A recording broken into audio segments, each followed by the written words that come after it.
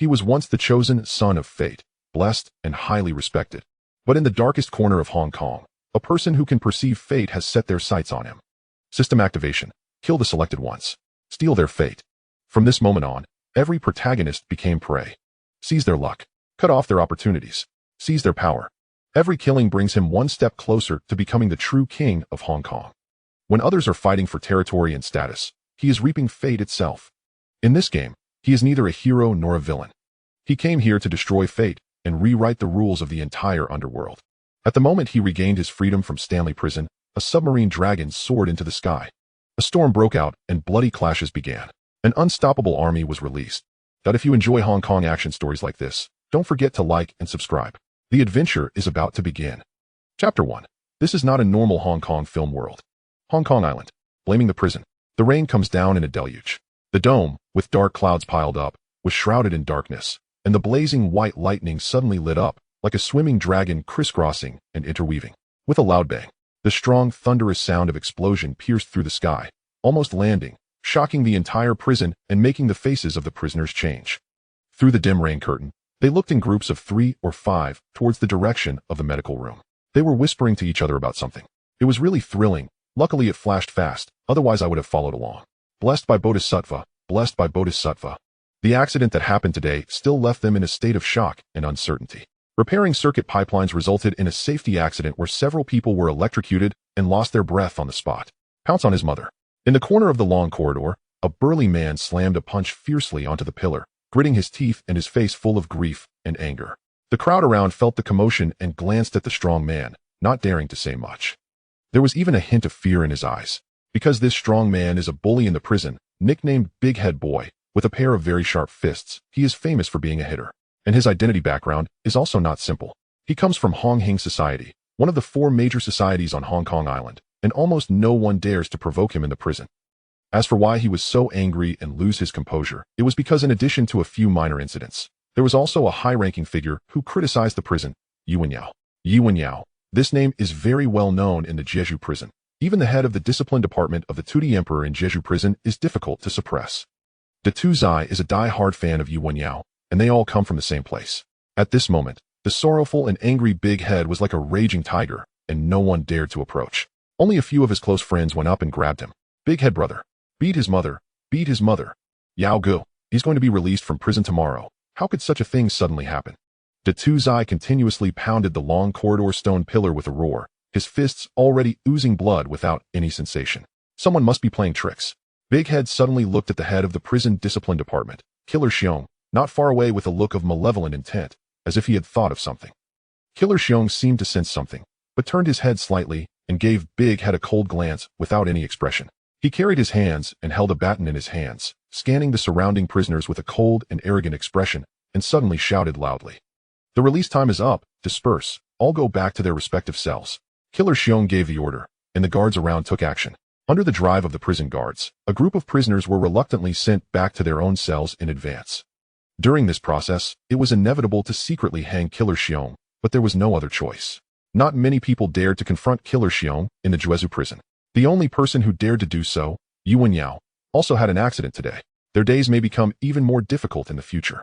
After everyone had left, Killer Xiong's eyes flickered with a faint light as he gazed at the medical room outside the rain curtain in the distance. He lowered the brim of his hat slightly with his hand, and a cold smile appeared on his face. A hint of conspiracy appeared. He walked leisurely back to his office. Opened the door. Several men dressed in electricians' clothing were waiting here, with raindrops dripping from their bodies. They watched as Killer Xiong came in, and the leading man showed a smile on his face as he confidently extinguished his cigarette, but in the ashtray. He waved his hand to one side. "Ahu," said Ahu, a sturdy little brother with a stern and resolute expression, as he opened a black suitcase and placed it on his desk. "The matter is settled. Here are the remaining 300,000 Hong Kong bills. Xiong, please click." The man in charge spoke to Killer Xiong with a smile on his face. Killer Xiong sat upright in his chair, glanced at the shiny port paper soaked in water in the suitcase, and closed the suitcase with his baton in his hand. No need. Killer Xiong understands this kind of black money, and the other party dare not deceive him. There is no need to count it. I just hope that you can handle the rest of the matter properly and not leave any tail behind. I don't want any trouble to get involved, said Killer Xiong with a hint of meaning. Just now, he witnessed Big Head's angry expression outside. Although he appeared indifferent, it would be troublesome if this kind of thing was not dealt with.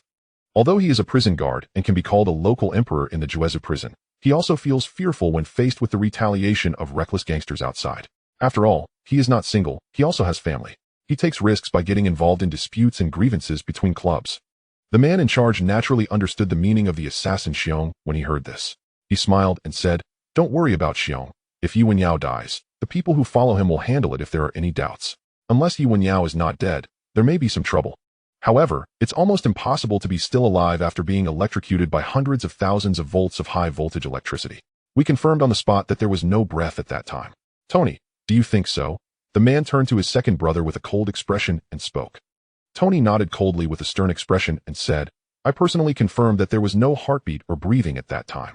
Killer Xiong carefully glanced at the three brothers standing at the front, knowing from their expressions and decisive movements that they were not easy to deal with, not just ordinary perverts. After receiving a definite answer, Killer Xiong nodded with satisfaction. As long as there's no trouble, it's good. After a few words of conversation, Killer Xiong arranged for someone to specially send several people out. "Yi Wenyao, you can't blame me for this. Someone wants your life, and I'm just collecting money for convenience. If you want to find it, go find your good brother Chen Haonan from Hongxing Society. You can ask a reckless old man who is risking his life to bid 500,000 Hong Kong paper, which means you are indeed blocking their way. If you hadn't been released from prison tomorrow, you might not have died so early." The assassin closed the door, opened the black suitcase again, looked at the soaked Hong Kong paper inside, lit a cigarette, leaned back on the chair, and spoke softly. He knew something about the outside world and conducted a thorough investigation before doing it. Yi Wenyao was once the leader of Hongxing Society, one of the 4 major social organizations on Hong Kong Island. At the entrance of this Tsiun Mountain Church, he can be said to have more than 10,000 people under one person. Apart from the church leader, Yi Wenyao is the most powerful. However, talented people emerge in every era of the country.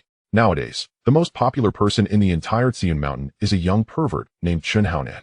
He is very powerful in the martial arts world and has gained a lot of attention. And Yi Wenyao squatting in the bitter kiln at the entrance of the hall has already caused it to lose its original radiance. However, even so, Yi Wenyao's release from prison still poses a great threat to the current popular Chen Haonan. With Yi Wenyao's past achievements and his help in squatting in the bitter kiln at the entrance of the hall, there will be little opposition to his future appointment as the head of Tsiun Mountain Hall. As long as Yi Wenyao is released from prison, it will be difficult for Chen Haonan to compete, and it will be difficult to deal with him. So the best solution is for Yi Wenyao to die in the bitter kiln. This is the most perfect and will not cause any damage to Chen Haonan's reputation. Although Yi Wenyao had a lot of glory in the past, he died in prison.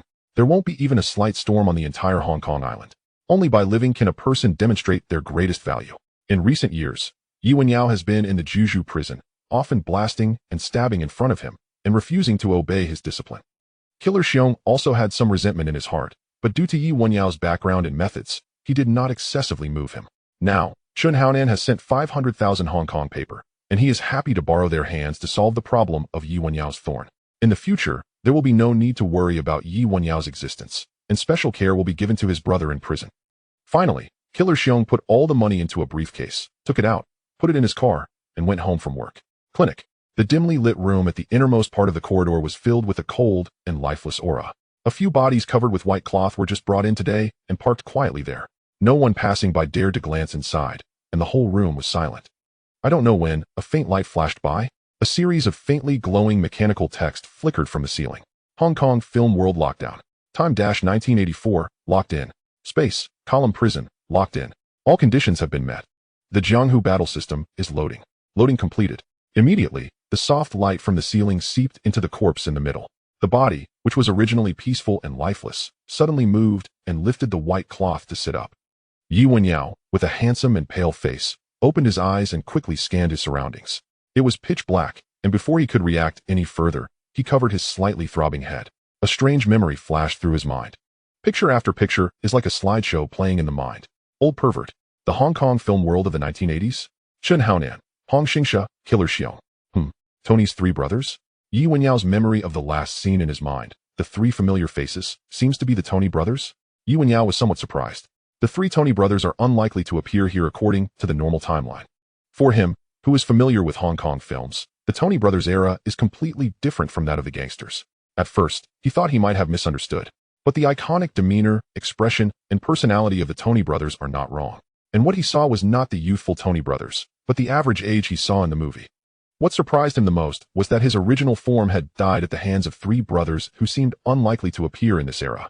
This world made him feel both familiar and confused, even strange and bizarre. Simply put, it's somewhat different from the world he imagined traveling through. Friendly reminder, this is not a normal Hong Kong film world, full of competition and crisis, and the host is not the only one crossing over. I sincerely wish that the host can achieve great success. Chapter 2. One must be ruthless to stand firm. If others dare to deceive me, I shall eradicate them completely. Wenyao's expression momentarily froze.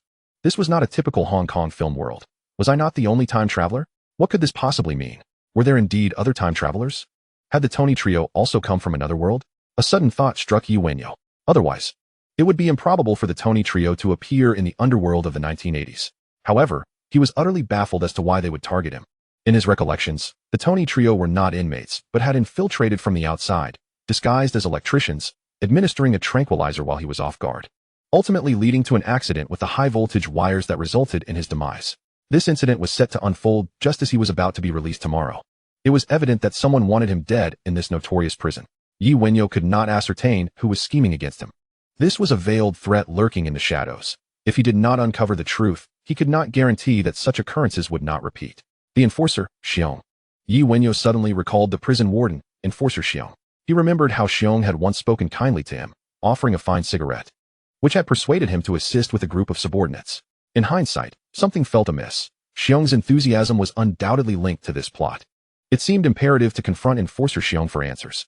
As these thoughts crossed his mind, a glint of cold resolve flickered in Wenyao's eyes. In his previous life, he was no pushover.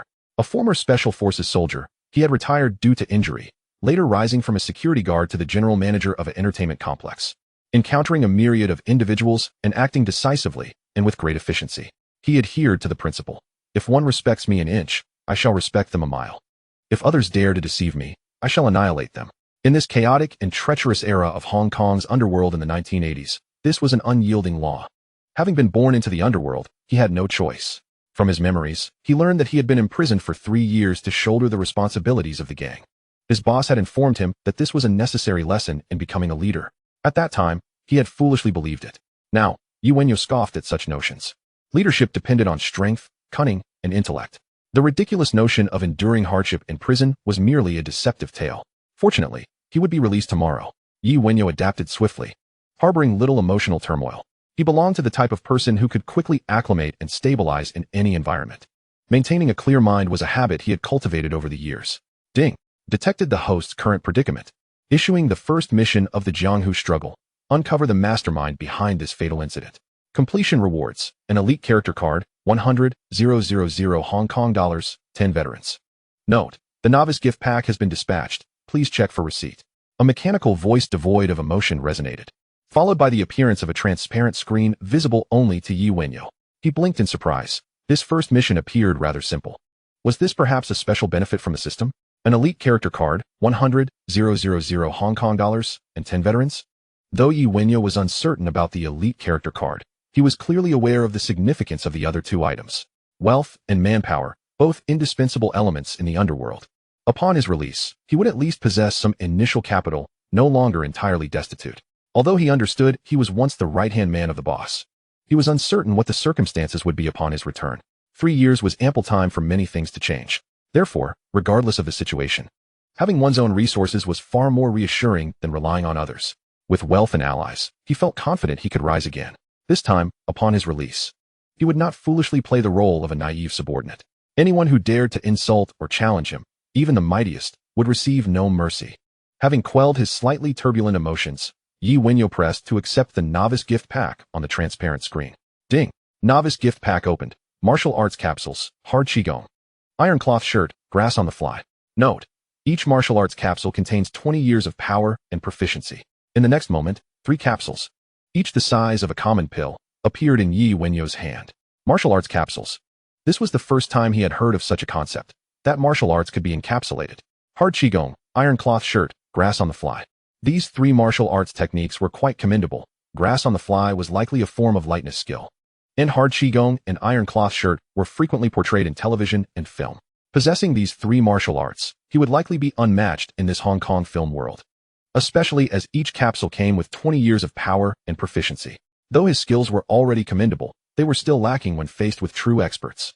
Without hesitation, he decided to try the first capsule. Gulp.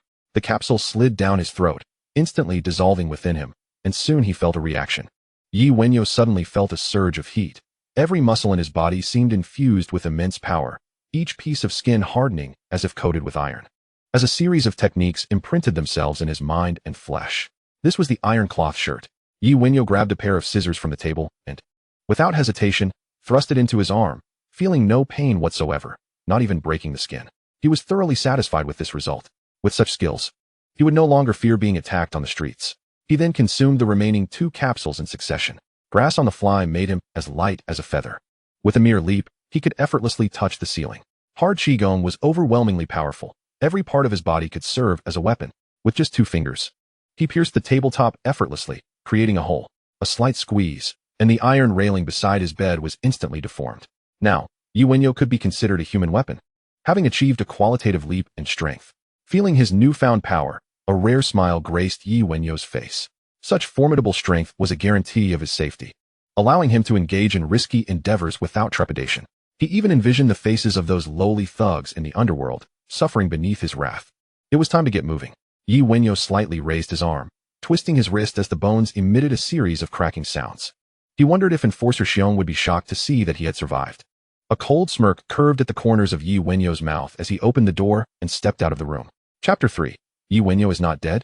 Fate is in the hands of heaven, and heaven does not collect all. Sir, I heard that the ones just brought in have all passed away. They say Wenyao was among them. Is that true? In the corridor of the infirmary, several ailing prisoners intercepted a familiar middle-aged guard on patrol, offering him a cigarette as they inquired. The guard accepted the cigarette, lit it, and replied, "Hasn't this matter already spread?" Though his response was indirect, it sufficed as an answer. The prisoners, upon hearing the guard's words, were not taken aback. After all, the news had circulated widely, and it was merely tinged with a sense of melancholy, especially considering the notorious figure in Shizhou prison had suddenly met his demise. It was hard not to feel a sense of disorientation. It was said that Wenyao was to be released the following day, yet he tragically passed away just a day before his freedom. They claimed he was destined to become a prominent leader upon his release, yet here he was, extinguished prematurely. It was indeed a pity. 3 years had seemingly been endured in vain. The middle-aged guard merely smiled and remarked, "Life and death are fated. He has already departed. So concern yourselves with your own matters." As the guard ushered the prisoners back into their cells, a hand clapped on his shoulder. Sir, could you spare a cigarette?" Initially, the guard intended to reprimand the mischief maker, but as he turned to glimpse the face behind him, his eyes widened in shock, instinctively taking a step back. "Wenyao?" he exclaimed. "What? Sir, have you seen a ghost?" Wenyao observed the guard's startled reaction, a smile creeping onto his face. The guard contemplated asking if Yi was human or spirit, but upon noticing Wenyao's shadow at his feet, he changed his inquiry. "You're not dead?" He had heard from the elders that ghosts cast no shadows, and Ye's complexion was flushed, radiating vitality, decidedly not resembling that of a corpse. Yet, the doctors had confirmed his death. How could he ever turn to life? "Heaven does not claim me," Wenyao chuckled, simply uttering those 3 words. "Heaven does not claim you?" The guard stared blankly, bewildered. Sir, didn't you just say life and death are predestined? Perhaps my life is not meant to end yet." Approaching the still-dazed guard, he casually retrieved a cigarette pack and lighter from the guard's jacket pocket, lit one, and inhaled deeply, exhaling a long plume of smoke as he spoke with a calm, yet serious tone. "Where's Brother Xiong? I wish to see him." "Brother Xiong just finished his shift. He won't arrive until later tonight," replied the guard, now convinced of Wenyao's revival. "Call him and inform him that I wish to see him within the hour. Beyond that, I may not be so accommodating." Ye's tone was chillingly cool, and the guard did not perceive his words as overly audacious. "Sir, I'm still injured. Could you arrange a bed for me here?" Wenyao carelessly discarded his cigarette but on the ground and extinguished it with his foot, then donned a friendly demeanor as he patted the guard's shoulder. The guard readily agreed, understanding that Wenyao held a unique status among the prisoners and possessed considerable influence. A single word from him could incite chaos in Shizhou. To maintain order within the prison and minimize disturbances, they had to grant him some degree of respect. After their conversation concluded, Wenyao pushed open the door to enter the infirmary, where everyone present was taken aback by his unexpected arrival. Once they confirmed that Yi was indeed alive and well, a collective sigh of relief swept through the room, mingled with astonishment. This soon attracted the attention of the doctors, who, upon examination, found Yi not only alive but in perfect health, which left them in disbelief. Nonetheless, rather than dismissing Yi, the doctors decided to allow him to remain for observation. Meanwhile, In the guard's office, the middle-aged guard picked up the phone and dialed Brother Xiong's residence.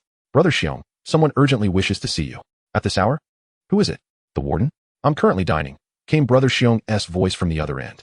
The guard immediately thought of the warden, who held authority over him. No, it's Yi Wenyao. Yi Wenyao? Laughter erupted from Brother Xiong on the line. Have you lost your mind? Didn't he just die? Did he send you a dream? He is not dead. He has come back to life. I just saw him, and the doctors confirmed it, expressing their confusion as well. He insists on seeing you immediately, and if he doesn't he may not be so agreeable. He is not dead. Brother Xiong's tone shifted, astonishment evident. I'm not joking, the middle-aged guard replied with a serious demeanor. After a moment of disbelief, Brother Xiong's voice returned. I'm on my way. The call ended, and the guard set down the phone, contemplating Brother Xiong's reaction and Yi Wenyao's icy demeanor during their conversation. He surmised that this incident was far from ordinary. However, he preferred to remain uninvolved, wishing only to see out his tenure at Shizhu peacefully without attracting trouble. Approximately 30 minutes later, Brother Xiong arrived, driving back hastily. Where is he? I'll take you to him, the middle-aged guard replied, leading Brother Xiong to the infirmary. Upon seeing Yi Wenyao lying inside, Brother Xiong's expression shifted unpredictably, inwardly cursing the incompetence of those who managed this situation. Yi Wenyao was very much alive, and this could spell trouble for him. Brother Xiong gestured for the guard to summon Yi Wenyao. Brother Xiong has arrived. The guard approached Yi's bedside, and upon hearing the voice, Yi Wenyao lifted his gaze towards the doorway, spotting Brother Xiong standing there. A subtle smile graced Yi's lips as he rose to follow. Brother Xiong dismissed the middle-aged guard, leading Yi Wenyao to a secluded room and closing the door behind them. He found a chair to sit, pulled out a cigarette, and lit it without lifting his gaze. Brother Xiong, let us speak. Will you confess, or shall I be the one to inquire? What is there to say, Yi Wenyao? Have you misunderstood something? Brother Xiong approached Yi, feigning ignorance. Brother Xiong, do you take me for a fool? Yi exhaled a long plume of smoke. His icy gaze fixed on Brother Xiong. If you choose not to speak, that is quite all right. I will uncover the truth myself. Yi stood up, preparing to leave. As he reached the door, he turned his head, raising an eyebrow at Brother Xiong and remarked, I've heard you have a beautiful wife and daughter. I may pay them a visit upon my release tomorrow. Chapter 4. You had best pray that your identity as the son of destiny can protect you. Upon hearing Yi Wenyao's final words, Brother Xiong's expression shifted dramatically, his composure beginning to fray. It seemed to have struck a sensitive chord deep within him. Yi Wenyao, I warn you, don't you dare act recklessly.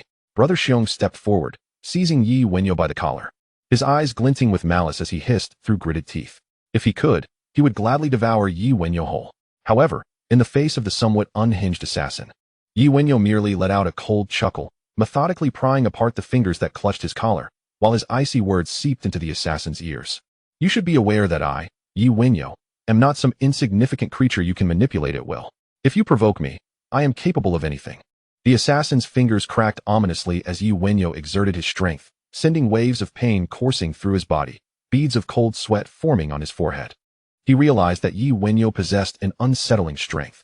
His fingers felt as though they had encountered an iron vice. I could have left the prison peacefully tomorrow, and we might never cross paths again. Yet, you choose to act foolishly and attack me at this moment.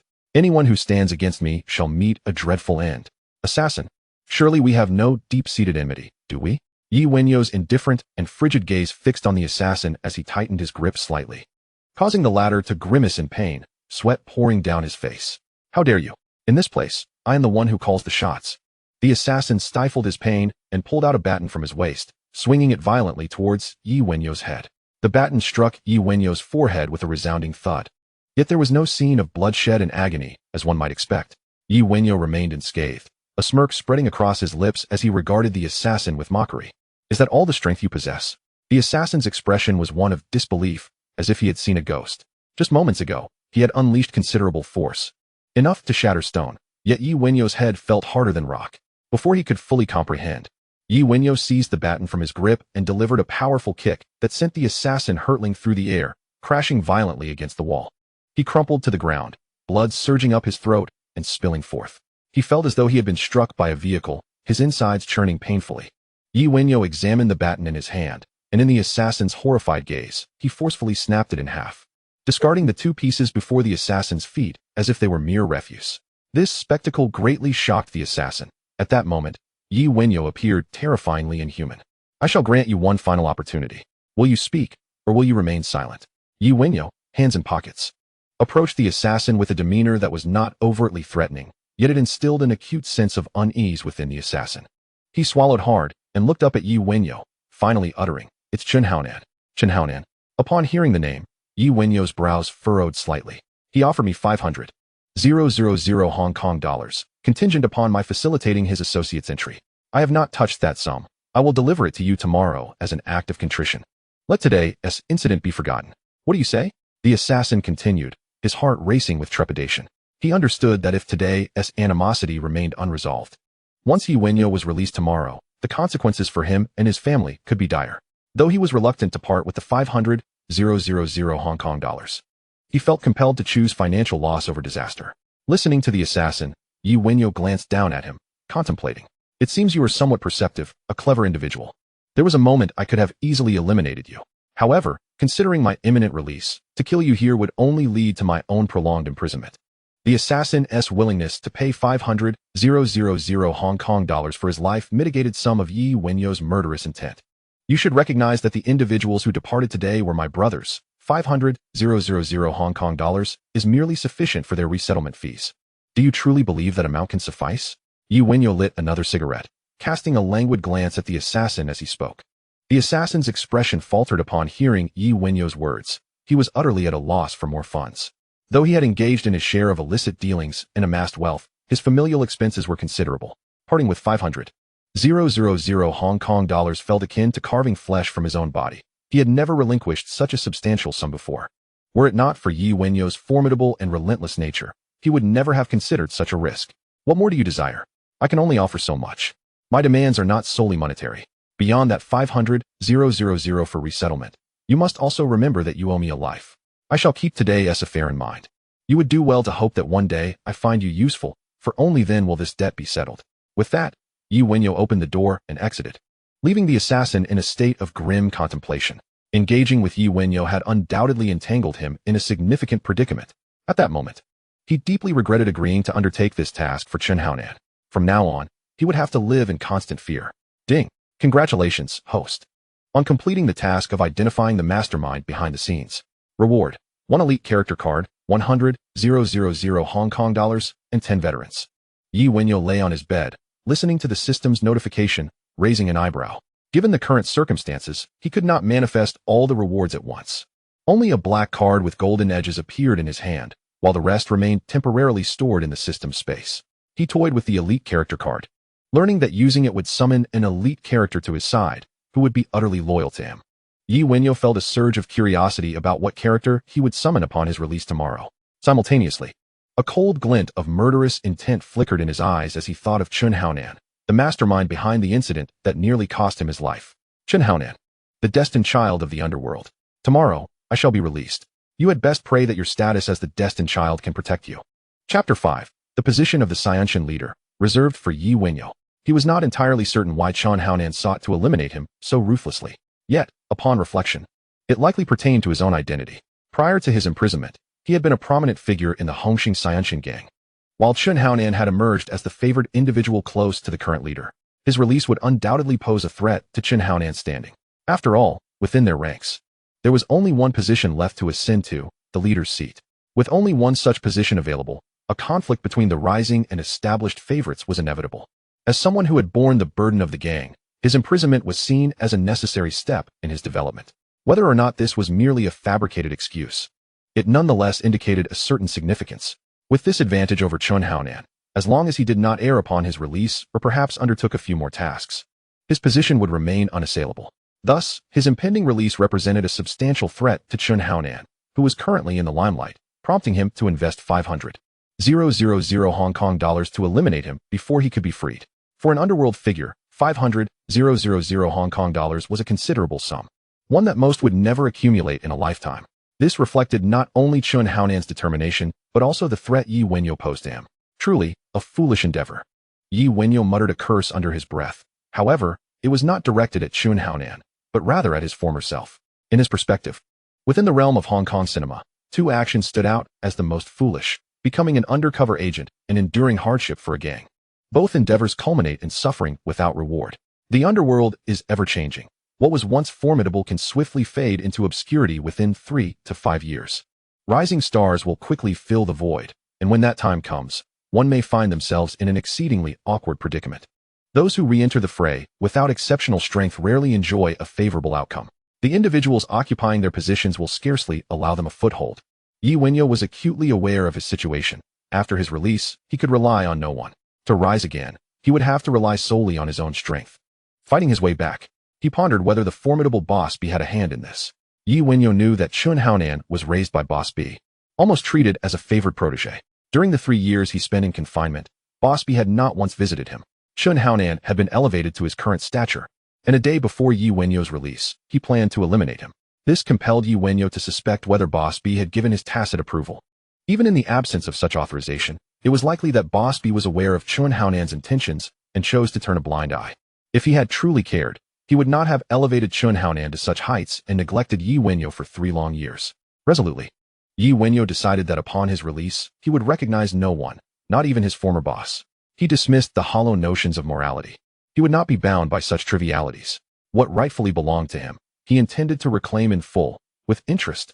The position of the Lord of Tsc Wanshan was already reserved for Wenyao. He was determined that no one would impede his path upon his release. As Wenyao contemplated his burgeoning resolve, a figure approached his bedside, leaning in to whisper, "There is an officer outside who wishes to see you." Wenyao raised an eyebrow at the familiar middle-aged prison guard, a flicker of confusion crossing his eyes. "An officer? He is waiting outside. Please follow me." The middle-aged guard offered no further explanation, and Wenyao complied. "What is his background?" Wenyao inquired as he exited. The guard glanced at him, raising an eyebrow with a slight smile. "This officer is quite the sensation lately, hailed as the future star of the police force. In just a year, he has ascended from a regular officer to a senior inspector, known for his ruthless methods. I can't say why he seeks you, but I advise you to tread carefully. I've heard he isn't easy to deal with." The last sentence was delivered in a lowered tone. A warning to Wenyao. A senior inspector? A future star of the police force? Wenyao furrowed his brow, mulling over the implications. He had not anticipated that this so-called officer was a law enforcement official from the outside. What could an officer want with him? Before long, Wenyao was led into an office where he found Killer Hung engaged in a jovial conversation with a young man, appearing quite familiar with one another. Or rather, it seemed to be a one-sided effort on Killer Hung's part, as their postures and demeanor suggested. "Officer, I have brought number 0751, Wenyao. You two carry on. I'll step out for a moment," Killer Hung said, exiting the room. As he passed by Wenyao, he leaned in to murmur, "He is very dangerous. Do not speak recklessly." Wenyao had yet to grasp the situation when a voice called from within, "Come in." The middle-aged guard nodded at Wenyao, who then entered, the door closing behind him. Before him sat the young senior inspector, who did not resemble the familiar archetype from films. The officer lounged casually, legs crossed, one arm draped over the back of the chair, leisurely lighting a cigarette before tossing the pack towards Wenyao. Without hesitation, Wenyao extracted a cigarette for himself and lit it, pocketing the remainder. The young senior inspector observed this with a smirk, but said nothing further. "Please, have a seat." The officer gestured for Wenyao to sit. Leaning against the adjacent desk, Wenyao scrutinized the young man. Clad in a sharply tailored black suit, with impeccably slicked hair, he appeared remarkably youthful, likely in his early 20s. Achieving the rank of senior inspector at such an age explained his reputation as a future star of the police force. His every movement exuded confidence, commanding a notable presence. Such individuals typically possessed formidable personalities. Yet, Wenyao was undeterred. "Might I inquire how to address you, officer? And what brings you to seek me?" The young senior inspector regarded Wenyao, who leaned casually against the far wall, raising an eyebrow slightly. "Su Chun, senior inspector of the Major Crimes Unit. I had thought I might not get to meet you today. It seems fortune favors you, as you have managed to endure. Someone does not wish for you to walk freely in the outside world. Do you realize how perilous your situation is?" Wenyao listened attentively, grasping the underlying intent of the officer's words. Such scenarios were commonplace in television and film, yet he refrained from revealing his understanding. "Officer Su, I am afraid I do not fully grasp your meaning." Hearing this, Su Chin chuckled. "Wenyao, you are quite the seasoned player. Surely you understand my implication. Use your wits. Why do you think I have appeared at this juncture?" As his words settled, Wenyao raised an eyebrow, a fierce expression crossing his face. This prompted him to question whether his potential assassination was somehow connected to the officer. After a moment, his expression softened as he fixed his gaze on Su Chun. "What exactly are you intending to do?" With a swift motion, Su Chun produced a prepared document and slammed it onto the table. "Wenyao, you think too highly of yourself. What I intend is of no concern to you. Simply sign where indicated." Opening the document, it was indeed the informant contract Wenyao had anticipated. The unexpected arrival of this previously unheard-of senior inspector, combined with the system's indication that he was not the only one traversing this world, compelled Wenyao to tread cautiously, his mind racing. He cast the document aside and turned to Su Chun. Su, sir, you must be overestimating your own importance. Regardless of my past, I am still a figure of considerable standing. Do you believe I would stoop to being a traitor? Who do you think you are, a colonial governor? With an abruptness, Su Chin's demeanor shifted from jovial to menacing, his hands slamming down on the table, leaning forward with a fierce glare directed at Wenyao. You insolent fool. You dare call yourself a figure of significance? No respectable leader would languish in a prison cell, nearly losing their life in the process. You may have a chance outside, but trapped within, you are but an ant. I could crush you with the slightest effort. Enough, Wenyao retorted, refusing to yield, rising to confront Su Chun. In his heart, he pondered why Su Chun had fixated on him. Surely, the mere prospect of becoming the future leader of the Hongxing society would not be enough to provoke such interest from a rising star in law enforcement. The only thing that could possibly captivate him was the matter of his own resurrection, which intensified Wenyao's suspicion regarding Su Chin's identity. It was highly likely that this was his first encounter with a fellow practitioner in this realm. If that were indeed the case, an irreconcilable conflict would inevitably arise between them, leading to a struggle for survival. Killer Xiong had been stationed outside, and, upon witnessing the imminent eruption between Su Chun and Wenyao in the office, promptly pushed the door open. Wenyao, what are you doing? Do you have any idea where you are? What do you intend to do? Su, sir, please calm down, calm down. There's no need for this. Upon seeing Killer Xiong enter, Wenyao immediately took a seat. He naturally wished to avoid escalating the situation, as he was to be released the following day. If a commotion ensued, it would provide Su Chun with the opportunity to detain him. Killer Xiong was just the ally he needed to intervene. Step aside. Today, I intend to teach him the rules of this place. Su Chin's aura surged as he effortlessly shoved Killer Xiong aside and advanced towards Wenyao. Observing this, Killer Xiong grew increasingly anxious and swiftly attempted to obstruct him once more. Su, sir, please, don't resort to violence. This isn't the right place. Allow me to handle him afterward. I assure you it will be satisfactory. Someone, take Wenyao back. Before long, the prison guards escorted Wenyao out of the office. As soon as Wenyao departed, Su Chin instantly regained his composure. Killer Xiong, who had been attempting to intervene, sensed that the situation had shifted and turned to Su Chun. Su, sir, this evening, I will arrange for someone to look after Wenyao. Please don't let yourself be angered by someone like him. Whatever, I have matters to attend to. I will take my leave now. Su Chun waved his hand dismissively and stepped out of the office. Killer Xiong, left in a state of confusion, was filled with questions. Brother Yao, Brother Yao. As soon as he returned to his room and sat down, Dado rushed in. Yes, please sit. Wenyao nodded. Brother Yao, what is going on? Killer Xiong said you were dead and even took you to the morgue. Seeing Wenyao's calm demeanor, Dado couldn't help but inquire. Indeed, I did visit the morgue. However, fate had other plans for me, and I was brought back. Wenyao replied nonchalantly. Brother Yao, someone has made a move against you. We must seek vengeance. Dado exclaimed indignantly. I will handle this matter. You need not concern yourself. I will be out by tomorrow, so refrain from causing any trouble. Wenyao waved his hand. Brother Yao, this? Dado was momentarily speechless. Enough. Go wait elsewhere. I need to contemplate some matters. Wenyao gestured dismissively. Understood, Brother Yao. I will remain nearby. Call for me if you need anything. Dado dared not say more and obediently moved to stand by the door, resolutely refusing to allow anyone to harm Wenyao again. As silence enveloped the room, Wenyao continuously replayed the events in his mind. The known puppet master behind the scenes was Chun Haonan, while the assailants were the Tony brothers. Under normal circumstances, they would never associate with one another. In fact, at this juncture, the presence of the Tony brothers was inconceivable.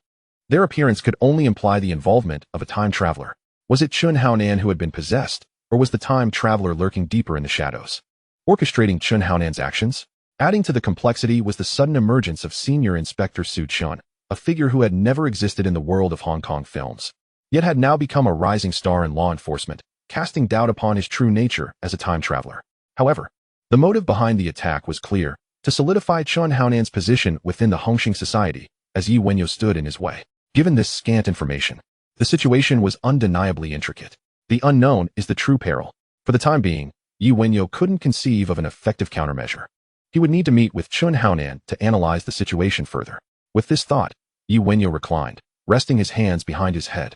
Today, the atmosphere was remarkably stable. Not only did the inmates remain calm, but even the guards refrained from causing any trouble. The following day, after finishing breakfast, Wenyao was escorted to Killer Xiong's office. Upon seeing Wenyao, Killer Xiong immediately broke into a smile. Brother Yao, you've arrived. Please, have a seat. Would you prefer tea or coffee? Once seated, Wenyao waved his hand. No need for such pleasantries. Let us get down to business. A hint of embarrassment flickered across Killer Xiong's face, his heart racing with anxiety. Having thoroughly offended Wenyao the previous day, and having introduced Su Qin to threaten him, he was primarily concerned that Wenyao would seek retribution against him and his family once he was released. Brother Yao, I have prepared something for you. I hope you can overlook the previous matters.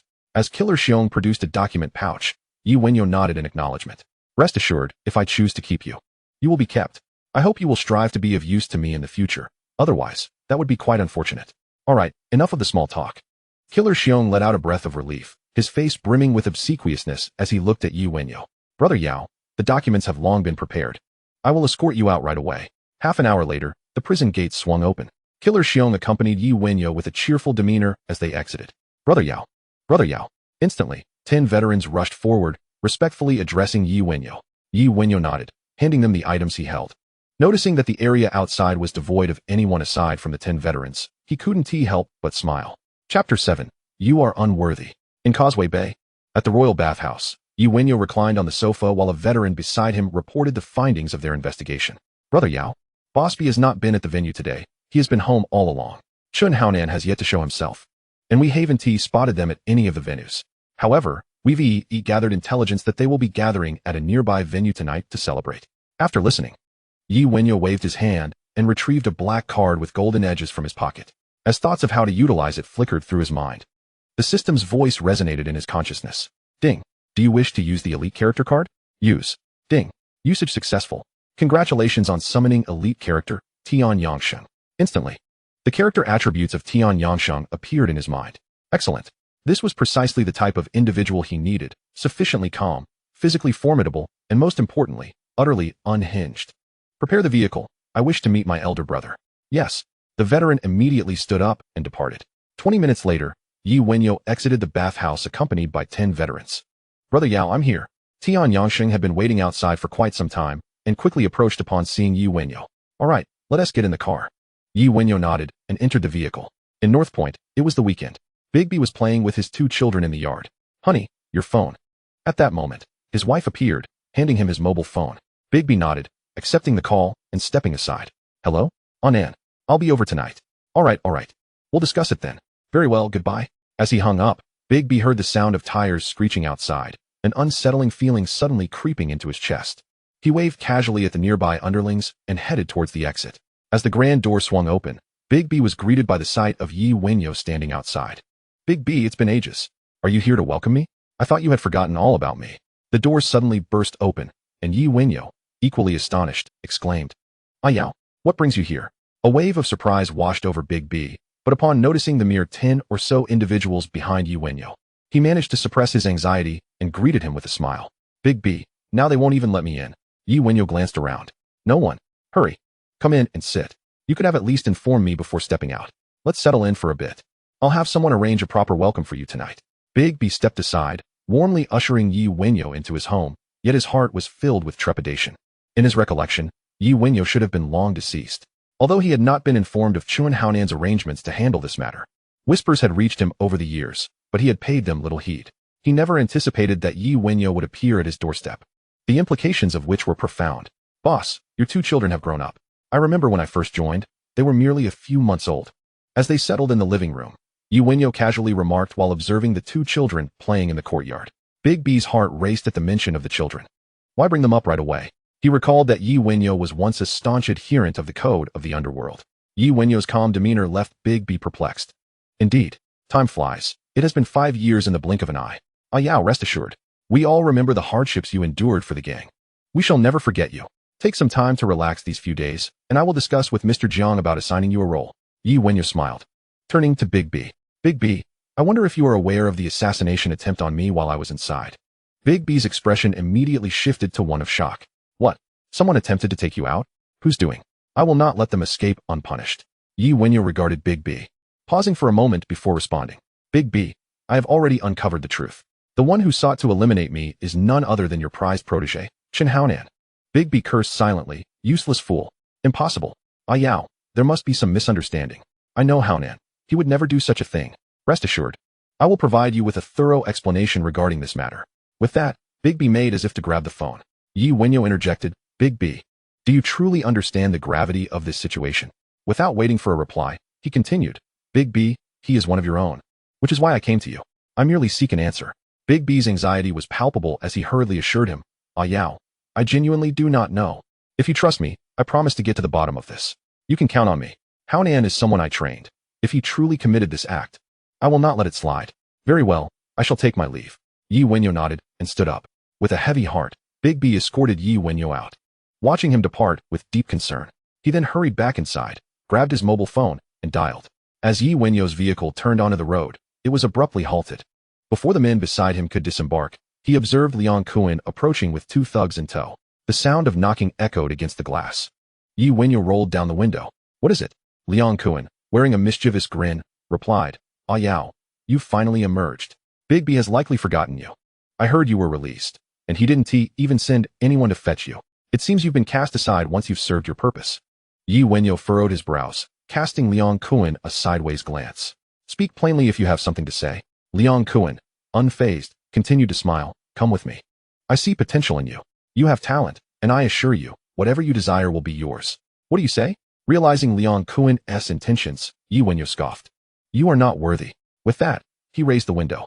Tian Yangxing stepped out of the vehicle. Without needing instructions from Yi Wenyao, he swiftly incapacitated Liang Kuan's 2 henchmen. Subsequently, 3 cars sped away, leaving Liang Kuan fuming at the sight of his fallen men, kicking them in frustration. Useless. Worthless. What good are you? In Causeway Bay, Chun Haonan received a phone call from Big B and immediately summoned several of his brothers. He was unaware that Yi Wenyao had survived. The assassin, frightened by Yi Wenyao, had dared not speak further, while the Tony trio, having witnessed Yi Wenyao's apparent demise, could not fathom that he had returned from the dead. Brother Haonan, what happened? Brother Haonan, what is going on? Chapter 8, Framing and Silencing. In Kowloon, prior to meeting Big B, Yi Wenyao had instructed his men to arrange a residence here. Brother Yao, here is the newly gathered information. An old soldier approached Yi Wenyao, handing him a file. Yi Wenyao nodded, taking the document. Upon glancing through it, he furrowed his brow. This is the information on the senior inspector, Su Chun. He emerged last year, and in less than 6 months cracked numerous major cases, rising to the position of head of the West Kowloon Major Crimes Unit. Quite remarkable. Shang. Hearing Yi Wenyao's call, Tian Yangxing swiftly approached, standing by respectfully. Awaiting orders, Yi Wenyao handed the file to Tian Yangxing. For the next few days, keep a close watch on this individual. Monitor his daily activities and whom he associates with outside the police force. Tian Yangxing took the file promptly and replied, Understood, Brother Yao. Yi Wenyao gestured to the 2 old soldiers nearby, stating, You 2 will assist Shang. Follow his lead. Yes, Brother Yao, they replied in unison. Moving to stand behind Tian Yangxing, Tian Yangxing tucked the file away, glancing at his companions. Brother Yao, we shall take our leave. Yi Wenyao nodded. Be cautious. Brother Yao, rest assured. Just as Tian Yangxing departed, Yi Wenyao's newly acquired mobile phone rang. Hello? Big B went out. How many men did he take, and is anyone tailing him? Good. Stay close to him, and inform me of his location once he arrives. No need for anyone to stake out his home. After hanging up, Yi Wenyao instructed. Send 2 men to fetch some weapons. Prepare for tonight's operation. Yes, Brother Yao. Soon after, 2 old soldiers departed. With arrangements in place, Yi Wenyao settled onto the balcony. Gazing into the distant sky, the current situation was murky, and he could not discern the full scope. Chun Haonan was a significant target, and whether there were others behind the assassination attempt could be revealed through interaction. Tonight presented a prime opportunity. In Causeway Bay, after contacting Chun Haonan, Big B arrived with his subordinates. Upon entering the venue, one could immediately spot Chun Haonan and his entourage of a dozen subordinates seated in the main hall. Haonan, Shanjia, come with me, declared to be, striding purposefully towards an office within the establishment. Chun Haonan and Shanjia promptly rose to their feet. Brother Haonan, the others echoed, also standing. It's nothing to worry about. Shanjia and I will meet with Brother to be alone. You all wait outside. Chun Haonan reassured them with a nod before he and Shanjia entered the office. Bang! What on earth is happening? As Chun Haonan and Shanjia shut the door, Dabi slammed his hand on the table, glaring furiously at the 2. Meeting his gaze, Shanjia stepped forward. Brother Dabi, this incident was purely accidental. There's no need for concern. If we didn't eliminate him inside, we can certainly take care of him outside. We've already arranged everything. As soon as we obtain his whereabouts, we'll send a dozen men to deal with him. Bang! Chop, chop, chop. Is that all you can think of? Can't you use your brain for once? Dabi's temper flared further at Shanjia's words. Observing this, Chun Haonan quickly interjected. Brother Debi, we've already discussed this matter among ourselves. There will be no further mishaps. I assure you he won't see the light of tomorrow. Hearing this, Debi's anger intensified. After all, this was a subordinate he had personally withdrawn from service. He struggled to contain his rising fury. No more mishaps, you say? What if something goes wrong? Do you realize he visited my home today? How could he possibly know our actions were orchestrated by you? Didn't you claim your men were meticulous? Although the news hasn't spread yet, I can't be certain he's not showing me leniency. If you kill him and the word gets out, you might as well abandon your life in this world. Bang! His frustration mounting, Debi slammed the table once more. Understanding Debi's temperament, Chun Haonan recognized that his anger was fueled more by fear than anything else. Brother Debi, the individuals I've arranged are absolutely discreet. They will leave no traces. If he discovers anything, it can only be attributed to the assassin's slip-up. He has been inside for 5 years. He has lost all his connections. You needn't worry. I will deploy additional personnel around your residence right away. Debi waved his hand in dissatisfaction. Haonan, this is not as simple as you presume. If you can fathom that the assassin has leaked information, shouldn't you ponder why he would do so? Given his position, could Yi Wenyao have threatened him? I have already gathered information on the way here. Yi Wenyao indeed entered the morgue, but subsequently returned to life. The assassin must have been terrified by this revelation. Chun Haonan gasped in astonishment. What? Debi continued without acknowledging him. This is of little consequence. Being resurrected merely means he is fortunate. More crucially, someone met with Yi Wenyao, and that is the significant matter at hand. Shanjia promptly inquired, who was it? Debi shot a glance at Shanjia. Su Chun, that rising star in the police force, a senior inspector in the major crimes unit. The meeting of these two is certainly no trivial matter. Chun Haonan turned to Debi, speaking cautiously. Brother Debi, are you suggesting that Yi Wenyao has allied with the police? Debi nodded. Then isn't this a good thing? Chun Haonan replied quickly. If he dares to collaborate with the police, then our elimination of him will raise no objections. As for evidence, we can always fabricate something after his demise. No one will seek justice for someone who has been missing for years. Upon hearing this, Debi fell silent. Initially, he had chosen to overlook Chun Haonan's intention to eliminate Yi Wenyao, believing he could feign ignorance. But now, the thought that his own subordinate might consider eliminating a trusted ally raised concerns about his own safety. Noticing Debi's indecision, Chun Haonan exchanged a glance with Shanjia, signaling him. Receiving the cue, Shanjia spoke up. Brother Debi, do not hesitate. Leave this matter to us. Simply pretend you are unaware. Once it's resolved, you can hold us accountable, and we will present the evidence. Everything will be settled. Debi remained silent. His lack of denial spoke volumes. Chun Haonan understood immediately, gesturing for Shanjia to exit first, before cautiously advancing. Brother Debi, I comprehend your concerns. This matter will unfold without incident. We too do not wish for this state of affairs. Sending someone to eliminate Yi Wenyao was an initiative taken by the subordinates, without my knowledge. Had I been informed, I would have certainly intervened. Now that the enmity has been established, it must be resolved swiftly to prevent future troubles. Chapter 9. The Unsettled Su Chun. At 7:00 p.m., Chun Haonan emerged from the office and nodded to Shanjia. Shanjia immediately got up, leading a dozen men in tow behind Chun Haonan as they made their way outside. Creak. Upon reaching the entrance, they spotted 2 cars halting before them. Before the subordinates could intervene, Yi Wenyao stepped out of one of the vehicles. Observing Chun Haonan and his entourage, he broke into a smile. Wow, such a crowd to welcome me. It seems Brother Debi is aware of my arrival. Shanjia immediately retorted, Yi Wenyao, what brings you here? This is our territory. Yi Wenyao disregarded Shanjia's outburst, fixing his gaze on Chun Haonan. Shanjia, Brother Yao, why didn't you give us a heads up before coming over? Recognizing the unbridled arrogance on Yi Wenyao's face, Chun Haonan stepped in to halt Shanjia. Huh? Who do you think you are that I should announce my presence to you? Yi Wenyao slowly replied, his expression turning fierce. How dare you speak to my big brother like that? I'll make you pay? Instantly, Shanjia and the others were enraged. Chun Haonan's expression darkened. Yet he restrained Shanjia and the others. Impressive restraint.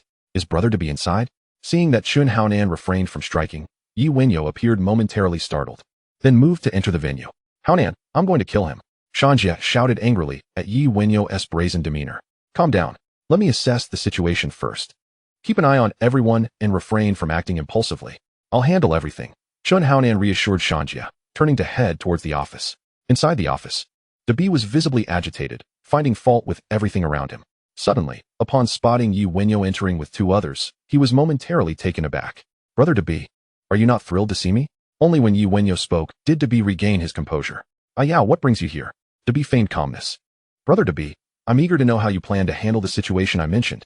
Yi Wenyo replied casually, taking a seat on a nearby sofa while observing Debi. Yao, you've arrived just in time. I've already informed Haonan about this matter. He assured me that he bears no responsibility for what transpired inside, regardless of how you acquired your information. Haonan is preparing to take action to uncover those who plotted against me. Debi's mind raced, fabricating lies with ease. At that moment, Chen Haonan also walked in, exchanging a glance with Debi before directing his attention towards Yi Wenyo.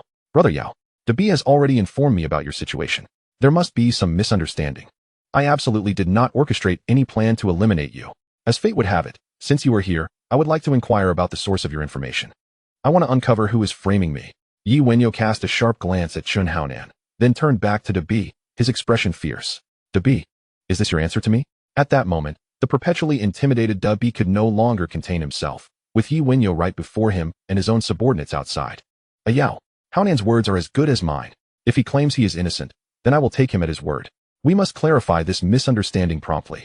We are all family here, and we should avoid any unpleasantness. Besides, you have nothing to worry about. Bolstered by Debi's support, Chen Haonan spoke confidently. Turning to Yi Wenyo. Brother Yao, I hold you in the highest regard as my senior. There is undoubtedly some misunderstanding at play here.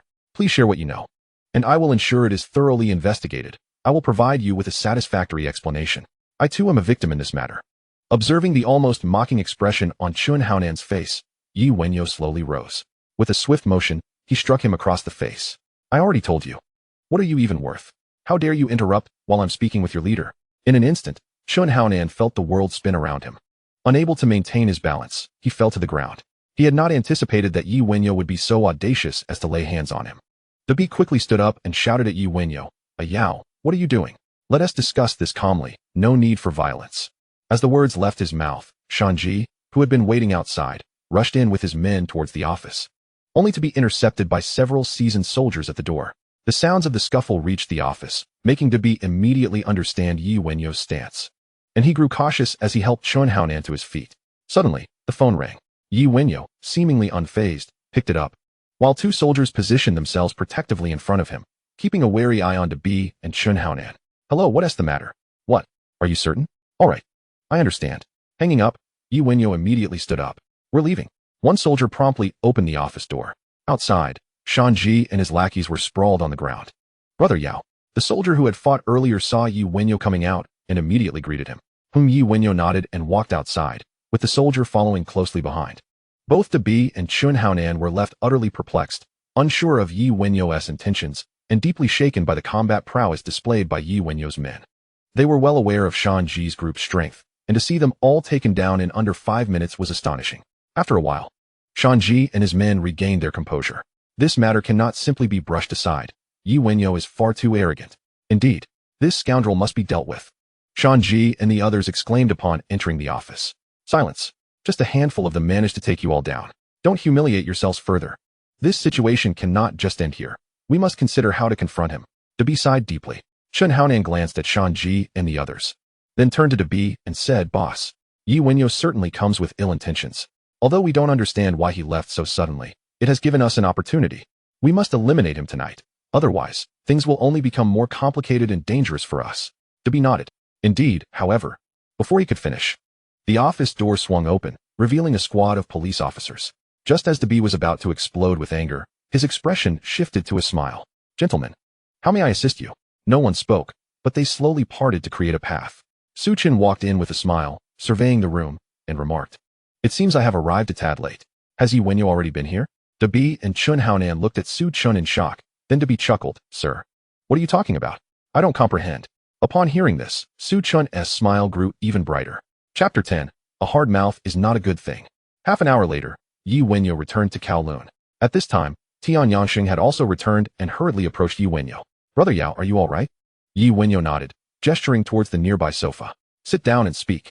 Complying, Tian Yanxing took a seat and began recounting the observations he made while tailing Su Chen. Brother Yao, Su Chen is indeed highly regarded. His position in the major crimes unit is significant. However, due to his identity, I am uncertain if he has contacted anyone via phone, but I can confirm that, until my return, he had not met with anyone from the outside. Yi Wenyo was not surprised. He had only observed for a moment, and it was unlikely he would uncover anything useful if the other party was monitoring him. It was only natural that he would appear unexpectedly, as any reasonable person would anticipate his return to meet Chen Haonan. It seemed he intended to seize the opportunity when Yi Wenyao confronted Chen Haonan to further entrap him. After a moment of contemplation, he addressed Tian Yangsheng, a Sheng. Take 2 brothers with you and capture Chen Haonan, bringing him to a secluded and quiet location. Understood, Brother Yao. Tian Yangsheng immediately stood up in response. Very well, go. Yi Wenyao waved his hand. With that, Tian Yangsheng summoned 2 seasoned soldiers and swiftly departed. The purpose of confronting Chen Haonan tonight was primarily to extract information from him. Although Su Qin's appearance disrupted the plan, it was imperative to apprehend Chen Haonan today. However, they needed to be more discreet in their exit. He then arranged for 2 seasoned soldiers to scout the area for any potential observers. No discoveries were made, which was hardly surprising, as his subordinates were seasoned veterans and not the small-time thugs of the past. Dingling. 2 hours later, Yi Wenyao's phone rang. Hello? All right, I understand. Keep an eye on him. I will be there shortly. After hanging up, Yi Wenyao rose and walked outside. 2 vehicles started and drove away. Upon reaching an intersection, they each took a different route to avoid being followed. Tunmun. At a rundown factory by the sea, Yi Wenyao's vehicle came to a slow stop outside. Brother Yao? He is inside. Tian Yangsheng, who had been waiting, quickly approached to open the door, leading the way. After exiting the vehicle, Yi Wenyao said nothing and followed Tian Yangsheng inside. In the innermost room, Chen Haonan, kneeling on the ground, looked up at the sound of footsteps and saw Yi Wenyao approaching slowly, feelings of confusion flooding his mind. His original plan had been to eliminate Yi Wenyao that night, but he never expected to be captured first. Yi Wenyao, what do you intend to do? I have already stated that I was not behind the events inside. Upon hearing this, Yi Wenyao smirked derisively and replied, Do you think I would believe you, or the words of the assassin who spoke to protect his family? Chen Haonan let out a sigh. I truly do not comprehend the nature of this matter, nor do I understand why the assassin Xiong would seek to implicate me. However, as Chen Haonan, who navigates the underworld with a sense of righteousness, how could I possibly commit such an act? Clearly, there are those who wish to use your hands to eliminate me. I trust you can see this. Observing Chen Haonan's earnest demeanor, Yi Wenyao was almost moved. But he quickly smiled and inquired, What of it? Let us set aside this discussion for now. I am rather curious about your relationship with the police's rising star. Su Chen, why did he suddenly appear tonight? Upon hearing this, Chen Haonan's expression changed dramatically as he looked up at Yi Wenyao. I have no connection with him. I am equally perplexed as to why he made a sudden appearance. It must have been merely a routine inspection. Huh? Yi Wenyao scoffed coldly and continued. Before he came out, he had already sought me out. Can you enlighten me as to why he is fixated on me and what his intentions are?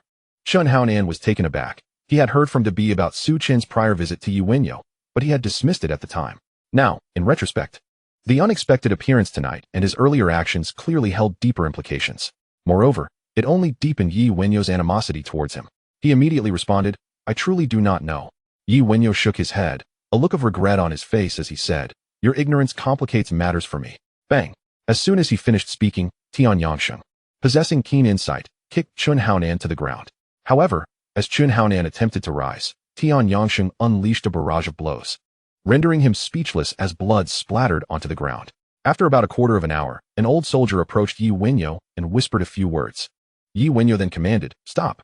Upon hearing the order, Tian Yangsheng immediately ceased his assault, stepping aside while casting a menacing glare at Chen Haonan. Seeing Chen Haonan curled up on the ground, Yi Wenyao slowly approached him. Now we may converse. Chen Haonan lowered his arms that had been shielding his head and glared at Yi Wenyao with fury. What do you want me to say? I know nothing. If you have the guts, just kill me. Yi Wenyao shook his head, expressing regret. Your stubbornness is quite unfortunate. Reveal what you know, and I shall grant you a swift end. In a fit of anger, Chen Haonan retorted, Yi Wenyao, if you wish to kill me, then do so without seeking these baseless justifications. Otherwise, I cannot hold you in high regard. If I perish, my brothers will surely avenge me. I shall await you below. At this moment, Yi Wenyao had already concluded that Chen Haonan had no connection to the plot against him. Ding! Detected host's current predicament. Triggering follow-up mission for the Jianghu competition. The Jianghu is fraught with deception. Countless obstacles lie in wait. Proceed boldly and eliminate Chen Haonan. Completion reward, 1 million Hong Kong dollars. As he pondered how to deal with Chen Haonan, the system's mission appeared, perfectly aligning with his intentions. Having already crossed swords, there was no room left for reconciliation. He promptly instructed his subordinates outside, bring them in. Upon hearing this, a wave of fear washed over Chen Haonan. Shortly thereafter, he saw Shanji and others being brought in. Brother Haonan, are you all right? Haonan, how are you? Yi Wenyao, let me go. Seeing Chen Haonan's pitiful state, Shanji and the others could not hold back their exclamations. The fear within Chun Haonan transformed into boundless rage as he screamed, "Yi Wenyao, the attack against you was orchestrated by me. It was a conspiracy between Su Chun and myself. They were unaware, so let them go. I beg you. Do not harm them. This is all my fault." Suddenly, Tian Yangxing thrust a knife into Chun Haonan's chest, blood gushing forth and splattering onto the ground. In an instant, Chun Haonan, fueled by adrenaline, disregarded the pain and struggled to rise, charging towards the old soldier controlling Shan Ji and the others. Chapter 11. Alas, brother to be. Bang. However, Chun Haonan was merely striking against stone with an egg. He had barely risen before being kicked back to the ground. Tian Yangsheng did not pause, efficiently delivering fatal blows to Shan Ji and the others, ending their lives. Witnessing his brothers perish before him drove Chun Haonan into utter madness, his eyes bloodshot, veins bulging on his forehead, and his face contorted in agony. Why must it come to this? This matter should have ended with you. Why drag your brothers into this? I had no choice. You claimed they would avenge you, so for my own safety, I had no option but to send them below to await you. At this moment, Yi Wenyao spoke slowly, filled with regret. It's all my fault. It is entirely my doing. This proclamation struck a deep chord within Chun Haonan, leading him to profound self-reproach. Seeing this, Yi Wenyao shook his head and turned to leave. Handle this situation. Tian Yangxing nodded, watching Yi Wenyao depart. The arrival of Shan Ji and the others was indeed unexpected. They had been following Yi Wenyao but had the misfortune of encountering another vehicle with the old soldier.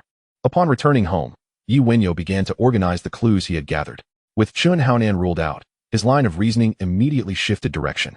The mastermind behind this scheme sought to eliminate him under the guise of Chun Haonan, likely with two objectives in mind. Firstly, to frame Chun Haonan with a crime. A rising figure in the underworld would undoubtedly be affected by the assassination of a loyal subordinate who had endured 5 years for the gang. Secondly, the mastermind must possess absolute confidence in subduing Chun Haonan, thus preemptively removing obstacles to his ascension, regardless of the intent. It was clear that this individual was undoubtedly a rival, especially with the involvement of the Tony brothers and Su Chun. It was evident that the Tony brothers were subordinates of the mastermind, while Su Chin's role remains uncertain. There was even suspicion that Su Chun might be another rival or one of their underlings. This suggested that 1 or 2 rivals had arrived in this world before him, undoubtedly holding a significant advantage. Damn, what a mess. Yi Wenyao cursed under his breath before lying down to rest. The next day, in North Point, at DeB's residence. Having received no call from Chun Haonan the previous night, DeB had not slept a wink, filled with dread. What are you thinking? Hurry and eat. Noticing DeB's listlessness, his wife called out. Hearing this, DeB nodded. Ding dong. The doorbell rang. Who could it be so early? His wife, preoccupied with feeding their child, was quite displeased and rose to answer the door. I'll get it, DeB exclaimed, startled, and quickly made his way toward the door, his worry for Chun Haonan and the others intensifying. Good morning, brother DeB. Have you eaten?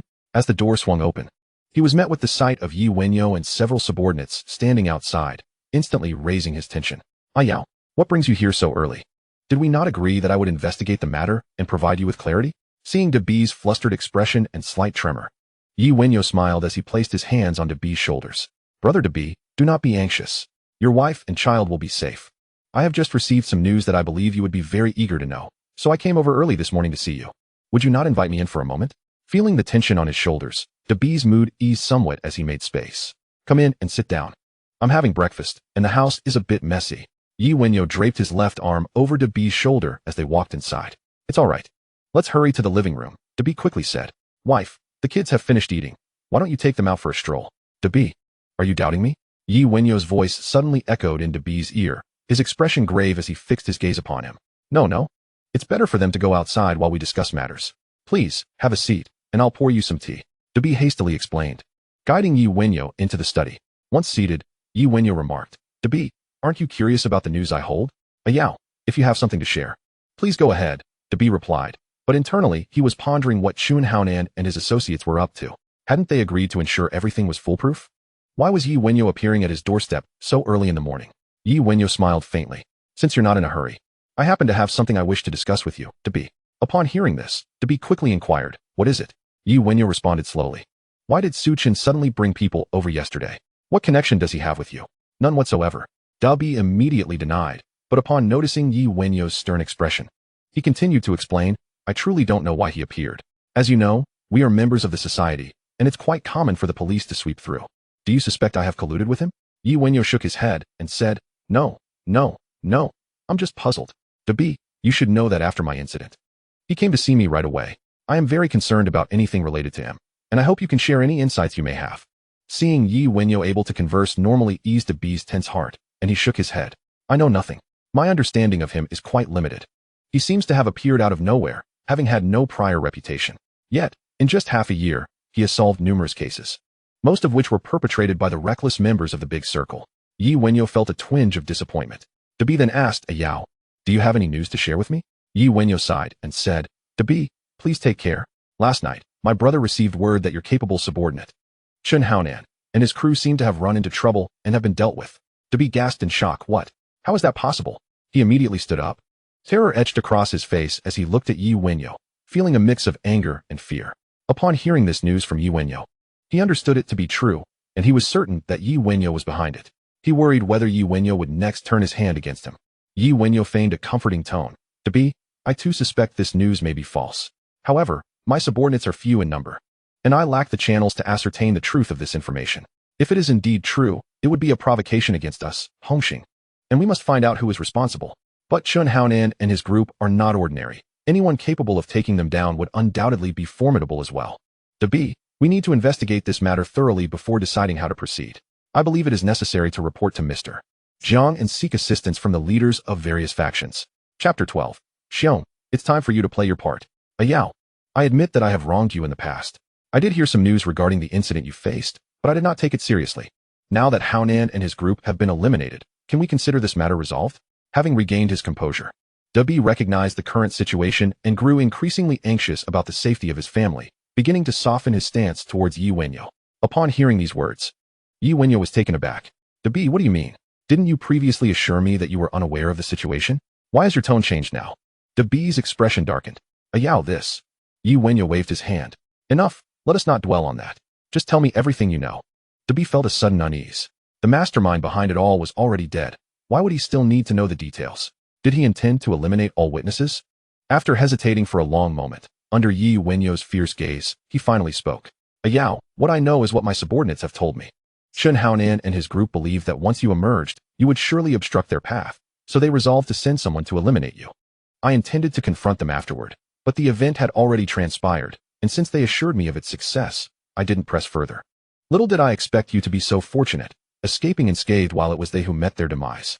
Perhaps this is the law of karma. Upon learning from Dabi that it was indeed Chen Haonan's arrangement, Yi Wenyao felt a surge of anger. Why did you not inform me sooner? They are your men. You know their character. Would they commit such an act without someone backing them? Clearly, there is someone else behind them. I truly wonder how you managed to lead if you remained so oblivious. Were it not for this incident, you might not even realize you were being sold out. His frustration mounting, Yi Wenyao exclaimed, people are already dead. How can we investigate now? Last night, it had reached that point, and Chen Haonan refused to divulge any information. As for the subsequent revelation regarding Su Chan, it appears to me a deliberate ploy to mislead you into conflict with him. After receiving a thorough reprimand, Dabi's wits returned, and his mind raced. Yao, are you suggesting that Chen Haonan and his associates have been bought off? Observing Dabi's astonished expression, Yi Wenyao retorted, of course. Dabi's face reflected shame as he continued. That is impossible.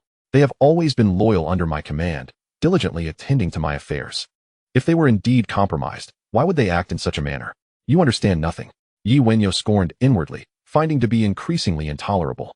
He had initially come to gauge Dabi's attitude and determine how to handle him moving forward, but instead, he had unearthed a singular piece of information, with nothing further of value to glean. Rising to leave, he said to Dabi, I hope you will have your subordinates investigate whether Chen Haonan and his group have had any contact with other societies or suspicious individuals over the past 6 months. All right. I will have someone look into it right away. Dabi promptly stood in agreement, then escorted Yi Wenyao out of his home. In the car, Yi Wenyao cursed, damn. How can Chen Haonan be so obstinate? He continued to contemplate the information he possessed. Suddenly, he glanced at the several veterans beside him, and a thought crossed his mind.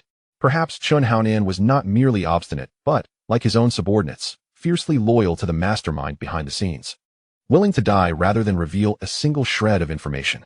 With this realization, Yi Wenyao's brow furrowed. If that were the case, there must be a counterpart backing Chen Haonan. Now that Chen Haonan had been dealt with, this counterpart would undoubtedly send someone to investigate, or perhaps not merely seek retribution, but to eliminate the one who had disrupted their plans. Very well, we shall inevitably cross paths, though the enemy lurks in the shadows. The affairs concerning Chen Haonan have been meticulously handled, leaving no trace to be uncovered. Thus, one can be deemed to be concealed in the obscurity, not at a disadvantage. However, with Chun Haonan's demise, the threads of information on this side have been severed, necessitating the pursuit of new leads. The name Killer Xiong surfaced in his mind. Shortly thereafter, the vehicle returned to Kowloon. Upon alighting, Wenyao instructed the veteran beside him, "Please make arrangements to bring Killer Xiong to see me. Also, ensure someone accompanies his wife and child for some leisure." "Understood, Brother Yao," the veteran promptly replied. Wenyao strolled towards his home. As he settled down, the phone rang. "Hello? Who is Suchin meeting?" "All right, investigate swiftly and return once you have the information." There appears to be some movement on Suchin's end, which may yield some clues.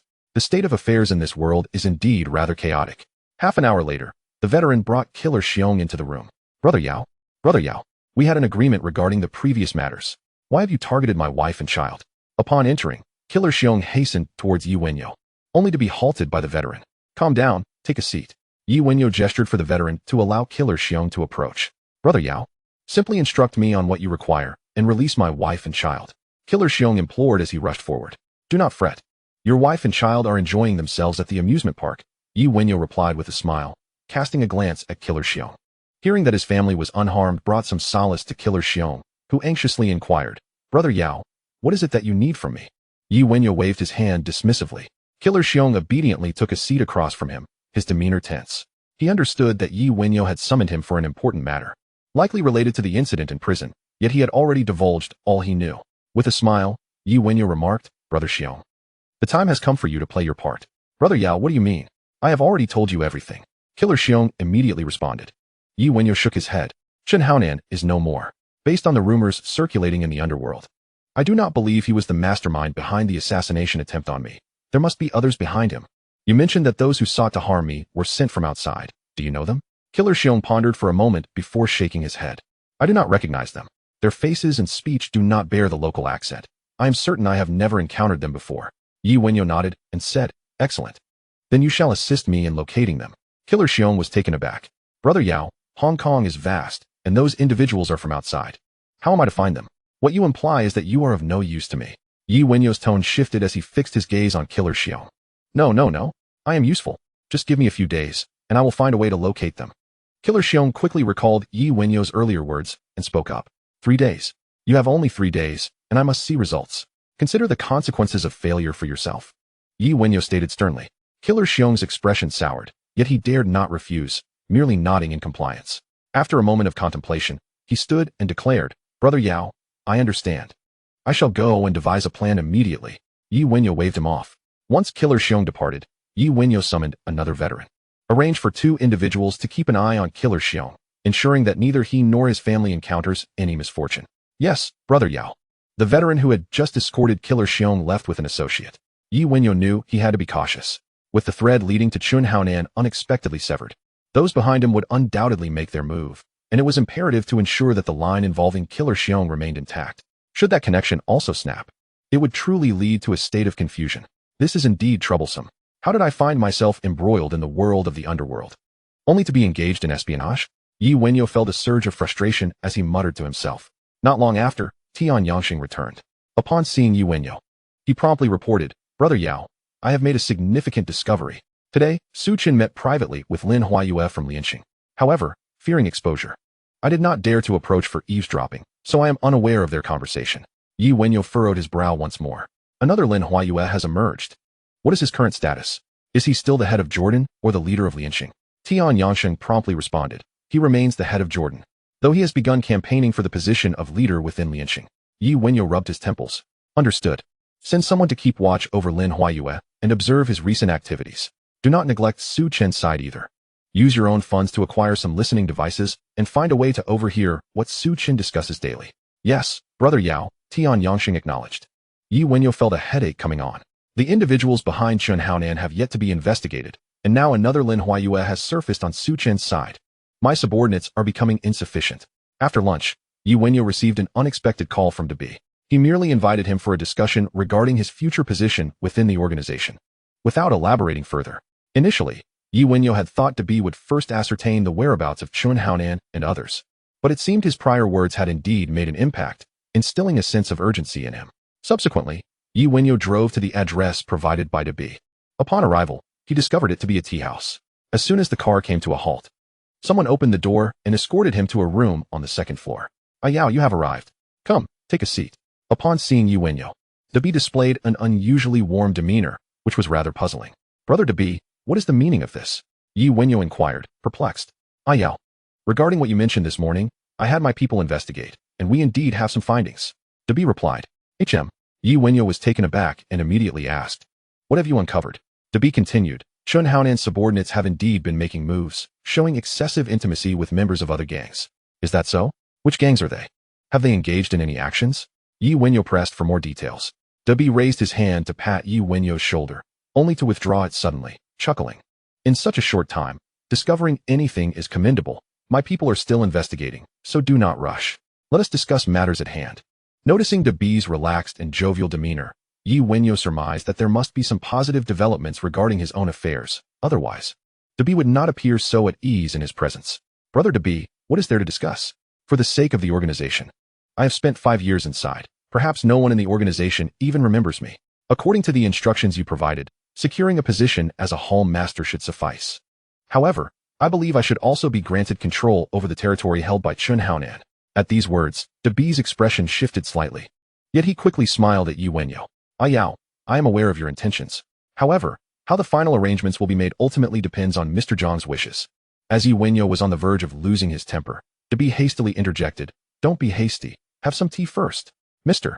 Zhang will arrive shortly and will undoubtedly provide you with a satisfactory response today. Upon hearing that Mr. Zhang would also be present, Wenyao felt somewhat surprised. He had initially assumed that Dabi had merely summoned him for a bit of psychological preparation to facilitate the acceptance of the Society's arrangements. However, since Mr. Zhang was coming as well, he certainly had no objections. Knock, knock, knock. Just as he finished a cup of tea, a knock echoed through the room. Wenyao and Dabi immediately rose to their feet as the door swung open to reveal Mr. Zhang standing outside. Mr.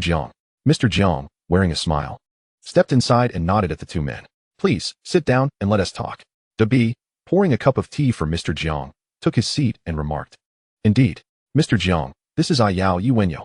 He has been shouldering responsibilities for the society and has just emerged after spending 5 years inside. Upon hearing this, Mr. Zhang turned his gaze toward Wenyao and smiled, saying, Very well. Wenyao, rest assured that your contributions to the society will not be forgotten. After your release, have your living arrangements been made? Do you have sufficient funds? Wenyao smiled and replied, Thank you for your concern, Mr. Zhang. Everything is quite satisfactory. Good to hear. Since Dabi is here with us, I would like to hear your thoughts. Mr. Zhang nodded, taking a sip from his teacup. Before Wenyao could respond, Dabi quickly interjected, Mr. Zhang, I previously mentioned to Wenyao that he should go in to gain some experience, and upon his return, I would support him in becoming the hall master. This should not pose any issues. I believe there will be no dissent within the society. Mr. Zhang nodded in agreement. Hearing this, Dabi's face lit up with joy. However, his elation was short-lived as Mr. Zhang continued. There is just one issue. What issue, Mr. Zhang? Dabi promptly inquired.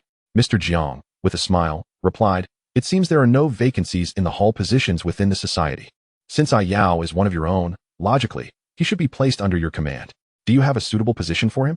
Upon hearing Mr. Zhang's words, Wenyao couldn't help but chuckle inwardly, realizing that the boss was indeed a master of words, yet nothing substantial had been accomplished. Chapter 14. For the sake of dignity. Accept my proposal. As Mr. Zhang's words faded, Wenyao turned to smile at Dabi, who was equally taken aback by the unexpected turn of events.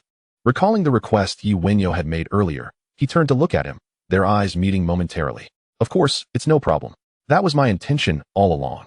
I was merely concerned that others in the society might have objections, which is why I called you here to discuss this in advance.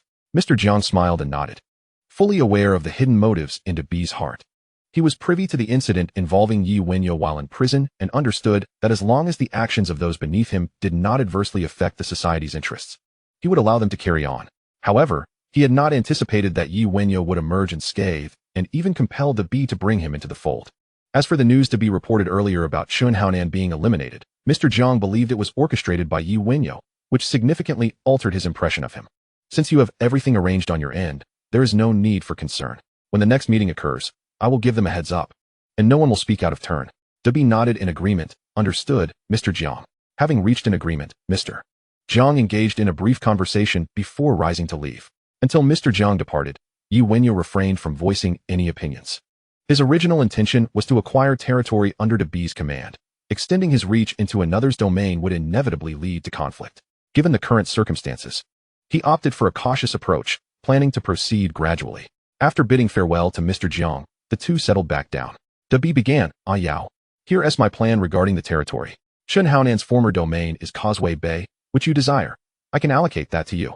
Once you take control, you can change the rules and arrangements as you see fit. I will defer to your judgment. However, the monthly fees to the society must not be less than before. Otherwise, even with my support, you won't hold that position for long. Yi Wenyao smiled and shook his head. Observing this, Dabi quickly asked, Yao, what is wrong? Are you dissatisfied with this arrangement? Wasn't it what you wanted? Yi Wenyao replied, Brother Dabi, you have misunderstood a crucial point. The territory belonging to Chun Haonan is a form of compensation for his attempts on my life. It cannot be conflated with what you promised me. Dabi's brow furrowed, his expression darkening as he looked at Yi Wenyao, struggling to comprehend. Yao, what do you mean by that? The best position I have is that one. I have no other place to offer you. No, you do. Yi Wenyao smiled knowingly. Dabi was momentarily rendered speechless. He realized that Yi Wenyao was referring to the place where he had built his foundation, a location that had also been the starting point for their journey together. However, since Yi Wenyao had already expressed a desire for Causeway Bay, relinquishing the territory of Chai, one would leave him with nothing at all. Without territory, he would lack the funds to support his underlings, and Yi Wenyao's followers would surely not support him. Thus, he would become a mere figurehead within the society, inevitably facing expulsion. In that moment, he grasped Yi Wenyao's true objective, to oust him from his position. The absence of a forceful resolution seemed to be a matter of maintaining dignity. A slow, painful extraction was far more excruciating. Logically, having survived thus far, he should feel content, yet he found it difficult to accept this outcome, especially as he witnessed the gradual unraveling of his circumstances. Yao, is there truly no room for negotiation? Noticing that Dabi was no longer evading the issue, Yi Wenyao straightforwardly stated, Brother Dabi, this outcome is beneficial for both of us. After all, you are also a significant player in this realm. For the sake of dignity, I would advise you to accept my proposal. Dabi fell silent, contemplating. Yi Wenyao did not rush him, but instead rose with a smile. Brother Dabi, take your time to think it over. I am in no hurry. Once you have made up your mind, please give me a call. With that, he turned and made his way toward the exit. As Yi Wenyao announced his intention to leave, Dabi instinctively wished to retain him, but, realizing he currently lacked the resolve to acquiesce, he fell silent once more. Watching Yi Wenyao depart at a leisurely pace, Dabi's heart was filled with conflicting emotions. Regret beginning to take root. Perhaps had he intervened in Chun Haonan's actions earlier, his future would have been far more promising. After leaving the tea house, Yi Wenyao headed to Chai Wan, the place where he initially took root. The young Chun Haonan, once a mere child, had now been personally dealt with by him. Returning to familiar territory, Yi Wenyao felt little sentiment, as these were not his own personal experiences. His visit was merely to survey the area. Causeway Bay was indeed a prime location, but Chai Wan could not compare, being a slum on Hong Kong Island. He would need to devise a plan to alter its development once he took control. Observing the unchanged storefronts and the dilapidated streets, he walked for over half an hour until he arrived at a nearly derelict basketball court, where he took a seat. The presence of Yi Wenyao naturally drew the covert attention of those nearby. Perhaps it had been too long since he last visited, as no one recognized him. However, a group of idling young thugs nearby had their eyes fixed on Yi Wenyao. These individuals were none other than the subordinates of Liang Kuan. After experiencing a setback at the hands of Yi Wenyao, Liang Kuan was infuriated and issued a reward for his subordinates to locate Ye's whereabouts and residence. However, Yi Wenyao was particularly cautious, and no leads were uncovered. A few thugs recognized Yi at first glance. One rushed off to relay the information, while the remaining four kept a watchful eye from a distance. Before long, the informant returned. We've got him in sight. The boss will be extremely pleased. Surely, we shall be rewarded.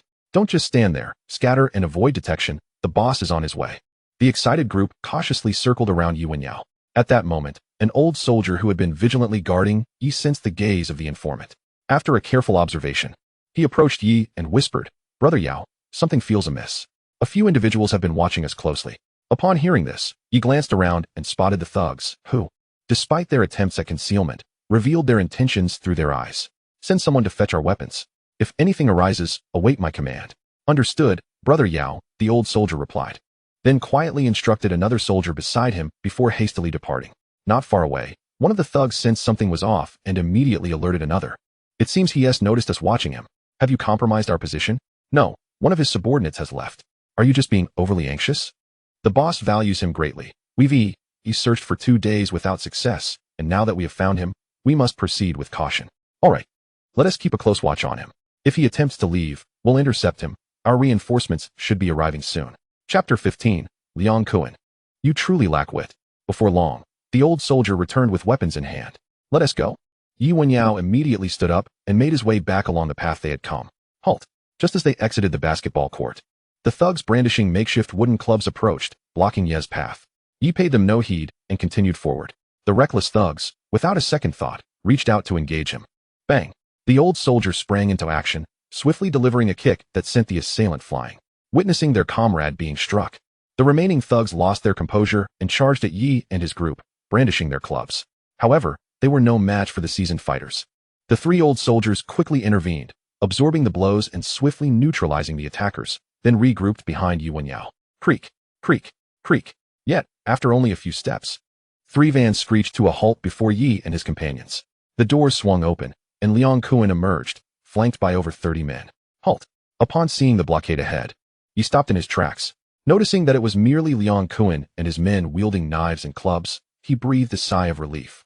He had initially feared that the thugs who had accosted him were spies sent by Chun Haonan, but it turned out to be just Liang Kuan's lackeys, seeking to regain their honor after their previous defeat. Liang Kuan, you've made quite the spectacle by bringing so many along. Are you looking to avenge your prior humiliation? Upon hearing Yi's words, Liang Kuan's anger flared, yet he managed a devilish smile, stepping forward while maintaining a respectful distance. Wenyao, previously, I regarded your talents, but it seems you have taken that for granted. Today, I shall have a proper discussion with you and see if you truly possess any capability. With that, his subordinates, not grasping his intent, remained stationary, prompting an immediate reprimand from Liang Kuan. What are you standing around for? Go and attack him. At his command, over 30 of his men raised their weapons and charged at Yi and his companions. Brother Yao, be careful. With those words, the old soldier accompanying Yi rushed to confront the incoming thugs, leaving one to defend Yi against those who managed to slip through. Put on a show, will you? Still pretending. Liang Kuan scoffed from a distance, observing Yi's calm demeanor while his own men were the ones to act. Everyone charge. Whoever takes down Wenyao today will receive a reward of 100,000. Liang Kuan's proclamation ignited a fervor among his men. Yet, reality proved to be harsh. These thugs, seemingly stronger than their predecessors, still fell far short of the prowess exhibited by Ye's seasoned fighters. Utilizing the constraints of their surroundings, the three soldiers at the front steadfastly held back a significantly larger force. Even when a couple of attackers broke through, the last of the old soldiers swiftly dispatched them, ensuring not a single hair on Yi's head was harmed. Observing from the back, Liang Kuan's dissatisfaction grew as he witnessed Yi standing there unscathed and composed. After issuing a sharp reprimand to his men, he doubled the bounty to 200,000. While the increased reward did bolster his men's morale, it still posed no threat to Yi's old soldiers. As time slipped away, Liang Kuan's men fell one by one, wailing in pain. Anxiety crept into Liang Kuan's heart as he pulled out his cell phone once more, desperately calling for reinforcements. Damn it. If 30 men aren't enough, bring 50. If 50 aren't enough, then 100. I refuse to believe Wenyao's men won't tire. They'll exhaust themselves if I have to pile on more bodies. Wenyao, observing Liang Kuan's frantic actions, understood that for Liang Kuan's pride, he had to eliminate him today. Turning to the old soldier beside him, he commanded, "There's no need for concern on my end. You go and take down Liang Kuan." "But Brother Yao," the old soldier began. "No need for excuses. Do as I say." Yi interrupted. "Understood, Brother Yao." The old soldier wasted no time in assenting and charged into the fray. The scene had changed dramatically. The previous 30 men had dwindled to just a handful, still standing only because they clung to their knives for dear life. "Stop him. Block him." Liang Kuan, seeing the old soldier advancing into the crowd, realized Yi's intent to eliminate him first and shouted out. However, his subordinates had already witnessed the prowess of Yi's fighters and hesitated to follow his orders. They exchanged glances, and in unison, they retreated slowly towards Liang Kuan, understanding that this was the best way to protect him. Witnessing his men retreat instead of advancing, Liang Kuan was utterly enraged. Dozens of men were being subdued by just 4, who were unarmed, and they were too frightened to strike, instead holding their weapons defensively. Useless. Truly useless. As Liang Kuan's men fell back, Wenyao stepped forward, fixing his gaze on Liang Kuan. "Liang Kuan, it appears I was correct in my previous assessment. You truly are a fool. Despite bringing so many men, you remain utterly powerless against me. The caliber of a leader is often reflected in the quality of their subordinates. I advise you to introspect and seek the root of the issue within yourself. Liang Kuan's expression turned ashen as he glared at Yi Wenyao. Just as he contemplated taking a couple of steps forward, he hesitated upon witnessing the demeanor of his own men. Yi Wenyao, do not be so arrogant. You may have only 4 men, but my subordinates will arrive shortly. If 30 men cannot take you down, I refuse to believe that 50 or even 100 cannot. If you possess any courage, do not flee. Yi Wenyao merely smiled, slowly advancing, flanked by 4 seasoned veterans. The lackeys obstructing their path could not help but step aside, glaring intently at Yi Wenyao and his entourage. Liang Kuan, you truly lack wisdom. If you wish to eliminate me, then come forth. What are you waiting for? If you do not approach, then I shall take my leave. Yi Wenyao taunted Liang Kuan, alternating between walking and pausing. Liang Kuan, shielded by his men, attempted to move but was restrained by them, preventing his advance. With a surge of anger, Liang Kuan kicked one of his own lackeys, propelling them towards Yi Wenyao. Before the veterans could act, his men hastily retreated. At the street corner, a figure on the 2nd floor of a nearby shop observed the unfolding scene, diligently taking notes. Chapter 16. Recognizing the times is a virtue. At Beijiao, Debi ended a phone call, his expression grave as he gazed out at the children joyfully playing outside. His subordinate had just recounted the encounter between Yi Wenyao and Liang Kuan at Xian Mountain, where merely 4 of Ye's men had successfully repelled dozens of Liang's. Such an impressive feat was indeed formidable. After much hesitation, he finally resolved to take action. After notifying his wife, he rose and set off to meet Yi Wenyao. In Kowloon, Yi Wenyao returned from Xian Mountain, accompanied by his subordinates. One of the veterans respectfully inquired, Brother Yao, shall I gather men to deal with Liang Kuan? Yi Wenyao waved his hand, declining the veteran's suggestion. Having already discreetly eliminated Chun Haonan and his crew, though lacking concrete evidence, those in the know could easily infer his involvement. This time, Liang Kuan had confronted him openly. Adhering to previous methods of resolution would undoubtedly incite dissatisfaction among many, who might accuse him of disrupting the code of the Underworld. Particularly since Liang Kuan was also a member of the same organization, internal dissent would surely arise, making such a course of action unnecessary. Liang Kuan was inconsequential, as long as no rival factions intervened. It was merely a matter of stabilizing the current situation before engaging him in a fair confrontation to assert dominance. For now, securing territory and clarifying suspicions regarding rival factions took precedence. Just then, the veteran was about to voice further objections when a phone rang nearby. Yi Wenyao gestured for him to step back and answered the call. Hello? Debi, you're calling me so soon. Have you come to a decision? Let us meet and discuss. No problem. I'll send you an address. Come over. All right, see you soon. After hanging up, a smile crept onto Yi Wenyao's lips. It appeared that Debi had capitulated. This was promising. Recognizing the times was indeed a virtue. An hour later, in a coffee shop near Yi Wenyao's residence, Debi promptly arrived and stood before him. Brother Debi, would you like something to drink? I came here once before, and the coffee was quite good. Yi Wenyao smiled. I'll have a cup of yuanyang. Debi instructed a nearby server, then regarded Yi Wenyao with a serious expression for a moment. Oh, it seems I've truly aged. The future belongs to your generation. Yao, I have acquiesced to your request today. Yi Wenyao chuckled. Brother Debi, there's no such thing as old age. It's merely a shift in circumstances. The current state of affairs is not of my own making. Debi waved his hand dismissively, saying, I am aware. This predicament is of my own doing, and I accept the consequences. I only hope, Yao, that you pursue a total annihilation. Sensing the melancholy in Debi's tone, Yi Wenyao scrutinized him, attempting to discern whether he had truly accepted this outcome or was merely stalling for time. Brother Debi, there is no need for such harsh words. You should know what sort of person I am. If I wished for total annihilation, you would not be seated here today. Debi paused, then chuckled self-deprecatingly. Indeed, I believe you. Given that, let me lay everything bare. I understand your intentions, and you need not worry. I will cooperate with you. I will support any decision you make, and once you have amassed sufficient influence, I shall voluntarily relinquish my position to support your ascent. Yi Wenyao smiled knowingly. Brother Debi, it pleases me to hear you say that. I hope you can fulfill what you've promised today. If not, it may seem as if you seek to turn against me, and our previous agreements would cease to hold any weight. Debi wore a bittersweet smile. Yao, rest assured, the situation being what it is, I know how to proceed. Yi Wenyao nodded. Very well. Brother Debi, recognizing the times is indeed a virtue. You have labored long enough. It is time to rest and spend time with your family. Debi immediately looked up. Family was indeed his Achilles heel. It was for their sake that he had relinquished everything. Yi Wenyao's calm demeanor provided him with a slight sense of reassurance. After a moment, he softly replied, all right. Yi Wenyao continued, excellent. Brother Debi, please expedite the arrangements for the handover. Many of the subordinates no longer recognize me, and we must avoid any misunderstandings. Give me 2 days, and I will handle it. Then you can come over to take the reins, Dabi nodded. Yi Wenyao stated. All right, I shall await your news. The desserts here are quite delightful, Brother Dabi. Perhaps you could take some home for your wife and children to enjoy. With that, Yi Wenyao rose and exited the cafe. Brother Yao, should we send someone to keep an eye on him? Inquired the veteran who had been trailing behind. Having listened intently to the conversation, there's no need. Yi Wenyao waved his hand dismissively. There's no cause for excessive concern with Dabi. He possesses a critical weakness, his family. He would never dare to confront me directly, nor would he risk their safety. Shortly after returning, Tian Yangsheng hurried back. Swiftly approaching Yi Wenyao to report, Brother Yao, we have successfully installed a listening device in Su Chen's office, and we just intercepted a mysterious phone call. Yi Wenyao's interest peaked. Take a seat and elaborate. After sitting down, Tian Yangsheng continued. While Su Chen was on the call, there was some background noise that obscured parts of the conversation. However, one statement appeared to pertain to you. Yi Wenyao immediately inquired. What did he say? He mentioned that the situation in the prison has yet to yield any results, and it seems there are unseen forces attempting to disrupt their plans, Tian Yangsheng replied. Yi Wenyao raised an eyebrow. His suspicions were indeed confirmed. Someone was backing Su Chen.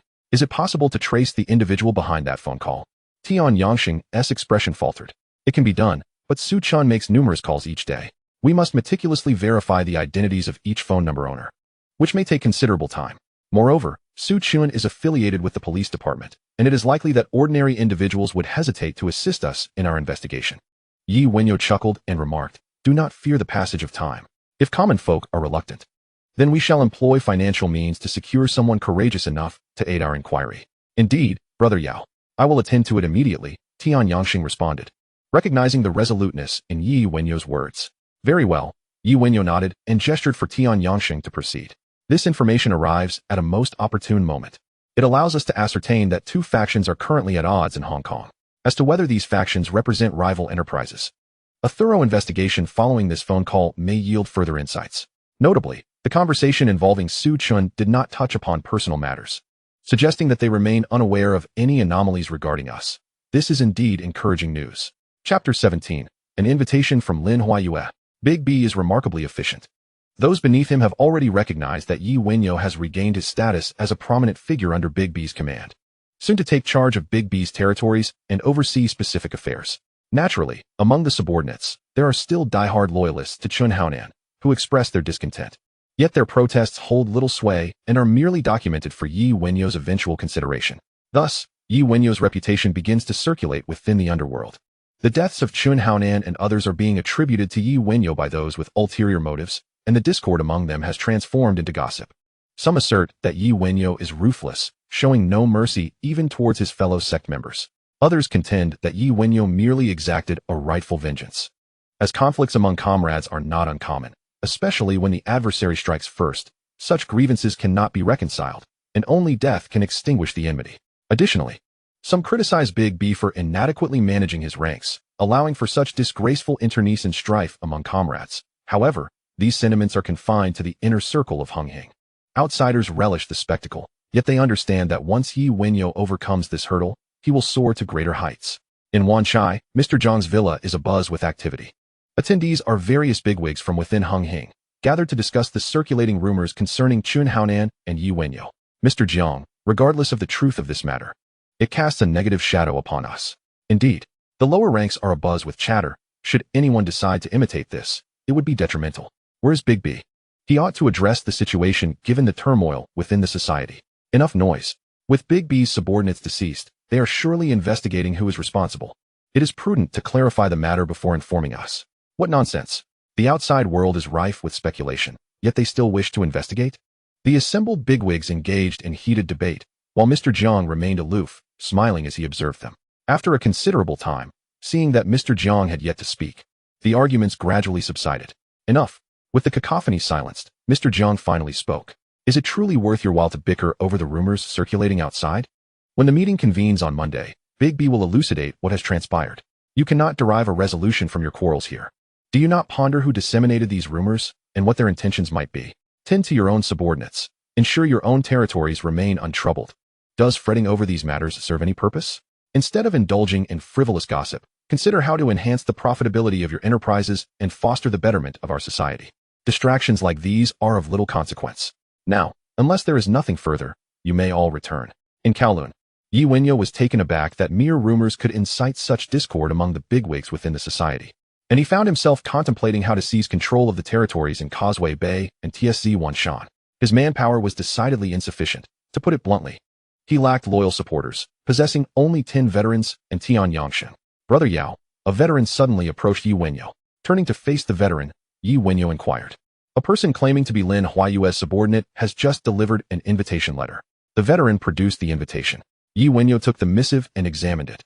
Indeed, it bore Lin Huayue's signature, indicating a desire to discuss matters of significance. Lin Huayue is a pawn of the individual backing Su Chun, extending an invitation at the juncture when Big B has designated him to assume control of the territories.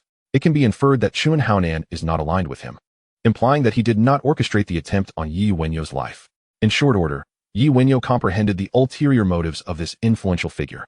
It appears that these two rival factions are indeed at odds. With Chun Haonan eliminated by Yi Wenyao, the plans of the individual seeking to eliminate him have been thwarted, prompting Su Chen's backer to seek an alliance. Firstly, Yi Wenyao has now become an adversary of Chun Haonan's benefactor. The enemy of my enemy can indeed become a friend. Secondly, the intention behind this overture is to secure a foothold in Causeway Bay, thereby undermining the designs of Chun Haonan's patrons, which would be highly advantageous for them. The support that Chun Haonan receives from his backers likely pertains to the territory of Causeway Bay or a bet on his future prominence within Hunghing. Should they truly be rivals, they would be increasingly concerned about future possibilities, as both parties are acutely aware of Chun Haonan's trajectory. The backers of Su Chun made a miscalculation by failing to secure Chun Haonan, with their opponent now attempting to align with him. They are eager to recruit Yi Wenyao to contend against Chun Haonan, perhaps even hoping to leverage their collective strength to subdue him, or at the very least, create a stalemate. In an instant, Yi Wenyao's thoughts crystallized. Of course, this entire scenario hinges on the fact that they have yet to discern that Yi Wenyao, like them, is a traveler from another time. Make the necessary arrangements. Let us meet with Lin Huayue, he commanded. Yes, Brother Yao, the veteran promptly replied. Half an hour later, Yi Wenyao departed his residence and traveled to the agreed-upon location with Lin Huayue, the Chunqi restaurant. The timing coincided perfectly with the mealtime. Upon alighting from the vehicle, he spotted Lin Huayue accompanied by two subordinates awaiting him in the lobby. Brother Yao, it is an honor. Thank you for gracing us with your presence. Upon seeing Yi Wenyao, Lin Huayue immediately approached, his face adorned with a pleasant smile. Brother Lu, you flatter me. Aware that the individual before him was cunning and likely aligned with rival interests, Yi Wenyao was more than willing to indulge him in this charade. Brother Yao, you are too modest. Please, let us sit and converse, Lin Huayue said with a smile. Very well, Yi Wenyao nodded. Subsequently, the two of them walked together, engaging in light banter as they entered the private room prepared by Lin Huayue. Once seated, the dishes began to arrive at the table. Lin Huayue raised his glass for a toast, and after a few rounds, they exchanged numerous pleasantries. However, as Lin Huayue hesitated to reveal the purpose of his invitation, Yi Wenyao chose not to break the pretense, continuing to play along. Brother Yao, the reason I invited you today is that I wish to discuss a matter with you. At this moment, Lin Huayue set down his glass, a smile gracing his face as he looked at Yi Wenyao. Brother Lu, feel free to speak. I shall certainly not neglect any matter within my capacity to assist. Recognizing that the other was finally ready to discuss serious matters, Yi Wenyao responded with generosity. Lin Huayue immediately replied, Brother Yao, my purpose in inviting you here is primarily that someone wishes to befriend you. Well said, well said. Brother Lu, your friend is my friend, Yi Wenyao responded immediately. Upon hearing this, Lin Huayue felt an unsettling sensation in his heart. This should not be the case. Based solely on the events of the past 2 days, he knew that Yi Wenyao could not possibly be like this. Since he had come, he must know what he wanted to do, especially after Lin Huayue had mentioned the idea of friendship. Chapter 18. I adore making friends. Brother Yao, I meant to say that someone wishes to befriend you. Lin Huayue retracted his smile, speaking with utmost seriousness. Observing Lin Huayue's demeanor, Yi Wenyao realized he could no longer feign ignorance and turned to him. Brother Lu, what do you mean by that? I am someone who cherishes friendship above all. Yet, you say someone wishes to befriend me, but the one who has come to me is you. Does that imply that you do not wish to be my friend? Lin Huayue was momentarily taken aback, but he soon grasped Yi Wenyao's intent and replied, Brother Yao, of course, I wish to be your friend. However, the primary reason is that I am entrusted with this task and wish to hear your thoughts. Yi Wenyao frowned slightly. Precisely. Brother Lu, you see, forming friendships is inherently simple. If someone desires to be my friend, then let them come forth. We can sit down and converse. To claim they wish to befriend me without even meeting is sheer nonsense. What do they take me for? Lin Huayue nodded in agreement. Though the smile had faded from his face, Yi Wenyo's meaning was abundantly clear.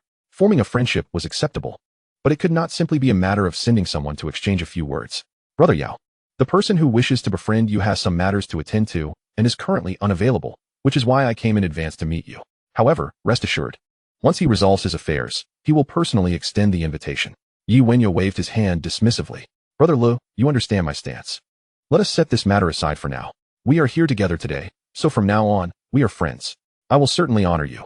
And we can discuss this further once the person you mentioned is free. Without allowing Lin Huailu to say more, Yi Wenyo lifted his glass. Naturally, Lin Huailu raised his glass in response.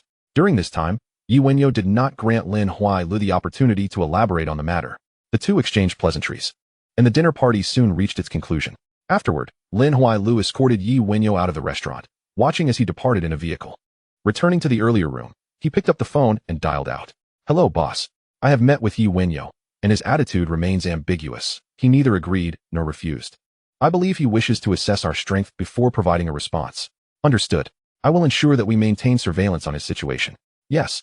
Based on the news circulating today and Yi Wenyo's demeanor, it appears that Chun Haonan and his group have already been dealt with by him. Got it. Everything is going well on my end. I will handle matters with Big D myself. After hanging up, Lin Huailu stood by the window, lost in thought. In Kowloon, upon returning, Yi Wenyo instantly regained clarity. His current physical state rendered the alcohol inconsequential. Moreover, Lin Huailu had merely been acting.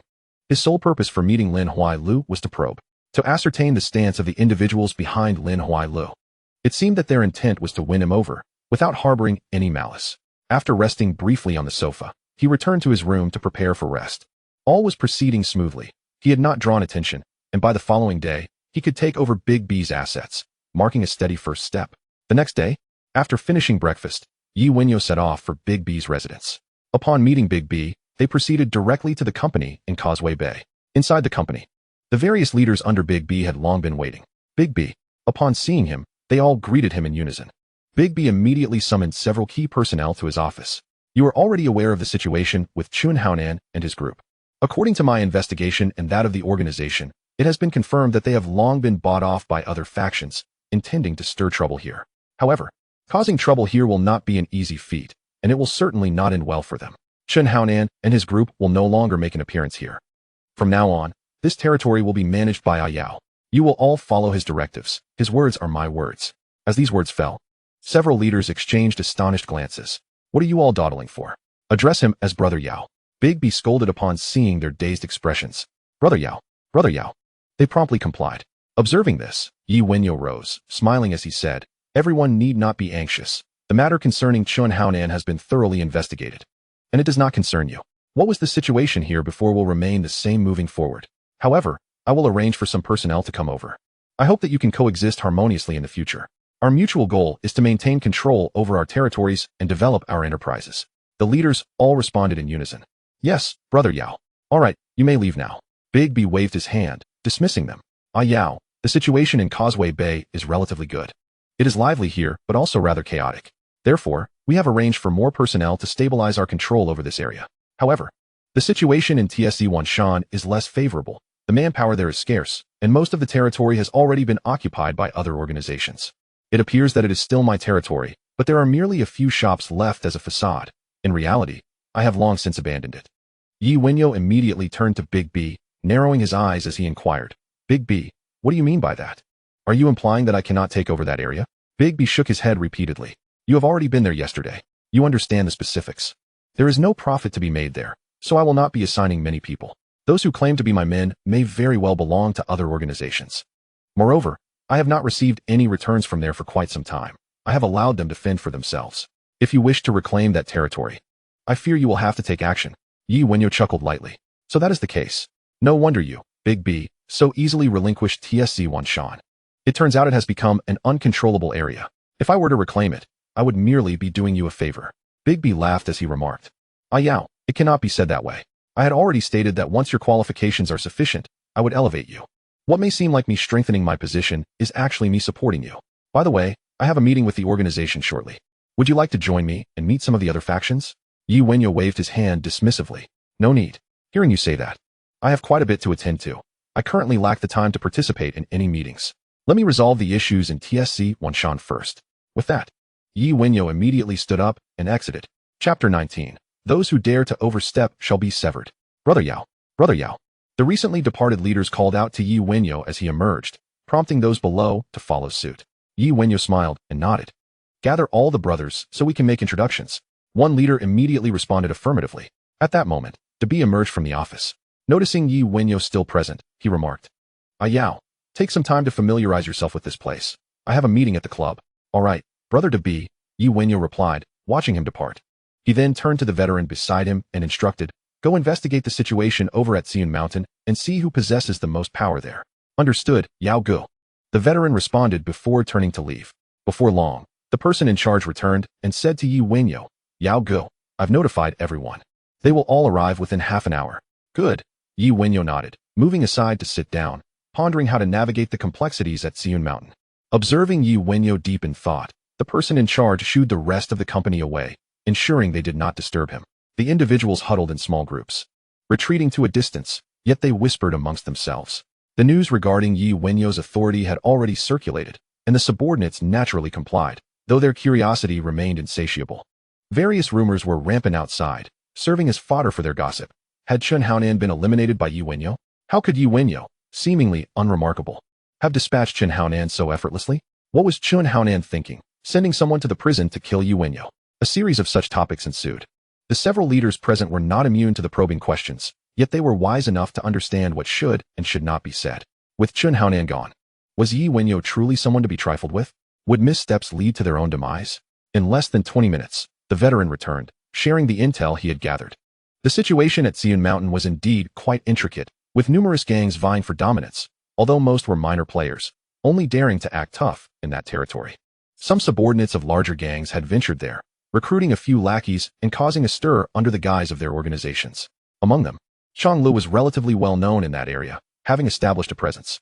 Most intriguingly, the greatest force at Xian Mountain turned out to be Liang Kuan, whose men were known to intimidate locals while seeking recruits for his film company and enlisting underlings for his operations. Upon absorbing this information, Yi Wenyao couldn't help but smile knowingly. Liang Kuan again, what a fortuitous turn of events. Just as he contemplated teaching Liang Kuan a lesson, the opportunity had presented itself. Liang Kuan had previously orchestrated a well-publicized pursuit against him. It was imperative to reclaim his honor. Although rumors suggested that Chun Haonan had fallen to his hand without evidence, everyone would assume it was him. If he could eliminate Chun Haonan, then he certainly had to respond to Liang Kuan's provocations, adhering to his typical approach. Yao Gu. At that moment, a cautious leader approached him. Yi Wenyao turned to look. Yao Gu, our people have assembled. They are downstairs at the venue, the leader promptly stated. Oh good, let us go meet everyone, Yi Wenyao replied, rising immediately. The leader hurriedly led the way. As they walked, Yi Wenyao conceived an idea. This was the perfect opportunity to take the assembled individuals to Xian Mountain and teach Liang Kuan a lesson. By the way, what is your name? He inquired. Hearing the question, the leader quickly responded, Yao Gu, I am a Bing. Yi Wenyao nodded, saying, a Bing, since you are the person in charge here. You must have been with Brother Dabi for quite some time. Indeed, Yao Gu. I emerged from Xiun with Brother Dabi. Though I am not as formidable as you, a Bing replied with a smile. Excellent. In that case, you should be quite familiar with the situation at Xian Mountain. I've heard that Liang Kuan frequently stirs trouble there. Do you know where his men are located? Yi Wenyao casually remarked.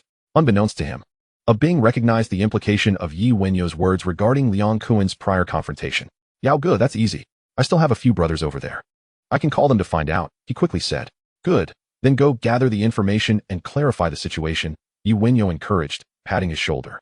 Understood, Yao Gu. A Bing nodded. Subsequently, Yi Wenyao entered the venue. It was still early, and the venue was not yet open for business. His subordinates lounged about in small clusters. Yao Gu. Upon seeing Yi Wenyao enter, the leaders and others all stood up to greet him. Everyone, please sit, Yi Wenyao gestured, walking to the innermost position to take a seat. Today, Brother Dabi has entrusted me with this venue. So I thought I would gather everyone here to meet and become acquainted. If I've disturbed your rest, please do not take offense. I will ensure everyone has a good time tonight. Upon hearing this, the crowd instantly brightened. Yao Gu, so generous. Yao Gu, how much fun can we expect tonight? Indeed. It was evident that Yao Gu understood them all too well.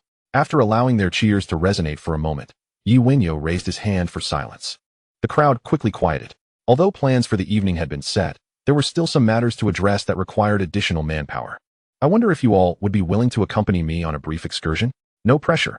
If you choose not to, The evening's arrangements will remain unchanged. No sooner had he finished speaking than one of the leaders shouted, Yao Gu, you are our big brother. Your affairs are ours. Everyone present echoed, who would dare refuse? This leader was exceptionally well informed. Having witnessed Liang Kuan's failure to thwart Yi Wenyao with his group of dozens, he believed Yi Wenyao's forces were more than sufficient. Now, asking them to assist was merely a formal gesture. After all, Yi Wenyao had just taken over the territory in Causeway Bay, and it was essential to establish his presence. Though there might be some roughness, he wouldn't overstep too much, allowing him to speak so boldly. Who do you think you're looking down on? Yao Gu, you've arranged such a splendid evening for us. How could we not go? Exactly. What is there to fear in just handling some business? Brothers, let us heed Yao Ji's arrangements. Seeing their enthusiastic response, Yi Wenyao continued, this isn't anything major. Today, Brother Dabi and I discussed the situation at Xiun Mountain, which is our territory. It seems Liang Kuan has been acting quite brazenly there, and I find that unacceptable. If he dares to overstep, I shall ensure he pays the price. As his words hung in the air, the previously jubilant crowd fell into stunned silence. Chapter 20. Departing for Xiun Mountain. The astonishment in their eyes was palpable. They were all aware of the incident from the previous day when Liang Kuan had attempted to ambush Yi Wenyao. Yet they had not anticipated that this newly appointed leader would seek to reclaim his standing so swiftly. What a bold gamble. They weren't all that familiar yet. To jump straight into a fight, especially against a major figure from another gang, was quite audacious. The crowd turned their gazes toward the few leaders still standing beside Yi Wenyao. Yao Gu, are we truly heading to Xiun Mountain to confront Liang Kuan's men? One leader, who had earlier stirred the crowd's enthusiasm, approached Yi Wenyao, his face betraying a mix of embarrassment and concern. Yao Gu, Liang Kuan is not so easily dealt with. Isn't this a bit sudden? Perhaps we should wait for Brother Dabi to return and discuss it further. Upon seeing Yi Wenyao, the man's expression darkened immediately. The person in charge promptly stated, of course, Big B is not here at the moment, but taking action against Liang Kuan is no trivial matter. He has quite a few men on his side. Perhaps we should wait a couple of days and gather our people. Yi Wenyao cast a sidelong glance at the responsible party. Are there still others absent? The person in charge quickly realized his blunder and hastily corrected himself. Yao Gu, our people are all here. We are heading to TSCU and Shan. I believe it would be more prudent to call the brothers from that side as well and formulate a plan together. Yi Wenyao understood well that when he first entered, his little brothers were concerned for his safety and followed him in. The people before him were strangers. Even the few in charge had merely heard of his name and perhaps exchanged pleasantries, and they were reluctant to take such a significant risk with him. Noticing that the person beside him still wished to dissuade him, he waved his hand, signaling for silence. Then, rising to survey those present, he spoke slowly. There is no need for anxiety. The decision to take action against Liang Kuan has been prearranged with Big B. Although we currently occupy Causeway Bay and the situation appears favorable, not only external gangs, but even factions within our own organization are eyeing this lucrative territory with greedy intent. You are all well aware of the daily frictions we face. This endeavor will greatly benefit us. TSCU and Shan is our territory, and many of you hail from there. Some even residing in that area. You are all familiar with the chaos that has plagued your own neighborhood. Do you wish for it to remain in such disarray? I have just assumed responsibility here. I understand you may harbor reservations due to our unfamiliarity. However, I assure you, as I lead you into this, we shall return victorious. Today marks my first mission since taking charge. Those willing to assist will receive 500 each, and should anyone sustain injuries, I will cover an additional 1,000 for medical expenses. As his words concluded, a being, who had just returned from assessing the situation at TSCU and Shan, exclaimed, Yao Gu, I will accompany you. A bunch of fools. They are nearly taking over our territory, and you still hesitate to join in driving them out. With that, he rushed to Yi Wenyao's side. Several responsible individuals, upon witnessing a Bing's support for Yi Wenyao, swiftly realized that the era of Chun Haonan had passed. Their new leader was Yi Wenyao. If the boss was heading out for a mission and no one stepped forward to support him, it would spell disaster for them. As a few of the leaders spoke up, the younger brothers promptly echoed their sentiments. Yao Gu, a Bing approached Yi Wenyao and greeted him. Have you gathered sufficient intel on the situation over there? Yi Wenyao inquired, satisfied as a Bing nodded in affirmation. We have identified Liang Kuan's stronghold, and the brothers from TSCU and Shan are prepared to assist us. When shall we depart? A Bing respectfully replied. Go arrange for vehicles. We shall set off as soon as they arrive, Yi Wenyao instructed. Yes, Yao Gu, I will contact them immediately, a Bing responded, hastening towards the exit. Yi Wenyao gestured to a veteran nearby, gauged the number of people present, and then commanded, fetch 200,000 in cash, and do so swiftly. Understood. The veteran promptly departed. Half an hour later, he returned with the cash. Yi Wenyao gestured for several responsible individuals to come forward. Yao Gu, they called. Yi Wenyao nodded and tossed each of the 3 men 100,000 in cash. Distribute this to everyone according to the standards I just mentioned. Their eyes brightened, and they readily accepted. One person took several bundles of Hong Kong dollars and approached each individual, handing out 5 red bills. The young brothers, upon receiving the money, beamed with joy. They had not anticipated Yi Wenyao's generosity, distributing funds before even commencing work, which endeared him further to them. Yao Gu, the vehicles have been arranged. At that moment, a Bing rushed back in, momentarily taken aback by the sight of money being handed out, before quickly informing Yi Wenyao. Excellent. You oversee the arrangements. Once they have received their pay, we will set off. Yi Wenyao nodded. A Bing hurriedly agreed, raising his head only to see that Yi Wenyao had already begun leading the group outside. Displaying his keen awareness, he called out, Brothers, the vehicles are outside. Those who have received their money, hurry and board. Those who have tea, come quickly to collect your share. The crowd, witnessing Yi Wenyao's decisiveness, recognized that he had already taken the initiative, and they should not keep him waiting. They swiftly mobilized under the influence of the cash. Soon, everyone had collected their wages. A Bing approached Yi Wenyao with the remaining funds. Yao Gu, this is the leftover money. Yi Wenyao smiled, you keep the rest. When we arrive at our destination, ensure you bring them along. A Bing felt a surge of joy, though he concealed it. Yes, Yao Gu, rest assured. We will ensure everyone is accounted for. No one will dare to slack off. Yi Wenyao nodded, saying nothing further, and stepped into the vehicle. Let us depart. With a single command, the veteran started the car, heading toward TSCU and Shan. The commotion in Causeway Bay quickly caught the attention of nearby gangs, who were intrigued by the mass exodus and speculated on their intentions. They did not forget to report back to their respective leaders. In no time, the heads of various gangs turned their attention to Yi Wenyao and his entourage, especially upon learning that Yi Wenyao had taken control of the Causeway Bay territory and was making such bold moves on his first day. It was evident that significant actions were underway. Meanwhile, at the gang headquarters, the bigwigs of the Hung Hing Society were also apprised of the situation. Only Big B remained unaware, lost in thoughts about how to convey the happenings on his end and address Chen Haonan and the other situations. Chapter 21. The Enraged Liang Kuan. As time ticked by, the crowd soon recognized Yi Wenyao as target, TSCU and Shan. Those familiar with the situation there smirked knowingly, while those who were not quickly lost interest in Yi Wenyao, realizing that TSCU and Shan was also their territory, and sending men there would yield little consequence. 2 hours later, Yi Wenyao arrived at TSCU and Shan. The local brothers appeared, guiding Yi Wenyao directly to Liang Kuan's stronghold in the area. Yao Gu. This is the place, a Bing said as he exited the vehicle, swiftly opening the door for Yi Wenyao. Yi Wenyao nodded. A Bing then began calling for others to disembark. Across the way, several young brothers loitering outside the residences suddenly noticed the encirclement of vehicles and immediately sensed something amiss. They hastily ran inside, urging their companions to grab their weapons and assigning one to make a phone call to Liang Kuan. Within 5 minutes, armed men emerged from the residence. Yet, facing the formidable throng before them, they could not help but tremble in fear. What do you want? Do you know whose territory this is? After a while, a burly man, presumably in charge, stepped forward and shouted at the crowd. You fools, whose territory is this? Speak up so I may hear. Seeing that Yi Wenyao remained silent, a Bing swiftly pushed past the crowd and rebuked the burly man who had shouted. The imposing demeanor of the man made it clear to him that the visitors were not here for a friendly chat. Realizing that he did not recognize a Bing, he thought about the reinforcements they had called for Liang Kuan and decided to buy some time. Brother, our boss is Liang Kuan of the Hung Hing Society. Do not be fooled by your numbers. We are not to be trifled with. You ought to consider the consequences. A Bing scoffed.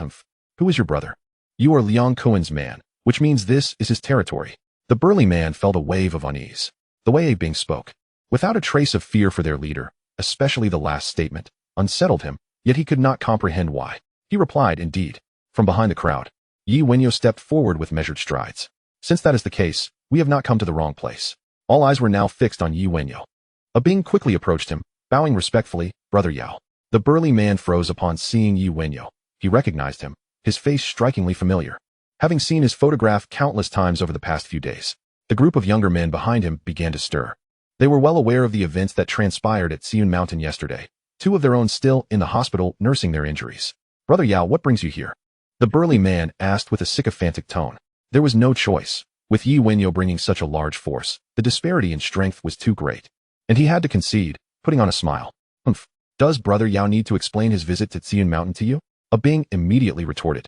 Yi Wenyao waved his hand, silencing a Bing who stepped aside. Do you know why I am here? No wonder Liang Kuan was able to ambush me here yesterday. It turns out he has extended his reach to Xiun Mountain. Do you know whose territory Xian Mountain is? We are all members of Hung Hing.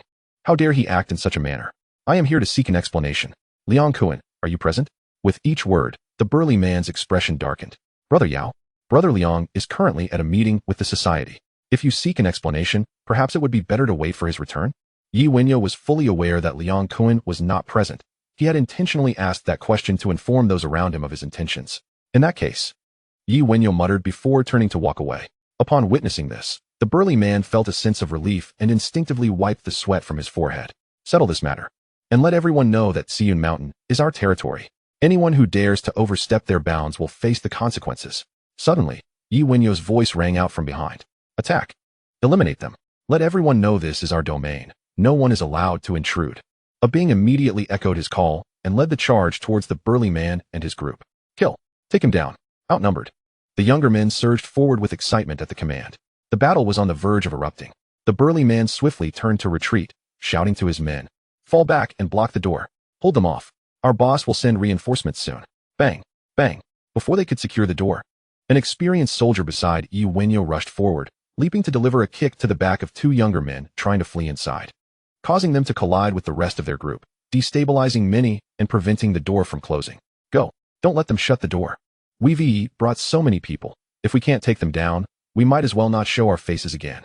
At the Hung Hing headquarters, various leaders learned of Yi Wenyao's march to Xian Mountain. Before Big B could elaborate on recent events, questions erupted. Big B, I just heard that your subordinate, Yao, took a large group to Xian Mountain. What is the plan? Are you abandoning the territory in Copper Gong Bay? Big B, what's going on? Why has there been so much commotion on your end lately? Liang Kuan, I heard you tried to ambush Yi Wenyao yesterday, only to have him and a few men fend off dozens of your underlings. Is he heading to Xian Mountain to target you? Oh dear, that is a possibility. I recall Liang Kuan has been making some small moves at Xian Mountain, and Big B hasn't intervened. It seems his subordinates are now taking matters into their own hands. Liang Kuan's face darkened as he listened to the others connect him to Yi Wenyao. What are you all talking about? Yi Wenyao's affairs have nothing to do with you. Just as he was about to continue arguing with those who mentioned his name, his phone suddenly rang. At that moment, everyone noticed the tension and looked at Liang Kuan, eager to hear some good news. Bang! After hearing just a couple of sentences, Liang Kuan abruptly hurled his phone at Big B. Damn it. Big B, what are you plotting? Yi Wenyao has brought over 100 men to my territory looking for trouble. Is this your doing? If you want a war, just say so. No need for these underhanded tactics. Everyone turned their gaze to Big B, wearing expressions of amusement. Liang Kuan, do not act as though this is your territory. Do you truly believe I am unaware of your previous antics? I merely focused my attention on Copper Gong Bay before. Now, retract your claws. Xian Mountain is not a place you can dictate. Big B slammed the table, standing up to reprimand Liang Kuan. Chapter 22. Entering the fray. Brother Yao, you're back. Big B is waiting for you at the office. As Yi Wenyao's car pulled into Copper Gong Bay, a younger man hurriedly opened the door for him. All right.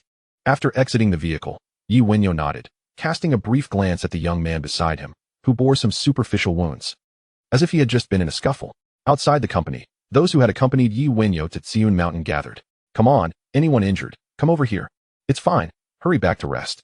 Don't forget, after tonight's busy activities, there are still events. A Bing shouted at the company entrance. Instantly, he was surrounded by people. What the hell, you've got a scratch and still show your face here. Get lost. Brother Bing, didn't Brother Yao say there would be compensation for the injured? Uffed. With such a small wound, if you had waited just a bit longer, it would have healed by now. That is a mark from a scuffle. I suspect you hurt yourself while swinging your weapon. Go on, go play somewhere else. Before the young man could continue, the crowd erupted in laughter. You're a scammer. Right. That little scratch, and you dare call it an injury? If you really want compensation, the brothers can help you out. The young man wore an awkward smile and quickly slipped away from the throng. Inside the company, Yi Wenyao entered Big B's office alone. Upon entering, he found Big B fuming, with signs of having been in a fight. Big B, what's wrong? I thought you were at a society meeting. Why do you seem as if you've been in a brawl? As Yi Wenyao walked in, Big B immediately stood up. Upon hearing Yi Wenyao's inquiry, the B immediately retorted, what fighting? During the meeting, that scoundrel Liang Kuan was spewing nonsense, prompting me to give him a good thrashing. But let us not dwell on that. What is the matter today? Why did you take people to Xian Mountain? Yi Wenyao chuckled. Brother to be. Isn't Xian Mountain already entrusted to my care? Given that various factions are meddling there, I certainly had to go and clear them out to protect my territory. Hearing this, Debi furrowed his brow. He was aware that Yi Wenyao would stir up trouble in Xian Mountain, but did not expect him to take action so soon after assuming control, especially by dismantling Liang Kuan's stronghold there. To his knowledge, Liang Kuan relied heavily on the personnel he had stationed in Xiun Mountain to secure numerous actors for his company, earning an undisclosed fortune. Now, with his base uprooted, it severed his source of income. You should have informed me in advance. During today's meeting, everyone was aware of your movements except for me. Liang Kuan even confronted me directly, leaving me utterly unprepared. Upon hearing the implied reproach in Dabi's words, Yi Wenyao turned to him with a stern expression. Dabi felt a jolt of alarm and, recalling his current predicament, smiled nervously. Yao, please don't be angry. You still need some time to establish yourself, and during this period, I must communicate with the society. If you have any plans, please inform me in advance so I can prepare and avoid any unforeseen circumstances. Yi Wenyao replied with a smile. Brother Dabi, don't be so anxious. I understand your point, but sometimes events unfold unexpectedly, and it's not always feasible to give you a heads up. However, rest assured, I will do my best to inform you in advance of any future actions. Since Liang Kuan dares to confront you, would you like me to handle him for you? After all, I have some grievances with him as well. As soon as he finished speaking, Dabi hurriedly approached Yi Wenyao, his expression filled with concern. No. Yao, do not take action against Liang Kuan just yet. Seeing Yi Wenyao gaze at him, Dabi quickly explained, Yao, the conflict with Liang Kuan, coupled with today's events, has already become common knowledge in the society. If you eliminate him now, everyone will only perceive it as you're doing, which will instill a sense of threat among them, likely forcing them to unite against you. Yi Wenyao patted Dabi on the shoulder and chuckled softly. Brother Dabi, had you maintained this attitude towards me earlier, perhaps we wouldn't be in this situation now. But rest assured, I will honor my word to ensure your dignity. As long as Liang Kuan doesn't act foolishly, I won't move against him. Dabi, with a grim countenance, nodded in agreement. All right, I understand. With that, Dabi prepared to leave. Yi Wenyao accompanied him out, watching him depart from the company's entrance. Yao Gu. At that moment, a Bing hurriedly approached Yi Wenyao's side. Yi Wenyao nodded in acknowledgement. A Bing presented an envelope, continuing, Yao Gu, the brothers' payments have all been distributed, and this is what remains. Yi Wenyao waved his hand, saying, you keep it. Arrange for the brothers to enjoy themselves tonight. I won't be joining. I am very satisfied with everyone's performance today, but this was merely a preliminary test. There will be more matters concerning Xiun Mountain ahead. A Bing promptly replied, yes. I understand, Yao Gu. After a Bing departed, Yi Wenyao got into his car and left the company. Ding. Current situation detected. The struggle for supremacy in the underworld has entered its first phase, issuing a time-limited mission, establishing a foothold. Within 2 weeks, cleanse the various factions occupying Xiun Mountain and establish authority. Further missions will be issued upon completion of this task. Mission rewards: 1 elite character card of your choice, 500,000 Hong Kong dollars, 20 veterans. As soon as he settled into the car, Yi Wenyao was alerted to the system's mission announcement. He did not expect it to be a time-sensitive task, with only 2 weeks granted. The effort to cleanse Xiun Mountain had only just begun. Yet it was a crucial step, with Liang Kuan being the most representative figure among the various factions occupying the area. He was known for his ruthless nature and willingness to engage in outrageous actions. As for how to deal with Liang Kuan, further planning was required. However, it was certain that Liang Kuan would not take today as humiliation lightly and would seek to reclaim his honor, necessitating careful preparation. After a while, the car came to a halt outside his residence. However, Yi Wenyao did not return home. Instead, he headed to the cafe where he last met Dabi. Have Tian Yangxing meet me here. The veteran following closely responded promptly, yes, Yao Gu. Yi Wenyao then chose a table, ordered a cup of coffee, and some pastries. Several veterans spread out, gathering around him. Moments later, Tian Yangxing hurriedly arrived, quickly approaching Yi Wenyao and standing before him. Yao Gu, I'm here. Sit down and let us talk. Yi Wenyao gestured for him to take a seat. Chapter 23. Tian Yangxing faces danger. Companions not to be underestimated. Yao Gu. The situation with Su Chun is stable. He has only made one call in the past 2 days to someone outside the police circle. We have managed to trace the number, but we have yet to uncover the identity of the person, which I estimate will take at least a week to ascertain. The situation with Lin Huiyue, however, is rather tumultuous. Conflicts with Lianxing over the leadership have already begun to escalate into chaos, and they are engaged in fierce battles. He is interacting with too many diverse individuals, making it difficult to discern if any are hidden powers. Tian Yangxing reported to Yi Wenyao. Have you uncovered any information regarding Lin Huiyue's opponents? Yi Wenyao inquired. Yao Gu, our manpower is quite limited. We currently have no way to gather information on Lin Huiyue's adversaries, but we are aware that his opponent is none other than Di. Tian Yangxing hurriedly replied. Yi Wenyao nodded. His previous sentiment remained. He was sorely lacking capable individuals under his command. At that moment, Tian Yangxing's phone rang. After answering and listening for a moment, He hung up and turned to Yi Wenyao. Yao Gu, Killer Xiong has contacted us. He has found the whereabouts of the individual who previously attempted to attack you in prison. Yi Wenyao immediately perked up, pleasantly surprised by Killer Xiong's usefulness. Take some men and go retrieve that person. Tian Yangsheng immediately stood. Yes, Yao Gu. After Tian Yangsheng departed, Yi Wenyao lingered in the cafe for a while longer before returning home. Once back, he sat on the balcony, gazing out the window, deep in thought. Currently, the clues leading to the person behind Su Chun had been uncovered. It just required a bit more time to clarify their identity and ascertain whether they were affiliated with the same profession. Killer Xiong had also proven effective, having traced the individual behind Chun Haonan. Though this lead was not as significant, the person behind them must undoubtedly be a competitor. For the ones who attempted to assassinate him in prison were the Tony trio, who should not have been present at this time. However, it was uncertain whether capturing these three individuals would expose the hidden rival behind them. There was a lingering concern that they might be as loyal to him as Chun Haonan, unwilling to divulge any useful information, which could lead to another severed lead. Regarding the time-limited task issued by the system, Yi Wenyao believes that accomplishing this mission will not pose significant difficulty, as long as he deals with Liang Kuan. The forces that wish to establish dominance in Yun Mountain will promptly recognize the situation. They will either approach him for negotiations or obediently retreat. The worst-case scenario would compel them to confront him directly, but given the combat prowess of the few veterans at his disposal, he could easily overpower them as long as he refrains from deploying firearms. As dusk descended, Yi Wenyao, awaiting news from Tian Yangsheng, received an unexpected phone call. Brother Yao, the situation is dire. We have fallen into a trap they set for us. It wasn't Killer Xiong who leaked the information. Judging by his demeanor, he seems unaware. It appears the opposition learned of your survival and Chun Haonan's disappearance, suspecting we would investigate the matter behind it. Brother Yao, do not worry. I should be able to extricate myself. Before he could finish his sentence, the line went dead. In that instant, Yi Wenyao realized he had underestimated his rival. Killer Xiong had undoubtedly been tracked, and the adversary must have already discovered that he had captured Xiong's wife and children, taking 3 days to orchestrate a trap for him to unwittingly walk into. It was no wonder that after Chun Haonan's disappearance, no one had come forward to trouble him. They had merely been waiting in ambush. After a moment's contemplation, Yi Wenyao concluded that he must rescue Tian Yangsheng.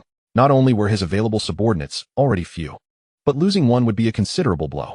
He ordered an investigation into Tian Yangsheng's whereabouts following Killer Xiong. Upon receiving the command, the veterans immediately began contacting those who had been tailing Killer Xiong over the past few days, quickly uncovering a lead. Saigon, a remote area with an abundance of coastline. Yi Wenyao promptly issued orders to summon the veterans monitoring Su Chun and Lin Huayue back, and a group of 8 set off towards Saigon. They gathered their previously prepared weapons, determined to ensure the safe retrieval of their comrade. If they could capture any of the adversary alive, they would do so. Otherwise, it was not imperative. On the journey, Yi Wenyao instructed his companions, reflecting on the situation, since the opposition was also comprised of traversers like himself. Their combat capabilities would be formidable, far beyond that of ordinary thugs. Dingling. Approximately 10 minutes from their destination, Yi Wenyao's phone rang. Hello? Brother Yao, it's me. What is your current situation? Are you in any danger? Brother Yao, my comrades and I have taken refuge in a forest with Killer Xiong. For now, we are relatively safe. Their numbers are few, and they cannot apprehend me on the mountain. Do not panic. Prioritize your safety. I am bringing people over. So provide me with a general location. Once I arrive, we shall launch a counterattack together. Brother Yao, it's dangerous here. You mustn't come. Enough with the nonsense. Listen to me. Yes, Brother Yao. Their combat skills are exceptional, on par with ours. You must exercise caution. I understand. Inform me of your approximate position. Brother Yao, we are located about 100 meters north of the small fishing village we were heading to. All right, wait for me. After hanging up, Yi Wenyao reiterated, everyone be alert. The enemy is highly skilled. When we engage, do not hold back. Eliminate any adversary on sight. Understood, Brother Yao. The team responded in unison. The vehicle swiftly navigated the darkened road, soon arriving at the fishing village where Tian Yangsheng was headed. Yi Wenyao disembarked and led his companions towards the northern forest. Upon reaching the foot of the mountain, he could already hear the sounds and see flickering lights within the woods. Pair up, spread out as you ascend. And keep your voices down. Approach these individuals from behind before making a move. Yes, Brother Yao. Let's go. With a commanding gesture, Yi Wenyao advanced up the mountain alongside a veteran, progressing slowly towards the source of the sounds while tracking the faint glimmers of light. The adversaries were also on the move, and to avoid revealing themselves through excessive noise, they maintained their distance. Fortunately, there had been no signs of conflict thus far, indicating that Tian Yangsheng and his group had not yet been discovered. After about 10 minutes, Yi Wenyao noticed that the enemy's pace had noticeably slowed. Although he was unsure of the reason, it was promising news for them. Soon, he stealthily approached within 30 meters of the enemy, clearly observing their lights. Judging by the illumination, it was evident that they were well prepared, with at least 30 individuals present. Chapter 24, A Successful Escape. It's time to act. The distance was appropriate, and too much time had passed. He could not guarantee that the enemy would not reach Tian Yangsheng first. Bang! Bang! Yi Wenyao raised his weapon and fired at the moving figures in his line of sight. As his gunfire echoed, the scattered teams followed suit, unleashing a barrage of bullets. The sound of gunfire reverberated through the mountains. Those still searching for Tian Yangsheng fell, and in an instant, the lights extinguished, plunging the entire forest into darkness. There are enemies. Team 1, continue searching for that individual. Team 2, scatter to fend off the approaching foes. Commands rang out amidst the darkness. Upon hearing the organized orders, Yi Wenyao immediately understood that the opposition was formidable. Despite the sudden ambush, they retained composure, not only remaining unafraid but also remembering their objective of capturing Tian Yangsheng and his companions. Now, it was a matter of luck for Tian Yangsheng and his group. Yi Wenyao had no time to spare, moving stealthily through the shadows alongside a veteran. With visibility nearly zero, they relied solely on their hearing to track the enemy's movements. The surrounding teams, experienced and adept, managed to pinpoint the positions of foes lurking in the darkness, even without any visual cues. The flashes of gunfire illuminated the night, each spark revealing the distance between them and the enemies. The opposition was evidently no ordinary foe. As time passed, the intensity of the battle escalated, and the number of blazing lights multiplied. Yi Wenyao, however, continued to maneuver around the periphery with the veteran, focused on locating Tian Yangsheng rather than engaging further with the enemy. Brother Yao. Suddenly, while navigating the perimeter, a voice called from behind. The veteran immediately turned, weapon at the ready. Following the sound, Yi Wenyao glanced back and noticed several figures approximately 20 meters away. To ensure safety, Yi Wenyao refrained from responding. He gestured to the veteran, and together they cautiously approached the source of the voice. At that moment, two birds chirped nearby. Brother Yao, it's our people. That's our signal, the veteran exclaimed. Yi Wenyao nodded, proceeding with utmost caution, each step strategically placed to utilize the trees as cover. Though he trusted his subordinates implicitly, he remained wary of potential tricks. As they drew nearer, Yi Wenyao could finally discern 5 figures, matching the number of Tian Yangsheng and his group. He softly called out, "Ah Sheng, Brother Yao, it's me." As soon as the words left his lips, Tian Yangsheng hurried forward to stand before Yi Wenyao. Upon recognizing the faces of his comrades, Yi Wenyao asked, "Are you all unharmed?" "We're fine. Killer Xiong is safe, though one of our brothers was shot. But it's not life-threatening," Tian Yangsheng promptly replied. Tian Yangsheng had been located. The assassin Xiong did not encounter any unforeseen circumstances. His objectives had been accomplished, and Yi Wenyao's mind began to contemplate the next course of action. The gunfire in the mountains had not yet subsided, though its frequency had notably diminished. Given the tenacity of the enemy, he felt a twinge of concern for the safety of his seasoned subordinates and swiftly made a decision. "Everyone retreat." The shout echoed through the mountains. The veteran beside him led the way, accompanied by another seasoned soldier who followed closely. Tian Yangsheng and 2 other veterans formed a protective circle around Yi Wenyao, while the assassin Xiong, visibly terrified, trailed closely behind Yi, nervously scanning the surroundings for any lurking enemies. The ascent was slow, but the descent was swift. The group quickly extricated themselves from the forest and emerged onto the roadway outside. Having emerged in darkness, they had long since lost their bearings. Yet they could see the small fishing village and their vehicles in the distance. "Brother Yao, there are lights over there. Let us head in that direction." After surveying the surroundings, Tian Yangsheng suggested. Yi Wenyao nodded in agreement. It was indeed vital to locate someone to ascertain their position. As for the 2 separate teams, he felt no need to worry. They were all seasoned veterans, battle-hardened. Perhaps the adversary was equally formidable, but for his men, a safe withdrawal should not pose a significant challenge. Though they were dispersed, Yi Wenyao had faith they would find their way back to Kowloon, Central District. In a hotel room on the top floor, a middle-aged man stood by the window, holding a wine glass in his left hand as he gazed out at the nightscape. The phone rang, and he answered. "Hello? Big brother, we didn't capture the target." What happened?" "Big brother, the target's abilities exceeded our expectations. After being surrounded, one of them fought through, got injured, and managed to escape into the mountains. However, he likely called for reinforcements, and while we were searching for his trace, we were suddenly attacked by a small but elite force." "Stop with the excuses. Failure is failure. What did you promise me earlier?" "Big brother, give me another chance. This time we can capture him directly." "Shut up. Don't you realize there are others targeting us? How do you intend to capture him when you can't even apprehend one of his subordinates?" "We can't let this escalate. Understood, big brother. However, their personnel are exceptional. Battle-hardened warriors, very reminiscent of those we dealt with in Siam. Are you suggesting they are likely military personnel? Indeed, they have undoubtedly seen combat. Although my men have been trained for quite some time, there remains a significant gap between them and these individuals. Fine, I understand. Clean up the scene and leave no traces. Make haste. He ended the call, his expression grim. This trap had been his own design. Yet it yielded no rewards and exposed his subordinates, marking a significant failure. None of that mattered, though. He merely sought a way to provide his superior with an explanation. His mind raced, and after a moment, he picked up the phone once more. Hello, boss. It's me.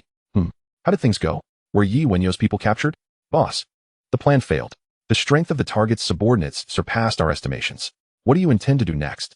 Boss, there has been persistent opposition against us lately. I believe we should set Wenyao aside for now and focus on dealing with those opposing us.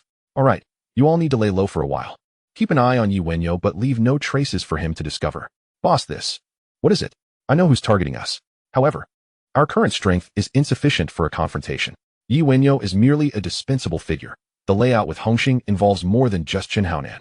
Just keep watch. Yes, boss. Chapter 25, Mr. Zhang's Invitation. Kowloon. Wenyao returned with Tian Yangsheng, the clock having passed midnight. Throughout the journey, Wenyao's expression was grim. He had underestimated the situation, or perhaps he had become overconfident. Despite knowing that his opponent was of similar caliber, he had failed to take it seriously, likely due to the considerable boost in his own capabilities from several martial arts techniques. This operation had clarified his current predicament. Brother Yao, this is entirely my fault for being too careless. As soon as they entered the house, Tian Yangsheng began to reflect on his mistakes. Wenyao waved a hand dismissively. The injured brothers have been taken care of, right? Tian Yangsheng promptly replied. Yes, they have been sent to the clinic for treatment and should be fine. Wenyao nodded. It was late. Let us return to rest. We can discuss matters tomorrow. Understood, brother Yao.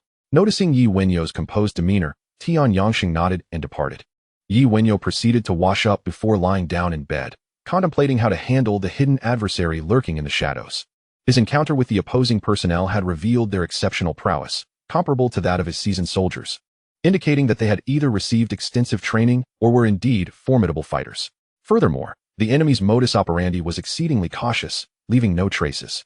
With a time-sensitive task still on his hands, Wenyao deemed it prudent to adopt a watchful stance towards this individual, especially since another was already targeting him.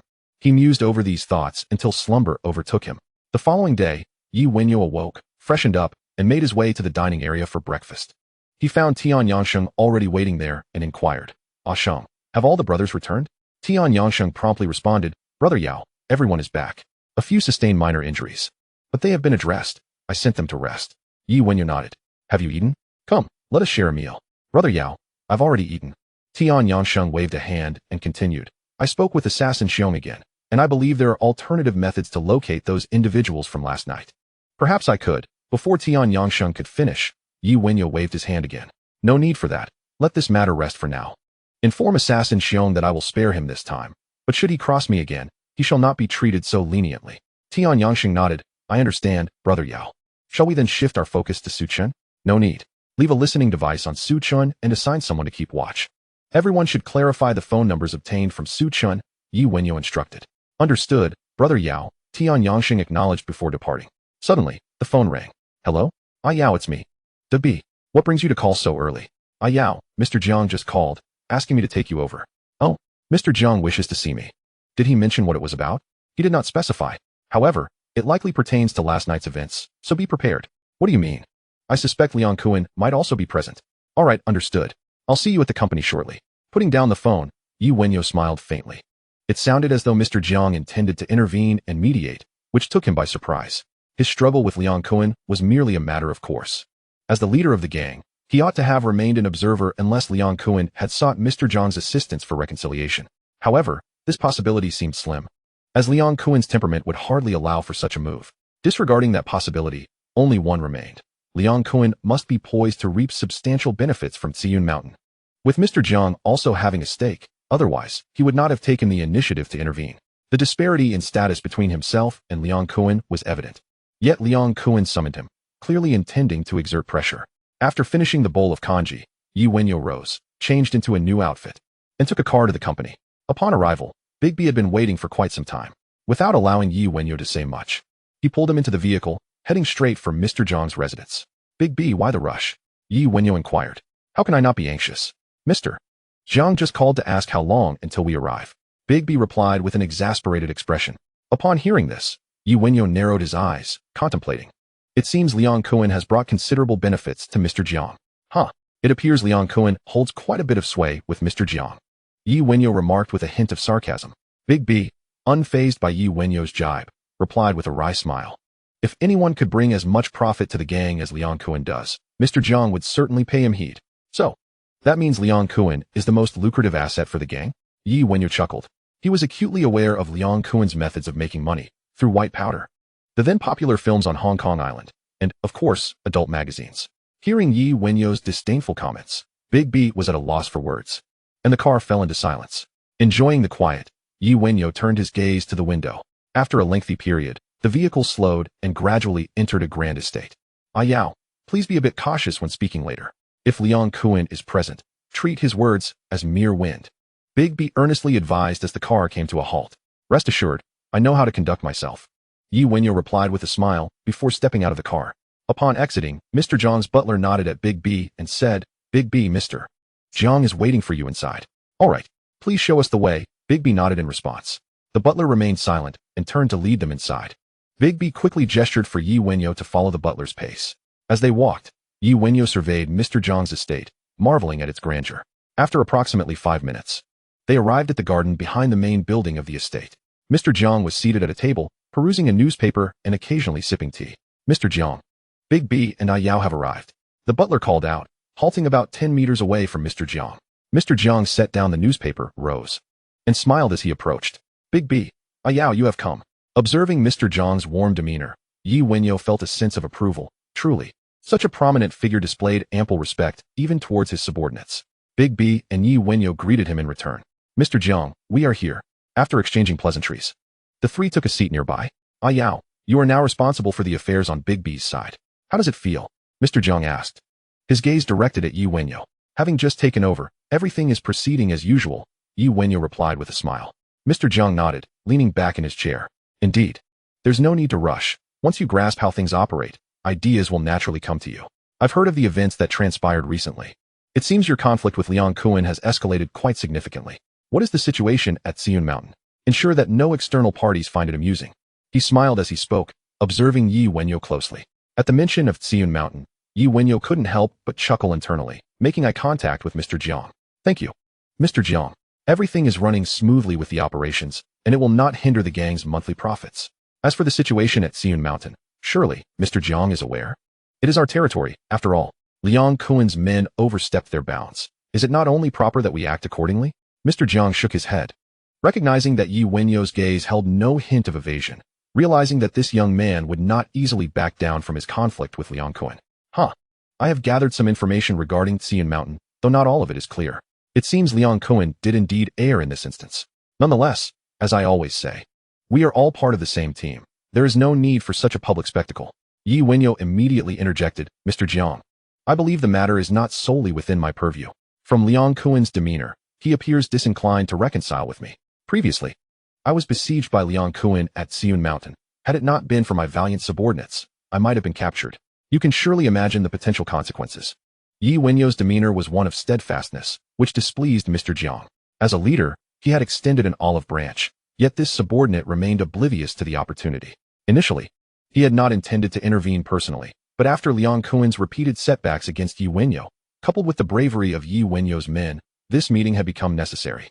Noticing a shift in Mr. Jiang's expression, Big B hastily spoke up. Mr. Jiang, Liang Kuan's actions this time were indeed excessive. Yao was merely forced to retaliate. Xiun Mountain has always been my territory. Not only did he recklessly expand his influence there, but he also dared to surround my men. Such behavior is utterly unacceptable. To Big B's unexpected support of Yi Wenyao, Mr. Jiang regarded him with surprise. Enough. A sharp voice interrupted from a distance. Turning to investigate, they saw Liang Kuan approaching the courtyard, flanked by two subordinates, his face contorted with fury. Big B, your men have no sense of decorum. I was merely attempting to educate them. What is the problem with that? Instead of gratitude, they dared to invade my territory. You owe me an explanation for this. Bang. Hearing Liang Kuan's brazen remarks, Big B slammed his hand on the table, rising to confront him. How dare you? My men do not require your instruction. Had you not provoked me, I would have turned a blind eye to your transgressions at Kowloon Mountain. Now, you have no grounds to demand an explanation. What do you want? Shall we settle this with a fight? Wenyao remained seated, turning his gaze toward Liang Kun, his eyes filled with mockery. Big B's quick-witted response was commendable. He was indeed a promising individual. Liang Kun, however, dismissed Big B's words entirely, but upon seeing Wenyao's derisive expression, an inexplicable fury ignited within him. This is not a place for you to sit. Get lost. You think I'm afraid of a fight? Jiang Kun spoke as he made his way towards Wenyao, and after finishing his words, he lifted his foot and aimed a kick at Wenyao. Bang! Upon witnessing Jiang Kun's movement, Wenyao swiftly stood up and evaded the attack, casually hurling a chair towards Jiang Kun. Caught off guard, Jiang Kun was struck by the chair and fell to the ground. His subordinates, standing at a distance, immediately rushed towards Wenyao, as they could not remain indifferent while their leader was assaulted. Bang! Bang! Just as they approached, their fists had yet to be thrown when they were sent flying by two swift kicks. How dare you lay hands on me, Mr. Jiang was taken aback by Wenyao's agility. He had not anticipated such prowess, as two of his subordinates were knocked down effortlessly. Enough, enough. We are here to discuss matters today. Let us not resort to violence. If you truly wish to fight, then arrange a proper venue for a duel. Upon hearing this, Jiang Kun, who had just risen, paused in disbelief and glanced at Mr. Jiang. After a moment, he realized that Mr. Jiang was expressing his dissatisfaction with him. Arriving without a greeting and attempting to strike Wenyao, he had instead been taught a lesson. I have no objections. I am ready for a fight, whatever the method. Some individuals won't learn their lesson until they feel pain. Wenyao glanced at Mr. Jiang, chuckled lightly, and remarked with disdain. Big B observed Mr. Jiang's expression and instantly recognized that this situation could not continue. After all, he was the leader and could not afford to lose face entirely. Yao, do not act impulsively. Let us hear what Mr. Jiang has to say. Jiang Kun has already arrived. We need not delay any further. Wenyao looked at Big B, then took another chair and seated himself once more. Jiang Kun, what is your intention? Noticing Jiang Kun still standing, Mr. Jiang spoke up. Jiang Kun glared angrily at Wenyao and Big B before turning around to grab a chair and sit beside Mr. Jiang. Mr. Jiang, I am doing this for your sake. Since we wish to negotiate, let us proceed. Mr. Jiang cast a sidelong glance at Jiang Kun, mentally cursing him as useless, before addressing Wenyao and Big B. Big B, Yao? It seems that Jiang Kun is indeed seeking trouble for no reason. How do you wish to resolve this matter? Please share your thoughts. Upon hearing this, Jiang Kun opened his mouth to retort. Mr. Jiang, however, wasted no time in silencing him with a glare, commanding, shut up. Realizing Mr. Jiang's unkind gaze, Jiang Kun fell silent, though his heart brimmed with resentment. As Wenyao remained quiet, Big B interjected, Yao, what are your thoughts on this matter? After all, it concerns you and Jiang Kun. Although I am your leader, I would like to hear your opinion. Receiving Big B's signal, Wenyao glanced at the disgruntled Jiang Kun and smiled as he replied, Mr. Jiang, Big B, what else is there to consider? I want Jiang Kun to apologize to me and withdraw his men from Kowloon Mountain. Chapter 27. Jiang Kun's days are numbered. Apologize. My foot. Jiang Kun was instantly enraged, rising to point an accusatory finger at Wenyao. He had immediately expressed his stance. To apologize to this kid would mean sacrificing his pride. Jiang Kun, sit down. Mr. Jiang admonished him. Jiang Kun looked at Mr. Jiang with suspicion, hesitated for a moment, and finally complied, sitting back down.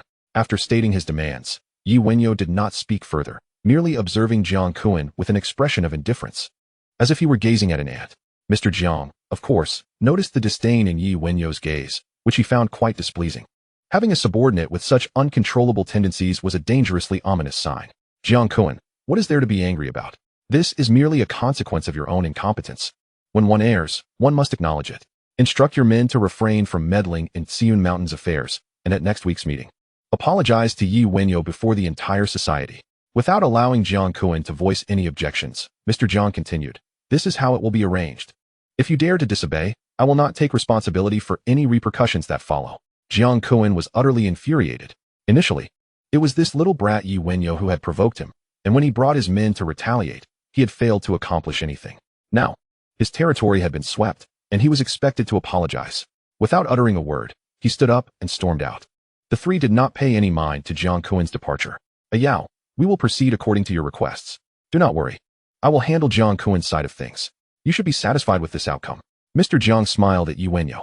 Wenyao was also surprised by the resolution and smiled as he said to Mr. Jiang, thank you, Mr. Jiang.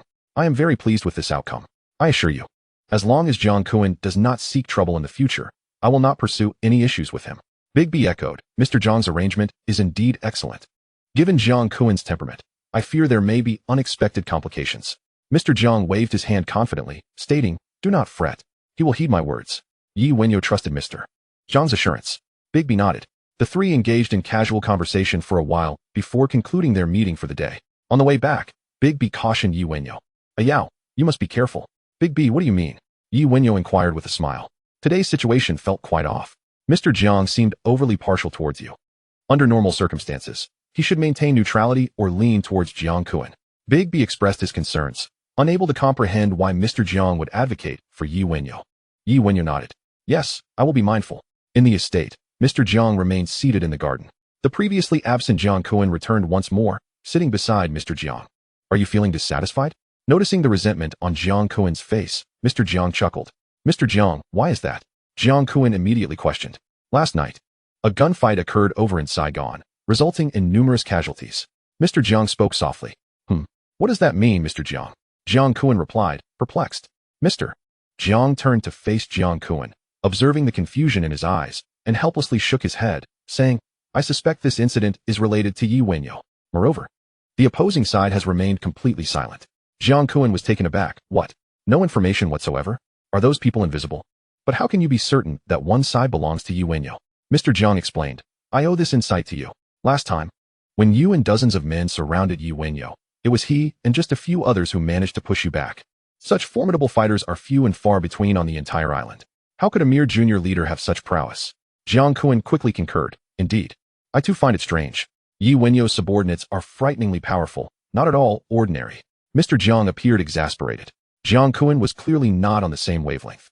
Sensing Mr. Jiang's disappointed expression, Jiang Kuan promptly replied, Mr. Jiang, you cannot be serious about wanting me to apologize to him. If I do that, how can I continue to exist within the society? Apologizing to a subordinate of Big B, Mr. Jiang stated, first, withdraw your men from Tsiun Mountain. As for the apology, that is up to you. If you do not wish to apologize, there is only one way to resolve this. Eliminate him. Very well. Jiang Kuan replied immediately, rising to leave. As he watched Liang Kuan depart, Mr. Jiang continued to contemplate the information he had just consolidated. If Yi Wenyao was involved in the incident in Saigon, it suggested the presence of a significant force behind him. After all, how could he possibly have a cadre of formidable henchmen right upon his emergence? Thus, it was imperative for him to carefully consider the intentions of Yi Wenyao and the power that lurked behind him. Moreover, Yi Wenyao had shown him, as the elder statesman, no respect whatsoever. During their recent conversation, Mr. Jiang sensed that while the B was indeed Yi Wenyao's subordinate, he too was compelled to act in accordance with Yi Wenyao's sentiments. The swift subjugation of Debi indicated that such a lackey could not be permitted to remain at large. The situation in Tscu and Shan had attracted considerable attention from those vested interests involved. Naturally, Debi's introduction of Yi Wenyao to Mr. Jiang could not have escaped their notice. They too were eager to ascertain the eventual outcome. Should Liang Kuan remain obstinate, they would not retreat either. Everyone was well aware of Liang Kuan's character and the inevitable clash that awaited between him and Yi Wenyao. However, after leaving Mr. Jiang's presence, Liang Kuan instructed his subordinates to vacate Tscu and Shan. This unexpected turn of events left many factions astonished, as they had not anticipated the audacious Liang Kuan would yield before Yi Wenyao. They would now have to reassess their strategies, for without Liang Kuan as a buffer, they were inexorably drawn into a confrontation with Yi Wenyao. Although this individual might not yet have a significant reputation, he was nonetheless a member of the Honghing faction. In Causeway Bay, as Debi and Yi Wenyao returned to the office, they received word from their subordinates. Liang Kuan's men had already departed from Tscu and Shan. Yao, Liang Kuan will undoubtedly not rest easy. He is bound to stir up trouble next. Please exercise utmost caution, Debi urged once more. Do not worry. I am well acquainted with Liang Kuan's nature and have prepared accordingly. As we previously discussed, Liang Kuan cannot survive this. Yi Wenyao replied with a serious expression. Upon hearing this, Debi felt a tremor of apprehension. With a deep sigh, he said, you handle this matter as you see fit. However, should things go awry, it could lead to significant complications. Yi Wenyao nodded in understanding. Rest assured, I will handle it without causing any trouble. Debi, reminded of the situation with Chun Haonan, could not help but glance at Yi Wenyao before turning and leaving the office. Chapter 28. What luck! So arrogant, yet still alive. After bidding farewell to Debi, Yi Wenyao summoned a Bing into his office. Brother Yao, what do you need? A Bing asked with a smile upon entering. I have a task for you. Yi Wenyao stated. Brother Yao, you can trust me to handle it. I will ensure everything is secure. A Bing immediately beamed with joy, realizing that Yi Wenyao's assignment meant he was being groomed for greater responsibilities. Excellent. Assemble a few personnel to ascertain Liang Kuan's whereabouts with utmost clarity. Yi Wenyao instructed with a smile. Upon hearing this, a Bing was momentarily taken aback, then excitedly inquired, Brother Yao, are we making a move against Liang Kuan? Do not worry. This task is entrusted to me. I will uncover Liang Kuan's location in the shortest time possible, and there will be no mistakes. Yi Wenyao was pleased with a Bing's enthusiasm and added, Good. Keep this matter confidential. I trust you will execute it flawlessly. Now go. A Bing promptly exited the office, brimming with vigor. He understood that Yi Wenyao was indeed planning to take action against Liang Kuan, and he was thrilled at the prospect of contributing to this endeavor. Gathering a few of his trusted subordinates, he hurriedly left the company. Once a Bing had departed, Yi Wenyao turned to the veteran beside him and instructed, Take your men to TSE Yuanshan and ensure that our brothers there cooperate in clearing out all rival factions. They must be expelled without exception. Understood, Brother Yao. The veteran replied before swiftly departing, leaving only one soldier by Yi Wenyao's side. With Liang Kuan's men withdrawn, it signaled to those meddling in TSE Yuanshan that they should also retreat. If they chose not to, it would only mean opposition against him, compelling the use of more forceful measures. Knock, knock, knock. Moments later, there was a knock at the office door. Come in, Yi Wenyao responded. A subordinate entered. Brother Yao, members of the Chung Lok gang have arrived and wish to speak with you. Upon hearing this, Yi Wenyao took a moment to recall that this was the gang associated with the stuttering fellow. After dealing with Chen Haonan, he had not paid attention to the whereabouts of this stuttering individual. The Chung Lok gang's request to meet him at this juncture could only pertain to matters concerning TSE Yuanshan. He did not believe they had come to avenge Chen Haonan. After a brief contemplation, he instructed, Let them in. Yes, Brother Yao. The subordinate replied as he stepped out to relay the message. A moment later, a leader accompanied by two subordinates entered the office. Brother Yao, it is an honor to finally meet you. I am Fei Hong from the Chung Lok gang. Upon entering, the leading figure greeted him with a smile. Please, take a seat. Yi Wenyao responded with a smile, gesturing toward the nearby sofa. Fei Hong wasted no time in sitting down, while the two subordinates stood by his side. Brother Yao, your reputation has soared recently. Even Liang Kuan has suffered losses at your hands. Yi Wenyao chuckled lightly. Fei Hong, there is no need for pleasantries. If you have something to discuss, please proceed directly. Yi Wenyao interjected, signaling he preferred to bypass small talk. Seeing that Yi Wenyao was not inclined for idle chatter, Fei Hong got straight to the point. Brother Yao, I wonder if there could be some leniency regarding the situation in TSE Yuanshan? His visit was out of necessity. Previously, the stuttering fellow had formed a connection with Chun Haonan, which had smooth relations with Debi's faction. With this opportunity, he had managed to establish some business dealings in TSE Yuanshan. The investment was neither large nor small, but just as things were taking shape, Chun Haonan had fallen from grace. Upon hearing that Yi Wenyao was cleansing TSE Yuanshan and expelling Liang Kuan's subordinates, he could no longer remain seated. They were not as well off as the established families of Hung Hing, and their funds were hard-earned. To see their investments potentially squandered in TSE Yuanshan was a source of pain for them. Yi Wenyao regarded the smiling Fei Hong with a piercing gaze and inquired sternly, Fei Hong, since you are aware that Liang Kuan has suffered at my hands, what leads you to believe there is room for negotiation regarding the matters in TSE Yuanshan? That is my territory, interfering in my domain. According to the rules of our world, warrants expulsion. I have dealt with Liang Kuan first to provide you with an opportunity. You must withdraw your men and cease your interference. Otherwise, Fei Hong did not know much about Yi Wenyao, having only heard rumors. And upon witnessing his utter lack of respect, he felt a surge of anger and questioned, and if we do not? Haha. The consequences will reveal themselves in due time, Yi Wenyao replied with a dismissive smile. Ding ding ding. Before Fei Hong could retort, his phone rang. Boss, it's bad. Our territory in TSE Yuanshan has been raided. They are few in number, but extremely fierce. Our brothers are no match for them. They have threatened that if we do not withdraw by midnight, we won't be leaving. Fei Hong instantly recognized this was the work of Yi Wenyao's men. He immediately instructed, withdraw with the brothers. After hanging up, he shot Yi Wenyao a glare and proclaimed, Yi Wenyao, you have some nerve. This matter is far from over. We shall see how it unfolds. He then turned to exit. The veteran immediately blocked his path, glaring intently at Fei Hong, daring him to speak such threats in his presence. What are you doing? Do you intend to keep me here? Yi Wenyao, you must think carefully. Fei Hong turned to Yi Wenyao, his voice laced with unrestrained fury. Observing Fei Hong's arrogant demeanor, Yi Wenyao found himself both amused and exasperated. He had never encountered such a foolish boss, brazenly displaying his hubris even on another's turf, and a small gang at that. With a swift motion, he delivered a slap to Fei Hong's face. Get lost. You are truly fortunate to still be alive after behaving so recklessly. Fei Hong stood momentarily stunned, taken aback by Yi Wenyao's audacity. His two subordinates, poised to intervene, were halted by his gesture. Wiping the blood from his lips, he turned and departed, leaving his bewildered underlings in his wake. In their recollection, their leader had never behaved in such a manner. What had transformed him into such a brazen figure today on the territory of Hongxing? As they exited the Hongxing company, one of the subordinates immediately inquired, "Brother Fei Hong, what just happened?" The other chimed in, "Brother Fei Hong, let me go gather some men. We must deal with this Yi Wenyao today." "Shut up," Fei Hong barked, climbing into the car. "Return home." After uttering those words, he picked up the phone and dialed. "Boss, I just met with Yi Wenyao. I did not notice anything unusual. However, one of his subordinates possesses an extraordinary presence, undoubtedly a battle-hardened veteran. As for Yi himself, he seemed rather unremarkable. He merely slapped me, and the force was nothing extraordinary." "Understood, boss. I comprehend." In the office, seated in his chair, Yi Wenyao felt a sense of bewilderment. The arrival of the Changel gang was unexpected, and their demeanor was exceedingly peculiar, exuding an arrogance that seemed intentional. He promptly summoned a subordinate to inquire about Fei Hong's background within the Changel gang. Chapter 29. Liang Kuan, I hear you are looking for me. The subordinate had scant knowledge of Fei Hong. His insights gleaned solely from street rumors. Yet, there were no accounts of his ostentatious nature. Yi Wenyao found himself puzzled.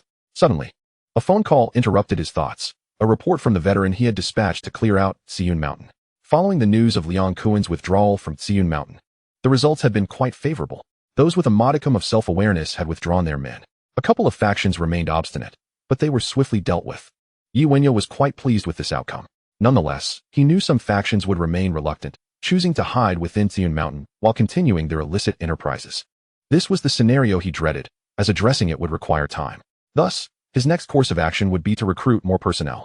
With sufficient manpower, he could eliminate the lurking nuisances in Tsiyun Mountain. Time was still on his side, and for now, he would resolve matters concerning Liang Kuan. At Xian Kuan International Film Production Company, after returning from Mr. Jiang, Liang Kuan convened with his trusted confidants. "Brother, I have arrived. Why do you seem unwell? Did you not sleep properly? You appear quite irritable. A few actors just arrived today, waiting for you to conduct auditions." Upon noticing Liang Kuan's foul mood, the subordinate inquired with a feigned smile. "Audition? Nonsense. I have tasks for you." Liang Kuan responded, his face etched with impatience, scolding the subordinate. "What tasks, boss?" "Rest assured, I will handle them meticulously," the subordinate promptly assured him. "This matter must be executed flawlessly. Assemble the most formidable enforcers and ensure that Yi Wenyao is eliminated today. We cannot rely on our inept subordinates. Hire capable individuals from the streets." Liang Kuan commanded decisively. "Eliminate Yi Wenyao?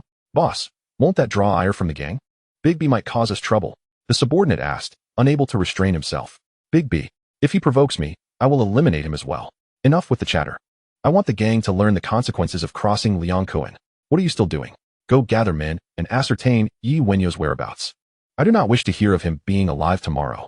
Liang Kuan slammed the table, his voice echoing with fury. "Understood, brother."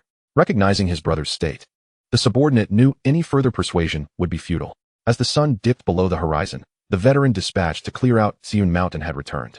Presently, no significant factions remained in the open, though many minor ones lurked in the shadows, all aware that dealing with them was no simple task. Major powers sought to maintain their reputation, while the minor ones were driven solely by monetary gain. Today's purge, coupled with the news Fei Hong had spread, had firmly etched Yi Wenyao's dominance into the minds of all on the streets. Bang, bang, bang. "Brother Yao, I'm back." Before the sun set, a Bing returned to the company. How did the investigation proceed?" Yi Wenyao inquired. "Brother Yao, it has been clarified. Liang Kuan has remained within his film company and has not ventured outside. I have stationed someone there to monitor. They will follow him as soon as he steps out." However, while tailing, they discovered that Liang Kuan's confidant left the company, and there are rumors circulating that someone is soliciting hired guns, with no limit on numbers. A Bing reported hastily. "Someone is recruiting hired guns. There's no need to ponder. It's undoubtedly Liang Kuan spending money to assemble a crew. It seems he can no longer tolerate my presence, and is preparing to strike against me." Yi Wenyao chuckled softly. Noticing a Bing still lingering, he waved his hand dismissively. "You've done well. Keep monitoring. When it's time to act, I will contact you." After speaking, he tossed a mobile phone toward a Bing, who instinctively reached out to catch it, trembling slightly. "Understood, Brother Yao. All right, you may leave." Yi Wenyao gestured. Once a Bing departed, Yi Wenyao instructed the veteran beside him to notify Tian Yangsheng and gather everyone. The primary task for the night was to deal with Liang Kuan. At 9:00 p.m., Within the warehouse of Kowloon International Film Company. What did you say? The person is missing. What are you all doing? Are you worthless? You can't even locate one individual. What good are you?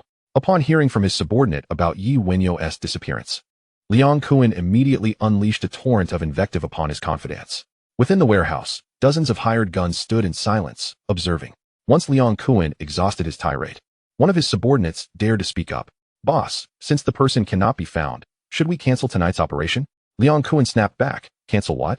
Everyone, get out there and search. Dig 3 feet into the ground if you must. I want to know Wenyao's whereabouts. We must eliminate him tonight. I said he won't see the sun tomorrow, and he won't see it. What are you all staring at? Why are you still here? Get out and find him. After another round of scolding, the subordinate turned to the assembled group. What are you waiting for? Didn't you hear the boss?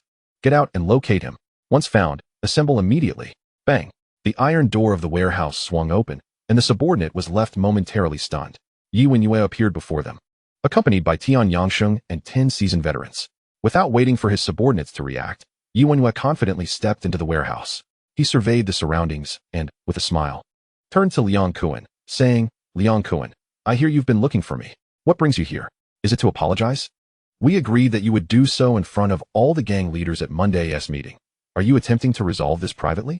With a loud bang, Kowloon, infuriated by Wenyao's audacity and mocking demeanor, smashed his mobile phone to the ground. Wenyao, you certainly have guts. If you dare to enter here today, I will ensure you have no escape, neither to heaven nor to earth.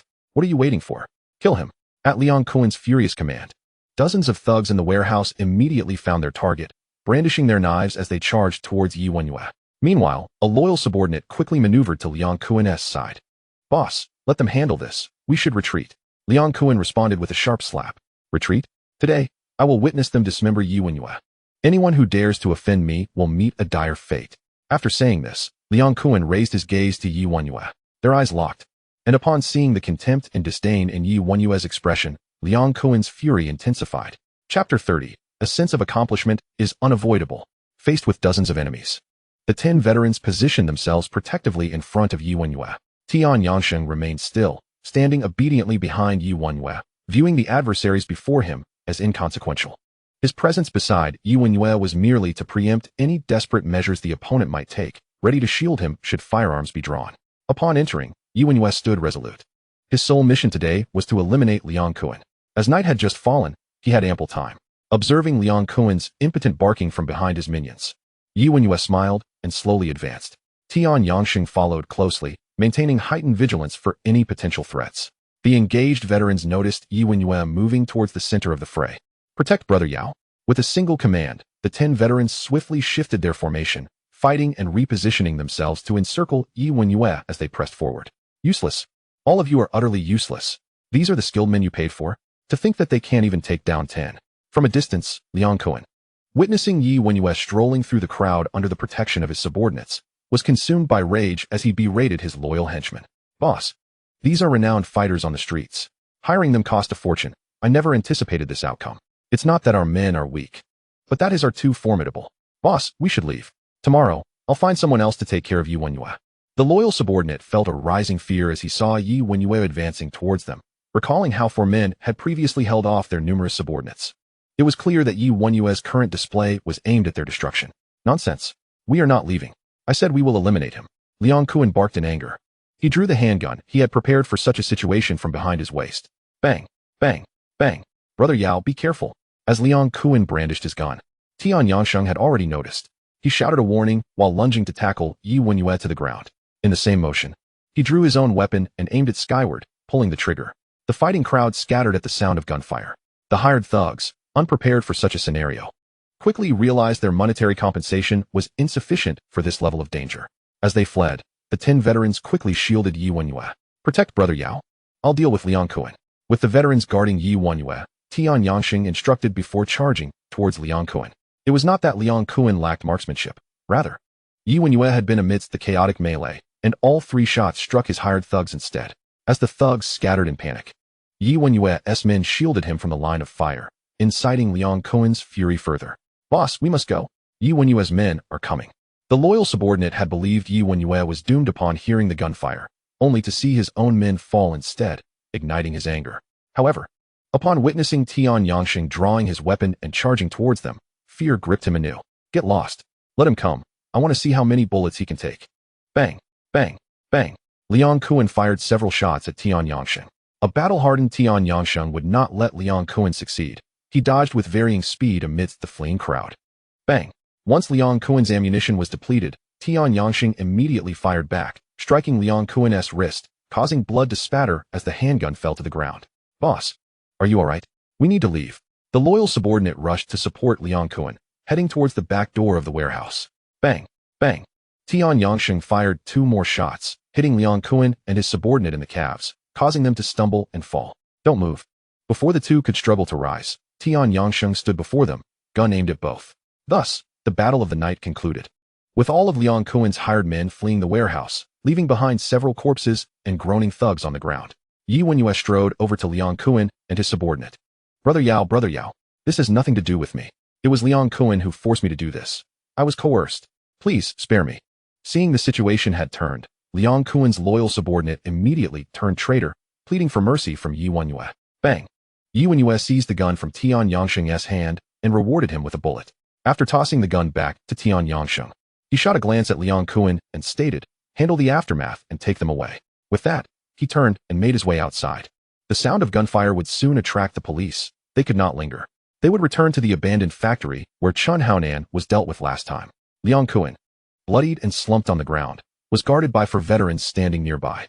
Outside the factory, Wenyao stepped down from the vehicle. Tian Yangsheng hurried to meet him. Brother Yao. Wenyao nodded and asked, has the scene been dealt with? Rest assured, Brother Yao. Everything has been handled. There will be no trace for the police to uncover. I've also sent men to track down the fleeing thugs. They will be dealt with soon. That is not necessary. Those men are of no concern. Liang Kuan is still alive, correct? Wenyao waved his hand dismissively. Understood, Liang Kuan is inside. Tian Yangsheng replied, leading the way forward. Upon entering the innermost factory, Wenyao beheld Liang Kuan in disarray. He chuckled softly, huh? Liang Kuan, your appearance is quite a sight of disarray. The traitorous underling who betrayed you has been dealt with by me, and there's no need for you to express gratitude. I find you not only lacking in intellect, but also blind to the nature of your subordinates. At this moment, Liang Kuan remains remarkably composed. He pays no heed to Wenyao's mockery. Though he may not have anticipated this outcome, it is something he had long foreseen. The only difference lies in who the adversary is. To the victor belong the spoils. There is nothing more to discuss. Observing Liang Kuan's reaction, Wenyao's interest waned instantaneously. The thrill of victory dissipated entirely, replaced instead by a simmering anger that robbed him of any sense of accomplishment. Well said. However, I wonder how your wastrel son will manage to survive in Hong Kong after your rise and fall. Wenyao chuckled. Suddenly, Liang Kuan sprang up and lunged at Wenyao, only to be intercepted by an old soldier. Wenyao, do you understand the rules of the underworld? Do not involve family in this. If you dare to act thus, the people on the streets will not let you go unpunished. Brother Yao, what happens between us has nothing to do with the child. I implore you to spare him. Upon witnessing Liang Kuan's reaction, Wenyao smiled knowingly and turned to leave. Chapter 31. Su Chen's Visit. On the way back from the dilapidated factory, Wenyao occasionally flashed a smile, feeling quite pleased. Every person possesses vulnerabilities. Sincerity does not deceive me. Liang Kuan's prior calmness had irked him, but the final twist brought him great comfort. Upon arriving home, he refreshed himself and joyfully drifted into slumber. Ring ring. The following day, Wenyao was roused from his dreams by the ringing of a phone at his bedside. Picking up the large mobile device, he noticed the dawn light just beginning to illuminate the sky. Who is it? Disturbing my peaceful dreams so early is quite vexing. You know, if you do not have something of utmost importance to discuss, do not blame me for my lack of courtesy. As the call connected, Wenyao began to reprimand. Ah Yao, Liang Kuan is dead. Was it you? Upon recognizing the voice of Debi, Wenyao lazily replied, indeed. Did I not mention this to you? Perhaps it slipped my mind as it was rather late. Following his words, Debi fell silent. He had certainly not anticipated Wenyao's swift action. Just yesterday morning, they had discussed this matter, and by nightfall, Liang Kuan was eliminated. Alright, I understand. You must not admit to this. Liang Kuan's status differs from Chun Haonan. The repercussions within the organization are not the same. As long as you do not confess. Even if others claim it was you, we can always dispute it. Debi's mind raced as he conveyed his instructions to Wenyao. Rest assured, I am well aware. Wenyao responded, before hanging up the phone. Once he set the device down, sleep eluded him. The news of Liang Kuan's demise spread rapidly through the underworld.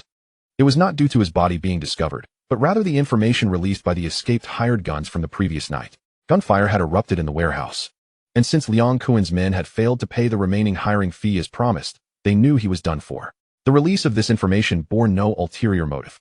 It was merely an attempt to boast. However, various factions were keenly interested in the news. Particularly, the leaders of Hung Hing contacted Liang Kuan. And upon realizing they could not reach him, their expressions darkened instantly. If Liang Kuan could be taken down, and likely by a subordinate, then their own underlings could just as easily betray them. They regarded this matter with utmost seriousness, conferring on how to address it, ultimately leading to Mr. Zhang's directive to convene a gang meeting. Naturally, Dabi received the most calls, which was precisely why he reached out to Yi Wenyao early in the morning. The other factions merely watched the drama unfold. Those of sufficient standing understood that Liang Kuan's troubles were closely tied to Yi Wenyao. Yet being an internal affair of Hung Hing, they would not interfere. The sight of Hung Hing's internal strife only pleased them further. Causeway Bay. Upon arriving at the company, Yi Wenyao had barely settled into his office when Su Chun, accompanied by several police officers, made an entrance. "We meet again, sir. What brings you here so early?" Yi Wenyao remarked with a light chuckle, observing Su Chen's imposing demeanor. "Yi Wenyao, you know better than I what has transpired. Spare me the pleasantries. Come with me," Su Chen said, irritation flickering within him at Yi Wenyao's smile. As his words fell, the police officers advanced to detain Yi Wenyao. The old soldier immediately stepped forward to block their path. "Step aside. What do you intend to do?" One officer, confronted by the old soldier, retorted angrily. "Sir, no need for such hostility." Yi Wenyao smiled and continued. "Su, sir, I have no issue accompanying you. After all, cooperation between the police and the public is essential. However, you must provide me with a reason for my escort." Su Chen glared at Yi Wenyao, his voice sharp. "Yi Wenyao, I do not believe you are unaware of Liang Kuan's situation.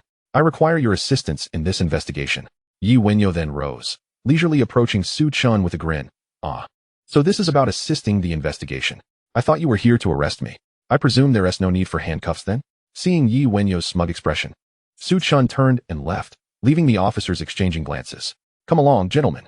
Yi Wenyao chuckled lightly, following Su Chen out of the office. West Kowloon Police Station. Yi Wenyao was ushered into the interrogation room. "Sir, may I trouble you for a cup of coffee?" he requested with a smile as he settled into his seat. The officer paused, glancing at Su Chen, who nodded in approval. The officer then exited to procure the coffee. "Yi Wenyao, is there any connection between you and the murder of Liang Kuan?" As soon as the officer left, Su Chen inquired. "Sir, no need to rush. Once the coffee arrives, we can have a leisurely conversation. I assure you I will answer all your questions." Yi Wenyao smiled, refraining from answering Su Chen directly. "What tricks are you playing? Answer my questions straightforwardly." An officer, witnessing Yi Wenyao's arrogant demeanor, snapped. Ahem ahem. "I've been feeling under the weather lately. My throat is rather sore, making it difficult to speak. I hope you can understand, officer." Yi Wenyao coughed a few times. Observing this, the officer was about to erupt again, but was halted by Su Chen. "Go check on that coffee." The officer, visibly disgruntled, rose and exited. "Yi Wenyao, there is no one else here. You needn't put on any facade in front of me. What truly transpired with Liang Kuan?" After the officer departed, Su Chen pressed. "Su, sir, I genuinely have no knowledge of this matter. I am just as eager as you to uncover who eliminated Liang Kuan. Once I find out, I must extend my gratitude. Otherwise, Liang Kuan has been a constant nuisance. Though there has been no significant loss, he has certainly been an annoyance. It would be best if your police could work diligently to find the culprit and inform me, so I can express my thanks." Yi Wenyao replied with a playful smile. "Humph." Su Chen let out a cold snort, choosing to remain silent. After a moment, the police officer who had left earlier returned, placing a cup of coffee before Yi Wenyao. "Thank you, sir." Yi Wenyao expressed his gratitude, lifting the coffee cup to take a sip before continuing. The coffee in West Kowloon is truly delightful, far superior to that of the Chiju. Enough with the nonsense." The officer's displeasure was evident in his expression at Yi Wenyao's sarcasm. "Officer, feel free to inquire about anything you wish to know." Yi Wenyao smiled. The officer glanced at Su Chen, noting his lack of reaction, and proceeded to follow protocol, beginning his questioning of Yi Wenyao. Half an hour later, the interrogation concluded. Su Chen and the officer exited the interrogation room. "Chief, everything Yi Wenyao said was utter nonsense, utterly useless." The officer immediately reported to Su Chen. "I am aware." Su Chen nodded. "I believe this matter is undoubtedly related to him. We shall interrogate him once more shortly." The officer insisted. "No need." Su Chen waved his hand dismissively. "Then shall we release him?" the officer asked, puzzled. "No, let him remain there. Once the time is up, we will release him," Su Chen instructed before turning to leave. Chapter 32, A Sudden Attack. At the headquarters of the Hung Hing Society, the news of Liang Kuan's predicament had been circulating since morning. causing considerable distress among the various faction leaders. After a morning of heated debate, they gathered at the headquarters. Inside the conference room, the atmosphere was tense, with every face reflecting discontent, particularly that of Mr. Jiang, who occupied the seat of honor. Yesterday, he had instructed Liang Kuan to eliminate Wenyao, only to receive news the next day that Liang Kuan had been killed, a situation that anyone with a modicum of sense would attribute to Wenyao. However, he could not disclose this, as it would only incite greater chaos within the society. Of the 12 faction leaders, 10 had arrived, all waiting for the last one, Big B, to arrive. Everyone was eager to hear from Big B the information they sought, even if it were untrue. Clack, clack, clack. The sound of footsteps echoed, prompting everyone to turn towards the conference room door. Big B had arrived. Upon entering, he immediately felt the weight of everyone's gaze, causing his heart to sink. Though he quickly donned a smile, saying, "What's the matter? Why is everyone staring at me? I hit traffic on the way. I'm not late, am I?" As soon as he took his seat, the Tsim Sha Sui leader, who had already been briefed, addressed Big B directly. "Big B, stop pretending. Do you not understand why we are having this meeting today? Enough with the small talk. Why wasn't Wenyao brought here?" Liang Kuan's death was undoubtedly his doing. Before Big B could respond, Hanbin interjected with a smile. "Big B, let us not jump to conclusions. Everyone must have called you this morning and received answers. As for who took Liang Kuan's life, that is for us to investigate. Besides, Liang Kuan was notoriously arrogant and had offended countless individuals. It is no surprise that someone would take him out." The elder brother chimed in, naturally supporting his sibling. Indeed, given his brash demeanor, it is astonishing he lasted this long. It is no wonder he has now been eliminated. In response to the mockery from the Han brothers, the Tsim Sha Sui leader scoffed dismissively, continuing to gaze at Big B. Seeing the Han brothers defend him, Big B smiled at them before turning to Mr. Jiang, stating, "Mr. Jiang, I assure you that Liang Kuan's demise is not the doing of Wenyao. After all, we had already mediated the matter in your presence yesterday, and his men have vacated TSC Wanshan. There is no reason for us to act against him. As for who was behind this, that is indeed difficult to ascertain. He had far too many enemies." Big B deliberately chose not to engage with the Tsim Sha Sui leader, knowing that his backing came from Mr. Jiang. Before Mr. Jiang could speak, Defei immediately pressed, "Big B, we need to know if he is involved. He must explain himself in person. While you may be his superior, that does not speak for him. Where is Wenyao? Why didn't you bring him?" Seeing Defei, whose temperament resembled that of a rabid dog, siding with the Tsim Sha Sui leader, Big B understood immediately that Mr. Jiang had made certain promises to the two, possibly regarding a share of Liang Kuan's territory. Chuckling, he replied, "Defei, Wenyao is under my command. If he claims that this matter does not concern him, then it does not. Do you think you are someone of importance to demand an explanation from him? Moreover, he was taken away by the police this morning. If you wish to see him, you ought to go to the police station." The subtle jab from Big B infuriated Defei. Enough. At that moment, Mr. Jiang intervened. The earlier quarrel had been intentional on his part, primarily to gauge everyone's alliances. The stance of the Han brothers clarified that the distribution of Liang Kuan's territory was not within his control. The purpose of gathering everyone today was to discuss how to exact revenge for Liang Kuan and restore the society's honor. The assassination of a faction leader without identifying the perpetrator would bring disgrace upon the society, inviting anyone to challenge their authority. I am well aware that Liang Kuan had many enemies. Therefore, we must enlist capable individuals from within the society to investigate and identify the culprit. Of course, Wenyao is also a suspect, and we will require his cooperation in our internal investigation. Everyone nodded in agreement. The discussion then shifted to whom to assign for the investigation, leading to further debate.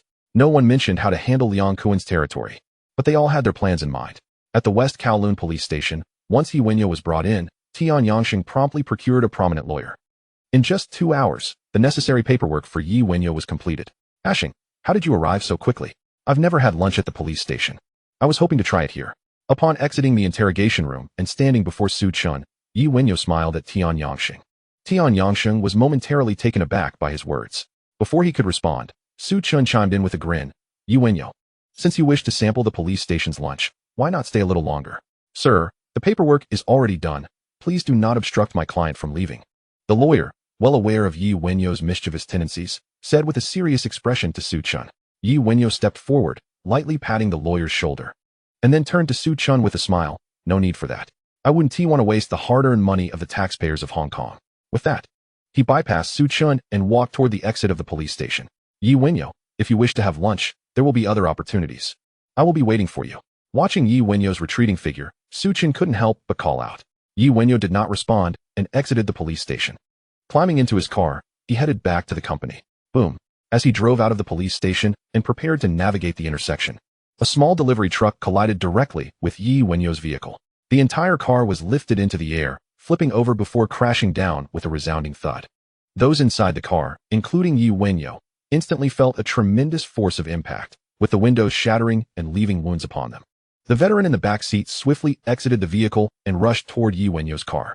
One individual lunged at the delivery truck, intending to apprehend the driver, while several others began rescue efforts, extricating the trapped Yi Wenyo, Tian Yangxing, and others from the wreckage. Fortunately, due to the prior novice package, Yi Wenyo endured the impact without severe harm, only suffering torn clothing but no injuries. Tian Yangxing and the driver were somewhat disoriented, blood seeping from their mouths, and sustaining lacerations. As for the lawyer accompanying Yi Wenyo, he had succumbed to unconsciousness, unable to stop the flow of blood from his mouth. Send them to the hospital. Yi Wenyo was escorted back to the vehicle by several veterans. Gazing out the window towards the scene of the accident, he sought to identify any suspicious individuals. Yet his efforts yielded no results. He commanded the veterans beside him. Yes, Brother Yao, they replied, and one veteran disembarked to approach the site of the crash. West Kowloon Police Station. After Yi Wenyo departed, Su Chun returned to his office. He picked up the phone, preparing to report on the situation regarding Yi Wenyo. But before the call could connect, a police officer burst in. Su Chun hastily set down the phone, exclaiming in anger, "What is it? Do you not know to knock?" "Sir, Yi Wenyo has had an accident." The officer immediately responded. "What?" Su Chun rose in astonishment. Chapter 33, Cleansing TSC Wanshan. Atop a hotel in Central. Brother Jia sat by the floor-to-ceiling window, his expression distinctly displeased. There came a knock at the door, and the person outside pushed it open. "Brother, why the urgency in calling me over?" Tony inquired with a smile upon entering, but upon noticing Brother Jia's demeanor, he promptly suppressed his grin and cautiously took a seat on the nearby sofa. "Was it you who orchestrated this?" Brother Jia asked, striving to maintain his composure. "Brother, what are you implying? What have I done?" Tony countered. "Just now, Yi Wenyo encountered an accident right outside the West Kowloon police station. Did you have someone carry this out?" Brother Jia fixed a stern gaze upon Tony. "This incident, it was indeed my arrangement. But I never anticipated Yi Wenyo would prove so resilient. He survived." Tony replied nonchalantly. "Why would you do such a thing?" Brother Jia scrutinized him intently. "Weren't we previously intent on eliminating him? I thought I would grant him a swift end, but who would have thought his life was so tenacious?" Tony explained. Bang. Brother Jia slammed his hand on the table, pointing at Tony as he reprimanded. "You fool. Did I not instruct you to refrain from moving against him for the time being? Why did you disregard my orders? Even if you intended to act, why not do it more discreetly? What purpose does a mere car accident serve? You should have arranged for another vehicle to crash into him. And regardless of whether he lived or died, send a few gunmen to finish the job. Now, you've botched it. The deed is done, yet he remains alive. Right at the police station. I truly do not understand what you were thinking." Listening to his brother's chastisement, Tony realized his misjudgment. He had never taken Yi Wenyo seriously, although he was aware that Yi Wenyo's subordinates had intervened during the incident in Saikong. The enemy had merely rescued someone and fled, leading him to underestimate the situation. He immediately admitted his fault, saying, "Brother, I understand my mistake. How about I take some men to the hospital and finish him off?" Brother Jia waved his hand, gazing out the window as he said, "No need. Let this matter end here. Do not act against him for the time being. The occurrence of this incident will likely draw police attention. Do not complicate things further. All right. During this period, refrain from causing any disturbances. Brief Ahu and ensure he keeps an eye on him." Tony nodded in agreement. "Understood, brother." "Good. You may leave now." Brother Zhao waved him off. Causeway Bay. Upon arriving at the company, Yi Wenyo found Big B seated in the office. "Ah Yao, are you all right?" Big B immediately rose. Concern etched on his face upon seeing Yi Wenyo enter. "I'm fine." Yi Wenyo waved his hand, then took a seat and inquired, "Brother B, weren't you supposed to be at headquarters for a meeting?" "You returned rather quickly." Big B promptly replied. It was indeed a meeting. Everyone was vying to assign their own people to investigate the matter regarding Liang Kuan, and the discussion became quite contentious. Then, news of your accident arrived, and they immediately lost their composure.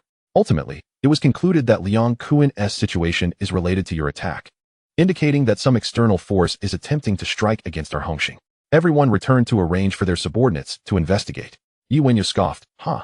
Who would have thought that an accident would result in someone else taking the blame for me?" Just as he finished speaking, Big B hastily asked, "Ah Yao, what exactly happened? Is there someone targeting you in this accident?" Yi Wenyo nodded, a thought flashing through his mind, and he replied, "Yes. This matter is related to TSC Wanshan." Big B paused for a moment and asked, "TSC Wanshan? Are you suggesting those rats hidden in TSC Wanshan? How is that possible? Yi Wenyo smirked disdainfully, looking at Big B as he said, why is it impossible? If I say it is, then it is. In that instant, Big B comprehended Yi Wenyo's implication. His apprehension towards Yi Wenyo deepened, yet a thought crossed his mind that perhaps he was overthinking it. If the other party wished to deal with him, they need not resort to such stratagems. Brother B, it would be troublesome if you disseminated this information. Recognizing that Big B understood his meaning, Yi Wenyo smiled as he spoke. All right, I understand. However, no one will believe it, Big B replied helplessly before departing the company. Yi Wenyo did not rise to see him off. Once Big B left, Bing swiftly entered the office, cautiously shutting the door behind him. Brother Yao, do you think the truck was arranged by Liang Kuan's subordinates? Yi Wenyo glanced at Bing, chuckling as he shook his head. Bing, send out a message stating that the attack I suffered during this car accident was orchestrated by the forces I expelled from TSC Wanshan. Furthermore, declare to everyone that I seek vengeance and intend to cleanse all forces within TSC Wanshan that do not belong to us, no matter how insignificant they may be. It is better to kill the wrong person than to let one escape. Bing's eyes flickered with confusion. However, he was acutely aware of his position and refrained from further comment, promptly agreeing, yes, Brother Yao. After leaving the office, Bing pondered Yi Wenyo's intentions.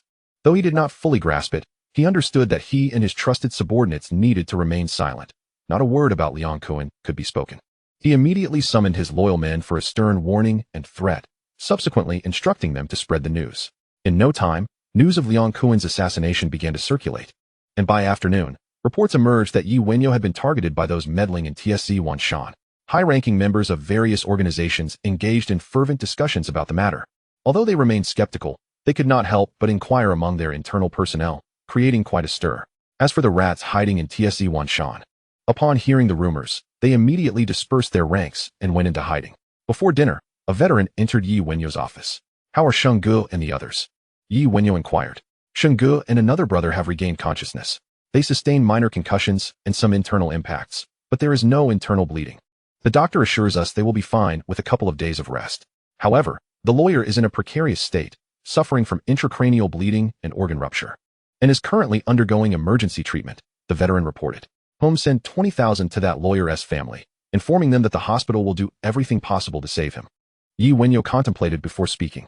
The lawyer was indeed unfortunate, caught in the crossfire and facing life-threatening circumstances. Yet, since the incident stemmed from his own actions, he deemed it necessary to maintain appearances. Understood, the veteran nodded in acknowledgement. Yi Wenyo continued, take 4 brothers with you, and select a few dozen individuals from both Causeway Bay and TSC Wanshan. Next, proceed to cleanse TSC Wanshan for me. Having arranged the details, Yi Wenyo then took his leave and returned home. 5 veterans, accompanied by dozens of individuals, arrived at Siun Mountain with an imposing presence. Based on the intelligence gathered over the past 2 days, they commenced a thorough sweep, one location at a time. Chapter 34. You are a good policeman.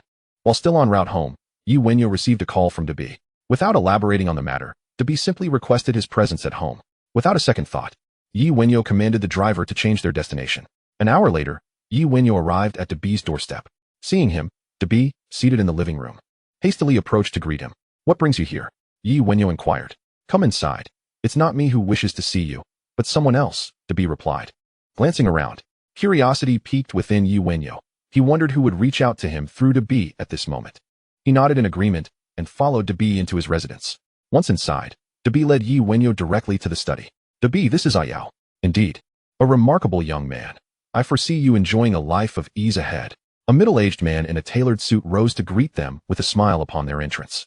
Casting a quick glance at the man, Yi Wenyo could not recognize him, then turned his gaze back to Debi, his eyes brimming with inquiry. Debi, sensing the unspoken questions, promptly smiled and said, let me introduce you. This gentleman is Officer Chin, the head of the Siun Mountain Police Station. A police officer. Yi Wenyo thought, his regard for Debi elevated yet again. Truly, he was a seasoned operator, harboring such connections. He then smiled at Officer Chin, saying, hello, Officer Chin. Waving his hand dismissively, Officer Chin replied with a smile, we are all on the same side here, no need for such formality. I am Chin Jian. Everyone calls me Uncle Jian. Uncle Jian, Yi Wenyo responded with a smile. He then glanced back at Debi, pondering the oddity of a police officer referring to him as one of their own. This situation felt amiss. Typically, law enforcement personnel would not express such sentiments. And if they did, it would be relayed through Debi. Noticing the confusion in Yi Wenyo's eyes, Debi quickly interjected. Uncle Jian is merely joking with the younger generation. Although we all hail from Xian Mountain, you, after all, hold an official position while we are just ordinary folk. Officer Qin chuckled and shook his head, understanding that Dabi was clarifying his lack of any formal ties to them. Yi Wenyao grasped this and chose not to dwell on it, asking with a smile, Uncle Jian, what is it that you wish to discuss with me? Officer Qin waved his hand, chuckling, you flatter me. I wouldn't dare to impose on you. I merely wish to chat about a few matters. However, Dabi mentioned that he couldn't make decisions on this issue, so I asked him to arrange a meeting with you. Upon hearing this, Yi Wenyao smiled knowingly. He had already surmised Officer Qin's intentions when Dabi introduced him. Now, it was confirmed. Uncle Jian, what matters would you like to discuss? He inquired. Officer Qin had been observing Yi Wenyao's demeanor, noting the shift from confusion and surprise to calm understanding. He realized that Yi Wenyao was now aware of his purpose, leading him to drop any pretense. Yao, the situation at Xian Mountain has escalated significantly, impacting the local residents' lives. Would it be possible to bring things to a halt? Yi Wenyao frowned slightly, his curiosity evident as he looked at Officer Qin. Uncle Jian, you are well aware of the circumstances at Xian Mountain. Do you truly believe it can be halted at this juncture? With a sigh, Officer Qin continued, Yao, we all come from Xian Mountain. You understand the plight of the residents. Their lives are already challenging, and the turmoil at Xian Mountain will only exacerbate their struggles. Our duty as the police is to ensure the safety and stability of the residents' lives. Your actions place me in a difficult position. Yi Wenyao scoffed disdainfully. Uncle Jian, even if I remain in the shadows, others will inevitably emerge. Given our rapport, should outsiders intervene, it could lead to an untenable situation. What would you do then? Officer Qin's expression darkened, his demeanor stern as he retorted, if it weren't for this pretense, do you think I would meet with you to discuss this? Anyone causing trouble at Xian Mountain will be apprehended. Though his words were harsh, they held no real threat for Yi Wenyao. He chuckled lightly, saying, Uncle Jian, there's no need for such a demeanor. The situation at Xian Mountain is indeed manageable. Once I eliminate the rats over there, stability will follow. If you truly wish to make arrests, you would have done so already. With so many involved, how many could you possibly catch? Seeing Yi Wenyao's unwavering stance, Officer Qin felt his temper flare. Yet, Yi Wenyao seized the opportunity to continue, in my view, Uncle Jian. You seem to think this matter will drag on longer than it will. But you've miscalculated. It won't take too long. If you are willing to assist, it could be resolved even faster. Intrigued by Yi Wenyao's confidence, Officer Qin instinctively asked, how do you propose I assist? Simple, Yi Wenyao replied. If your people spot those rats, just alert my men. They'll have nowhere to hide, and everything will be resolved. At this, Dabi felt a jolt of surprise. His subordinate was requesting cooperation from the head of the police. Humph. Officer Qin scoffed, declaring, it seems there's nothing left to discuss. Prepare to gather your little subordinates. Yi Wenyao remained unfazed, smiling as he said, no problem. Addressing the situation at Xian Mountain is precisely what I intend to do. Many of those little subordinates are locals, and I will arrange for their families to assist in their retrieval. However, this might lead to a shortage of manpower, potentially prolonging the resolution time. How much longer? I cannot say. As he finished speaking, Officer Qin halted in his tracks, turning to face Yi Wenyao, anger etched on his face. Are you threatening me? Uncle Jian. What are you talking about? I'm merely stating the facts, Yi Wenyao replied with a smile. Dabi quickly interjected, Uncle Jian. Yao has good intentions regarding the situation at Xian Mountain. Previously, multiple factions occupied that area, creating chaos. Once they are dealt with, these issues will dissipate. Officer Qin's expression remained calm, but inner turmoil brewed. After a prolonged silence, he finally responded, very well. I will assist you with this matter, but you must resolve it swiftly. Hearing this, Yi Wenyao approached Officer Qin, smiling as he said, no problem. I guarantee that the issue will be resolved within 2 weeks. Uncle Jian, you are indeed a good policeman. Chapter 35, Remarkable Efficiency, Task Accomplished. At a discreet tea house, Su Chun hurried to the location after finishing work. Inside the room were only 2 individuals, an elderly man and Lin Huailo. You're here. Take a seat. The elderly man nodded as Su Chun entered. Chen Sheng. Hello. Su Chun greeted the elder before nodding to Lin Huailo and taking a seat nearby. The elderly gentleman is a benefactor to Su Chun, who has suddenly appeared in his life, offering substantial assistance and enabling him to achieve numerous accolades in a remarkably short period. Yet, Su Chun has been unable to uncover any information regarding this enigmatic figure, which has instilled a sense of trepidation within him. Su sir, you're here. We've been awaiting your arrival, Lin Huailo responded with a smile. After taking a seat, Chen Sheng began. The purpose of gathering you today is to discuss the primary directions for our forthcoming endeavors. Su Chun and Lin Huailo immediately nodded in agreement. Hello. Have you firmly secured your position with Lianqing? Do you require any further assistance? In response to the inquiry, Lin Huailo promptly replied, Chen Sheng. I have already addressed all matters on my end, and the situation with Didi has been resolved. He has made the judicious choice to align himself with me. Excellent. Chen Sheng nodded, stating, our forthcoming efforts will primarily focus on Didi's territory. You must enhance communication with him to ensure he does not betray us at a critical juncture. As for the specifics, await my instructions. As they have yet to be finalized, I will inform you immediately once they are determined. Lin Huailu acknowledged with a nod. Chen Sheng then turned to Su Chun, smiling as he inquired, Ah Chun, how have you been faring lately? What preparations remain for your promotion? I can arrange for assistance on my end. Chen Sheng. From my perspective, there is nothing further to prepare. It is merely a matter of time, or perhaps the resolution of a significant case. Su Chen responded candidly. His rapid ascent over the past 6 months had not been accompanied by any major accomplishments, so he felt he must patiently accrue experience. Furthermore, he had not heard of any significant cases recently, leading him to believe that patience was the only course forward. Chen Sheng nodded thoughtfully and continued, by the way, I heard that Yi Wenyao, whom you intended to recruit, was attacked outside your precinct today? Indeed. Su Chen replied. Have you discovered who was responsible? Chen Sheng inquired. Lin Huailu, curious, also turned to Su Chen. No. Su Chen shook his head and elaborated. The case is rather peculiar. It appears that the intent was not to kill Yi Wenyao. If the objective had indeed been murder, one would expect someone to have approached to deliver a fatal blow, or at least ascertain whether he was alive after the collision. However, only the driver of the incident was present at the scene, and he is afflicted with a terminal illness. Were it not for the driver's condition, we might suspect it was merely an unfortunate accident. As for the rumors circulating, I believe they were intentionally disseminated by Yi Wenyao himself to manage matters in Xianxin. Additionally, it remains uncertain whether the case of Liang Kuan's murder is connected to today's incident, as the police have yet to uncover any useful leads. Chen Sheng chuckled. Yi Wenyao has undoubtedly been attacked. As for the mastermind, I suspect it may be our adversary. Upon hearing this, both Su Chun and Lin Huailu turned to Chen Sheng, puzzled by his conjecture. In response to their curiosity, Chen Sheng merely waved his hand with a smile. Don't look at me. It's just a feeling, without any substantial evidence. Ah Chun, your task moving forward is quite straightforward. Keep a close watch on the rumors circulating in the underworld, and be vigilant regarding any clandestine information within your organization. Su Chen promptly nodded. Understood, Chen Sheng. Soon after, Su Chun and Lin Huailu departed. A young man entered the room. Boss. Seeing this, Chen Sheng quickly rose to his feet. Old Chun, you've worked hard, the young man said with a smile. Boss, it's no trouble. I haven't done much. Chen Sheng immediately replied. Well, things are relatively stable on Su Chen's end. I'll arrange a significant case for him in due course. As for Lin Huailu, how are his subordinates faring? He tends to be quite independent and not as compliant. Boss, Lin Huailu's people are currently in contact. I believe they will complete their tasks promptly, Chen Sheng responded. Outside, Didi watched as Yi Wenyao's vehicle departed. He recalled the earlier incident in the study, where Qin Jian had been coerced into cooperation with Yi Wenyao, and felt an unsettling sense of disquiet. However, he understood that he could not alter Yi Wenyao's current disposition, so he remained silent. His speculation regarding Yi Wenyao's ambitions had grown considerably. Upon returning home, Yi Wenyao retired early for the night.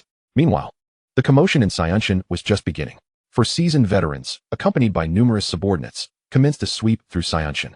Not only were the local residents paying attention, but various external factions were also closely monitoring the situation.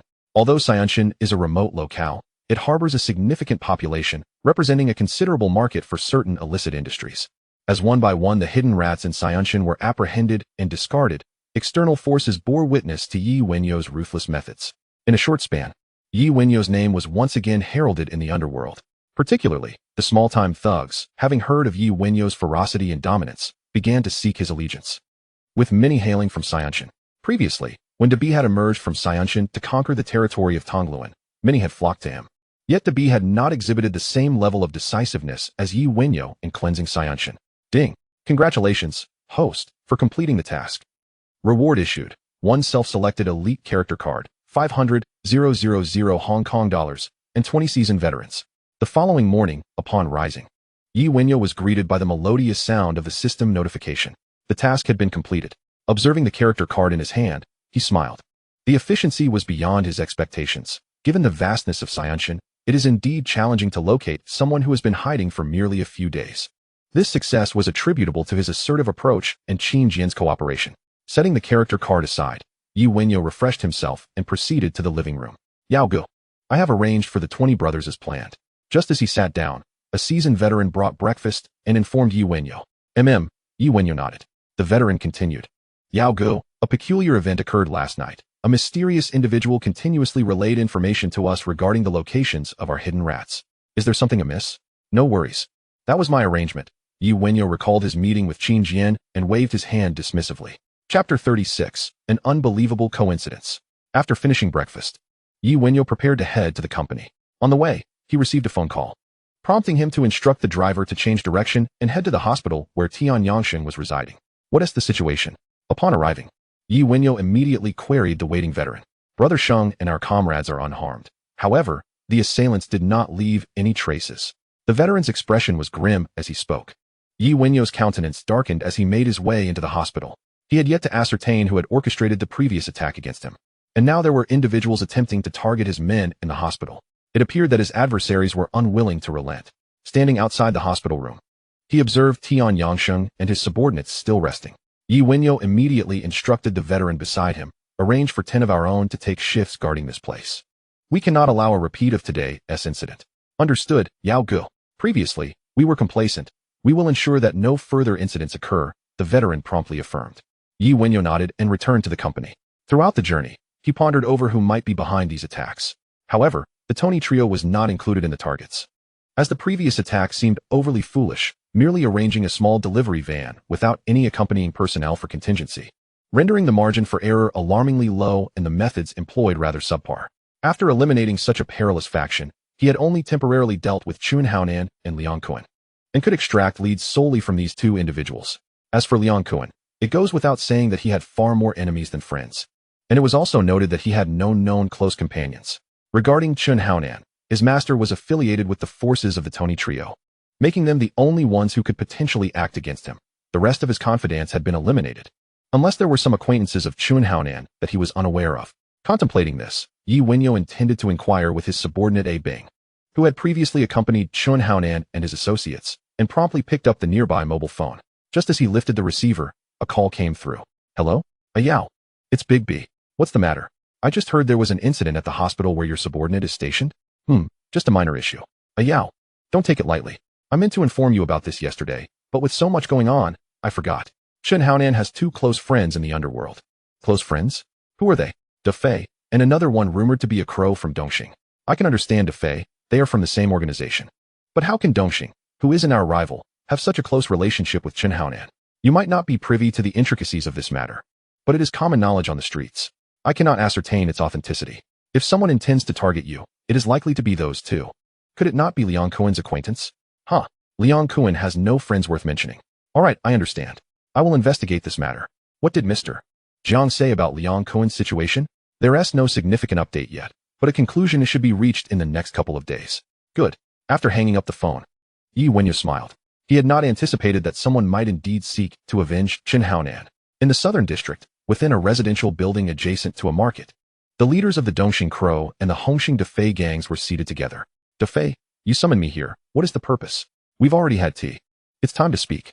Crow impatiently inquired, setting down his teacup. Were it not for their amicable relationship with Chun Haonan, he certainly would not have come. Crow, Haonan and his men have vanished under mysterious circumstances. Don't you want to understand what is happening? Da Fei retorted, let us not forget. Everyone on the streets knows we have a good rapport with him. Now that he is in trouble, how will others perceive us if we remain silent? Da Fei glanced at the impatient Crow, smilingly prompting, what is the matter? Do you have some news? I have been closely monitoring Haonan's affairs, and my subordinates have been investigating, but they have uncovered nothing. Crow immediately turned his gaze toward Da Fei. Da Fei shook his head, and Crow promptly lost interest, exclaiming, if there is no information, then what is the point of this discussion? Observing the change in Crow's demeanor, Da Fei remained unfazed and continued, come on. Just because there is no news doesn't mean we can't talk. Only the two of us can handle Haonan's situation. As for any leads, does it matter? Anyone on the streets knows what is going on with Haonan. Crow then regarded Da Fei, pondering his thoughts while organizing his own reflections. After a moment, he spoke, so? You're implying you want to take direct action against Yi Wenyao? No, wait. It was you who sent someone to act against Yi Wenyao yesterday. Da Fei, you can do this. To avenge Haonan, you even disregarded your gang's principles. Da Fei immediately shook his head. No. I wasn't behind yesterday's incident. However, that event was a piece of good news for us. Crow, filled with confusion, looked at Da Fei. Da Fei explained with a smile. It indicates that not only do we want to act against Yi Wenyao, but he also has other enemies. Upon hearing this, Crow immediately interrupted Defei's words, asking, "Have you identified his enemies?" But their strength is surely lacking. They tried to eliminate Yi Wenyao with just a small delivery van. It's utterly foolish. Are you suggesting we offer him some assistance? Before he could finish, Defei interrupted, somewhat annoyed, and said sharply, "Could you please refrain from being so hasty and let me finish my thoughts?" Upon hearing this, Crow shrugged and spread his hands. "You may continue." Defei, feeling helpless, said, "The crux of this matter is not just identifying Yi Wenyao's enemies, but that everyone on the streets knows there are others who aim to take him down. Therefore, we can directly act against Yi Wenyao and subsequently attribute the blame to that unknown enemy of his. This way, we bring trouble upon ourselves while also avenging Haonan. A win-win situation." Crow nodded, instinctively casting a glance at Defei, raising his opinion of him. "That's a clever strategy. Now, tell me, how do you plan to proceed? Yi Wenyao is not so easily dealt with. Just look at Liang Kuan's fate." Defei wholeheartedly agreed with Crow's perspective. Yi Wenyao was both dangerous and difficult to confront. Liang Kuan's predicament had also left the members of their gang rather dissatisfied. Had it not been for Yi Wenyao's attack interrupting their meeting yesterday, they would have sent someone to investigate the matter today. This was also good news for them, signifying that their gang had not been monitoring Yi Wenyao closely during this period, thus providing them ample opportunity to act. As for how to proceed, I am still formulating a plan. I came today to ask if you would be willing to join forces. With that, Defei looked at Crow earnestly. Chapter 37. The Ruthless Bandit Yi Guohuan. In Causeway Bay, Yi Wenyao was already seated in his office at the company. His subordinate A Bing was reporting to him about Chun Haonan and his two close friends, Crow and Defei. Under normal circumstances, A Bing's understanding of these two figures would be limited to street rumors. However, since their former leader was Chun Haonan, and the two occasionally crossed paths with him, A Bing had naturally met them and thus possessed some knowledge. "Brother Yao, this is all I know about those two," A Bing stated. While internally speculating about Yi Wenyao's reasons for inquiring about this matter, they had privately discussed the information regarding Chun Haonan extensively, arriving at the most likely conclusion that Chun Haonan had been eliminated by Yi Wenyao's men and that his body had been disposed of. Connecting this to the attack Yi Wenyao had suffered yesterday, the astute A Bing immediately deduced that Crow and Defei might be behind it, seeking to avenge Chun Haonan. And the likelihood of this was quite high given their close ties. "All right, I understand. You may return to your duties." After grasping some details, Yi Wenyao waved his hand dismissively. "Understood, Brother Yao," A Bing replied, turning to leave. Once he departed, Yi Wenyao promptly instructed his veteran subordinate, "Arrange for a few brothers to investigate whether these two are connected to yesterday's attack, and simultaneously assign personnel to keep an eye on them." "Yes, Brother Yao," the veteran affirmed, exiting to make arrangements. Yi Wenyao reflected on how fortunate he was that his subordinates and those from Qingjian were efficient, enabling him to bolster his ranks by an additional 20 men. Otherwise, he would have truly been short-handed. However, even with 20 more, it still felt somewhat insufficient. Contemplating this, he was reminded of the task reward of the selectable elite character card. In his mind, a whirlwind of thoughts swirled as various characters from Hong Kong films flashed before him. Upon receiving the character card, he had already formulated a criterion for selection. First and foremost, the individual must possess sufficient capability. Secondly, they must also have the ability to generate profit, with smuggling being the prime avenue for financial gain at this juncture. As for the trade of white powder, he would not entertain it, primarily due to his deeply ingrained beliefs. And secondly, because the market in Hong Kong was saturated with competitors, which would inevitably lead to conflicts, compounded by the police's stringent crackdowns. Soon, a figure emerged in his mind, the notorious bandit Yi Guohuan, a man who, after delving into the smuggling trade, found himself ensnared by unforeseen circumstances, forcing him back into his life of crime. Ding. Character available for selection. Is the host certain? Confirmed, Yi Wenyao murmured, and the card in his hand vanished without a trace. Before sunset, the bandit Yi Guohuan was seated on the sofa in the office. "Huan, there is a task that requires your attention," Yi Wenyao spoke softly. "Brother Yao, please do not hesitate to issue your commands," Yi Guohuan replied, rising earnestly. Yi Wenyao waved his hand with a smile, gesturing for him to take a seat, and continued, "Your mission is to generate revenue. You are familiar with the mainland. You know better than anyone what supplies are in demand. Smuggling goods from Hong Kong to there should pose no challenge for you, correct?" Upon hearing this, Yi Guohuan responded promptly, "Brother Yao, I can manage this, but I will need some time and funding." "Excellent," Yi Wenyao replied with a grin. He then arranged for a veteran soldier who had been by his side to assist Yi Guohuan, ensuring that all necessary provisions were provided. The veteran nodded affirmatively and departed the company with Yi Guohuan. Choosing a lucrative path, Yi Guohuan found himself with little choice. Although he possessed some capital, and completing the task would yield further funds, it remained unstable. At this moment, smuggling presented itself as the most opportune venture, with the people of the mainland in dire need. While Yi Wenyao recognized the profitability of this endeavor, he also felt a sense of fulfillment, believing he was contributing to a greater good. As time passed, after nightfall, the veteran returned to Yi Wenyao's side. All arrangements concerning Yi Guohuan had been finalized, and he had allocated 10 veteran soldiers as aides to ensure that the operation would proceed without complications. Yi Wenyao expressed his satisfaction with the veteran's arrangements and instructed him to maintain close contact with Yi Guohuan, ensuring that he remained updated on developments. Glancing at the time, Yi Wenyao exited the company and took a stroll around the premises. After receiving accolades and admiration from his subordinates, he prepared to head home. Just as he settled into his vehicle, he noticed 2 vans abruptly halt outside one of the establishments. A group of over a dozen individuals surged out, wielding machetes and clubs, and stormed inside with aggressive intent. It was evident to all that these individuals were not patrons. Had he not witnessed the commotion himself, he would have returned home. Now, someone dared to create chaos on his territory, an affront following the recent upheaval in Xianshan. Let us go and see what is happening, Yi Wenyao commanded the veteran. The veteran nodded in agreement. Upon disembarking, the veteran noticed a throng of patrons fleeing the venue. He moved against the tide, entering the establishment to find the assailants engaged in a skirmish with the venue's security. The scene had already incurred significant damage, prompting him to step forward and mediate the conflict. Within 5 minutes, the once belligerent group lay sprawled on the ground, groaning softly. What transpired? The veteran inquired of a junior enforcer. A troublemaker stirred up a ruckus inside, and after we dealt with him, he called for backup. A junior replied promptly. Do you know whose men they are? The veteran asked. We didn't have time to inquire. The junior awkwardly gestured at the chaotic scene. He held the veteran in high regard, recognizing that these individuals had been subdued single-handedly by him. Quickly ascertain the situation. Brother Yao is waiting outside, the veteran urged. The junior nodded and hurriedly began to question the assailants about their origins. At that moment, a Bing rushed in, surveyed the chaos, and approached a junior to inquire further. After gleaning the details, he moved beside the veteran, smiling as he said, Brother, please inform Brother Yao that the situation is under control. I will clarify matters here and report back to him immediately. The veteran glanced at a Bing, nodded, and turned to leave. Brother Yao, the situation has been handled. A Bing is currently gathering information, the veteran reported, stepping up to the car window. Yi Wenyao acknowledged with a nod. Conflicts within the venue were commonplace. However, the audacity of those who would dare to stir trouble on his turf was either indicative of foolishness or orchestrated by someone with ulterior motives.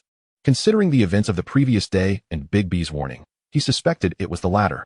Chapter 38, A Farce? Brother Yao. Not long after, a Bing hurried back. What transpired? Yi Wenyao inquired, nodding slightly. A Bing began his explanation. The troublemakers were underlings of Dongxing's Crow, who, emboldened by their leader's arrogance, clashed with our people. When our guards subdued them, they summoned reinforcements. The Crow? Upon hearing the name, Yi Wenyao's interest piqued. Indeed, Brother Yao, a Bing affirmed repeatedly. Eliminate them. Those who dare to assault us, bring havoc upon their establishment, he commanded. As soon as the words left his mouth, a throng of individuals charged out from the street corner, shouting as they rushed towards them. Passers-by scattered in fear. The veteran, taken aback by the scene, quickly summoned more veterans from the company to protect Yi Wenyao. Brother Yao, the situation is dire. You must leave at once, a Bing urged. Sensing the gravity of the situation, Yi Wenyao shook his head. It was not that he wished to flee, but another group had emerged from a different street corner, effectively trapping them. Stepping out of the vehicle, Yi Wenyao remarked calmly, It appears our adversaries have come prepared. As he spoke, he moved towards the company with the protection of the veterans. The subordinates who were working inside began to pour out onto the street, armed with various weapons. Bang! Clang! Before Yi Wenyao could enter the company, he heard the sounds of a brawl erupting in the street. A Bing chose not to charge into the fray but remained close to Yi Wenyao, ostensibly to protect him, though in reality, it was to safeguard himself. He understood that with the combat prowess of those around Yi Wenyao, as long as no firearms were employed, they were likely to remain safe for the time being. As for what would happen once that time elapsed, the police would have arrived by then. Brother Yao, the Crow's men are exceedingly arrogant, a Bing remarked amid the chaos. Huh, Yi Wenyao chuckled coldly, offering no explanation. This was not merely an issue of arrogance. They were intentionally targeting him. Suddenly, a thought flashed through his mind. He turned to the veteran beside him and instructed, Tell the brothers to exercise caution. Some of the incoming assailants may be armed. Understood. Brother Yao, the veteran nodded, promptly relaying the message. A Bing became unsettled. If Yi Wenyao dared to make such a statement, it was evident he had gleaned something foreboding. He suddenly felt that being near Yi Wenyao had become perilous. The gunman's target would inevitably be Yi Wenyao himself. As a subordinate, he trailed closely behind Wenyao. If he failed to shield Yi from the bullets should the assailants appear, his significance in Ye's eyes would undoubtedly diminish. Yet, if he chose to intercede, his very life could be at stake. It was a daunting dilemma. In the shadows at the eastern street corner, Crow was seated in a van. Glancing at his watch, he promptly declared, "Let us move." "Yes, boss," responded the 5 subordinates behind him in unison. Before they exited the vehicle, Crow reiterated, "You have only 10 minutes. Your objective is to locate Wenyao. If you can eliminate him, do so, otherwise, retreat immediately." "Understood, boss," the subordinates affirmed, opening the car doors, drawing their sidearms, and swiftly making their way towards the heart of the chaos, searching for Ye's figure amidst the turmoil. Once the subordinates departed, Crow dialed to phase number. "Hey, my men have already engaged. How are preparations on your end?" "Good. I await your good news," he concluded before hanging up. At the center of the chaos, in the company lobby, the outside personnel were stoutly blocked by seasoned veterans under Wenyao's command, preventing anyone from breaching their defenses. However, Yi, seated in the lobby, sensed something amiss. Crow would not orchestrate such a grand scheme merely to send in a throng of insignificant henchmen to eliminate him. For a moment, he pondered whether he had misjudged the situation. Today's events seemed like an unforeseen incident, born from the antics of a brash young thug. Suddenly, gunfire erupted.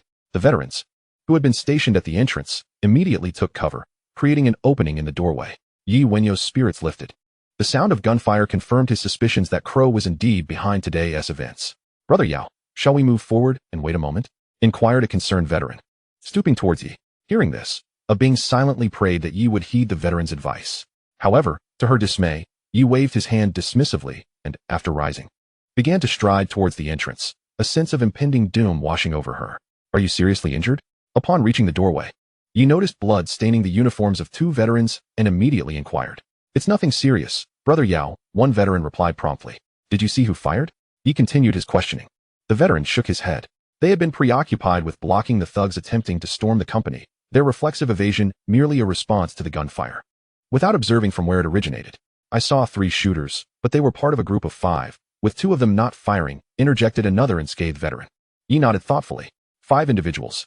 Crow is exceedingly brazen, thinking a mere handful could take me down. One of the veterans drew his sidearm and asked Yi, "Brother Yao, should I take my men out to deal with them?" Yi waved his hand, stating, "No need. Just ensure they cannot enter. They will flee soon enough." The veteran ceased further discussion and found a vantage point to monitor the situation outside. He was still contemplating what hidden strategies Crow might possess. If this was all he had, then it was impossible for him to succeed in taking Yi down. This was a bustling area, and any outbreak of chaos would swiftly attract the police. If Crow's tactics were limited to this, Yi suspected that DeFei would be the one to act next. Otherwise, he could not comprehend the rationale behind such a tumultuous display, especially in front of so many witnesses. "Brother Yao, the police are here." The veteran, who had been observing the situation outside, returned to Ye's side, holstering his weapon. As the words left his mouth, police sirens echoed from outside. The news delighted a Bing, prompting her to urge Yi, "Brother Yao, the police have arrived.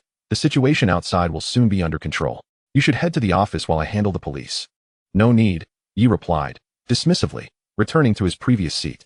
This situation was beyond a Bing's capacity to resolve. Chapter 39. A return to the police station. After a brief moment of settling in, Su Chun entered the company with several subordinates. Spotting Wenyao in the lobby, he approached directly. "Wenyao, what is the meaning of this?" Su Chun's expression was grim, his tone sharp. "Sir, please watch your words. We were the ones ambushed, and you dare to accuse us." A Bing stepped forward to confront him. With a swift motion, Su Chun struck a Bing aside. Furious, she raised her fist to retaliate, only to freeze in place as the cold muzzle of a gun pressed against her temple. "Officer Su, why the ire?" Wenyao remarked with a smile. "Wenyao, cease your mockery. Do you understand the gravity of today's events?" Su Chun pressed, ignoring a Bing, who was being restrained by his men, and focused solely on Yi. Yi displayed a helpless smile, gesturing to a nearby subordinate tending to a gunshot wound. "Officer, what are you talking about? If it weren't for my brave bodyguards today, you would be looking at my corpse. Someone attempted to murder me, and you question me?" "Officer Su, I would like to inquire how your police force allows such a terrifying event to unfold in your jurisdiction." Su Chun paused.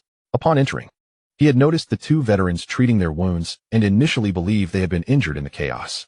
Realizing that this was a deliberate assassination attempt on Wenyao, he spoke up. "Wenyao, do not try to play games with me. We all know your standing. It is only natural that someone would want you dead. If you are willing to cooperate with us, we can provide you with personal protection and apprehend the culprits behind this attack." Wenyao responded with a cold chuckle. Oh. Officer Su, what nonsense are you spouting? I am more than willing to cooperate with your police force, and hope you can apprehend those who wish to harm me. However, as for personal protection, let us forego that. My bodyguards can ensure my safety. After all, should your men sustain serious injuries while protecting me from such a ruthless assailant, they would likely resent me. The notion of protecting Yi Wenyao was merely a pretense. Even if Yi agreed, Su Chun would never accept it. What a ridiculous idea to have them protect a gang member. Su Chun was puzzled as to why, if they intended to kill Yi Wenyao, they would orchestrate such an elaborate scheme and create such a mess. At that moment, a police officer entered and whispered a few words to Su Chun. After glancing at the officer and receiving a confirming nod, Su Chun replied, "Take them all in." Understood, the officer acknowledged before departing. Su Chun then turned to Yi Wenyao and said, "Come, let us go back with us for a while. Chief, I have just been shot, and my mental state has suffered a severe blow. You still intend to take me back to the police station? I require some rest," Yi Wenyao replied promptly. "Enough of your nonsense." Su Chun immediately delivered an ultimatum. He was not interested in engaging in a protracted argument with Yi Wenyao, as they were both seasoned veterans. Very well. Noticing Su Chun's impatient demeanor, Yi Wenyao rose with a smile and followed him. However, upon exiting the company, he did not board the police car, but instead returned to his own vehicle. One officer attempted to intervene, but Yi Wenyao swiftly turned to Su Chun and said, "Chief, it's merely a matter of going to the police station to give a statement. There's no need to ride in your vehicle, is there?" Su Chun waved his hand dismissively, and the officer promptly stepped aside, watching as Yi Wenyao entered his car. At 10 p.m., West Kowloon Police Station. After disembarking, Yi Wenyao strolled inside. The duty officer, upon seeing him, paused momentarily. Before he could speak, Yi Wenyao smiled and said, "Oh, Officer Su summoned me. He is just behind me, and I shall wait for him here." Hearing this, the duty officer instinctively nodded and returned to his seat. Before long, Su Chun entered the police station and, spotting Yi Wenyao seated in the lobby, gestured for him to follow. Yi Wenyao promptly rose, feeling a sense of satisfaction at Su Chun's displeasure. This time, they did not head to the interrogation room, but instead arrived at Su Chun's office. It was simple yet elegant, featuring a desk with a cabinet behind it adorned with numerous medals, certificates, and photographs. "Please bring me a cup of coffee," Su Chun instructed a passing officer outside. Glancing at Yi Wenyao, "Yes, Chief," the officer responded, albeit a tad sluggishly. Disregarding the delay, Su Chun took his place and said, "Now, tell me what happened. How could your men engage in a brawl with the Dongxing gang on your territory?" With a smile, Yi Wenyao replied, "Officer Su, I find this matter quite vexing. A petty thug from Dongxing came to my venue to cause trouble, and as if that weren't enough, he rallied his friends to escalate the situation. Ultimately, I'm not sure what the crow was thinking, but he ended up backing this little minion and sent a multitude of men to intervene. Thus, we witnessed the earlier chaos." Upon hearing Yi Wenyao mention the crow, Su Chun inquired, "Do you know if it was the crow's men?" "Indeed. The original troublemaker brandished the crow's name to intimidate me," Yi Wenyao confirmed. Su Chun pressed further, "And what about the gunmen?" "I cannot say. Those gunmen blended into the crowd. How could I possibly know their intent?" Yi Wenyao shook his head, feigning innocence. "If you claim they targeted you, then why create such a commotion?" Su Chun continued. "I do not know." Yi Wenyao shook his head once more. With every question posed by Su Chun, Yi Wenyao responded with a shake of his head, further darkening Su Chun's countenance. "Yi Wenyao, is this your attitude towards cooperating with the police? How are we to investigate if you refuse to divulge anything?" Su Chun could no longer contain his frustration. "Officer Su, please do not lose your temper. It is not that I refuse to speak. It is simply that I genuinely know nothing. What do you want me to say? I cannot just fabricate stories." Yi Wenyao replied, smiling. "Very well, I have recorded everything here. You may leave." Recognizing that he could extract no useful information from Yi Wenyao, Su Chun promptly dismissed him. "Thank you, Officer Su. I only hope you will diligently pursue the case and swiftly apprehend those who wish to harm me. Otherwise, I shall live in constant fear." Yi Wenyao rose and exited. The smile he wore faded the moment he left the office. Once inside the car with his subordinates, he instructed, "What is the status of our men?" "Brother Yao, our personnel are unharmed. However, several of the younger brothers sustained injuries, and the venue is in utter disarray," the veteran driver reported. Yi Wenyao waved his hand, and the vehicle departed from the police station. In the shadows not far from the police station, an individual, having witnessed Yi Wenyao leave, dialed a number on his phone. "Fei Gu, Yi Wenyao has just left the police station." "Understood, Fei Gu." Chapter 40. The reckless subordinates of Da Fei step into the trap. On the road, Yi Wenyao sat in the car, contemplating the day's events. Just then, a call from Dabi came in. He inquired about Yi Wenyao's current situation and advised him to remain vigilant. The actions of Dongxing and the Crow likely had ulterior motives. He also reiterated the matter concerning Chun Haonan. Regarding the current incident, The B hoped Yi Wenyao could downplay it, suggesting he accompany Mr. Jiang to meet with Dongxing's boss, Camel, to discuss resolution strategies. The rationale for a peaceful resolution was that the leaders of both factions had been summoned by the police for a discussion and had been advised to refrain from causing further disturbances during this period. In the days that followed, Chun Haonan vanished, and Liang Kuan met with misfortune, while Yi Wenyao encountered several assassination attempts. Coupled with the puzzling nighttime gunfight in Saigon, the stability of the island's society was severely compromised, posing a significant headache for the police. Yi Wenyao did not anticipate such circumstances, with various leaders being pressured by the police. Suddenly, a van violently collided with Yi Wenyao's vehicle. After being rear-ended, the veteran driver noticed a series of vans appearing behind them. "Brother Yao, something feels off. Brace yourself," he warned. Without delay, he slammed the accelerator, and the engine roared as the vehicle surged forward, distancing itself from the pursuing vans. Having just been rear-ended, Yi Wenyao realized this was the crow and to phase back up, choosing to strike while he was on his way home. Yet, a few vans could not hope to catch up with his vehicle, and he was certain that a blockade awaited him ahead. "How far are we from our designated location?" Yi Wenyao inquired softly. "Just ahead, Brother Yao," the veteran driver replied. "Once we arrive, stop," Yi Wenyao ordered. He had been anticipating this confrontation. Earlier, when the police had not yet arrived at the company, he had already arranged for his men to prepare. He could not fathom why the Crow and DeFei had orchestrated such a grand scheme against him. However, he understood that they would not relent until they achieved their objective. After the police arrived, they would undoubtedly act once he had departed the station, which is why he had instructed the veteran driver to prepare their men in advance. With a screech, Yi Wenyao's car halted at the agreed-upon intersection. The pursuing vans quickly caught up, surrounding Yi Wenyao's vehicle. The doors swung open, and dozens of individuals swiftly disembarked. Bang, bang, bang, bang, bang. Several men raised their weapons and fired upon Yi Wenyao's vehicle, showing no concern for whether anyone was inside. The air became thick with the acrid scent of gunpowder, and after a barrage of gunfire, the shooting finally ceased. After reloading, they cautiously approached the car, intent on verifying whether they had succeeded in eliminating Yi Wenyao. Upon closer inspection, they saw that Yi Wenyao remained seated within the vehicle, but he had erected a thick, black steel plate in front of him, riddled with bullet holes. Damn it! Upon realizing that Yi Wenyao had prepared for their assault, one of them cursed angrily and hurried forward to pull open the car door. Bang, bang, bang. Suddenly, gunfire erupted from behind. The enemies, who had been clustered together moments ago, swiftly scattered, seeking cover behind the vans as they turned to assess the source of the shots. On either side of the road stood 5 individuals, armed and charging towards them with lethal intent. The crack of gunfire echoed, and one of their number fell lifelessly.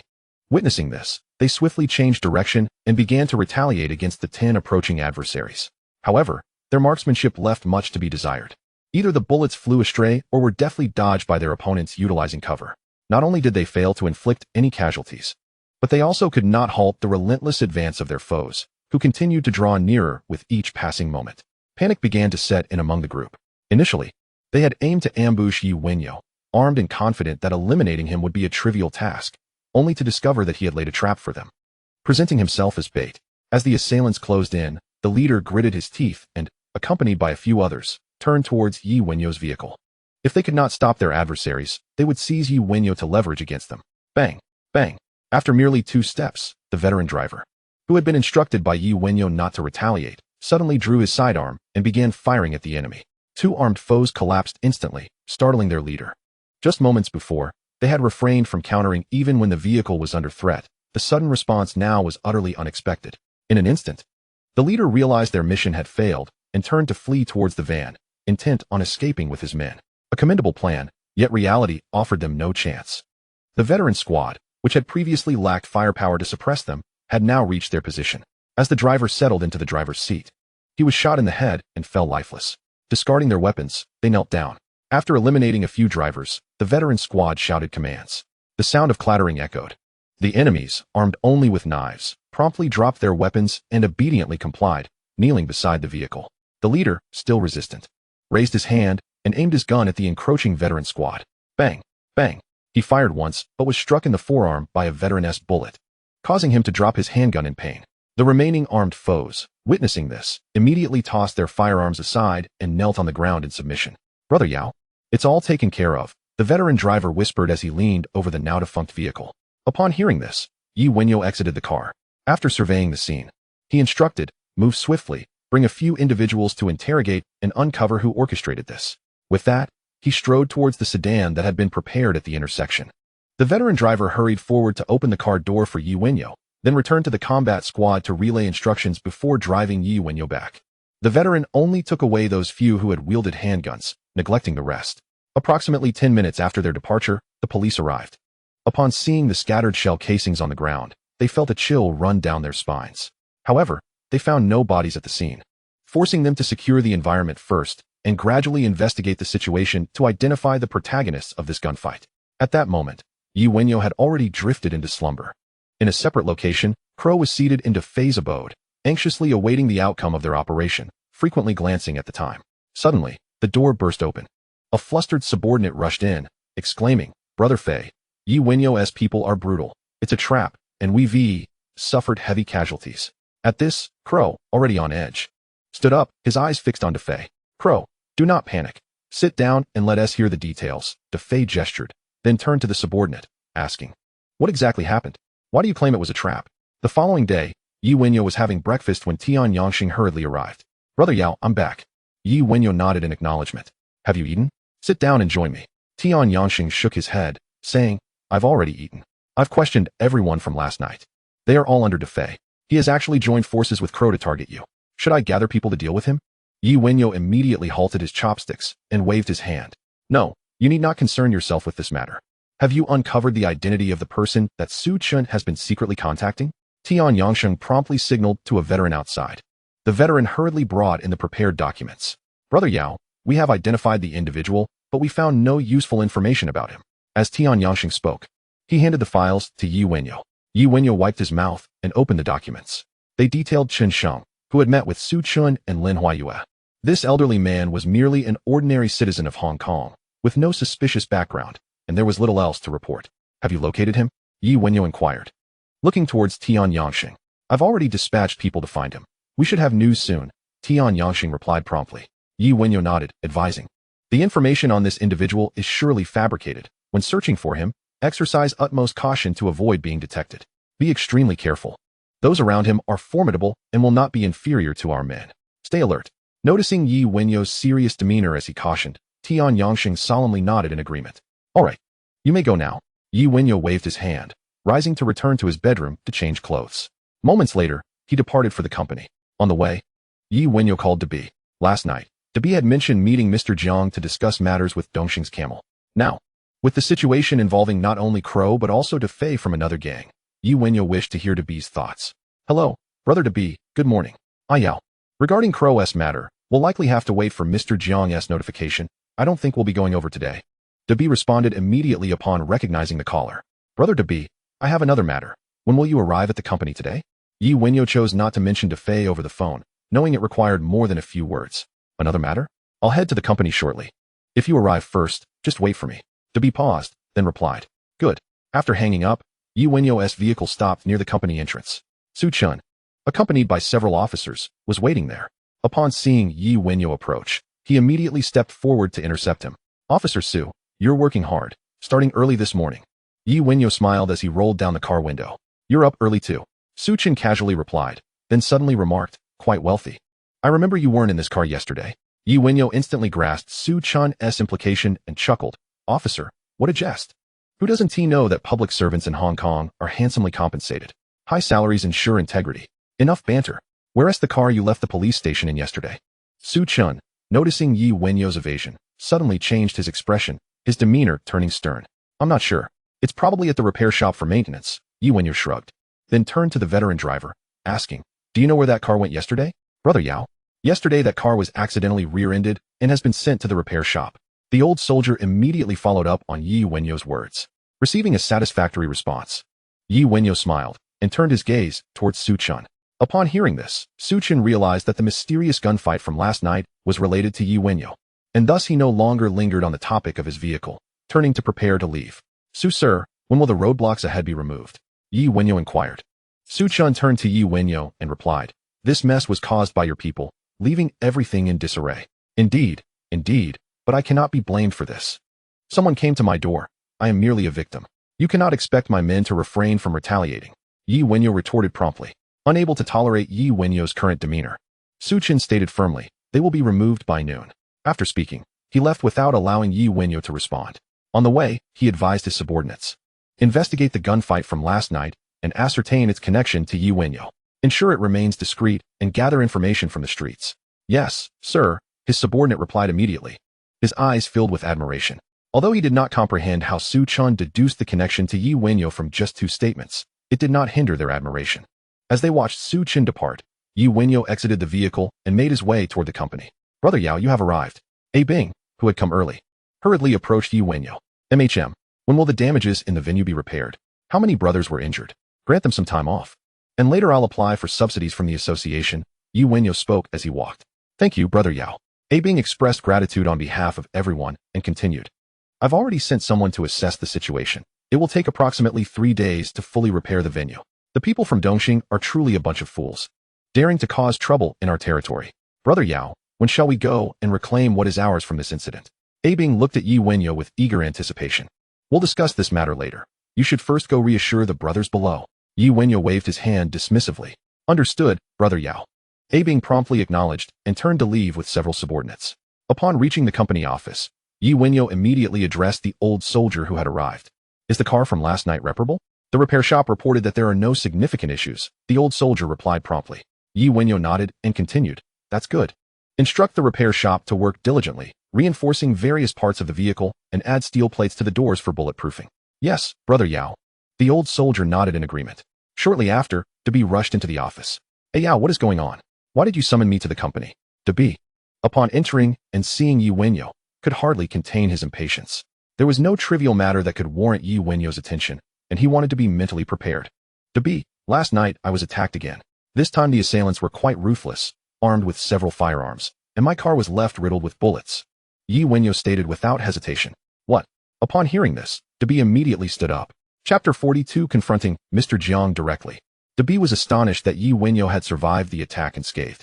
At that moment, any lingering fear he had towards Wenyao evaporated, replaced entirely by trepidation. He knew all too well what kind of person Defei was. If Defei had resolved to target Wenyao, he must have had complete confidence in his plan. Furthermore, this incident involved not only Defei, but also the crow from Dongxing in collusion. Before Wenyao could speak, Debi inquired, do you have concrete evidence? Wenyao nodded. I captured a few of the gunmen and eliminated several others. Hearing Wenyao speak as if he were discussing catching ants, Debi's previously concealed thoughts of eliminating Wenyao were entirely obliterated. However, he could not fathom how Wenyao had managed to escape unharmed while apprehending several gunmen. Unable to restrain himself, he asked, Hey Yao, there is something I don't understand. Since Defei intended to kill you, he must have planned it beforehand. And there were gunmen involved. How did you manage to escape and capture them? Observing the confusion on Debi's face, Wenyao chuckled lightly. Brother Debi, there is nothing much to explain. Those gunmen were utterly inept. My men overwhelmed them in a single wave. Debi was half convinced by this statement. He was aware of the formidable strength of Wenyao's subordinates. He believed they would react quickly to a sudden attack. Yet, he found it hard to believe that Wenyao could emerge unscathed. If his subordinates were capable of such prowess, there would be no need for a gang. Thus, only one possibility remained, and as this thought crossed his mind, Debi felt an urge to slap himself. It was undoubtedly his own careless remark that had heightened Wenyao's vigilance. This was merely a coincidence. His comment yesterday had been made instinctively, and he never anticipated that Defei would act against Wenyao that very day. Had he known, he would have said nothing. This matter is extremely serious. Ensure those gunmen are secured. I am going to see Mr. Jiang immediately. We must receive a satisfactory explanation for this incident. With that, Debi turned and strode toward the exit. Brother Debi, seeing this, Wenyao called out to Debi and approached him with a smile. How about I accompany you? We can resolve the issue with Dongxing's crow all at once. Looking at the mischievous smile on Wenyao's face, Debi could hardly refuse. The two then departed by car toward Mr. Jiang's residence. In the Gangxi district, Mr. Jiang was seated in his study, speaking on the phone with Le Tu. He was quite displeased with the sudden arrival of Dongxing's people causing trouble on his turf. According to standard procedure, he would normally show Dongxing a bit of color before escalating the matter to negotiations. At present, however, he was compelled to converse with Le Tu. The police's bigwigs had intervened, leaving him no choice but to comply, lest he jeopardize future business. After a brief time, the call ended. Mr. Zhang's expression fluctuated as he received news from Le Tu that last night's events were unexpected, and the crow was unaware of what had transpired. Those individuals had merely gone to support their subordinates. Of course, the matter of the gunmen had been entirely glossed over. Naturally, Mr. Jiang did not trust Dongxing's one-sided account. But he found himself in a quandary regarding how to handle the situation. It not only involved the reckless crow from Dongxing, but also implicated Yi Wenyao on his end. This newly emerged red figure was not one to be trifled with. The thought of it made his head throb. The aftermath of Liang Kuan's death had yet to be properly managed, and the businesses he had entrusted to Liang Kuan required urgent oversight, lest other hall leaders seek to see some benefits. Knock, knock, knock. Come in. The sound of knocking interrupted Mr. Jiang's thoughts. Boss, Dabi has brought Yi Wenyao. Upon entering, the steward announced. What? They are here. What do they want? Mr. Jiang was taken aback. Yesterday, he had already briefed Dabi, so his visit today should not be related to the disturbances caused by Dongxing last night. Moreover, he had brought Yi Wenyao along, indicating that there must be another significant matter at hand. Without waiting for the butler to initiate a conversation, Mr. Jiang promptly stated, Bring them in. Yes, boss. The butler replied, turning to leave. Meanwhile, Mr. Jiang pondered the events of last night that remained unknown to him. Before long, Dabi entered the study with Yi Wenyao. Mr. Jiang, they called out. Mr. Jiang nodded, smiling as he said, Please, have a seat. Dabi, what brings you and Yao here today? As soon as they sat down, Dabi cast a glance at Yi Wenyao and addressed Mr. Jiang. Mr. Jiang, a most egregious incident occurred last night. Upon hearing this, Mr. Jiang's expression changed dramatically. Indeed, something had transpired that he was unaware of. He immediately inquired, What happened, Dabi? Please, take your time. Dabi recounted the conversation he had with Yi Wenyao to Mr. Jiang once more. Bang! What the hell? What is Defei thinking? Daring to send hitmen against our own people. After listening to Dabi's account, Mr. Jiang slammed his hand on the table, his anger palpable. In front of Dabi and Yi Wenyao, he had to maintain this demeanor, while internally he thought, how could Defei handle matters so poorly? He can't even manage a subordinate of Dabi without it reaching me. He then picked up the phone on the table and called Defei. Hello. Get over here immediately. I have something to discuss with you. Without allowing Defei to respond or wishing to hear any excuses, he hung up the phone. Turning to Dabi and Yi Wenyao, he said with a serious expression, Dabi, Yao, rest assured, I will thoroughly investigate this matter. Infighting among comrades is absolutely intolerable. If Defei is indeed behind this, he will face the consequences and provide you with an explanation. Yao, have you captured the hitman? Noticing Mr. Jiang's gaze upon him, Yi Wenyao replied, Mr. Jiang, the hitman is already in custody by my people. If you wish to confront Defei directly, I can have my men bring him here at once. Mr. Jiang nodded, saying, Have them bring the hitman here. Defei will surely deny it in our presence. Let's see what he has to say when confronted face to face. Understood, Mr. Jiang, Yi Wenyao acknowledged. Picking up his mobile phone to call his subordinate, Lao Bing. After giving his instructions, he hung up and informed Mr. Jiang. Mr. Jiang, everything is arranged. They are on their way with the hitman. Mr. Jiang nodded in approval. Chapter 43, The Smooth-Talking Defei. Outside Mr. Jiang's residence, after receiving the call, Defei hurriedly drove over. The tone of Mr. Jiang's voice made it instantly clear to him that trouble had arisen following the failure of last night's operation. He felt a twinge of anger for not having eliminated Yi Wenyao. However, according to his subordinate's analysis, once the crows caused a commotion at the venue, Yi Wenyao was aware that others would soon take action against him. Therefore, after leaving the police station, he had set a trap for the hitman. The true mastermind behind all this was the crows. Initially, he had only intended for a few of their underlings to create a disturbance at Yi Wenyao's establishment. But the situation escalated, attracting police attention. His men lay in wait along Yi Wenyao's route home, ready to ambush him. Yet, the crows acted recklessly, sending hitmen to take advantage of the chaos and ultimately failing to eliminate Yi Wenyao, instead alerting him to the danger. Not only that, but after completing their task, they also kept an eye on his men as they attempted to harm Yi Wenyao.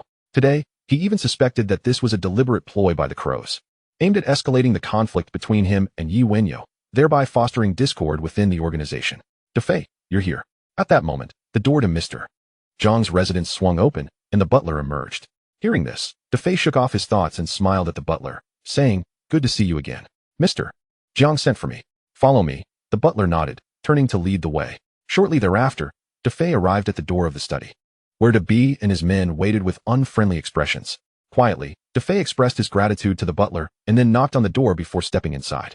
Mr. Jiang, I have arrived. What is the issue? Upon entering, Defei immediately asked, Defei, why did you send hitmen to eliminate Yi Wenyao? In the next moment, Mr. Jiang furiously rebuked Defei. What? Defei feigned shock, then innocently replied, Mr. Jiang, there must be some mistake. Me kill Yi Wenyao? How could that possibly be? I have no enmity with him. We have never even met. Besides, we are all part of the same organization. Yi Wenyao is Dabi's subordinate. If he provokes me, I would naturally go to DeB to discuss it, not resort to violence. Wouldn't that be bullying a child? DeFei spoke passionately, his arguments seemingly logical, causing both DeB and Mr. Jiang to glance at Wenyao, as if seeking confirmation of his innocence. Brother DeFei, your acting skills are truly remarkable. If it weren't for the hitman adamantly stating that it was you who directed him, I might have doubted my own judgment, Wenyao remarked. Perceiving the wavering expressions of both men, Yao is it? Though you were attacked by hitmen last night, this matter has nothing to do with me. Today, out of respect for Mr. Jiang and DeB, I will not hold it against you. After all, I am a senior figure in our organization. So please speak to me with a bit more respect. As for the hitmen you mentioned, how can you be sure their claims are truthful? DeFei dismissed Wenyao's words with disdain and then turned to Mr. Jiang, stating, Mr. Jiang, there are significant issues at play. It's only been 2 days since the incident involving Liang Kuan, and already Dongxing's people have come to stir trouble. DeB's subordinate has also been brutally attacked. I believe there is someone targeting us in Hongxing. Even the hitman's statements may have been orchestrated by them, aimed at undermining our internal unity and causing a rift within our organization. Hearing this, Mr. Jiang felt a sense of satisfaction. Regardless of whether it was truly DeFei's doing, this explanation left no room for doubt. He had no intention of dealing with DeFei, and now with this narrative, he found himself with greater leeway in how to proceed. DeB Yao? DeFei's words hold merit. If those hitmen are adamant that DeFei is behind them, and if they were actually sent by our enemies, then this situation could become quite troublesome. Mr. Jiang spoke solemnly. Mr. Jiang, let us wait for the hitman to arrive, and we can hear what he has to say. Wenyao pretended to express dissatisfaction. Before following DeB to meet Mr. Jiang, he had already anticipated this outcome. However, he still accompanied DeB, not because he sought a satisfactory answer from Mr. Jiang, but rather to create an impression for others, especially for Mr. Jiang. No matter how cleanly last night's incident was handled, even if the police could find no results, both the Crows and DeFei were undoubtedly aware of the truth. Moreover, a figure of Mr. Jiang's stature could certainly infer the situation. His presence here to lodge a complaint served 2 purposes. First, to feign weakness, allowing DeFei and the Crows to believe that his subordinates lacked formidable strength and that he could only seek justice from the organization rather than exacting revenge on his own. Second, to reassure Mr. Jiang, demonstrating that he had not yet exceeded his control. The business controlled by Liang Kuan undoubtedly involves Mr. Jiang. Otherwise, the outcome would not have been as it was last time. Thus, regardless of the evidence surrounding Liang Kuan's demise, Mr. Jiang will certainly hold him accountable and express his dissatisfaction. It is often said that the marketplace resembles a battlefield, and the underworld is not merely about brute force. Strategy must also be employed. Furthermore, with an uncertain number of competitors in this realm, one must proceed with caution, amass resources, and aspire to greatness without appearing impoverished. Very well, we shall heed your counsel, Yao, and await the arrival of the gunman to hear his account. Noticing that Wenyao had ceased to argue with DeFei, Mr. Jiang felt a sense of relief and spoke softly. All right, I too wish to hear how this gunman dares to slander me, DeFei declared with righteous indignation. DeB nodded in agreement, then turned to glance at Wenyao. The unexpected reaction from Wenyao contrasted sharply with his previous impressions. He inwardly sighed. Perhaps it is simply my advancing age that has rendered me intimidated by Wenyao. The demeanor he displays now is indeed the normative response. Approximately half an hour later, the butler, accompanied by 2 subordinates, assisted the gunman into the study, while Wenyao's seasoned veterans were not permitted entry. Everyone turned to look. The gunman was covered in blood, his eyes barely open, and the dried blood on his face had formed scars. Thud! At Mr. John's signal, the assisting subordinate turned to leave, and the gunman collapsed to the ground, emitting only faint breaths, revealing that he had endured severe torture the previous night. Yao, can this man still speak? DeFei taunted Wenyao, then stepped forward and kicked the gunman. Upon receiving the gunman's gaze, he demanded, Speak. Who instructed you to slander me by claiming I sent someone to eliminate Wenyao? Reveal the mastermind, and I shall grant you a swift end. Should you remain obstinate, I will ensure you experience punishments far more brutal than those of last night. Before the gunman could respond, Wenyao's voice reached DeFei's ears. Brother DeFei, do not waste your breath threatening him. If he truly seeks to slander you, I have my own means of dealing with him. Moreover, I have 3 such gunmen in my possession. Chapter 44, The Devious Crow. Useless. DeFei cursed inwardly. He had assumed that most of the gunmen had been eliminated by Wenyao's men, leaving only 1 captured. Thus, he threatened the gunman before him to retract his statement. To his astonishment, most of the gunmen had been captured alive by Wenyao's forces, rendering the gunman's unilateral retraction utterly ineffective. Humph. After a cold snort, he glanced at Wenyao and fell silent. Mr. Jiang, who had been observing from the sidelines, felt a profound disappointment in DeFei. The situation had devolved into a source of embarrassment. Yet, He did not wish for Yi Wenyao to exploit this opportunity to hold Defei accountable or even expel him from the organization or eliminate him. He then spoke up. Yao, your reasoning is sound. Even the most resilient of gunmen cannot withstand prolonged torture. I believe your suggestion is quite astute. Let us interrogate these individuals for a few days, and should they remain unyielding, we shall then address the matter. Upon finishing, Mr. Jiang turned to Defei and admonished, and you assert that this matter is a fabrication by others, so you must find that schemer lurking in the shadows. If this situation cannot be clarified, we shall have no choice but to bring it before the organization for a collective assessment. Defei understood this as Mr. Jiang's way of urging him to find someone to take the blame, but he felt an overwhelming displeasure. He found it distasteful to be reprimanded for the sake of Debi's subordinate. Although displeased, he complied and nodded in agreement. After Defei acknowledged, Mr. Jiang turned to Debi and inquired, Debi, how do you find this approach? After all, Defei does have a point. If it were indeed someone deliberately sowing discord, to act against Defei now would only serve to empower them. Hearing this, Debi glanced at Yi Wenyao, noting his lack of intention to voice an opinion, and immediately understood. He smiled at Mr. Jiang and replied, No problem, Mr. Jiang, your arrangement is excellent. Such matters indeed require a more prudent approach, especially considering that the Crow's men have suddenly stirred trouble. It is highly probable that this is a deliberate act by the Dongxing faction.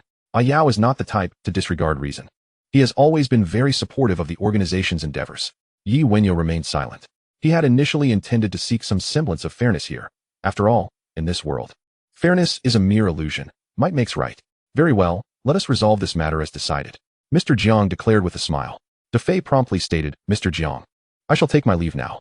I will arrange for an investigation into this matter upon my return and strive to clarify it as soon as possible. Mr. Jiang nodded. After Defei departed, Mr. Jiang looked at Debi and Yi Wenyao and said, Debi, Yao, since you are both present, I shall take this opportunity to discuss the affairs of Dongxing and the Crow. I just had a phone conversation with Camel, and according to what he learned from the Crow, this is nothing more than a farce caused by a few inexperienced subordinates creating a commotion. Before Debi could respond, Yi Wenyao interjected with a smile, Mr. Jiang, do you truly believe Camel's words? A few underlings capable of causing such a ruckus, and then placing the blame solely on the lower ranks. Dongxing is implying that we are being overly pedantic about trifles. Yi Wenyao's remark momentarily left Mr. Jiang speechless, and he chuckled lightly to alleviate his own awkwardness, turning to Debi and saying, Debi, Yao is indeed astute. His insight into the essence of the issue is commendable. Yao, as you noted, Camel's conversation with me was devoid of sincerity. The current circumstances differ. The police have exerted pressure on us, compelling us to avoid escalating the matter, which emboldened him to speak so freely. Mr. Jiang then began to unfold the carefully prepared narrative he had in mind to share with Debi and Yi Wenyao. Yuan Long. The Crow was at home entertaining the boss, Camel. He was acutely aware of the purpose of Camel's visit today. It was primarily to address the uproar caused by the subordinates in Causeway Bay yesterday. He had already prepared an explanation for Camel and was confident it would please him. Crow, what on earth happened yesterday? Not only did I receive a call from Jiang Tiansheng, but the police also contacted me. Camel set down his teacup and looked at the Crow beside him. Boss, the events of yesterday were actually orchestrated by me. The Crow replied with a smile. Upon hearing this, Camel immediately turned to the Crow, his eyes filled with inquiry. The Crow poured tea for Camel and slowly continued. What transpired yesterday was merely a ruse. The true objective was to eliminate Debi's subordinate, Yi Wenyao. Upon hearing Yi Wenyao's name, Camel was perplexed. He had heard of Yi Wenyao before, but had not paid much attention to him. His curiosity piqued. He asked, Why do you wish to eliminate Yi Wenyao? The Crow explained, Boss. Previously, Chun Haonan from Causeway Bay was a close friend of mine, and I had some business dealings in his territory. Later, Chun Haonan mysteriously disappeared. According to internal rumors within Hung Hing, he colluded with external organizations to incite rebellion and fled upon discovery. Just 2 days ago, Hung Hing's Defei approached me. He was also a close friend of Chun Haonan and shared a very tight bond. He informed me that Yi Wenyao had eliminated Chun Haonan and sought my assistance to avenge him. Before the Crow could elaborate further, Camel immediately admonished, Crow, why didn't you inform me of this in advance? You conspired with the members of Hongxing to eliminate them. Do you comprehend the magnitude of the repercussions that will ensue? Boss, do not fret. The Crow chuckled softly and continued, My agreement to this scheme was merely feigned. In reality, it was a trap set for Hongxing. During the commotion yesterday, I deliberately arranged for my subordinates to masquerade as gunmen to target Yi Wenyao, firing a couple of shots as a warning. Subsequently, last night, the gunmen under Defei's command attempted to assault Yi Wenyao, only to be ambushed in turn, resulting in several of Defei's gunmen being eliminated. while the remaining ones were apprehended by Yi Wenyao's men. At this juncture, the camel comprehended the crow's intentions and nodded in approval with a smile. I see now. You've done well. However, in the future, you must inform me beforehand about such matters, for being caught off guard leaves me at a disadvantage. What is the current situation with Hongxing? The crow replied with a grin. Boss, this idea came to me quite suddenly, and I had no time to report it to you. The situation at Hongxing has become intriguing. Just now, my men reported that Yi Wenyao has accompanied Debi to meet Jiang Tiansheng, and Defei hurriedly followed suit. Clap, clap, clap. The camel immediately applauded and commended the crow. As long as there are internal issues within Hongxing, opportunities will arise for us at Dongxing. As for the police's pressure, I pay it no heed. After all, Dongxing's enterprises differ from those of Hongxing, and we have always had a contentious relationship with the authorities. Chapter 45. A grudge must be settled. Upon hearing that the camel was to meet Jiang Tianxing in the coming days to discuss how to address last night's incident, a myriad of thoughts sprang to mind, which he relayed to the camel. The two engaged in conversation throughout the afternoon. In Causeway Bay, Yi Wenyao and Debi did not linger long at Mr. Zhang's residence. After scheduling a time to meet with the camel, they returned to the company. Once back, Debi could not restrain himself from asking Yi Wenyao, Yao, how do you intend to deal with Defei? Upon seeing Defei, he had realized that the gunmen from the previous night were indeed dispatched by Defei. However, with Mr. Jiang present, he found it inappropriate to confront Defei directly, especially since Yi Wenyao had not lost his temper on the spot. Yi Wenyao wore a wry smile and replied, what do you expect me to do? Did you not hear what Mr. Jiang just said? Let Defei, the thief, catch the thief. In the end, they will simply apprehend some unsuspecting individual to take the fall, and it will all come to naught. Debi understood that while Yi Wenyao appeared resigned, he was certainly not one to let matters rest easily, for otherwise, Liang Kuan would meet his demise. Nevertheless, observing Yi Wenyao's demeanor, it was clear he did not wish to elaborate further. He thus cautioned, Yao, you must tread carefully regarding Defei. After today, he will undoubtedly be on high alert towards you. Do not fall into any traps he might set, especially since Mr. Jiang is evidently siding with Defei. Should he design against you, the organization will surely exert pressure upon us. Yi Wenyao looked earnestly at Debi and inquired, Brother Debi, is this what being the leader of the organization entails? Deliberately favoring Defei? Is this meant to suppress me or you? Does he not fear dissent from those beneath him? If you were in his position, would you maintain fairness? The gravity of Yi Wenyao's words struck Debi, causing him to gasp in shock. He shook his head repeatedly and hastily concocted an excuse to leave the company. He felt his heart could not endure further discussion. Accepting Yi Wenyao's presence had originally been a means of ensuring the safety of himself and his family, yet Yi Wenyao's words offered no sense of security. Observing Debi flee as if for his life, Yi Wenyao sneered and turned to the veteran beside him, asking, what is Huan up to now? Brother Yao? I contacted him a couple of days ago. He is preparing to head inland, but I am unsure if he has returned yet. I will give him a call, replied the veteran. Yes, have him set aside his current affairs and return discreetly with a few individuals from the inland. I have tasks for him. Yi Wenyao pondered before saying, understood, Brother Yao. The veteran promptly took the mobile phone and exited the office. Ding. Detecting the host's current predicament. Issuing the Jianghu domination mission. A grudge must be settled. The host has encountered an attack. Initiate a counterattack to eliminate the hidden adversaries. Mission reward 1000,000 HKD. As soon as the veteran stepped out of the office, the sound of the system's mission echoed in Yi Wenyao's ears. He was quite pleased with this mission, as he had already intended to deal with Defei. However, he found it puzzling that the first unexpected car accident outside the police station had not triggered a mission.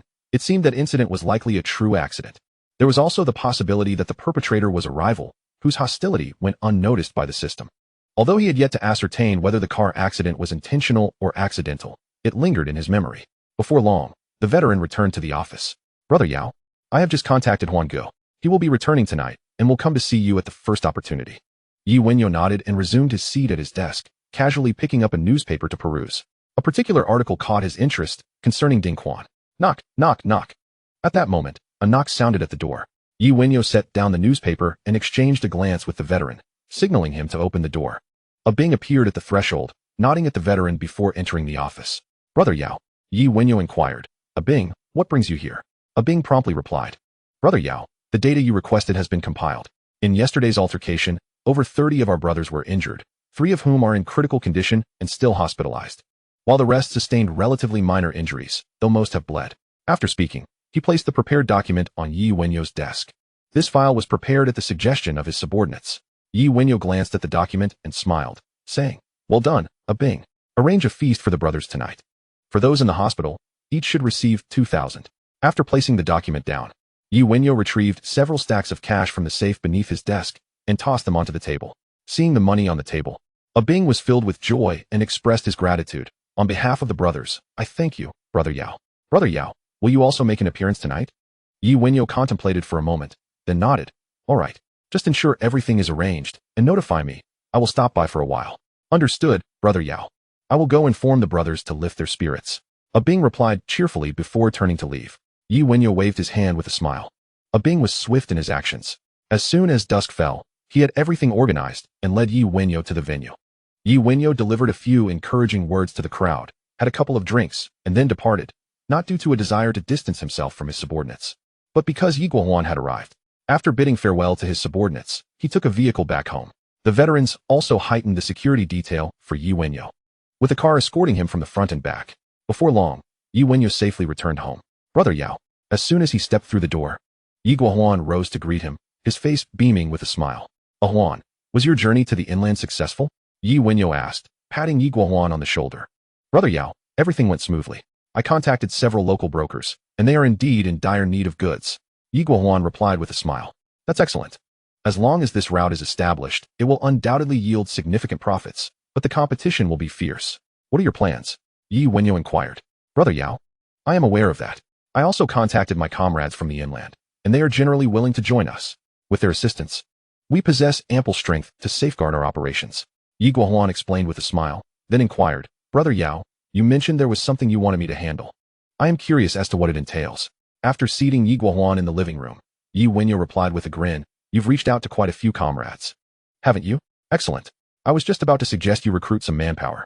Yesterday, on my way back from the police station, I was ambushed by gunmen, and I have already discovered who is behind it. However, his identity is somewhat sensitive. I need you and your comrades to deal with him openly, under the guise of the Big Circle Gang.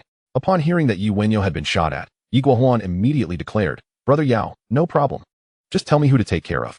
Chapter 46, The Day of Negotiation. Wenyao waved his hand. Once Yi Guohuan was seated, he disclosed the identity of Defei. Brother Yao, rest assured, I will take my men to eliminate him tomorrow. Yi Guohuan promptly stated upon learning the target's identity.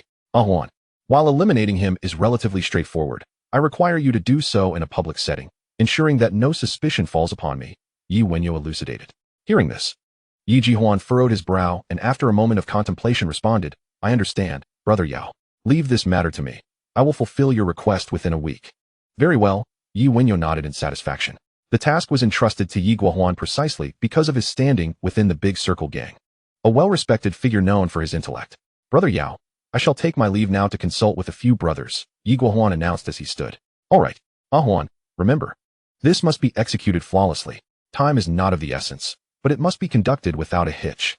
Before he departed, Wenyao reiterated his instructions to Yi Guohuan. There was no alternative. Having put on the necessary facade during his visit to Mr. Jiang, if he were to acquire the title of eliminating Defei, today's act would have been in vain. For 2 consecutive days, Wenyao enjoyed a leisurely existence. Meanwhile, Defei's side was in disarray, as finding a suitable scapegoat was no simple task. As for continuing to send people to eliminate Wenyao, he had temporarily abandoned that notion.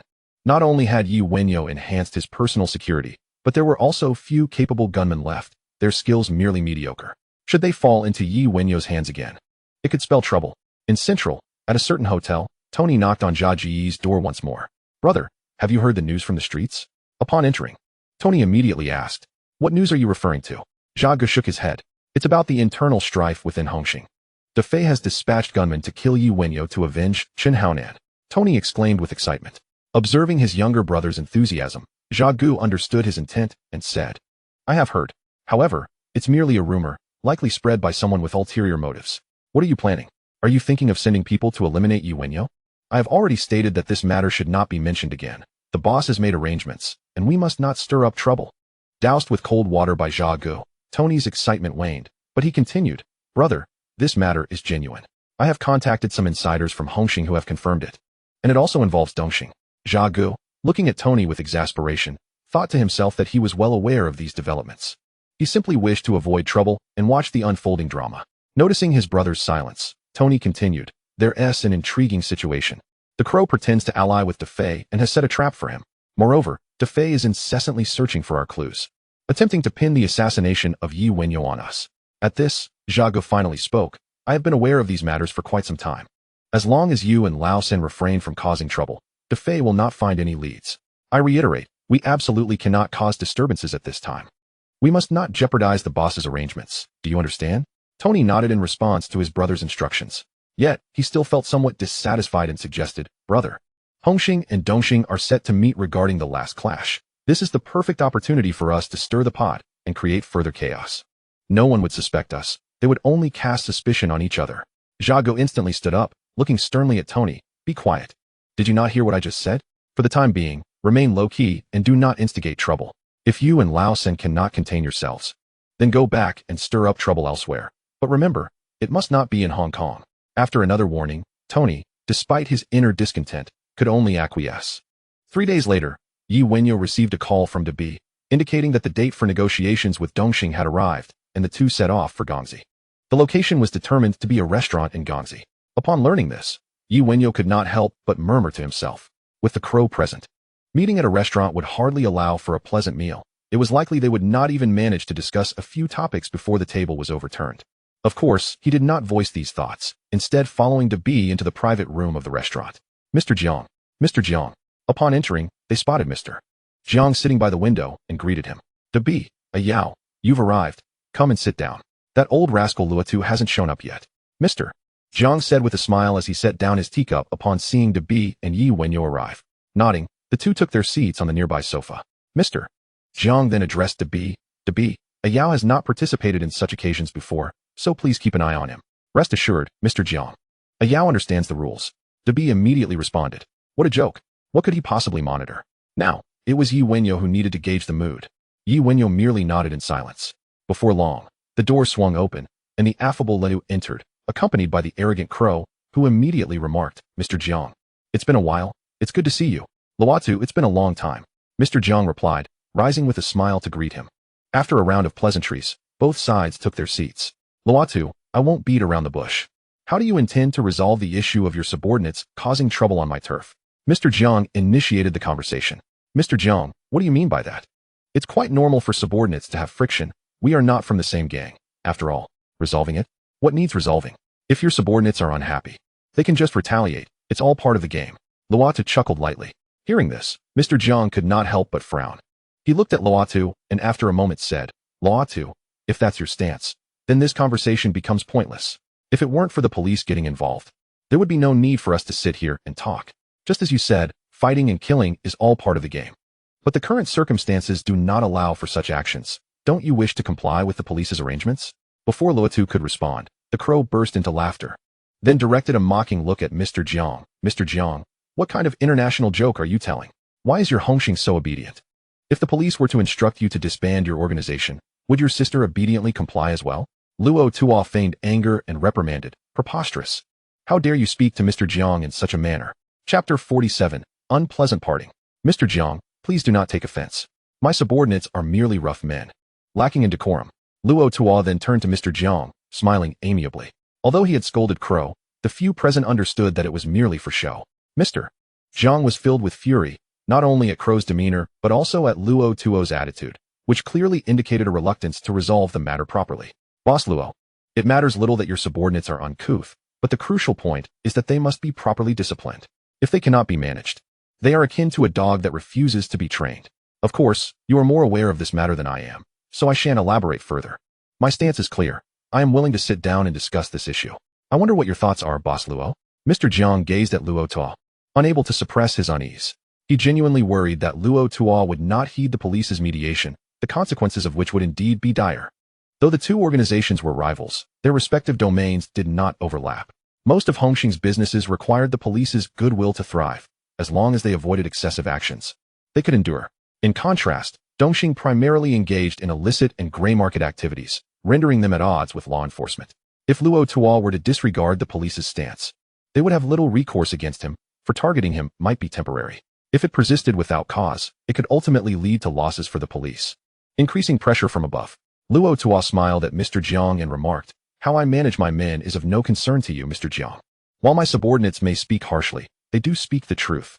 If we were to follow the police's every directive, what would be the point of having an organization? We might as well return to being ordinary citizens. We can listen to their words, grant them face. But do you truly believe that simply complying will spare us from their scrutiny?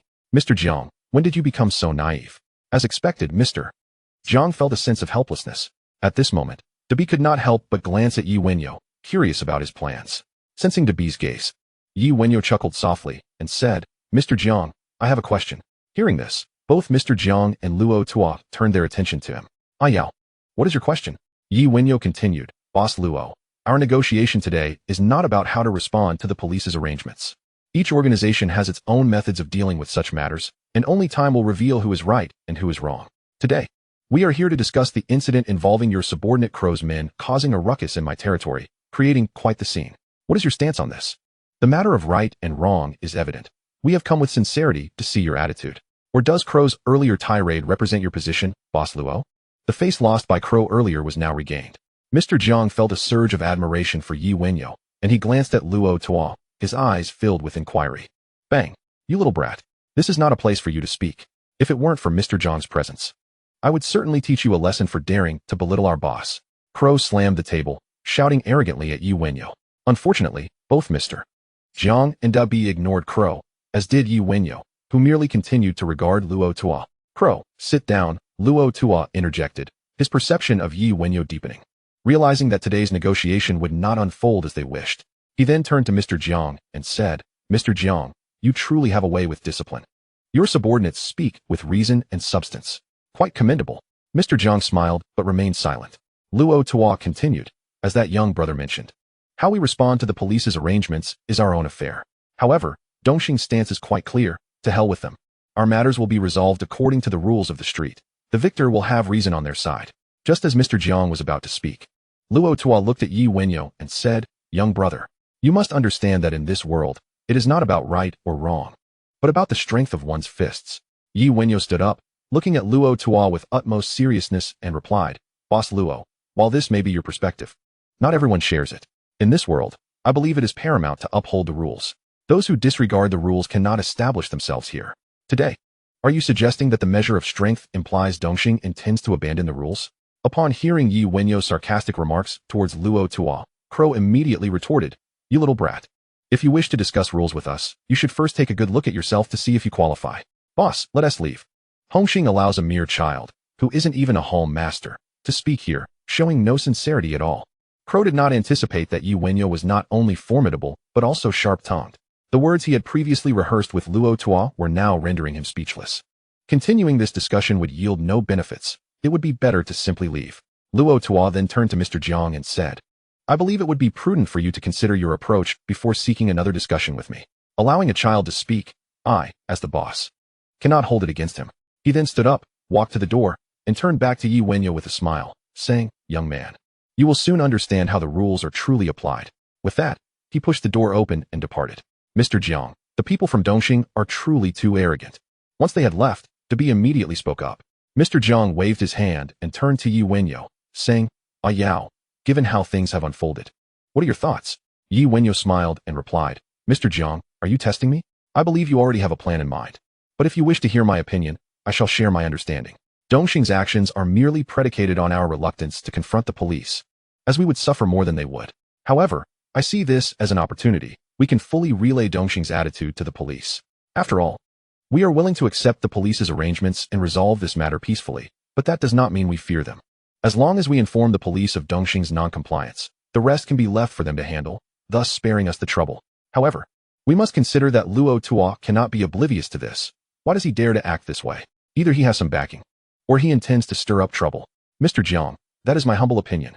While listening to Yi Wenyao, Mr. Jiang nodded in agreement, then smiled at Dabi, saying, Dabi, Yao is quite impressive, with excellent insight. It seems you have trained him well. Dabi quickly replied with a smile. It's all due to Yao's own intellect. I haven't taught him much. Mr. Jiang, shall we proceed as planned? Mr. Jiang smiled without replying, stepping outside. To pass the matter on to the police, some pressure must first be applied to them. Yi Wenyao's words had sparked some inspiration in him. But he also felt a growing wariness towards Yi Wenyao. Subordinates should not be overly exceptional. Chapter 48. The grand gift for Defei is prepared. On the way back, Dabi could no longer contain himself, and spoke to Yi Wenyao. Yao, Since Dongxing refuses to acknowledge this, how do you plan to reclaim your territory? Upon hearing this, Yi Wenyao turned to De Bi with a smile and said, Brother De Bi, what a matter of retrieving face. Is this not a task that Mr. Jiang should undertake? The situation has already become widely known. What need is there for him to step in to reclaim dignity? At this juncture, it is Mr. Jiang who should be most anxious to restore his reputation. He is the leader of the gang. And especially after today's incident where both the camel and the crow have publicly humiliated him, if he remains indifferent, he will lose all credibility within the organization. Big B was momentarily taken aback, unable to fathom that Yi Wenyao would respond in such a manner. However, he soon conceded the validity of Yi Wenyao's words. After all, Yi Wenyao was ostensibly his subordinate, and if his subordinate loses face, it reflects poorly on him as well. If Yi Wenyao does not take action to reclaim their honor, it would only be perceived as Big B's cowardice. Given that Yi Wenyao's methods are already well known among those in the underworld, they would not consider him lacking the courage to confront Dongxing. He nodded in agreement, falling silent thereafter. Upon returning to the company, Big B engaged in casual conversation with Yi Wenyao for a while before heading home. Yi Wenyao remained at the company, but he merely perused newspapers and sipped tea, as he had already delegated tasks to his subordinates and had little to occupy his time. During this period, a Bing appeared before Yi Wenyao twice, seemingly seeking attention, after which Yi Wenyao enjoyed a solitary moment, allowing him ample time to contemplate his forthcoming strategies. Resources and funding are of paramount importance. Yet, he could not devise any effective solutions at the moment, especially considering the lurking dangers posed by unknown adversaries in the shadows. All actions must be discreet to avoid drawing unnecessary attention. Time swiftly elapsed, and soon darkness enveloped the sky. A Bing reappeared before Yi Wenyao. Brother Yao, news has spread in the underworld that Mr. Jiang has not reached an agreement with Dongxing.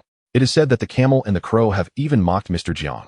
This information circulated rapidly among the underworld, and the individuals from Dongxing now exhibit unbridled arrogance in our presence.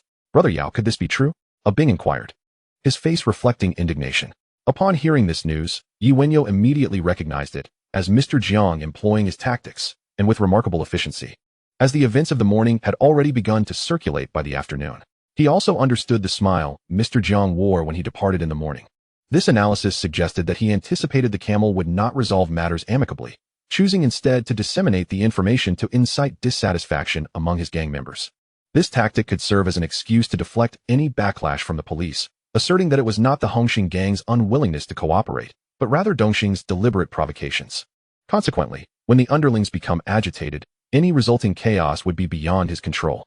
The rumors circulating may even have the backing of Dongxing, and it is likely that the police will soon initiate a series of crackdowns on Dongxing. What a cunning old fox. Yi Wenyao chuckled derisively and replied, A Bing. It matters not whether this information holds truth. The gang will undoubtedly handle it and provide everyone with a satisfactory resolution. Upon receiving this assurance, A Bing instantly comprehended. He then tentatively suggested, Brother Yao, with Dongxing and the crow acting so brazenly, shall we not take them down a notch, restoring face to the gang and showcasing our might? Since the incident involving Liang Kuan's demise, A Bing's admiration for Yi Wenyao's capabilities had reached new heights. Hence his bold proposition. A Bing, this matter does not require our intervention. Mr. Jiang will manage it effectively, do you understand? Yi Wenyao said, deliberately dismissing A Bing's audacious words. Though his tone was soft, it immediately awakened A Bing, who promptly responded, Understood, Brother Yao. Good.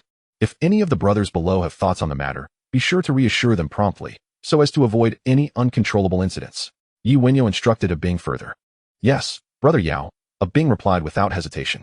After A Bing departed, Yi Wenyao received a call from Yi Guohuan. They had already devised a detailed plan concerning De Fei and were prepared to report to Yi Wenyao. Upon receiving this news, Yi Wenyao left the company and returned home. At 8:00 p.m., Yi Wenyao arrived home safely. Yi Guohuan had been waiting for some time, accompanied by a younger associate who had come from the mainland. Brother Yao. Upon seeing Yi Wenyao enter, Yi Guohuan immediately rose to greet him. The younger associate followed suit, displaying keen awareness. Huan, Yi Wenyao nodded. Then his gaze fell upon the younger associate. Yi Guohuan promptly introduced, Brother Yao, this is AFA, my brother who has been with me for some time. He then directed AFA, what are you standing there for? Hurry and greet Brother Yao. Brother Yao, the younger associate hurriedly greeted. Yi Wenyao returned the gesture with a smile, patting AFA on the shoulder and saying, Excellent. Huan's brother is my brother too. If you follow me, I guarantee you will enjoy a life of luxury. Now let us sit and converse. With that, Yi Guohuan and AFA followed Yi Wenyao to the living room to sit down. Huan, have you prepared the plan? Yi Wenyao inquired directly. Brother Yao, My brothers and I have been discussing this all day. We have crafted a detailed plan that is foolproof, Yi Guohuan replied with a smile. Yi Wenyao nodded and said, Huan, I trust in your abilities. This is precisely why I entrusted this matter to you. However, remember this, you must not expose yourself. You will still be responsible for business dealings across the strait, so exercise utmost caution. Upon hearing this, Yi Guohuan smiled knowingly and said, Brother Yao, rest assured.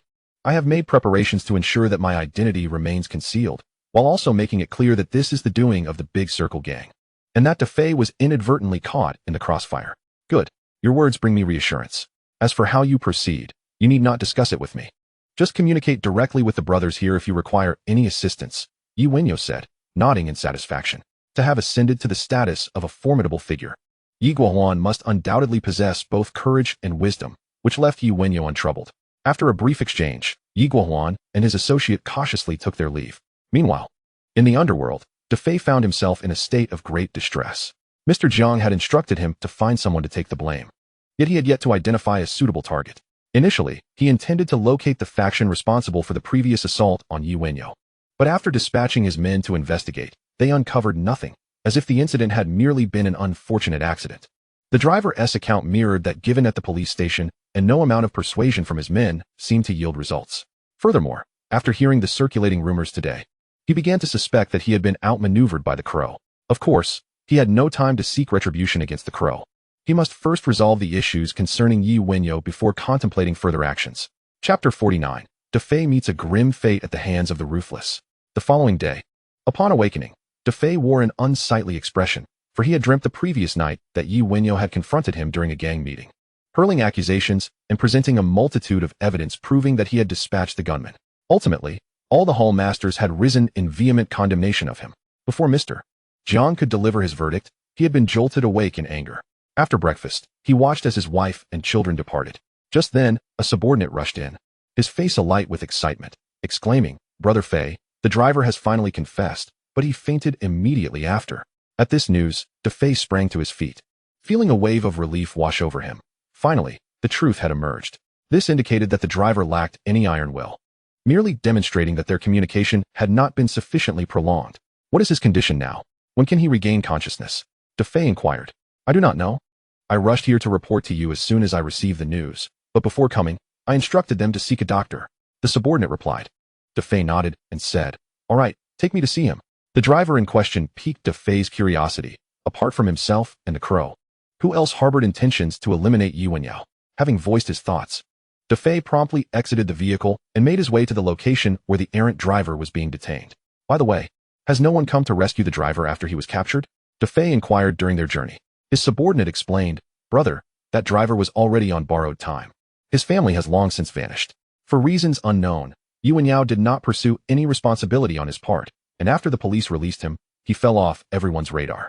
DeFei nodded in understanding, though he felt a twinge of unease regarding Yi Wenyao's lack of accountability. The thought that Yi Wenyao deemed such a person unworthy of pursuit eased his strange sentiments. Suddenly, a deafening explosion erupted from a jewelry store by the roadside, flames bursting forth and impacting the street. Alarms blared from parked cars, and pedestrians, startled, began to scatter in all directions. The traffic became chaotic, vehicles forced to a standstill. At the sound of the explosion, DeFei's heart raced. He instinctively raised his right arm to shield his head, mistakenly believing he was under attack. Once he ascertained he was unharmed, he turned to gaze at the source of the explosion, the jewelry store. Just in time, he caught sight of several masked robbers brandishing AK-47s and clutching black duffel bags as they emerged. Damn it, these brazen thugs have no fear. Resorting to AKs and grenades to rob a jewelry store, DeFei couldn't help but vent his frustration. Upon noticing the vehicles ahead had come to a halt, rendering further passage impossible, he decided to exit the car to take cover. Boss, things don't look good. Those thugs seem to be heading our way. His terrified subordinate in the front seat exclaimed just as DeFei was about to open the door. At that, DeFei halted his action and turned his gaze toward the approaching robbers. Indeed, the masked criminals were advancing towards them, firing into the air. Stay back. Stay back. They're nothing short of terrorists. Why haven't the police arrived to take them down? DeFei muttered under his breath, fixated on the assailants. The situation was dire. The robbers' trajectory was unmistakably directed at them, and they were closing in rapidly. In the distance, the wail of police sirens grew louder. Damn it, why now? Couldn't they have come a bit later? DeFei cursed under his breath. With the robbers still at large, The arrival of the police signaled an impending gunfight. The confrontation between armed robbers and law enforcement posed an imminent danger to them. No amount of cursing could alter the reality they faced.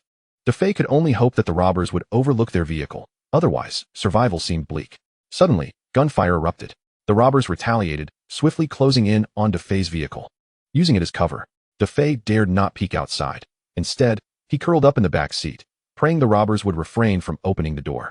However, the more one fears something, the more likely it becomes a reality. The door swung open. "Get out! Hurry up!" The robber's shouts pierced DeFei's ears. "Big brother, please. Spare me. We're all in the same line of work." DeFei, cowering in the back seat, scarcely dared to lift his head. In an instant, he felt a firm grip on his ankle, yanking him outward. Instinctively, he clutched the seat to resist the pull. Bang! A gunshot rang out, the bullet striking the back seat mere centimeters from DeFei's ear. In that moment, the chill of death washed over him, and he was yanked from the car, crashing to the ground, the pain jolting him back to reality. As he lay there, he turned his head to survey his surroundings. Noting only 2 robbers by the car, one still grappling with his subordinate in the front seat, while 3 others lingered by another vehicle. The terror of death surged DeFei's adrenaline, his mind racing to devise a means of escape. Ultimately, a singular thought dominated his mind: seize a weapon from the robbers. Empowered by adrenaline, his fear of death began to wane, and he gradually shifted his body, seeking a suitable position to launch a counterattack while observing the robber's movements near his subordinate. As the robber prepared to subdue his colleague, DeFei realized time was running short. With a sudden burst of determination, he used the vehicle for leverage, springing up to seize the AK from the robber's hands, twisting with all his might to wrest it away. Bang! Bang! Just as DeFei stood, the robber beside the other vehicle fired, 2 bullets striking him with deadly precision. A jolt coursed through DeFei's body as strength fled from his limbs, and he relinquished his grip on the AK, blood soaking his chest. Growing weaker, he turned his gaze toward the waiting robbers, perplexed as to why they were focused on him while controlling the hostage. To his shock, he saw one of them waving at him, a mocking glint in his eyes, and it dawned on him that they were indeed targeting him, undoubtedly under Wenyao's orders. Thud! But it was all too late. He collapsed to the ground, regret filling his eyes. "Quit dawdling, let us retreat," the robber shouted to his accomplices nearby. Boom! At his command, one robber hurled a grenade towards the police, and amidst the explosion, they quickly retreated, firing back at the pursuing officers. DeFei's subordinate, still in shock, turned to see DeFei sprawled on the ground, and felt as though the sky had fallen upon him. Earlier, upon hearing the gunfire, he had stiffened in fear, paralyzed into inaction, only coming to his senses when the police rushed by, prompting him to glance back at DeFei. Chapter 50, Reactions from All Sides. Ding! Congratulations, host, on completing the mission. Reward, 1 million Hong Kong dollars. Seated in his office, leafing through the newspaper, Wenyao's ears perked up at the sound of the system notification, a smile creeping onto his face. As the alert faded, he received a call from Guowan, reporting the successful completion of the task and urging him to remain cautious. Just as he hung up, Debi burst through the door. Upon seeing Wenyao, he immediately exclaimed, "Ah Yao, there's been a disaster. DeFei has just been killed." Debi's face was a mask of fear, but more so, confusion. He believed DeFei was no match for Wenyao and would inevitably be dealt with, yet he had not anticipated such an outcome, caught in a robbery gone awry. Initially, he thought it was mere coincidence, but the more he pondered, the more he felt something was amiss, especially considering the bitter enmity between DeFei and Wenyao. He was convinced this was all orchestrated by Wenyao. "Brother Debi, why the panic? DeFei's death is a stroke of good fortune for us. How did he meet his end?" Wenyao asked with a smile, regarding Debi. Debi then recounted the information he had gathered, and upon learning that DeFei had perished in a robbery gone wrong, Wenyao could not help but commend his wise choice in aligning with Guowan. After entrusting the matter to Guowan, he failed to inquire how Guowan dealt with DeFei. To my astonishment, the solution was so remarkably simple and straightforward, truly impressive. "Brother Debi, DeFei is indeed unfortunate. He encounters danger even while walking down the street. It seems it would be safer for him to avoid appearing in public in the future," Wenyao jested. Observing Wenyao's lightheartedness, Debi's conviction that DeFei's demise was orchestrated by Wenyao grew stronger, yet he dared not voice this suspicion. Instead, he nervously remarked, "Yao, DeFei's murder at this time is certainly not a good thing. With his death, a position in the gang will be vacated, and the members will likely create chaos in their bid to seize it." Wenyao replied, "Brother Debi, this incident is advantageous for us." Upon hearing this, Debi immediately fell silent, instinctively glancing at Wenyao, his eyes betraying an unmistakable fear. While chaos may benefit the lower ranks, it poses significant challenges for the leaders of their faction, who must not only manage their subordinates, but also contend with police pressure. At that moment, Debi's mobile phone rang. After answering and listening briefly, he hung up. Yao, Mr. Jiang has summoned me to a gang meeting. Would you care to join? After placing the phone down, Debi inquired. Brother Debi, I shall refrain from involving myself in such matters. Should there be any developments within the gang, please do inform me. Wenyao responded, shaking his head. Very well, then I shall take my leave. Debi nodded and turned to depart. Meanwhile, the police in Hong Kong were in complete disarray. Although the casualties caused by Yi Guohuan and his group were minimal, the repercussions were exceedingly severe. They had already exerted pressure on Dongxing and Hongxing to maintain some semblance of order, and while Hongxing had been relatively compliant, preparing to discuss how to deal with Dongxing, Yi Guohuan's group engaged in a gunfight with the police in broad daylight. This was a direct affront to the Hong Kong police, demonstrating that, under their jurisdiction, such terrifying events could still transpire, especially since they had yet to apprehend these criminals. The police chief received a severe reprimand from the top brass, and his subordinates inevitably faced even harsher scoldings. Simultaneously, a clear message was conveyed from the upper echelons of the police. They were determined to capture these criminals at any cost. Consequently, personnel from various police stations across Hong Kong mobilized, leveraging their networks, whether from legitimate, illicit, or gray markets, to conduct inquiries and gather intelligence regarding these criminals. However, the leaders of various gangs were more concerned about the news of Defei's death at the hands of ruthless bandits. Frankly, they harbored no fondness for Yi Guohuan and his cohorts, as they were excessively ruthless and unrestrained, and, more importantly, they were not a match for the big players. Nevertheless, the previous understanding had been one of mutual non-interference. After all, the primary dealings of these big players revolved around robbery, and they often required the assistance of the smaller gangs, sometimes even paying them for certain tasks. The relationship between the two factions was indeed quite peculiar. But now that Defei from Hongxing had been eliminated, the stakes had drastically changed. For the sake of Hongxing's reputation, this matter could not be overlooked. Otherwise, they would find it impossible to maintain a foothold in Hong Kong's underworld. Everyone was keenly observing how Hongxing would respond. In Yuan Long, Crow was resting at home when he suddenly received a call from Camel. Crow, it's me.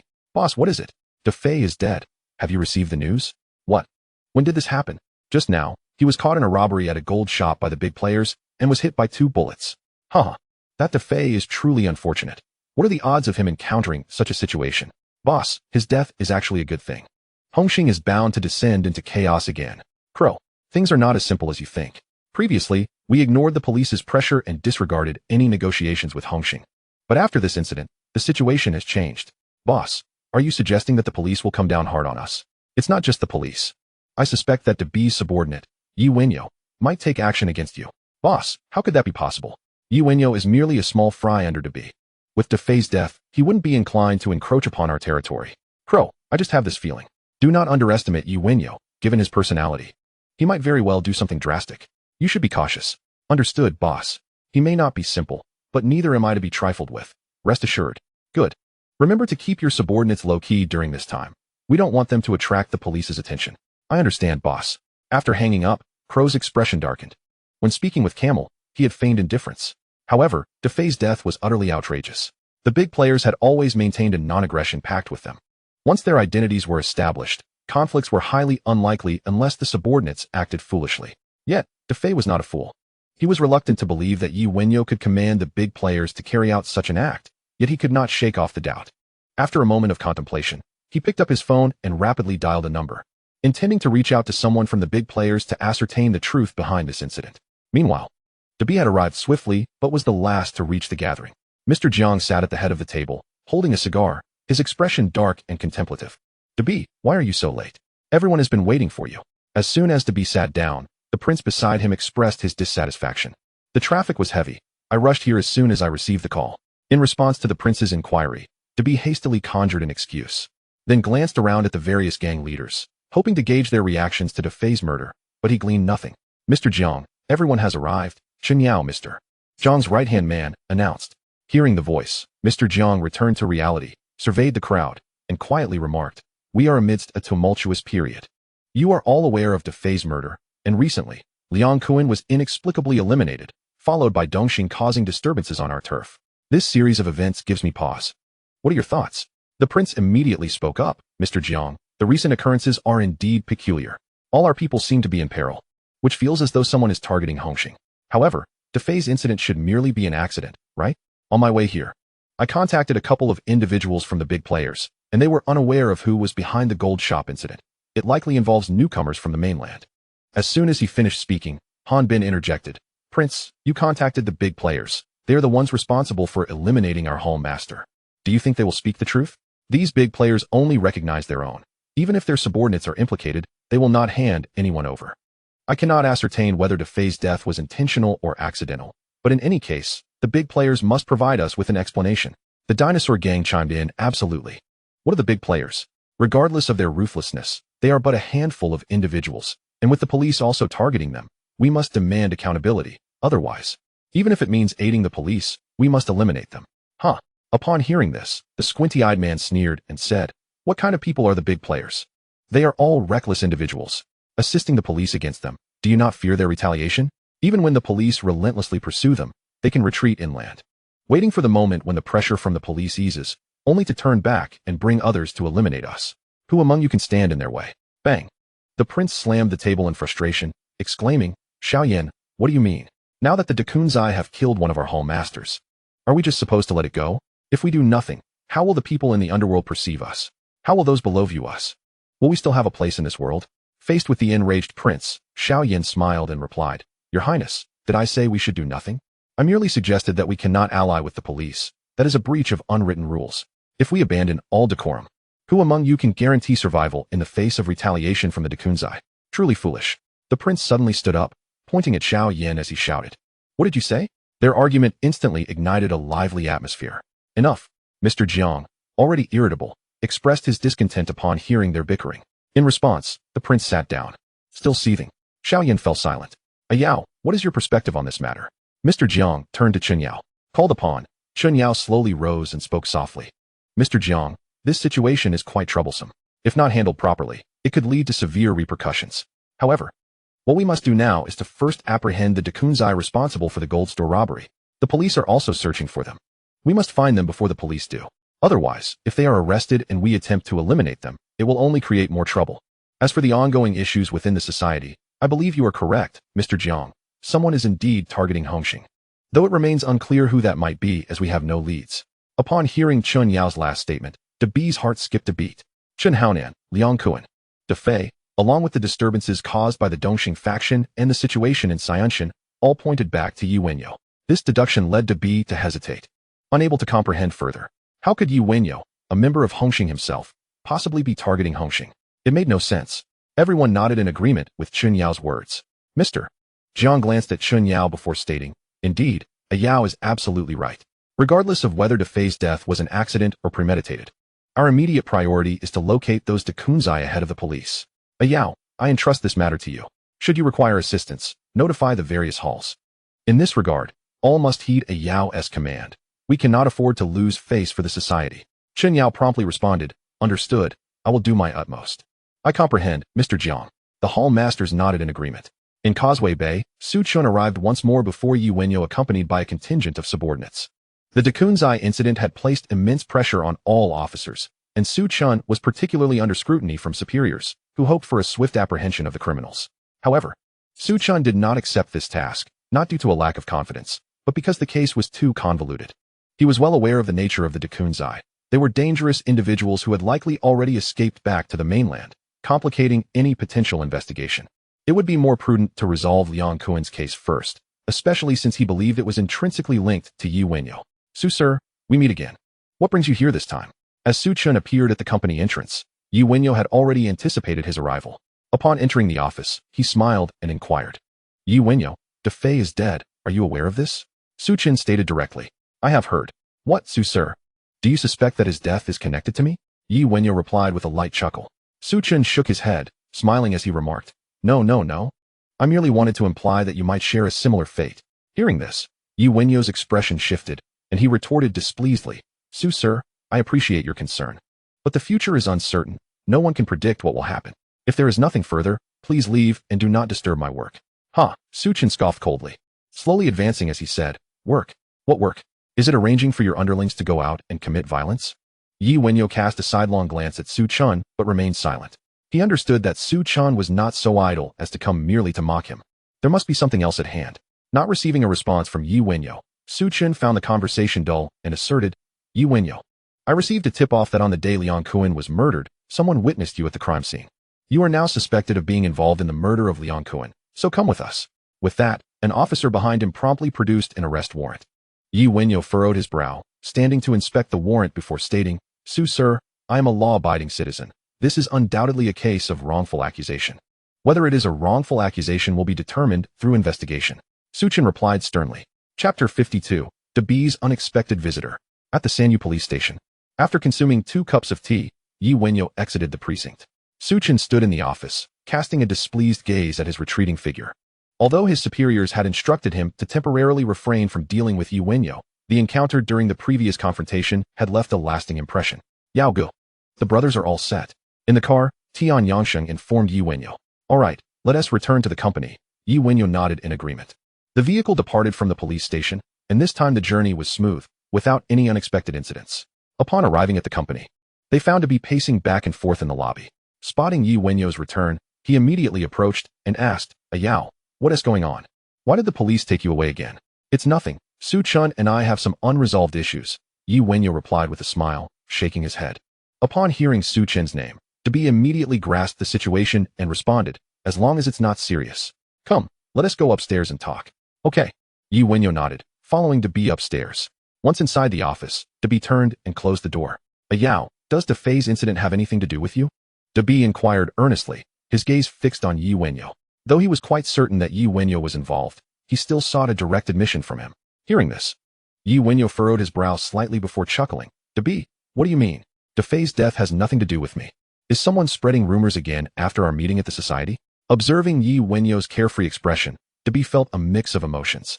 The more relaxed Yi Wenyao appeared, the more convinced Dabi became that Fei was eliminated by Yi Wenyao's orders. Yet, no one had any tangible evidence. Shaking his head at Yi Wenyao, he pondered for a moment before saying, originally, we were about to argue again today, but after Mr. Jiang assigned the investigation of Fei's case to Chen Yao, he proposed a plan that calmed everyone down. Yi Wenyao remained silent, merely signaling Dabi to continue. Dabi pressed on. Fei's death has made everyone extremely angry, primarily due to its connection with the Dekunzai. The relationships involved are somewhat complex. However, I believe we will soon clarify the situation. As long as the Dekunzai remain in Hong Kong, none will escape. Watching Dabi earnestly recount the situation, Yi Wenyao couldn't help but smile inwardly. Indeed, he was a clever man. No matter how vigorously he denied it, Dabi remained convinced that Fei had been dispatched by him. Not only that, but he also reminded himself within the conversation to urge Yi Guohuan and the others to hasten their departure from Hong Kong Island. Once Dabi finished speaking, he smiled and remarked, this is a good thing. The gang has been experiencing a series of mishaps. It has become rather unstable. It's not just the higher-ups. Even the younger brothers below are quite displeased, eager for the gang to restore its reputation swiftly. Chen Yao is indeed formidable. But I fear these big circle boys may prove to be troublesome, having committed such a significant transgression and involving our Hongxing's hall master. They should have fled back to the mainland by now. Dabi, having discerned the implications in Yi Wenyao's words, nodded in agreement. Indeed, however, it is imperative that everyone in the gang exert their utmost efforts to uncover news about those big circle boys. Our people cannot remain idle. After relaying this to Yi Wenyao, he turned and exited the office. Once Dabi departed, Tian Yangsheng walked in. Yao Gu, we've obtained information about the crow. He is currently at home, surrounded by quite a few of his younger brothers. After closing the door, Tian Yangsheng approached Yi Wenyao and said, after Tian Hoax, instruct the brothers not to worry about making too much noise. We must eliminate the crow. Understood, Yao Gu. Tian Yangsheng nodded in affirmation. After leaving the company, Dabi made a detour to pick up his child from school. Honey, what's wrong? Upon opening the door, he found his wife standing at the entrance. Her face etched with worry. Someone is waiting for you in the study. After speaking, his wife led the child outside. Dabi's expression changed dramatically upon hearing that someone was in the study. Once his wife exited, he hurried towards the study and pushed the door open. Inside stood a middle-aged man dressed entirely in black, holding a book and looking up at him. Brother Dabi, you're back. You have quite a collection of books at home. The middle-aged man greeted Dabi with a smile. Who are you? Dabi's face bore no trace of a smile as he inquired seriously. Brother Dabi, please don't be alarmed. We mean no harm. Our visit may be somewhat presumptuous, but we merely wish to discuss a few matters with you. The middle-aged man replied, setting the book down with a grin. Dabi felt a surge of displeasure. This individual was utterly lacking in decorum, intruding without invitation, which felt like a veiled threat. Noticing Dabi's silence, the middle-aged man continued, Brother Dabi, How about we sit down and chat? After a moment's hesitation, Dabi nodded and took a seat nearby. The middle-aged man smiled knowingly and said, Brother Dabi, I came today to discuss Wenyao. Dabi's heart raced, his eyes brimming with suspicion as he asked, What do you intend to do? Brother Dabi, it seems our information was accurate. On the surface, you remain the Hall Master of Hongxing. Yet you have already been controlled by Wenyao. The middle-aged man stated with a grin. Cut the nonsense. What exactly do you want? Faced with matters concerning Wenyao, Dabi felt compelled to be cautious and preferred not to engage in frivolous dialogue. Brother Dabi, we are here to assist you. The middle-aged man chuckled, observing Dabi's bewildered expression. As a significant figure, how can you be content to let former subordinates manipulate you? As it stands, things are manageable. But if Wenyao no longer requires your services, do you truly believe you can extricate yourself safely? Dabi remained silent. He harbored a deep-seated wariness towards Wenyao, uncertain of the allegiances of this man before him, and whether he might be affiliated with Wenyao. Sensing Dabi's continued silence, the middle-aged man sighed inwardly. Realizing that Dabi had indeed been thoroughly ensnared by Wenyao, he then said, Brother Dabi, have you seen the recent news? What news? With the conversation not progressing to the crux, Dabi reluctantly asked. News concerning people's livelihoods. The middle-aged man replied. Suddenly, a thought struck Dabi, and he instinctively remarked, Ding Quan. It appears Brother Dabi is indeed quite attentive to matters of public interest. I came here not only to assist you, but also to discuss Ding Quan. The middle-aged man continued. With some clues now surfacing, Dabi's mind began to race. If the other party approached him regarding Ding Quan, it must be due to his subordinates in TSC Wanshan. He then said, What does collaborating with Ding Quan have to do with Wenyao? Chapter 53, Eliminate the Crow. Yao Gu, the brothers have already set off. We can head over now? Tian Yangsheng remarked. Wenyao nodded, rising to leave the office. Tian Yangsheng closely followed, quickly opening the car door for him. Once Wenyao was inside, they drove away. Yao Gu, leave the matter of the crow to us. There's no need for you to put yourself at risk. Tian Yangsheng could not help but say in the car. It's fine. I just want to see for myself. Wenyao replied with a smile, choosing not to elaborate further. Addressing the crow was a part of his carefully laid plans. Defei was different from the crow. Defei was a member of his own gang, and eliminating him required a degree of subtlety to avoid igniting internal strife. The crow, however, was a sworn enemy. Previously, when he sought to establish his authority in TSC Wanshan, he was soon assaulted by the crow's subordinates on his own turf, which was a deeply humiliating experience. Without respect, no one would heed him. This time, he was determined not only to confront the situation but also to make a public appearance in front of many of Dongxing's younger brothers, ensuring they knew who was responsible for the crow's downfall. As for the pressure the police were applying to Mr. Jiang, that was of no concern to him. The last time a message had circulated among the underworld, it was merely Mr. Jiang's attempt to move against Dongxing, and he had taken action to restore Mr. Jiang's face. Did Mr. Jiang dare to confront him openly? As dusk descended, the roadside lights flickered on. Upon arriving at the designated meeting point with his subordinates, Wenyao instructed the dozen or so individuals involved in the operation. This mission has but one objective, the crow. As for my subordinates, their task is simply to neutralize the threat. The sole aim is to ensure that everyone knows it was I who eliminated the crow. Upon hearing this, Jiang Tianxing immediately responded, Understood, Yao Gu. Wenyao nodded. Let us move, he exclaimed, turning to enter the vehicle. A convoy of 4 cars set off towards the crow's residence. Before long, the vehicles entered a narrow path, the only road leading to the crow's home.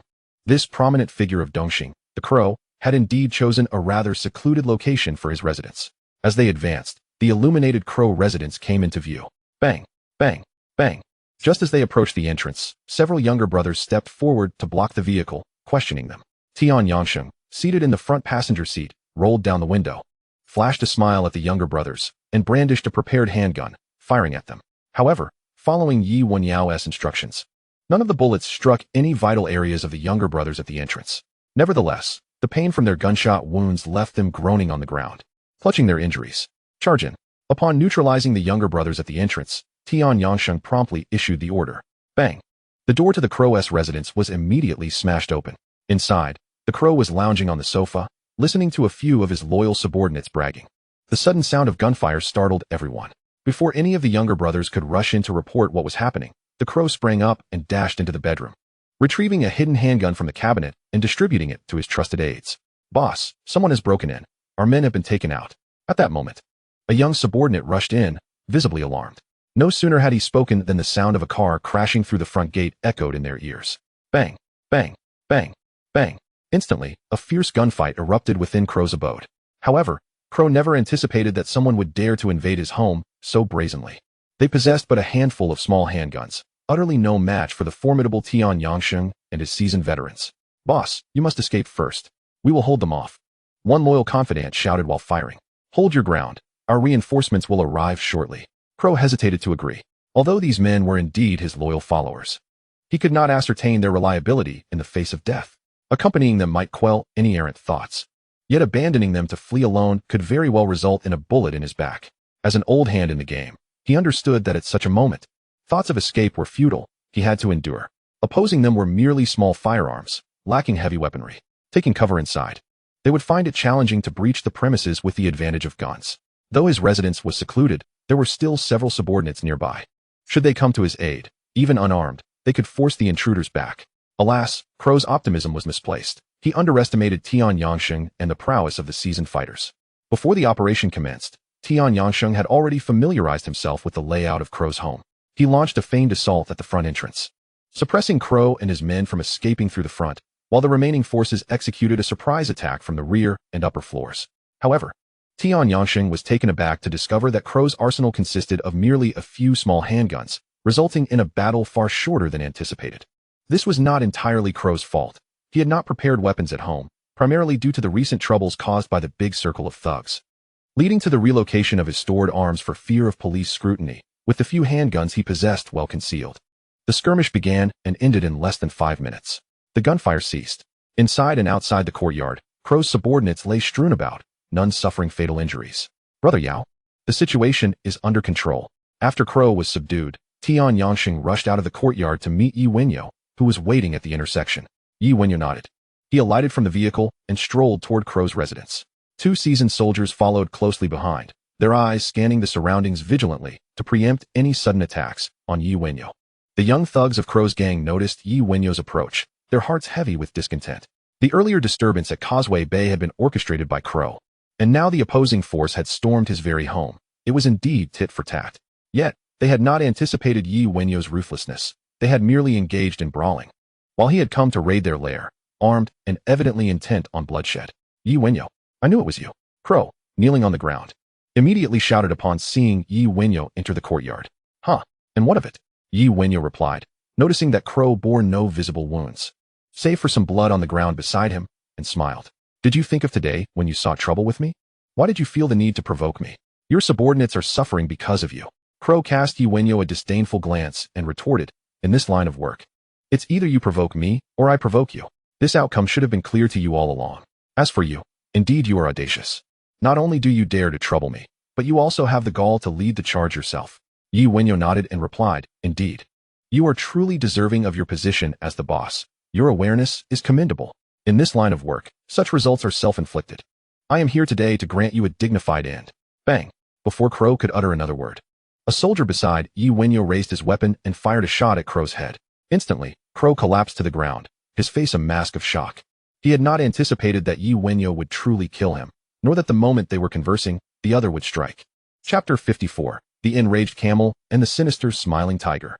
In Kowloon, after dealing with Crow, Wenyao returned home, leaving the scene to Tian Yangsheng for cleanup. After freshening up, he sat in the living room, perusing the newspaper while awaiting Tian Yangsheng's report. Upon seeing news about Ding Quan again, Wenyao furrowed his brow. The frequent coverage of Ding Quan in the news indicated that the authorities were likely reaching a conclusion regarding his situation. Wenyao did not know much about Ding Quan, but he was aware that many had amassed great fortunes through him. It was likely that these reports were deliberately disseminated by those looking to profit from Ding Quan, aiming to expedite the authorities' response so they could commence their pursuit of wealth sooner. While Wenyao held no interest in Ding Quan himself, he was keen on financial ventures. He sought his share. Before long, Tian Yangsheng returned. Upon seeing Wenyao still seated in the living room, he understood that he was waiting for a briefing on the situation. He promptly approached and said, "Brother Yao, the matter with Crow has been resolved. The news should have reached Camel by now, and as for Crow's subordinates, they have all been sent to the hospital. They will not speak out." Wenyao nodded, setting down the newspaper. It's getting late. You should head home and rest." He then turned and walked back to his room. In Yuanlong, at Camel's residence, all members of the East Star 5 Tigers, except for Crow, had gathered. Camel sat at the head of the table, his face etched with fury. The 4 men, aware of Camel's temperament, remained silent, hesitant to inquire why they had been summoned at such a late hour. Suddenly, their walkie-talkies buzzed simultaneously. Answer it. Initially unsure whether to respond, they all picked up their devices. Upon hearing the news from the other end, they simultaneously turned to Camel. You should all be aware. Crow is dead, taken out by Yi Wenyao of Hongxing, who stormed into his residence. Camel's deep voice resonated. A shudder ran through the four of them. Realizing that Camel was on the verge of exploding with rage. Boss, I don't know the details regarding Crow's situation, but given the current circumstances, how could Jiang Tianxing possibly allow Yi Wenyao to commit such an act? The smiling tiger, Wu Jiwei, immediately interjected.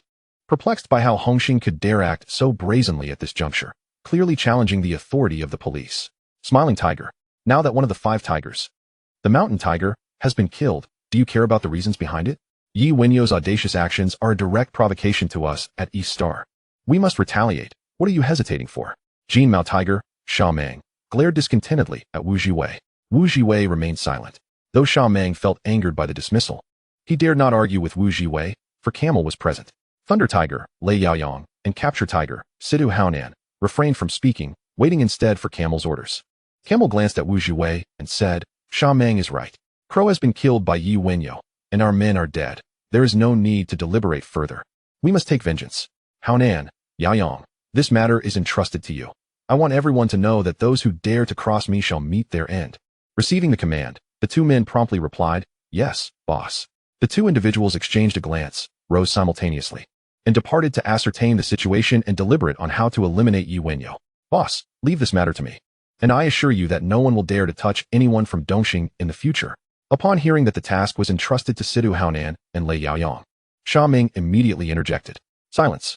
Wu Jiwei reprimanded sharply, then turned to look at Luotu, saying, Boss, I understand the anger you feel over the death of Crow. However, given the current circumstances, we must remain composed.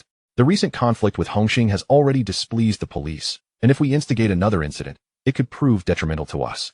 I believe we should adopt a different approach, easing our relationship with the police rather than proceeding recklessly. Luotu's gaze was icy as he regarded Wu Jiwei, and after a moment of silence, he inquired, What do you propose? Boss, you mustn't heed his words. This man only knows how to employ underhanded tactics. Hongxing has given us a severe slap in the face, and we must retaliate with even greater ferocity to ensure that all within the underworld recognize Dongxing's might. Sha Meng, already displeased with Wu Jiwei, now vehemently opposed his viewpoint. Leave the room. Luotu waved his hand, cutting off Sha Meng's protest. Boss. Sha Meng attempted to continue advocating his stance. Out. Luotu's expression darkened as he spoke sternly. Instantly, Sha Meng dared not utter another word. Casting a fierce glare at Wu Jiwei before taking his leave. Speak, Luotu commanded, observing Sha Meng's departure. Wu Jiwei understood that although Luotu was furious, he had not lost his rationality, which allowed him to speak so boldly. Boss, Yi Wenyao is rather sinister. Since his emergence, Chun Haonan, Liang Cohen, and Defei from Hongxing have either gone missing or met with untimely deaths. I suspect there is something amiss with this individual. As for the specifics, I have yet to deduce them. However, it is evident that his presence has thrown Hongxing into considerable disarray, although Jiang Tianxing is currently exerting pressure there. If this situation continues to escalate, Hongxing will inevitably face internal strife, and that will present us with an opportunity. Yet, it is at this moment that Yi Wenyao has struck against Crow. I believe it is very likely that the previous incident with Crow's subordinate has left Yi Wenyao with a grudge. These occurrences reveal Yi Wenyao to be exceptionally ruthless, acting without the slightest regard for the current precarious situation faced by all factions in the island. I now have reason to suspect that Jiang Tianxing harbors a deep-seated animosity towards this individual and may already be secretly plotting to eliminate him. Therefore, I propose that we temporarily set aside the matter of dealing with Yi Wenyao, especially since the turmoil caused by Hongxing will redirect the police's attention towards them. During this time, we can present ourselves as willing negotiators, thereby confusing the police and alleviating the current pressure, while also allowing Jiang Tianxing to provide us with a reasonable explanation. After a period of time, once the police in Hong Kong have calmed down, we can then take action against Yi Wenyao and regain our lost face. As Wu Jiwei articulated his thoughts, Luotu's expression gradually softened. He recognized that Wu Jiwei's proposed solution was indeed the most prudent course of action at present. With a soft sigh, he remarked, I am aware of Crow's situation. He was also leveraging Yi Wenyao to orchestrate discord within Hongxing, but I did not anticipate that Yi Wenyao would be so merciless. I had previously warned him to exercise caution, yet he still fell victim to this fate. Chapter 55, each with their own calculations. After a pause, Luotu continued, however, regarding Crow's murder, we must make our stance known. Even if we do not take direct action, We must demonstrate our reaction to the outside world. Otherwise, we will be unable to pacify those beneath us. Wu Jiwei nodded in agreement. This was also the reason he had not intervened with Lei Yaoyang and Sidu Haonan. Both of them acted with caution and possessed their own thoughts, unlikely to make any irreparable moves in a fit of anger. In contrast, Sha Meng was different, which was why Luotu had silenced him. I understand. Yaoyang and Haonan are indeed well suited for this task. However, you need to keep a close watch on Sha Meng. I fear he may jeopardize our efforts. Luotu nodded. That kid Sha Meng is essentially a counterpart to Crow, serving as a role model for the younger subordinates. Yet, while Crow was astute and obedient, Sha Meng has grown somewhat inflated in his ego after being in a position of power for so long. His previous arrogance was once necessary, but the circumstances have changed, and we must exert some control over him. The following day, Yi Wenyao was quietly enjoying his breakfast when his mobile phone rang. Without a doubt, he knew it was regarding Crow's affair. Hello? Yao, this is Big B. Big B, what now? Why do you always call when I'm eating? Yao, why were you so impulsive regarding Crow's situation? Big B, are you calling so early to lecture me about Crow? The shift in his tone instantly jolted Big B back to reality. The recent reprimand from Jiang Tianxing had put him on edge. Yao, I'm not here to lecture you. Mister. Jiang just called and asked me to bring you over. It's related to Crow's situation. All right, I'll wait for you at the office. After hanging up, Yi Wenyao finished his kanji and rose to change his clothes. Meanwhile, the news of Yi Wenyao's elimination of Crow spread throughout the underworld. Especially among the various gang leaders who learned of the situation, Yi Wenyao gained a reputation for being ruthless. They understood that Dongxing would undoubtedly handle this matter. But they did not expect such a direct and bold action, especially given the current climate. There was much speculation about whether Yi Wenyao had received Jiang Tianxing's approval, and they eagerly awaited Dongxing's counteraction and the police's response. Upon hearing the news, the police were outraged from top to bottom. What nonsense is this? We just warned these gangs to calm down, and Dongxing immediately sends people to commit murder brazenly. This is a slap in the face to us. In Causeway Bay, as Yi Wenyao's vehicle came to a halt, Big B promptly opened the door and got inside. Noticing Big B's actions, Yi Wenyao smiled silently and gestured for the driver to proceed to Jiang Tianxing's residence. Yao, mister. Jiang's tone during the morning call was quite harsh. He must be very upset about your killing of Crow. On their way to the office, Big B pondered for a long time before opting to voice this sentiment. The arrival of that mysterious individual yesterday had indeed impacted him. It was not just the matter but also Yi Wenyao's working style, which left him concerned about whether Yi Wenyao would leave no stone unturned. Big B. Then how will he deal with me? A subordinate who helped Dongxing regain face. Yi Wenyao asked with a smile, glancing at Big B. Upon hearing this, Big B's mind raced. Jiang Tianxing had indeed been furious over the phone, but ostensibly, Yi Wenyao had done what was necessary. His anger likely stemmed from Yi Wenyao's disregard for the prevailing circumstances in eliminating Crow. After a considerable pause, Big B finally spoke. He probably won't take any action against you. I just can't guess what he wants you for. After thinking for a while, he had only managed to articulate something rather unhelpful. Hearing this, Yi Wenyao chuckled and shook his head. He too was curious to see Jiang Tianxing's reaction. The car fell into silence. After some time, they arrived outside Jiang Tianxing's residence, where the butler was already waiting. Once they disembarked, the butler addressed Big B, follow me. Mr. Jiang is already expecting you. As they traveled, Yi Wenyao occasionally glanced at his companion, pondering the depths of his thoughts. Eventually, they arrived at the location where they had previously met Jiang Tianxing. Please, take a seat. Jiang Tianxing nodded in acknowledgement upon their arrival, setting aside his newspaper and gesturing toward an adjacent chair. Mr. Jiang, we've arrived, Bi said as he moved to sit down. Mr. Jiang. Yi Wenyao greeted him politely before also taking a seat. Jiang Tianxing looked at Yi Wenyao, noting the calmness etched on his face as their eyes met. After a brief pause, he inquired, Yao, I trust Bi has informed you of the reason for my summons?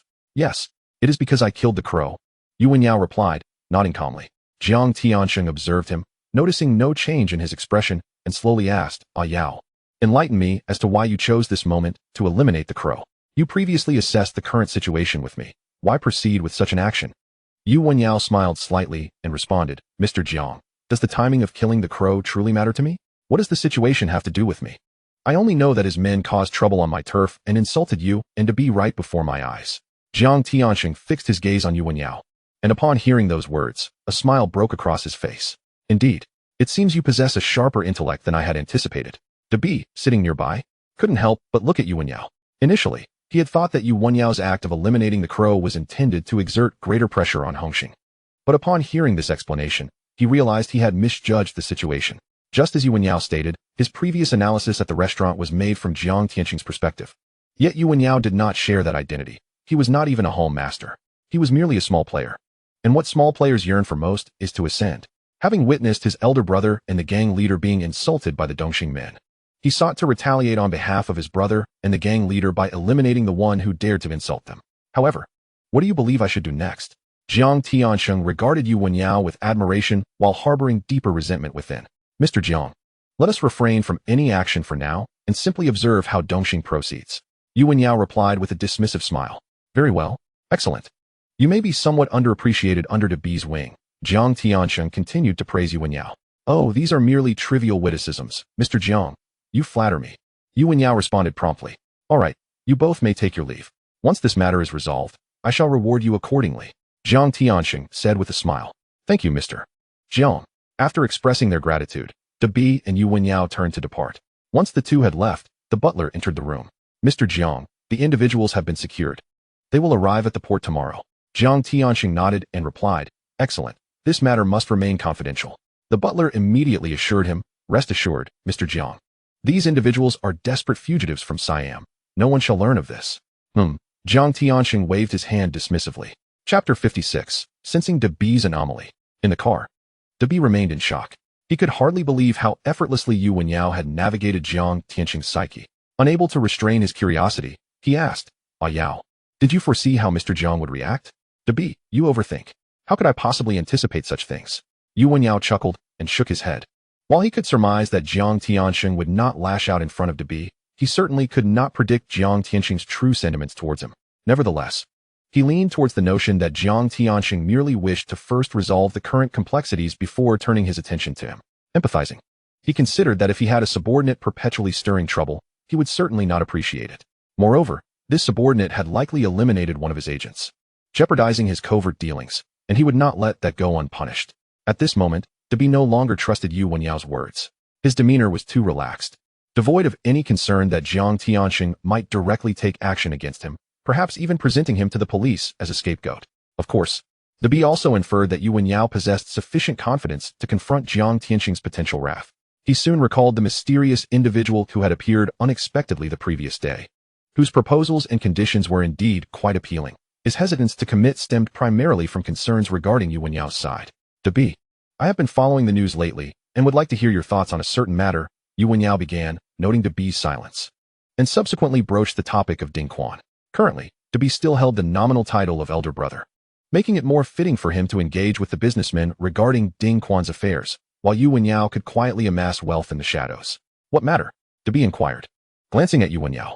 However, a sudden jolt of anxiety gripped his heart. For the Ding Quan mentioned by the mysterious individual was indeed a subject frequently reported in the news. I have seen numerous articles discussing Ding Quan lately. I wonder, De B, are you familiar with the situation? Wenyao spoke slowly.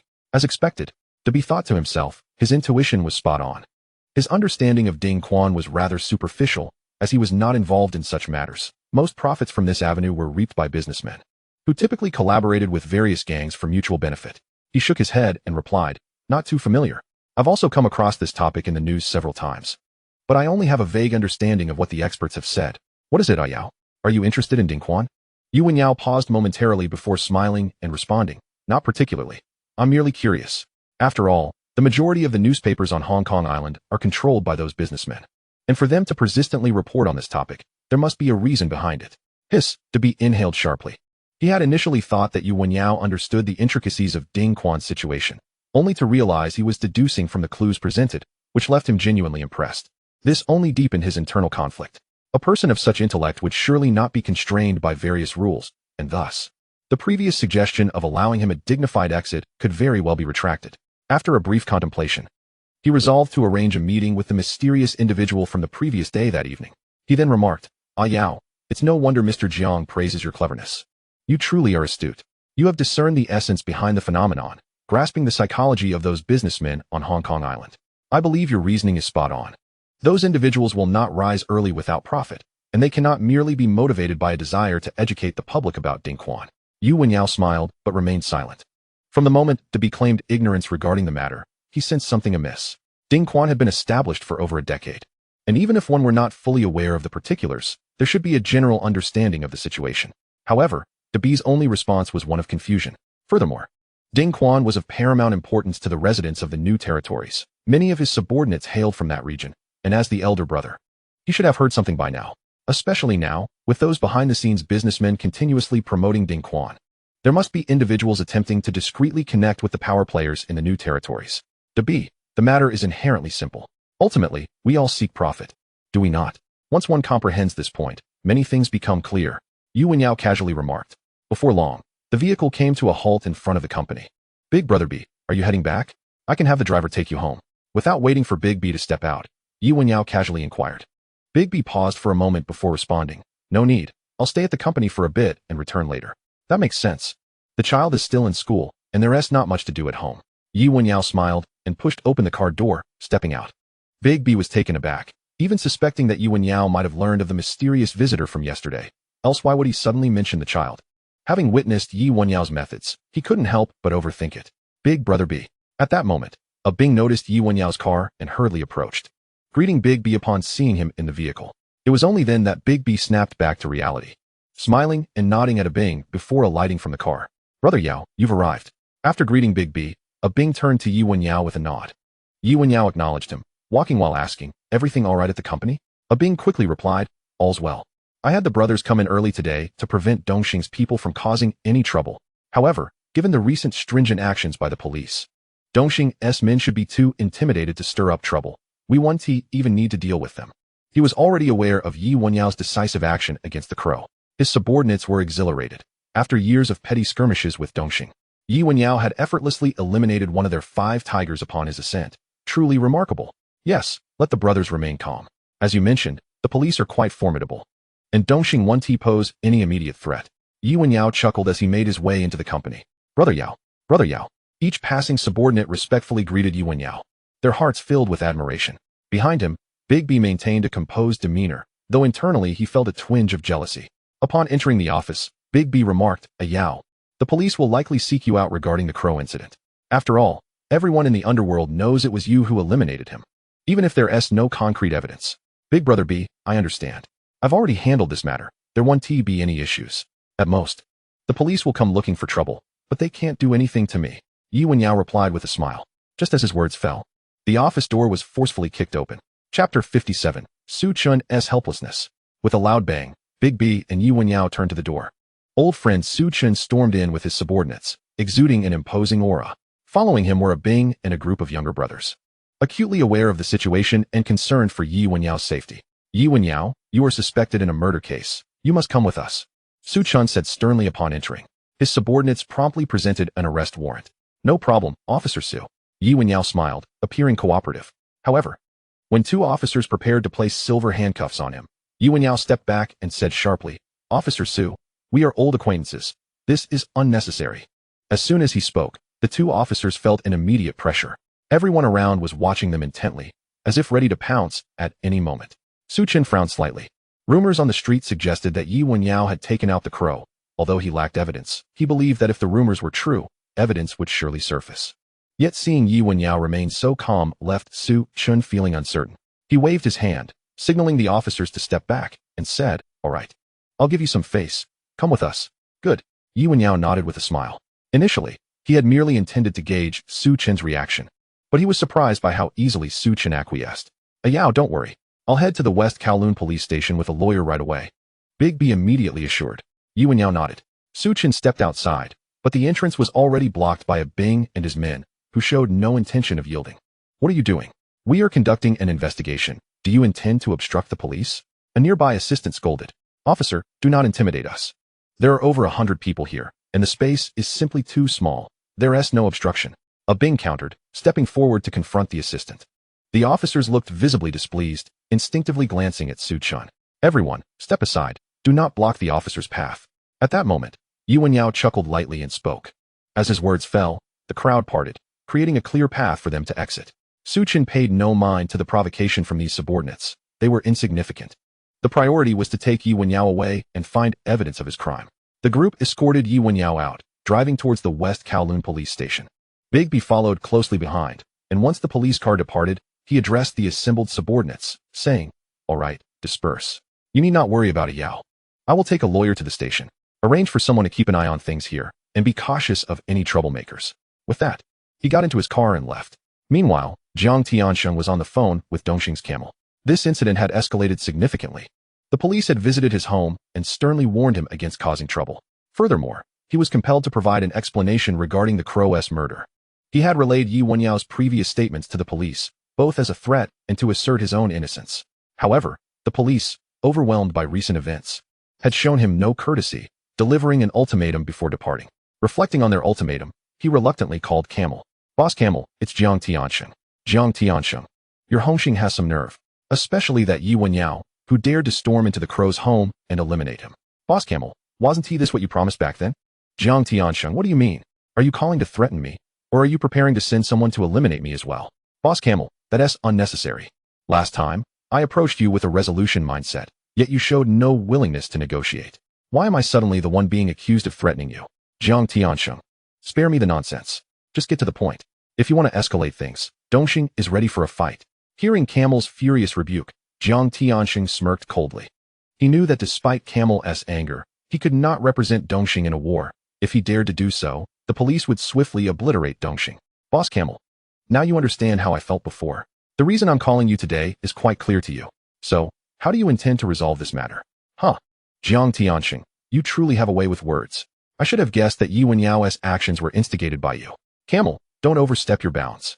This matter has nothing to do with me. Your side has gone too far, and Yi Wenyao is merely acting according to the rules of the Underworld. Spare me the idle chatter. How do you propose to resolve this?" "The one rambling is you, Jiang Tiansheng. Do you think this matter can be settled with just a phone call?" "Understood. Let us arrange a time to meet privately."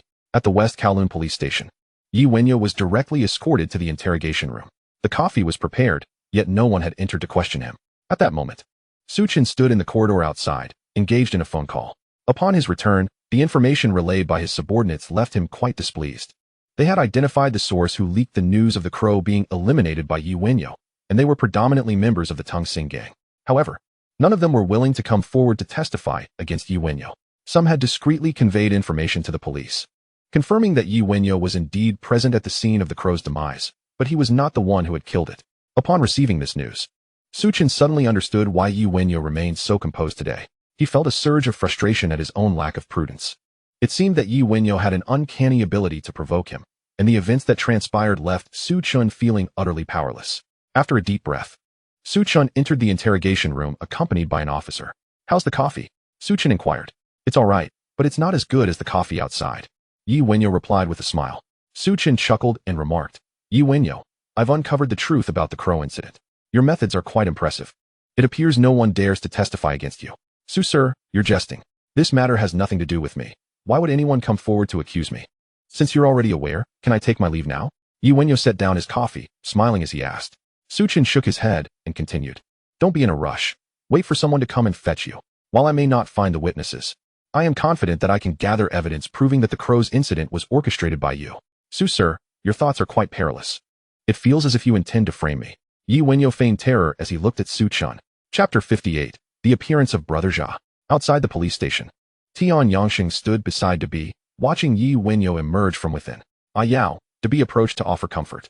"It's all right now, Debi, you should head back." Yi Wenyao nodded in agreement. "All right, but you must stay safe. There will be movements from Tungsing. Sidu Haonan and Lei Yaoyang have already declared they want your life." Before getting into his car, Debi pondered for a moment and decided to inform Yi Wenyao of the news. "Understood, Debi," Yi Wenyao waved his hand. And after Debi's vehicle departed, he entered his own car. Once inside, Tian Yangsheng immediately inquired, "Brother Yao, should we deal with Lei Yaoyang and Sidu Haonan?" Yi Wenyao shook his head and replied, "Let's leave them for now. Let them shout their threats. As long as they don't provoke us, we shall ignore them." "Yes, Brother Yao," Tian Yangsheng nodded and continued, "Should we return now or head to the company?" Yi Wenyao glanced at the darkening sky outside and said, "Let's make a stop at the company first. The main reason is to reassure our subordinates. After all, I was taken to the police station in front of them. If I don't show up for an extended period, who knows what rumors might spread." The car had just stopped at the company entrance when a Bing hurriedly rushed out, opening the car door for Yi Wenyao. "Brother Yao," Yi Wenyao nodded, surveying the vicinity of his establishment, before asking, "Is everything all right today?" "Brother Yao, everything is normal. Was there any trouble at the police station? Do you need me to take some people to teach them a lesson?" A Bing immediately offered. Yi Wenyao shot a Bing a sidelong glance and waved his hand, saying, "No need. We are law-abiding citizens and must trust that the police won't wrongfully apprehend a good person. Understood, understood. Bing replied with a smile. Subsequently, Yi Wenyo took a stroll around the company, visiting various establishments before heading home. Upon arriving, Yi Wenyo instructed Tian Yangsheng, Sheng, arrange for 2 individuals to keep an eye on Bi. Hearing this, Tian Yangsheng was filled with questions but refrained from asking further, simply agreeing. In Taipa, Bi arrived at a fishing village. After leaving the police station, he contacted the mysterious individual from last time, who provided him with this address. Bi. Apologies for the lack of formality. The boss is already waiting for you inside. The mysterious person smiled at Bi. Alright. Bi glanced around before following the mysterious individual into the depths of the fishing village. After passing through the village, the two walked along a corridor into a very concealed room. Bi, it is a pleasure to finally meet you. Upon entering, Brother Jia, with a cigar in his mouth and a broad smile, approached. Too kind, too kind. May I ask how to address you? Bi smiled. Though he was full of curiosity, for he did not recognize this individual. He had assumed that someone of Brother Jia's stature would be somewhat familiar, but he felt a sense of unfamiliarity. Bi, please take a seat. Everyone is polite around here. Just call me Brother Jia. Brother Jia picked up his cigar with a grin. Bi did not refuse, sitting down nearby and remarking, Brother Jia, you must not be from Hong Kong Island. Bi has a keen eye. I brought 2 brothers from Annam to Hong Kong Island to earn a living.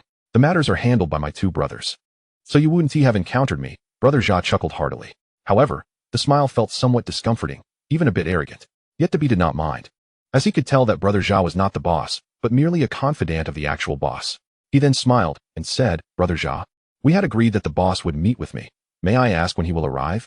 As soon as he finished speaking, Brother Jia's expression changed abruptly, his gaze sharpening as he fixed it on Bi. Instantly, the atmosphere in the room became tense.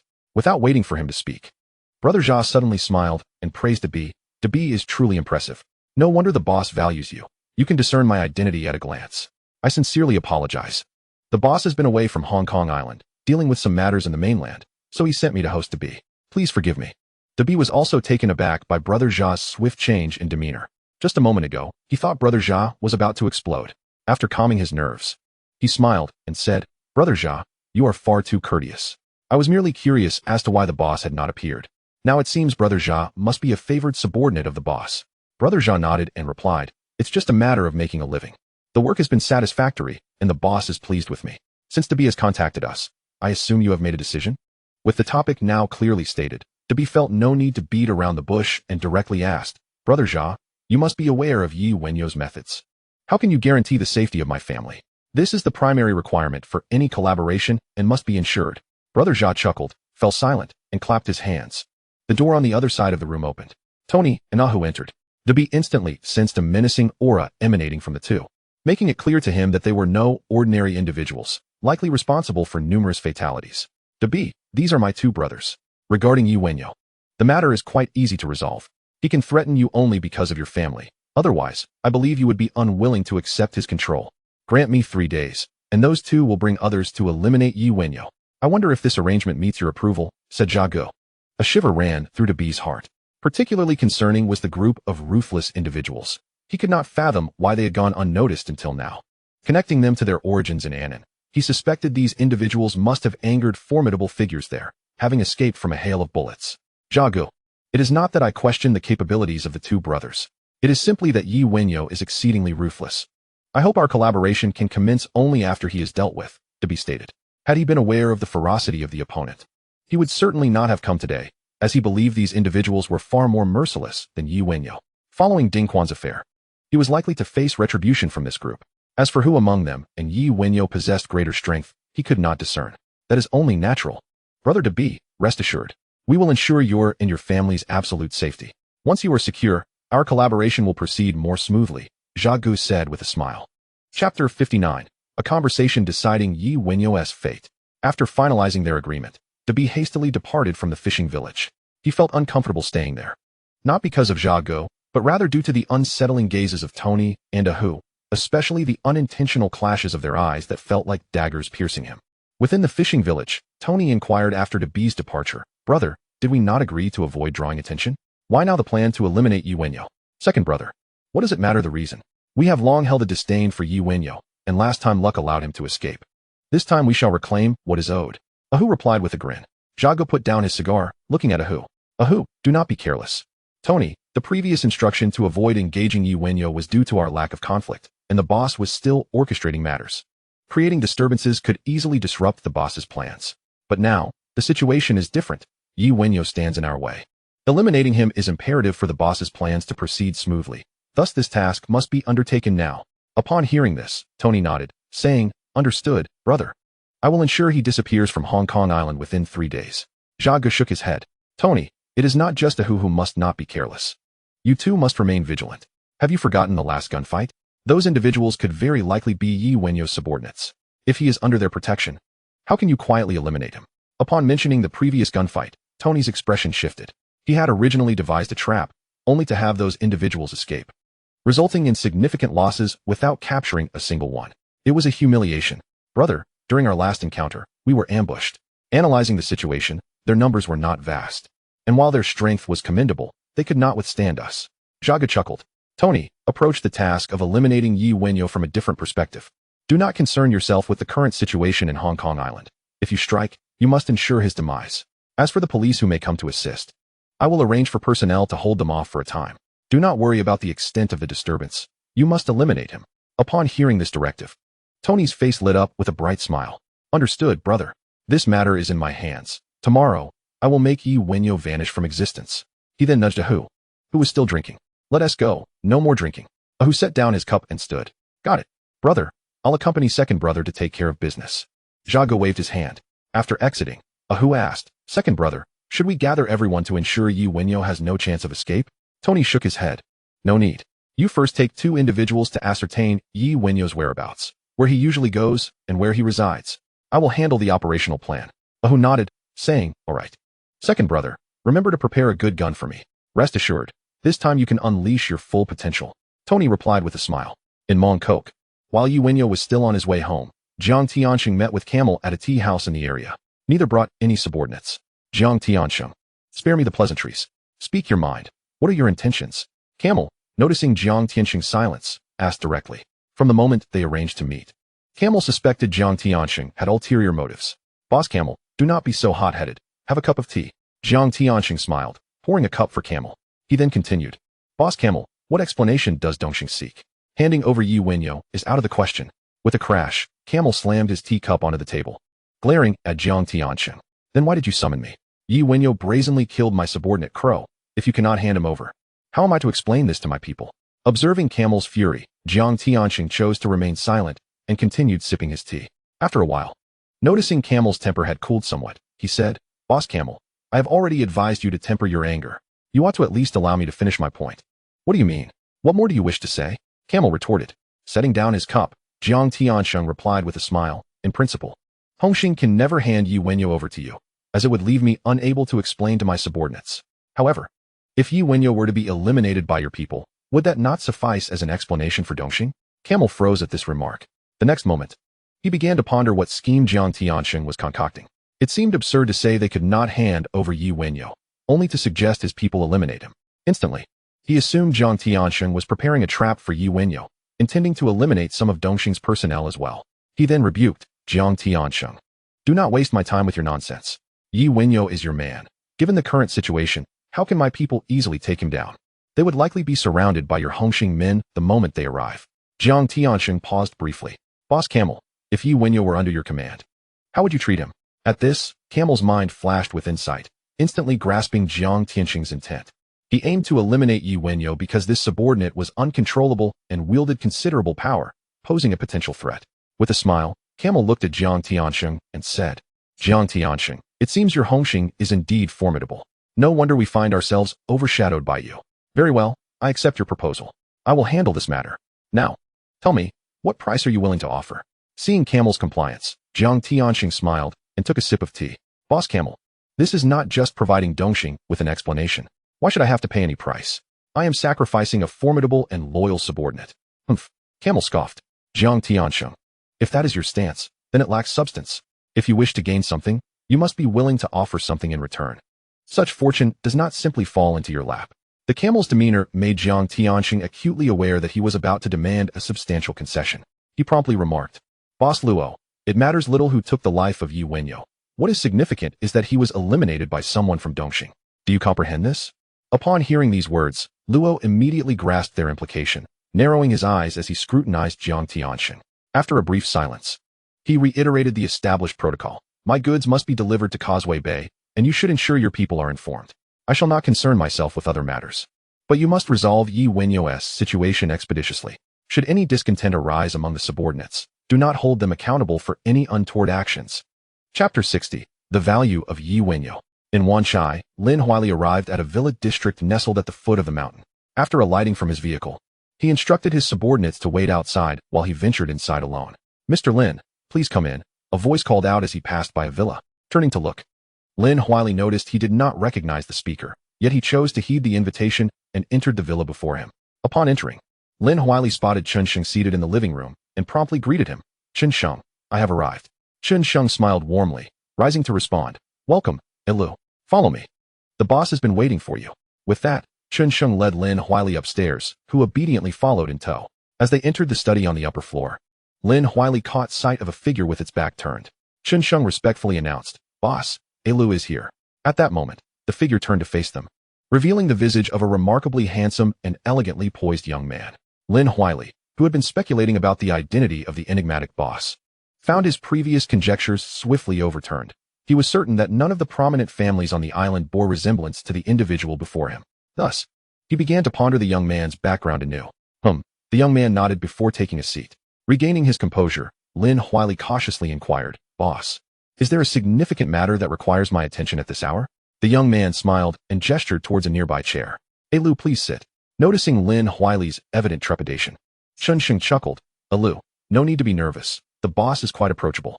Lin Huili returned a smile and settled into the chair. Old Chen, please fetch a cup of tea. The young man felt pleased with Lin Huili's demeanor. Very well, boss, Chen Sheng replied with a bow before departing. The young man continued. Lu, there is no need for anxiety. I summoned you to hear your thoughts on a few matters and to request your assistance. Boss, simply assign me the tasks you require, Lin Huili replied hastily, discounting the notion that he had any significant insights to offer, fully aware of his own standing. The young man casually remarked, Today, I received word that Jiang Tianxing from Hongxing and Luo from Dongxing met secretly. In an attempt to quell Dongxing's ire, Jiang Tianxing has chosen to abandon Yi Wenyao. Given that you have met Yi Wenyao before, do you believe he possesses any value worth cultivating? Upon hearing this question, Lin Huili paused momentarily before engaging in deep contemplation. After a brief interval, he spoke. Boss, may I inquire as to why Yi Wenyao is held in such high regard? The young man chuckled softly before handing Lin Huili a folder from the table, saying, Lu, take a look at the information contained herein, and you will understand my interest in Yi Wenyao. Lin Huili rose to accept the folder, and upon opening it, he found detailed information on Yi Wenyao. As he scrutinized the contents, his brow furrowed in concern. Once he finished reading, his gaze was filled with confusion as he could not help but ask, Boss, is this information accurate? Precisely, though it may not be entirely comprehensive. He is exceedingly cautious and has omitted many unverifiable details, the young man replied. Lin Huili instinctively nodded, his mind swirling with tumultuous thoughts, recalling his previous encounters with Yi Wenyao, and he suddenly felt like a mere jester in comparison. Boss, according to the records, Big B is already under Yi Wenyao's control, which means he is the clandestine overseer of a faction within Hongxing. Thus, he undoubtedly possesses considerable influence. His accomplishments are impressive, having attained such success shortly after his release. However, there are others of comparable caliber, and I still fail to see why we should seek to cultivate him. Perhaps out of caution, Lin Huili continued, the reason you've provided is compelling, but it seems he has thwarted a plan of our adversaries and has managed to survive until now. You must sense that there is a hidden force working against us, and I wish to utilize Yi Wenyao to uncover that clandestine power. Realizing that the boss was not merely seeking his opinion, but rather assessing his attitude, Lin Huili quickly remedied his earlier response. Boss, setting aside your reasoning, Yi Wenyao's abilities are indisputable, and those who could rival him are not easily swayed. He does indeed possess value worth cultivating, but with Jiang Tianxing abandoning him, Luo will undoubtedly seek to eliminate him. We must be prepared to rescue him at a critical moment and seize the opportunity to draw him to our side. The young man shook his head. Lu, you are clever. However, Yi Wenyao is shrewd. Following your plan would likely lead to failure. Lin Huili felt a surge of discontent at the boss's high regard for Yi Wenyao, but dared not show it. Instead, he asked, Boss, what do you suggest? At that moment, Chen Sheng re-entered with the tea, handing it to Lin Huili with a smile. Lu, the boss is eager to hear your thoughts. Do not hold back. A jolt of anxiety coursed through Lin Huili's heart, and he quickly stood, his expression flustered. Boss, Chen Sheng, it was not my intention to conceal anything. My thoughts are somewhat immature, and I feared they might have adverse effects. The young man replied, Alu, I hold you in high regard. Please share your thoughts with me. Seeing the boss smile, Lin Huili spoke softly. Boss, if we were to intervene and rescue Yi Wenyao during a critical moment, he might assume we had prior knowledge of his predicament, and our rescue would merely be an attempt to gain his favor. Instead, we should consider a contrary approach. Send someone to warn him and observe how he responds to Dongxing's assault. If he falters in his strategy, we could then save him without arousing his suspicion of our intentions. Yet, I worry that Yi Wenyao may easily dismantle Dongxing's attack. In that case, our warning might merely appear as a friendly gesture, leading him to underestimate us. The young man nodded in satisfaction before acknowledging Chen Sheng with a gesture and rising to depart. Lin Huili watched the boss leave, his expression clouded with confusion. At that moment, Chen Sheng smiled and suggested, Ilu, why not consider my approach? Chapter 61. Commencing matters with Ding Quan, crisis approaches. The following day, as Yi Wenyao made his way to the company, a call from Tian Yanxing came through. Yesterday, he followed Yi Wenyao's orders to surveil Big B. Upon arriving with his team, they discovered that Big B was not home and only returned late in the night. After conducting a covert investigation, they were unable to ascertain Big B's whereabouts from the previous evening. Yi Wenyao promptly instructed Tian Yanxing to continue the surveillance. Upon reaching the office, he summoned a Bing to his office. Responding eagerly to Yi Wenyao's call, a Bing dashed to the office and, upon entering, greeted with a smile, Brother Yao. What can I assist you with? Sit down, Yi Wenyao gestured, and once a Bing was seated, he stated, there is a matter that requires your attention. Brother Yao, just give me the order.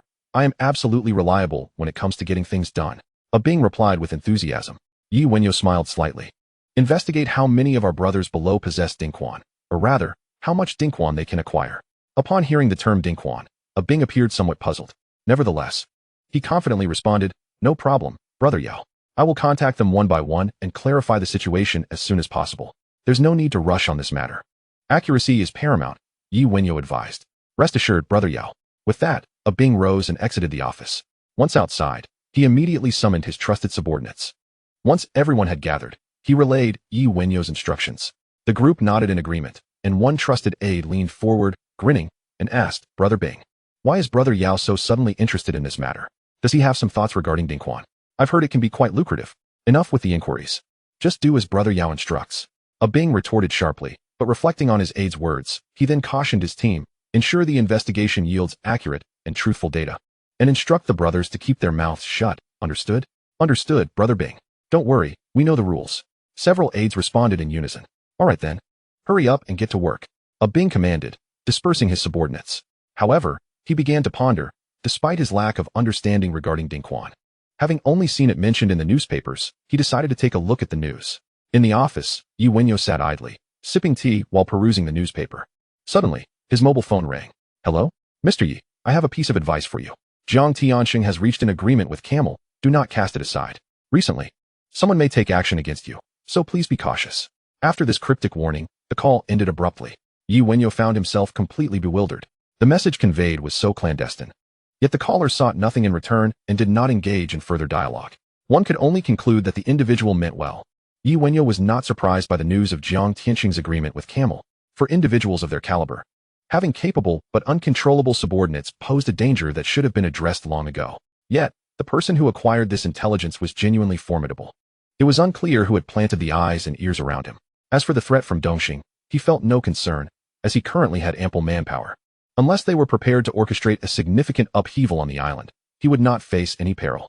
Moreover, the security level had recently been elevated to its highest point, especially after the incident involving the crows, which assured him that someone would undoubtedly target him. At that moment, the head of his personal driver entered the office. Brother Yao, we have discovered someone is tailing you. Yi Wenyao was taken aback. It was unexpected to learn of this anomaly right after receiving the phone call. When did this happen? The boss promptly replied, they began following you right after you left home. The opponent is quite professional. Our scouts almost failed to notice them. Yi Wenyao furrowed his brow slightly. If our scouts nearly missed them, they must be quite skilled. However, judging by the caliber of Dongxing's personnel, they shouldn't possess such capabilities. They could either be individuals hidden by Camel or hired outsiders, though I lean towards the latter. Before Yi Wenyao could respond, his veteran received another call, revealing another group of individuals tailing them. Upon hearing this news, Yi Wenyao was astonished. Not just one wave of people. It became evident that one group was undoubtedly from Dongxing. However, He had no inkling as to the identity of the second group of tailors. Brother Yao, should we eliminate them? The veteran inquired. With only one group tailing them, it indicated that the enemy was not numerous. Given their strength, they could ensure Yi Wenyo's safety. Yet, with the sudden emergence of another group, Yi Wenyo's safety was now at risk. Take down the first group, Yi Wenyo ordered. Understood, Brother Yao. The veteran acknowledged and proceeded to relay the command to their associates outside. Half an hour later, the veteran returned to report that they had captured 2 of the individuals tailing them. However, after questioning them, the captives revealed nothing but their origins from Siam, offering no further information. Moreover, the second group of tailors had noticed the commotion and vanished without a trace, leaving the veteran unable to pursue them. Yi Wenyo immediately understood that both groups were likely up to no good. One group had come from Siam to Hong Kong, and he had no animosity with them. They were likely motivated solely by monetary gain, potentially being professional assassins or mercenaries. The other group was equally formidable, based on his understanding of the veteran's capabilities. Their swift ambush of the first group indicated they were no ordinary adversaries. This led him to think of Tony and his brothers, who had previously executed a sudden strike. Otherwise, Tian Yangsheng would have likely faced injury even if he managed to escape. Instruct the brothers to remain vigilant. The opponents come with ill intentions and might create a significant disturbance, he stated. Yes, Brother Yao, the veteran nodded in acknowledgement. In the southern district of Wanchai, a coastal village, a team of mercenaries from Siam held an urgent meeting. The individuals they had dispatched to surveil Yi Wenyo had suddenly gone silent, signifying that they had likely been neutralized. Consequently, their previously unformed assassination plan needed adjustment, as they had inadvertently raised alarms. However, they had not anticipated the strength of Yi Wenyo's subordinates. Initially, when their employer warned them about the formidable nature of Yi Wenyo's men, they had been skeptical, believing they were merely street thugs from a gang. Now, they had witnessed the reality firsthand. The team leader stared at the map laid out on the table, lost in thought. Chapter 62, Proactive Strike. At the Central Hotel, Tony was engaged in conversation with Brother Jia, eager to understand the current plans of their boss. However, Brother Jia maintained a tight-lipped demeanor, revealing no information and simply advising Tony to follow his arrangements. Noticing his brother's reluctance to share anything, Tony stood to take his leave. Just then, the door swung open, and Ahu hurriedly entered. Ahu, what brings you here? Tony immediately inquired. Ahu, brimming with excitement upon seeing Tony, exclaimed, Second brother, while tailing Yi Wenyo earlier, I discovered that another group was also watching him. However, Yi Wenyo's subordinates are indeed impressive. They had a set of scouts hidden nearby, and that group was swiftly apprehended by Yi Wenyo's men. Upon receiving the news, Tony furrowed his brow and inquired, What about you? Have you been discovered by Yi Wenyo's men? It shouldn't be the case, right? Ahu hesitated before responding. Tony shook his head and replied, All right, I understand. There's no need to send anyone to keep an eye on Yi Wenyo for now. Ahu exclaimed, Second brother, what do you mean? Are we just going to let him go? We must eliminate him. Even if he knows, he definitely won't escape. Tony lamented. The fact that you did not detect Yi Wenyo's scouts indicates their formidable capabilities. If you attempt to follow him with more men, you risk being captured by them. Our equipment will not arrive for another day. Observing him today would be futile and could mislead Yi Wenyo into believing we are intimidated, allowing us to prepare a new attack plan. Ahu's face brightened with understanding. Oh, I see. Second brother, I'll head back now. Just let me know when you need me to watch Yi Wenyo. Tony nodded affirmatively. Yes, you may go. Ahu then exchanged greetings with Brother Jia before turning to leave.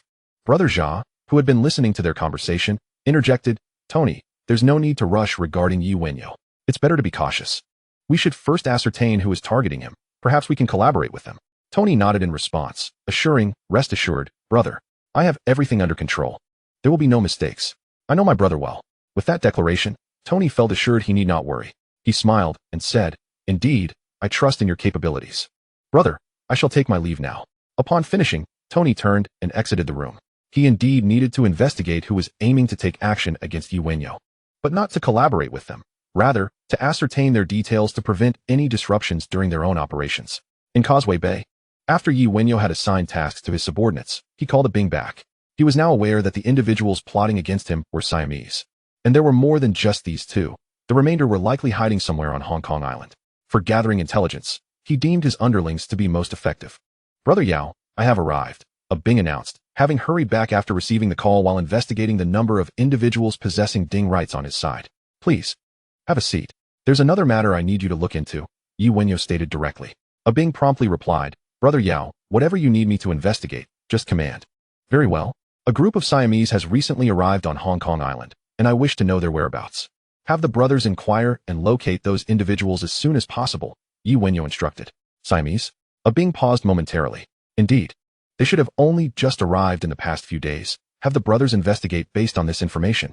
If we can locate these individuals, I assure you, everyone will be well rewarded, Yi Wenyao added enticingly.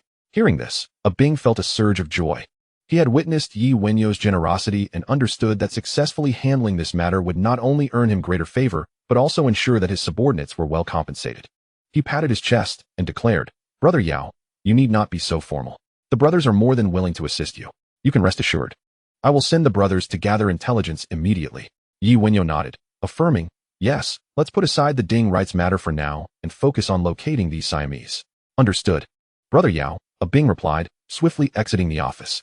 He then began contacting various underlings, instructing them to probe into the more secluded areas of Hong Kong Island for information. Yi Wenyao's directive to Bing indicated that these individuals were likely up to no good and would not venture into crowded places. Moreover, Yi Wenyao's decision to seek out these individuals was driven by a desire to be proactive rather than reactive. After all, it was not just this group that had their sights set on him. Should he fend off one group, another might strike, potentially resulting in injuries or fatalities among his seasoned subordinates. Presently, his veteran troops were invaluable, forming the foundation for his future endeavors. However, he had also begun recruiting and training new members, although everything would have to wait until Yi Guohuan established stable connections within the mainland, allowing for training there to avoid detection from Hong Kong Island. In the interim, Yi Wenyao placed a call to Tian Yangsheng. Upon learning that Debi was still at home, though frequently on the phone with no unfamiliar visitors, he inquired about the elderly man who had been secretly communicating with Su Chun. Unfortunately, there were still no new leads. After offering a few words of praise, he instructed Tian Yangsheng to continue monitoring the situation. His suspicions regarding Debi had originated during his last meeting with Jiang Tianxing, leading him to connect some individuals who had begun surveilling Debi. After ending the call, he proceeded to examine the detailed information on various real estate companies in Hong Kong Island that had been gathered. The matter of Ding rights still lingered in his mind. Based on his understanding, there were two potential courses of action. One was to acquire Ding rights directly from those individuals to establish a real estate company for development. The other was to acquire the rights and then sell them off for a profit. He favored the latter, as establishing a real estate company, given his current status, would attract too much attention. Even having someone else hold the company would likely be easily uncovered. His strength was not yet sufficient to warrant such scrutiny. As time passed, the sun dipped below the horizon, soon vanishing from sight. Bing, fulfilling expectations, arrived before Yi Wenyao with promising news. Brother Yao, we have information. Bing rushed into the office. Where are those individuals? Yi Wenyao inquired. Bing reported, Brother Yao. According to the brothers' investigations, over the past 3 days, dozens of Siamese have arrived, but most have come in pairs or trios. Only one group is larger, and they are currently residing in a fishing village by the seaside in Wan Chai. Excellent. Yi Wenyao expressed satisfaction, then nodded at a veteran, instructing, take the brothers to investigate, but proceed with caution. Yes, Brother Yao, the veteran affirmed, departing the office. Chapter 63, Hidden Yet Unyielding. Yi Wenyao retrieved 2 stacks of Hong Kong currency from the safe and placed them on the table. Bing, the brothers have worked hard. You take them to relax. I want to join, he stated. Bing quickly declined. Brother Yao, there's no need. It's just a small task. It wasn't tiring at all. Take this. Yi Wenyao shot Bing a stern look and continued. Work deserves compensation. Otherwise, who would want to work for me in the future? The brothers did exceptionally well this time, and I am very pleased.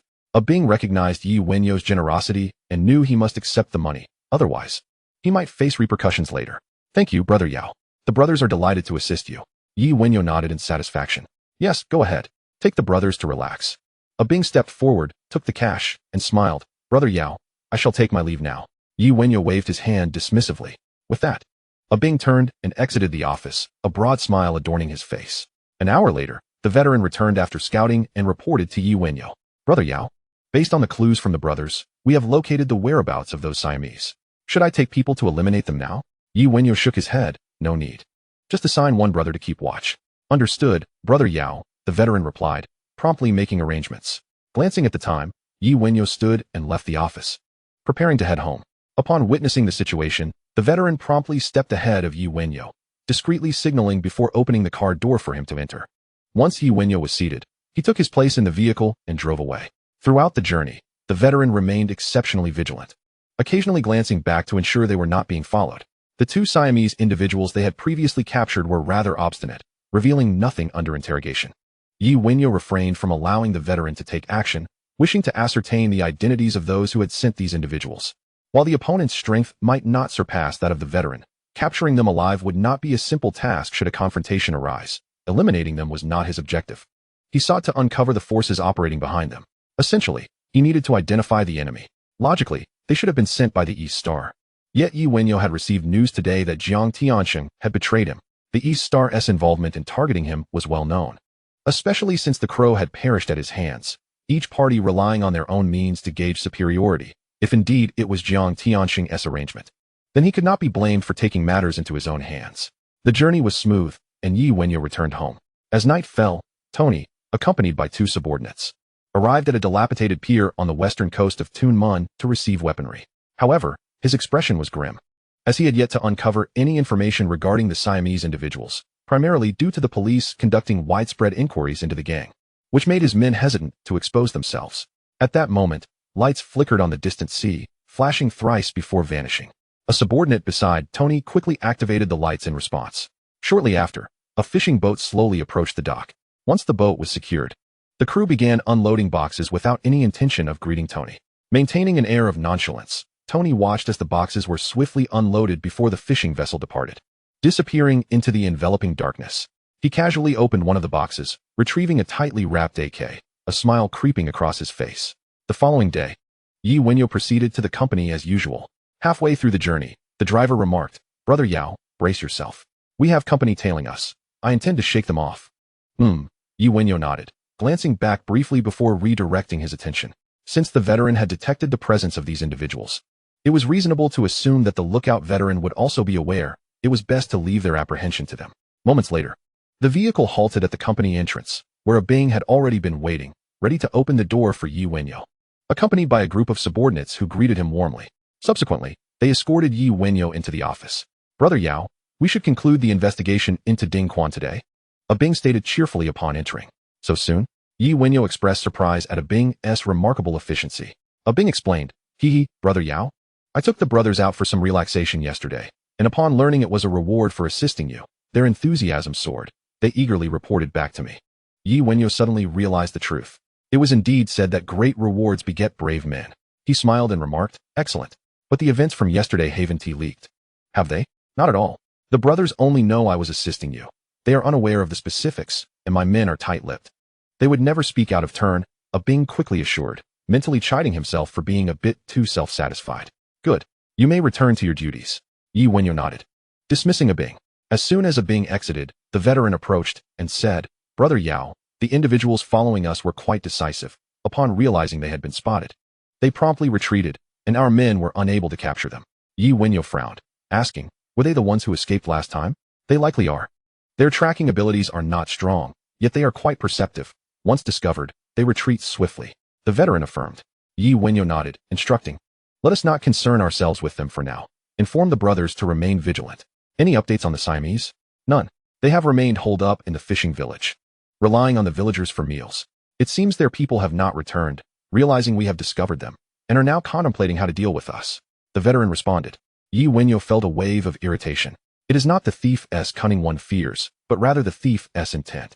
With the mastermind still elusive, eliminating these Siamese might invite the enemies. He must pinpoint his target before launching a decisive strike, nipping the danger in the bud. "Let our brothers keep a close watch there. Report immediately upon any discoveries." The veteran understood Wenyao's displeasure and recognized his intentions, hesitating for a moment before suggesting, "Brother Yao, should I take some men now and wipe them out, capturing a few alive for interrogation?" Wenyao shook his head, remaining silent. Seeing this, the veteran understood that no further words were necessary. In Jordan, Lin Huailu was listening to his subordinate report on Wenyao's situation. He had not instructed his men to shadow him. Rather, he relied on the small-time subordinates from Causeway Bay to extract information, knowing that any significant movement would be apparent without the need for investigation. After concluding the report, Lin Huailu waved his hand to dismiss his subordinate. Since notifying Wenyao of the impending danger yesterday, he had been anticipating a response, yet to his surprise, Wenyao remained remarkably composed in the face of peril, refraining from taking preemptive action. He understood that Wenyao aimed to uncover the puppeteer behind the scenes. However, Jiang Tianxing was not easily dealt with and would undoubtedly conceal himself thoroughly, as the act of sending someone to kill his own subordinates could not be made public. Chapter 64, Action. In Causeway Bay, Near Yi Wenyo's company, Ahu arrived with his subordinates to meet Tony. Earlier that morning, Tony had instructed him to keep an eye on Yi Wenyo, but unexpectedly, shortly after setting out, he was discovered. Remembering Tony's instructions, he opted to withdraw, though it took considerable effort to shake off the lookout set by Yi Wenyo. "Second brother, I'm back," he called out nonchalantly as he entered.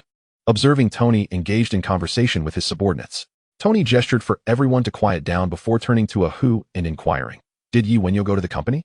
"Yes. I trailed him for a short while, but he spotted me. The subordinate I had stationed nearby saw him enter the company," Ahu replied. This time, he had learned from past experiences, assigning a less conspicuous subordinate to remain near Yi Wenyo's company, as it was not necessary to know his every move. Only his location. Tony nodded. After a moment of contemplation, he said, "Ahu, you should refrain from participating in today's operation." "What? Second brother? What do you mean by that? Are you saying I can't join the operation?" Ahu exclaimed, his expression instantly darkening. Tony anticipated this reaction but deemed it necessary. Ahu's stubborn nature would make him resistant to this decision, thus requiring a strategic approach. Moreover, after reflecting on their previous brief encounter with Yi Wenyo's subordinates, he believed their strength to be formidable, and given Ahu's impulsive personality, he could easily find himself in peril. "Ahu, do not be agitated. My reasoning is sound. Will you heed my words or not?" Tony said in a stern tone. "No." Ahu immediately countered, continuing, "Second brother, the eldest brother entrusted this matter to us. How could I possibly abstain from participating? Are you worried I want to follow orders and disrupt the operation?" Tony shook his head, feigning contemplation for a considerable while. He finally spoke. Ahu, I am well aware of your temperament. If you are insistent on participating, then I shall entrust you with the most pivotal position." Upon hearing this, Ahu beamed with a smile and promptly responded, "No problem, second brother." Tony chuckled lightly and remarked, "Ahu, the forthcoming operation entails not only facing Yi Wenyo's subordinates, but more importantly, we must obstruct the support from the Hong Kong police. Your task is to prevent these officers from arriving here for at least half an hour." Ahu nodded, recognizing the significance of hindering the police, and immediately declared, "Second brother, rest assured, with me here, I won't allow the Hong Kong police to make an appearance, not even for an hour." Tony, suddenly serious, looked at Ahu and earnestly said, "Ahu, do not underestimate this matter. The safety of my brothers rests entirely in your hands for just half an hour. During this time, the police must not arrive. Once the time is up, we will retreat immediately.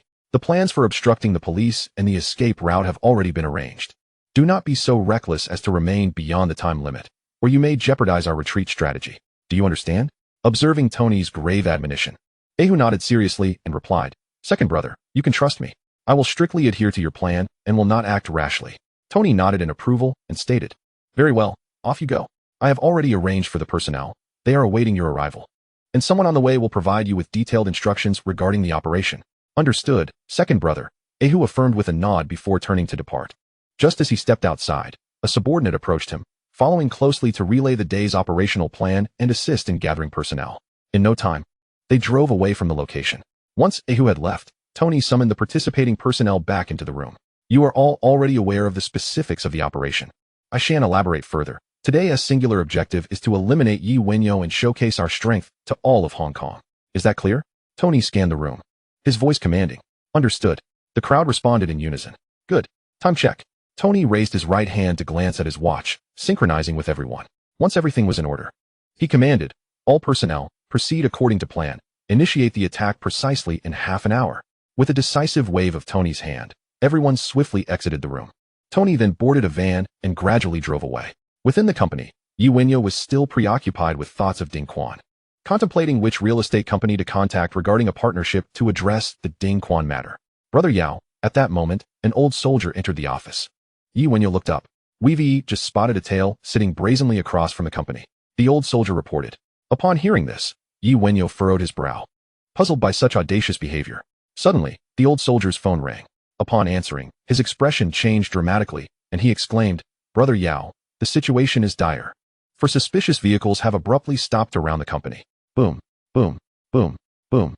As his words fell, explosions erupted outside, flames soaring into the sky. The tremendous tremors felt akin to an earthquake. The old soldier rushed to the window to survey the number of enemies, while dialing to summon other soldiers to gather for Yi Wenyo's protection. The use of explosives in this location indicated the enemies were utterly deranged, and one could only imagine their recklessness. Relying solely on the local gangsters would undoubtedly make them no match for the adversaries.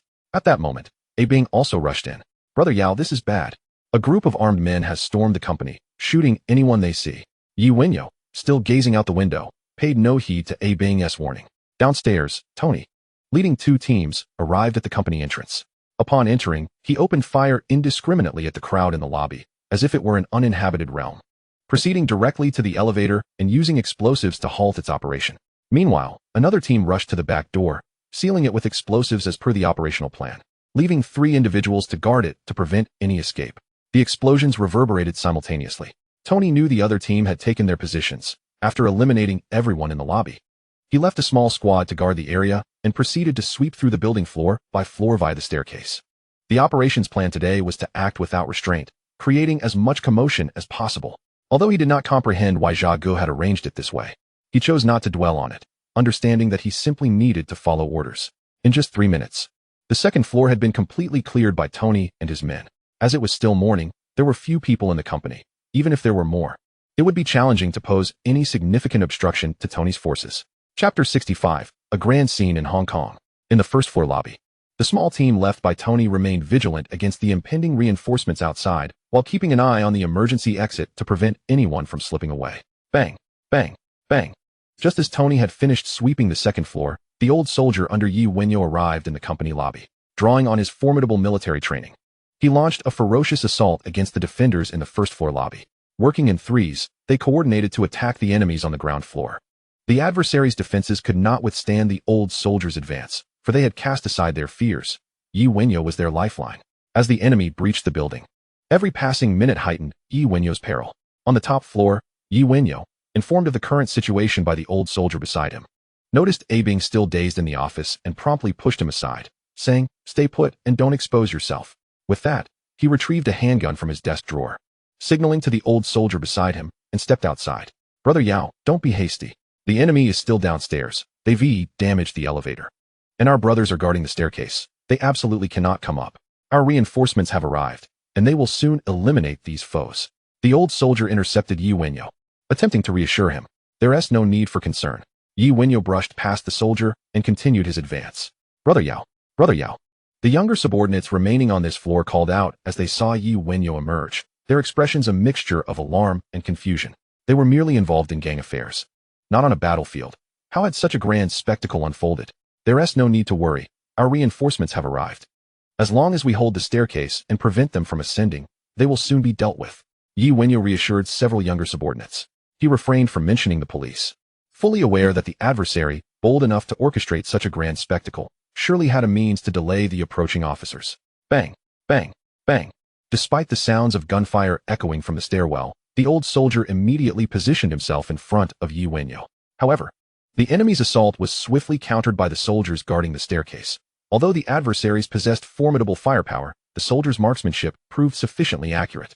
In West Kowloon, Su Chun was still vexed over his inability to find incriminating evidence against Wenyao when the phone on his desk suddenly rang. Upon hearing the voice on the phone, I immediately rose, hung up, and dashed outside. "Everyone, gear up and follow me." As we arrived at the office area, Su Chun shouted, hastening down the stairs. His heart was filled with shock. Trouble had arisen again with Wenyao. Moreover, an explosion had occurred. For a moment, he wondered if Wenyao had offended the Big Circle gang, daring to engage in such activities in Hong Kong, as there were no others but those deranged individuals. However, he swiftly discarded this thought, resolving not to indulge in futile speculations. He would ascertain the facts upon arriving at the scene. 10 minutes passed. Su Chun led the entire homicide unit from the police station towards Wenyao's location. Boom, boom. Just as they passed the intersection outside the police station, a car parked by the roadside suddenly exploded, startling the entire convoy. The vehicles came to an abrupt halt. Everyone took cover behind the cars, scanning the surroundings for assailants. After a full 3 minutes, apart from the explosion, there was no sign of anything else. Su Chun instantly understood the situation. He promptly commanded, split into 2 teams, and approached the gunfight scene via different routes. Having said that, Su Chun swiftly entered the vehicle, activated the siren, and sped away from the intersection. His subordinates quickly adhered to the pre-established plan he had drilled into them, racing towards the scene. In the car, Su Chun began contacting the chief to report the unfolding events and urged him to have the Flying Tigers head to the scene. Initially, the chief hesitated, but after a persuasive argument from Su Chun, he eventually acquiesced. Once the arrival time of the Flying Tigers was confirmed, Su Chun relayed orders through the vehicle's radio to all his subordinates, instructing them to seal off the area upon arrival and refrain from rushing in, waiting for the flying tigers to arrive. In the company lobby, after 10 minutes of intense gunfire, the group left behind by Tony had suffered casualties, with one dead and one wounded, resulting in all being eliminated. At that moment, Tian Yangsheng had just arrived. Upon witnessing the horrific scene, his expression changed abruptly, a surge of fury igniting within him, his eyes gleaming with cold resolve. Grabbing an enemy AK, he dashed towards the staircase, followed closely by several veterans, their sentiments mirroring Tian Yangsheng's own. On the third-floor staircase, Tony and his team were pressing their attack on the fourth floor. However, each assault was repelled by the enemy's precise marksmanship, leading to the loss of several of his men. Yet, 10 minutes had passed, and a third of the time he had allocated for the operation had elapsed, causing a fierce determination to flash across his face. Prepare all grenades. As his words fell, the others understood his intent and promptly retrieved their grenades. Leading the charge, Tony sprinted towards the upper floor. His subordinates pulled the pins from their grenades and hurled them towards the fourth-floor staircase. The veterans, who were poised to suppress the incoming fire, suddenly spotted grenades flying towards them and instinctively dove outside. Boom! The safety door of the fourth-floor staircase was obliterated into fragments. The few underlings upstairs trembled in fear. Wenyao shifted his stance, aiming his pistol in the direction of the staircase, knowing the enemy was growing anxious. The sounds of gunfire from the staircase indicated that his men were making their way up. Several veterans analyzed the current situation, exchanged glances, then dispersed to utilize the advantageous terrain of the fourth floor to ambush the approaching enemy. Their weapons were aimed at the staircase, awaiting the appearance of their foes. Bang! Bang! Bang! On the fourth floor, following the explosion of the grenades, several veterans immediately raised their weapons, firing rapidly at the staircase to suppress the enemy's advance. In a desperate gamble, Tony fully revealed his ruthless nature, braving the hail of bullets as he sprinted up to the fourth floor. A swift glance around. He then lunged forward, rolling behind an office desk for cover. Two veterans quickly opened fire on the desk where Tony had taken refuge. With two of them no longer suppressing the enemy, the assailants surged into the fourth floor, several being shot down in the process while the rest sought cover and retaliated against the firing veterans. At this moment, Wenyao had been escorted back to the office by the veterans, witnessing the fierce gunfight below through the window. The familiar visage of Tony became clear to Wenyao, and he instantly recognized the origins of these individuals. His expression darkened. The last time, due to a lack of caution, he had been ensnared by them, after which they seemed to vanish without a trace, leaving no further information. When Tony did not see Wenyao in the fourth-floor office area, he scanned the surroundings in search of him, locking eyes with Wenyao at the window. "Cover me." Upon spotting Wenyao's position, Tony shouted loudly. The incoming subordinates raised their weapons, unleashing a barrage of fire on the veterans opposite to create a safer environment for Tony's actions. On the second-floor staircase, Tian Yangsheng and a group of veterans were making their ascent. Hearing the explosions of grenades above, anxiety flooded his heart. He knew Wenyao was not equipped with any heavy weaponry, largely due to Su Chen's constant surveillance to prevent any chance for trouble. This had resulted in insufficient firepower upstairs, making it increasingly difficult to withstand the enemy. Rat-a-tat-tat. Just as they reached the third floor, bullets from submachine guns began to rain down on Tian Yangsheng and his men. Reluctantly, they were forced back to a position halfway up the second floor. With urgency etched on his face, Tian Yangsheng turned to the veterans beside him and said, "Wenyao has only a few brothers with him, and these enemies are ferocious. They will not hold out for long. We must rush up as quickly as possible. Now, let's split into two teams. I will lead one team forward, while the rest set up a fire line in the back to suppress the enemies above." Without allowing for discussion, he quickly designated 5 men. The selected veterans immediately checked their weapons, fully aware of the need for swift action. "Move out." After inspecting their gear, Tian Yangsheng waved his hand and charged up the stairs, with the 5 veterans tightly gripping their weapons in swift pursuit. The remaining individuals utilized the gaps in the stairwell to aim at the potential positions of enemies lurking above. The rapid-fire sound of gunfire erupted, bullets cascading forth, ricocheting off the railings and walls, creating a chaotic spray. Tian Yangsheng and his team of 6 showed no signs of hesitation, bolstered by the firepower of their backup. Their speed surged as they quickly established a foothold on the third floor. They then shifted their fire to suppress the upper levels while their reinforcements ascended rapidly. Following their prearranged coordination, they pressed onward towards the fourth floor. However, the adversaries were acutely aware that they could not allow Tian Yangsheng and his team to ascend, and with a resolve to face death, they mounted a fierce counteroffensive. The battle in the stairwell escalated dramatically. Even Tian Yangsheng, with his own resolve to charge forward, found his progress thwarted. On the fourth floor, Tony prepared to rush towards Yi Wenyo's office when a team member sprinted over, delivering a report. "Boss, we can't hold them off any longer below. We need to retreat." Upon hearing this, Tony furrowed his brow, his agitation mounting as the intense gunfire echoed from the stairwell. He was so close to Yi Wenyo, yet his subordinates were valiantly holding the line, preventing him from advancing. With obstacles ahead and enemies poised to breach his remaining squad from behind, a flicker of reason compelled him to realize that retreat was imperative. Glancing at his watch, he noted that 20 minutes had passed since the operation commenced. He had not anticipated such formidable defensive strength surrounding Yi Wenyo, capable of withstanding his surprise assault. A glance at Yi Wenyo in the distance ignited a reckless determination within Tony. He turned to his nearby team member and commanded, "Blow up the stairwell." The team member stood in disbelief, staring at Tony incredulously. "What are you waiting for? Get moving," Tony barked, seeing the hesitation. After a moment of indecision, the team member chose to obey Tony's command, sprinting back to the stairwell. Boom. In an instant, the thunderous sound of an explosion resonated from the stairwell, and the team members who had been holding their ground against Yi Wenyo's reinforcements surged into the fourth-floor office area. The stairwell's destruction meant that they were momentarily free from rear threats, but the countdown had begun. They had 3 minutes to conclude the fight, otherwise, escape would become impossible. In that moment, bullets flew like raindrops in the fourth-floor office. The veterans were pressed down so low that they could barely lift their heads, let alone retaliate. The gang's underlings were already prostrate on the ground, paralyzed with fear, terrified that a stray bullet might claim their lives. Tony immediately rose, hastening towards Yi Wenyo's office. He was confident that eliminating Yi Wenyo would be a simple task, provided that his subordinate's presence was absent. As Tony advanced rapidly, the veterans noticed him. Yet under the barrage of bullets, those attempting to fire back were swiftly turned into Swiss cheese. Even in the face of death, these veterans did not retreat. Their sacrifice merely bought Tony a moment's delay, and soon, those who had managed to withstand the assault collapsed to the ground. Inside the office, Yi Wenyo had been monitoring the situation outside, but had not found an angle to shoot. Witnessing the veterans perish in their attempts to obstruct Tony filled him with fury. The veins on the back of his right hand bulged as he gripped his pistol tightly. As he moved, a veteran swiftly stepped forward to block him. Fearing Yi Wenyo might rush out, "Brother Yao, be careful.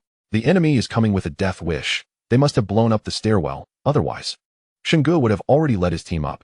The veteran, aware of the unfolding chaos outside, understood that this was not the moment for sorrow over fallen comrades. He must safeguard Yi Wenyo's safety, ensuring their sacrifice was not in vain. Bang! Tony shot and damaged the office door lock. With all the veterans outside gone, no one could impede Tony's advance. The door was kicked open with force. Driven by a murderous intent, Tony ordered his remaining subordinates to throw in the last 3 grenades. Chapter 67. Yi Wenyo's Fury. Inside the office, upon seeing the door kicked open, the veteran immediately pushed Yi Wenyo aside, aiming his weapon at the doorway. Eyes filled with lethal resolve, preparing to face the enemy in a last stand. Suddenly, 3 grenades flew in. The veteran rushed forward, quickly kicking 2 of the grenades out. However, the last grenade broke through his defenses. "Brother Yao, watch out." Seeing that he couldn't stop the final grenade, the veteran shouted urgently. Yi Wenyo rushed forward to kick the grenade out. By a stroke of misfortune, the grenade rolled towards A Bing, who had been vigilantly observing the surroundings, momentarily froze upon seeing the grenade, but his instincts kicked in as he dashed forward, grabbing the still rolling grenade and hurling it outside. Boom! The grenade exploded in midair just as it exited the door, shrapnel flying in all directions. A Bing was fortunate to escape with only a gash on his arm from the shrapnel, the fiery sting jolting him back to reality as he reflected on his earlier actions, utterly astonished. The veteran intercepting the grenade, being too close to the door, was struck by 3 shards, 2 lodged in his thigh and 1 in his abdomen, blood gushing profusely. The veteran appeared oblivious, his vigilance fixated on the office door, ready to open fire on the impending enemy. Yi Wenyo's position allowed him to evade the flying shrapnel. He understood that danger was imminent, and the only course of action was to buy as much time as possible. Despite possessing some martial skills, it was impossible for him to withstand these enemies with mere flesh and blood. On the 3rd floor, Tian Yangsheng surveyed the severed staircase, his brow furrowed. "Go. Take a team and dismantle the desks for me. We need to construct a makeshift ladder to ascend." The veterans behind him complied readily, 4 of them rushing into the 3rd floor office area to begin disassembling various desks to create a rudimentary ladder. Within 5 minutes, a makeshift ladder was assembled, though it looked precarious, as if it might collapse at any moment. "You 4 go downstairs and set up a perimeter outside the building. Be vigilant for any attempts to escape through the windows." After issuing his commands, Tian Yangsheng took the lead, climbing up the slick surface of the makeshift ladder. Striving to reach the 4th floor, the 5 veterans who had just been assigned followed closely behind. Upon reaching the 4th floor, Tian Yangsheng assessed the situation inside and lunged forward, rolling along the ground to take cover behind a desk riddled with bullet holes. Tap tap tap tap tap. In an instant, the enemy spotted Tian Yangsheng, unleashing a torrent of bullets. Without a moment's pause, Tian Yangsheng dashed through the office area, drawing the enemy's fire. As the enemy redirected their aim towards the fleeing Tian Yangsheng, the 5 veterans who followed suit immediately opened fire at the exposed adversaries. Hearing gunfire erupt from the stairwell confirmed that the veterans had arrived, Tian Yangsheng sprinted towards Yi Wenyao's office, leaving the enemies around him to the capable veterans. At that moment, Tony was poised to charge into the office to eliminate Yi Wenyao. The sounds of gunfire indicated that Yi Wenyao's previously obstructed subordinates had arrived, prompting him to signal his team to go and intercept. Alone, he surged into the office. Bang, bang, bang. As the veteran appeared at the doorway, he unleashed a rapid 3-round burst towards Tony, yet only one bullet struck Tony's chest, thwarted by his bulletproof vest. With a painful roll to his feet, Tony suppressed the agony in his chest and aimed his weapon, ready to retaliate. Observing this, the veteran lunged forward to intercept Tony's gun. However, someone moved even quicker. Yi Wenyao, having entered the office after Tony, swiftly approached his side. Bang! Just as Tony was about to redirect his aim, Yi Wenyao's foot struck his left arm with force. In an instant, Tony realized his left arm had fractured, and the tremendous impact caused him to lose his balance and tumble to the right. Utilizing the force of Yi Wenyao's kick, Tony attempted to control his fall, twisting his body to the left as his gun followed the movement. As his gaze fell upon Yi Wenyao, he swiftly pulled the trigger, a triumphant smile gracing his face. Rat-a-tat-tat-tat-tat. Bullets flew towards Yi Wenyao. Yet, Yi Wenyao had anticipated Tony's actions. Although his marksmanship did not surpass Tony's, his agility and martial prowess were undoubtedly superior. With a firm stomp of his right foot, he propelled himself in the direction behind Tony. Indeed, to Tony's astonishment, Yi Wenyao seemed to soar, evading the bullets that could not keep pace with him. Bang! Tony crashed heavily to the ground, blood trickling from the corner of his mouth as the gunfire abruptly ceased. Realizing Yi Wenyao had arrived at his back, he immediately rolled away, seeking distance from him. The force of that kick had inflicted considerable pain, and despite his efforts to roll, he could only dissipate a fraction of Yi Wenyao's overwhelming strength. His internal organs were injured from the impact, and the blood seeping from his mouth served as undeniable evidence. Bang! Just as Tony completed half a roll, Yi Wenyao's right foot landed forcefully on the spot where Tony had fallen, instantly shattering the tiles and sending debris flying. Bang! Seeing Tony evade his kick by rolling, Yi Wenyao retaliated with a furious kick aimed at the rolling Tony. Still on the ground, Tony hastily raised his rifle to block Yi Wenyao's strike. Bang! A dull thud resounded. The rifle crashed against Tony's chest, propelling him backward until he collided with Yi Wenyao's desk, finally coming to a halt. Uffed. Tony coughed up more blood. His head buzzed, and stars danced before his eyes. The rifle in his hands had bent and fallen to the ground, and in a moment, he succumbed to unconsciousness. Brother Yao, are you all right? The veteran rushed forward, concerned for Yi Wenyao's condition. As for Bing, he was utterly bewildered, primarily shaken by Yi Wenyao's formidable strength. Suddenly, the earlier cacophony of gunfire outside came to an abrupt halt. Tian Yangsheng rushed in.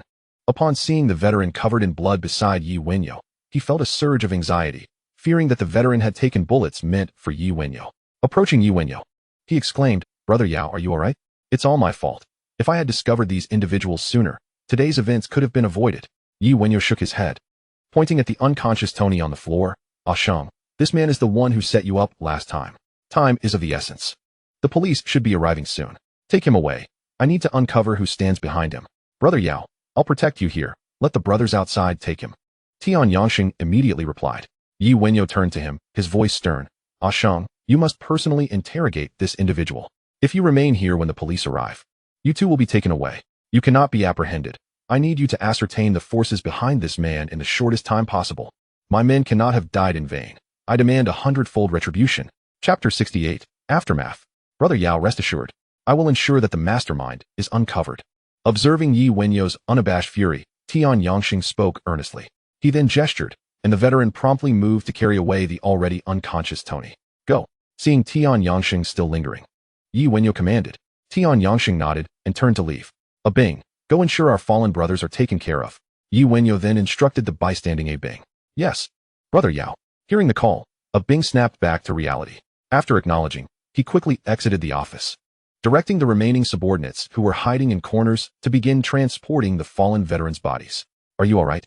Yi Wenyao finally inquired of the veteran, who was sitting on the sofa, clutching his wound. Brother Yao, I'm fine. Just some minor injuries, nothing vital. The veteran, pale-faced, still spoke with vigor. At that moment, the sound of police sirens echoed from outside. The authorities had finally arrived. Downstairs, Su Chun, accompanied by the Flying Tigers, finally reached the location.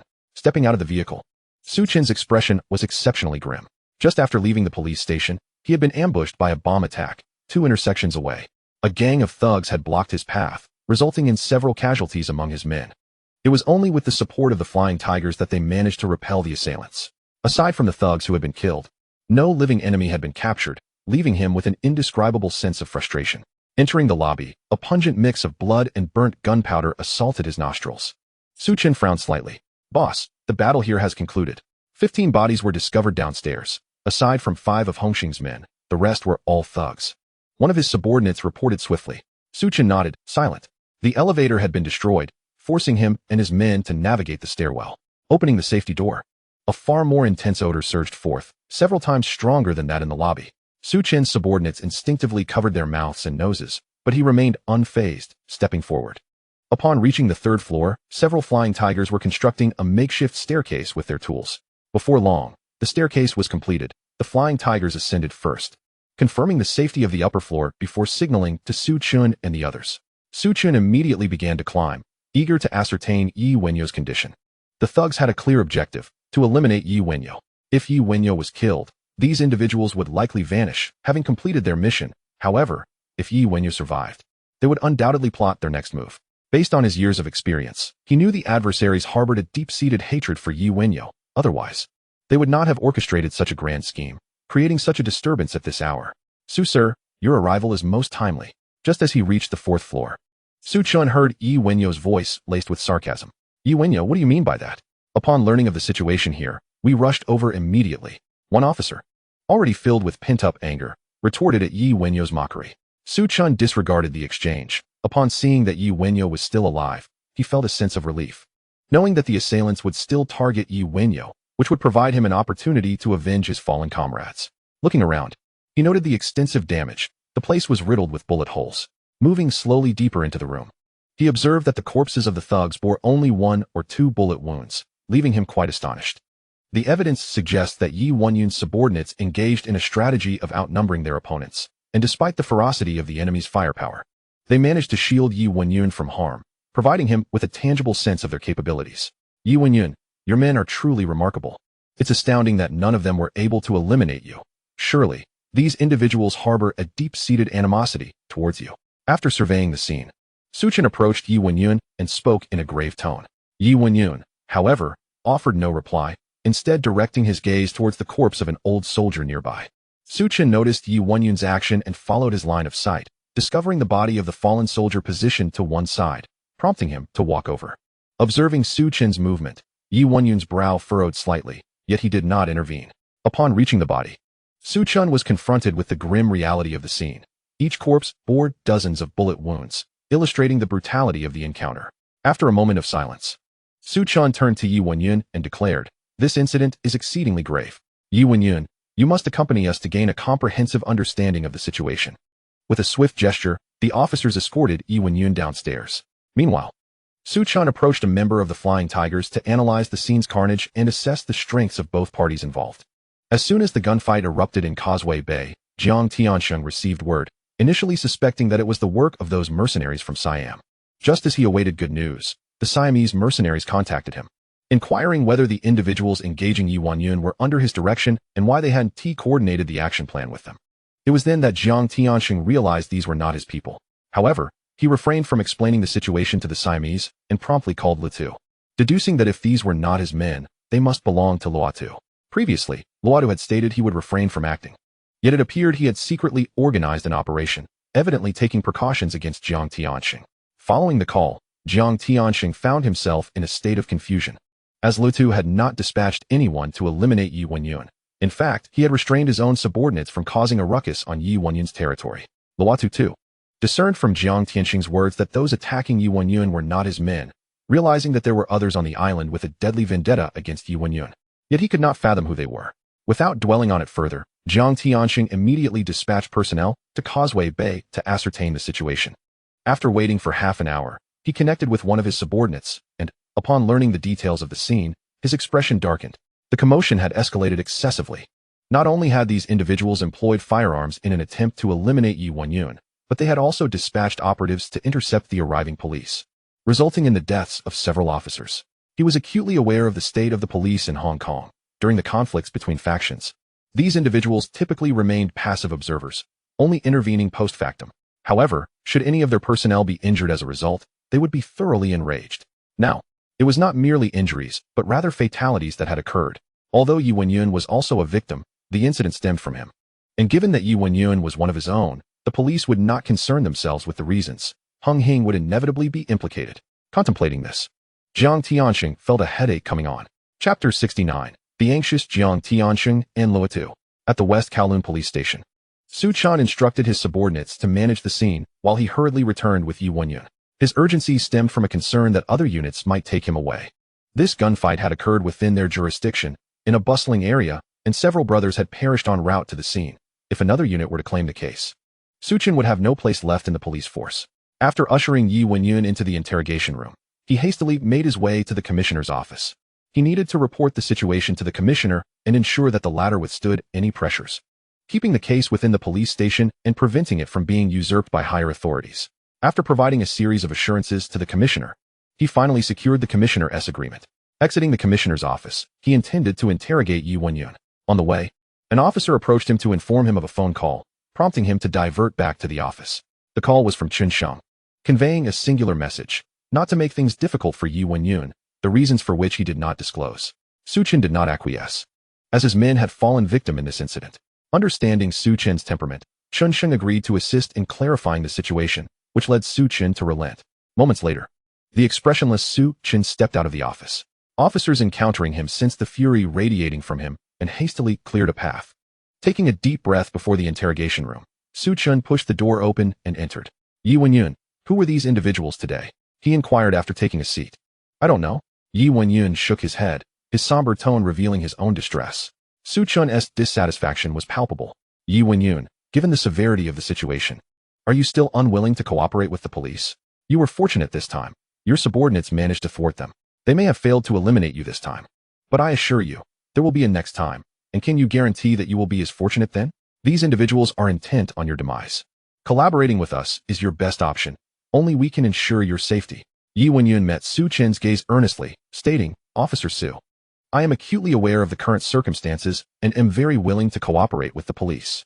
However, I genuinely do not know who they are, nor do I know who wishes to kill me. Sincerity is indeed a powerful weapon. Yi Wenyao was genuinely unaware of the identity of the person behind Tony.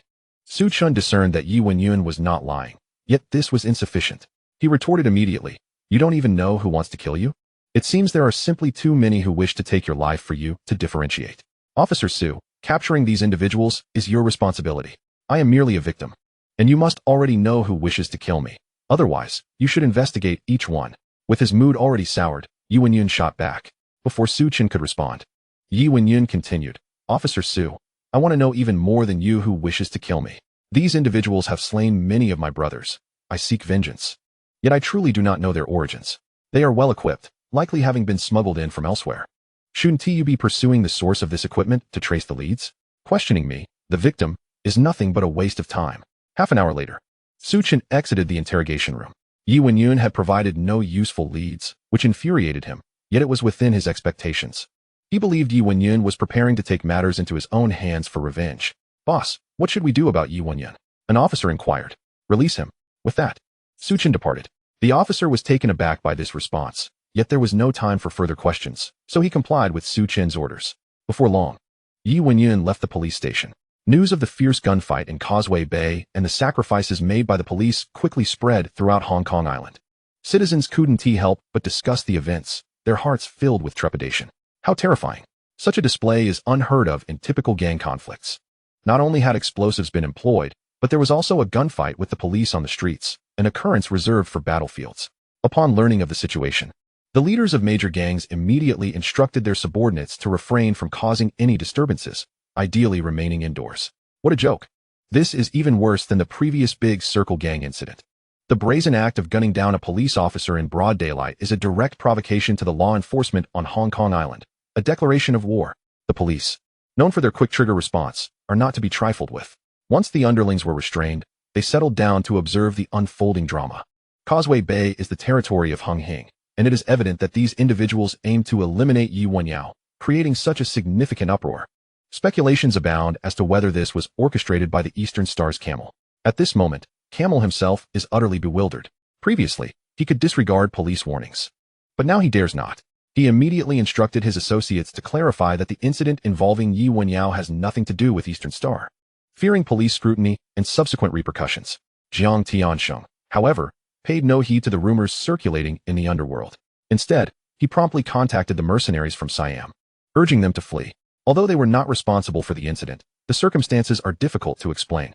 They were, after all, smuggling and armed with an arsenal of heavy weaponry, intending to eliminate Wenyao. His greatest fear is that should these individuals be apprehended by the police, he could be implicated. That would spell disaster.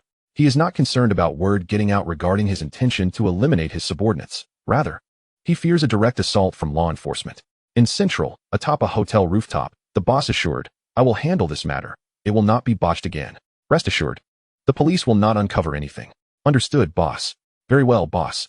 As Jia Ge hung up the phone, the sycophantic smile that had adorned his face dissipated, replaced by a grim visage. The mission had failed.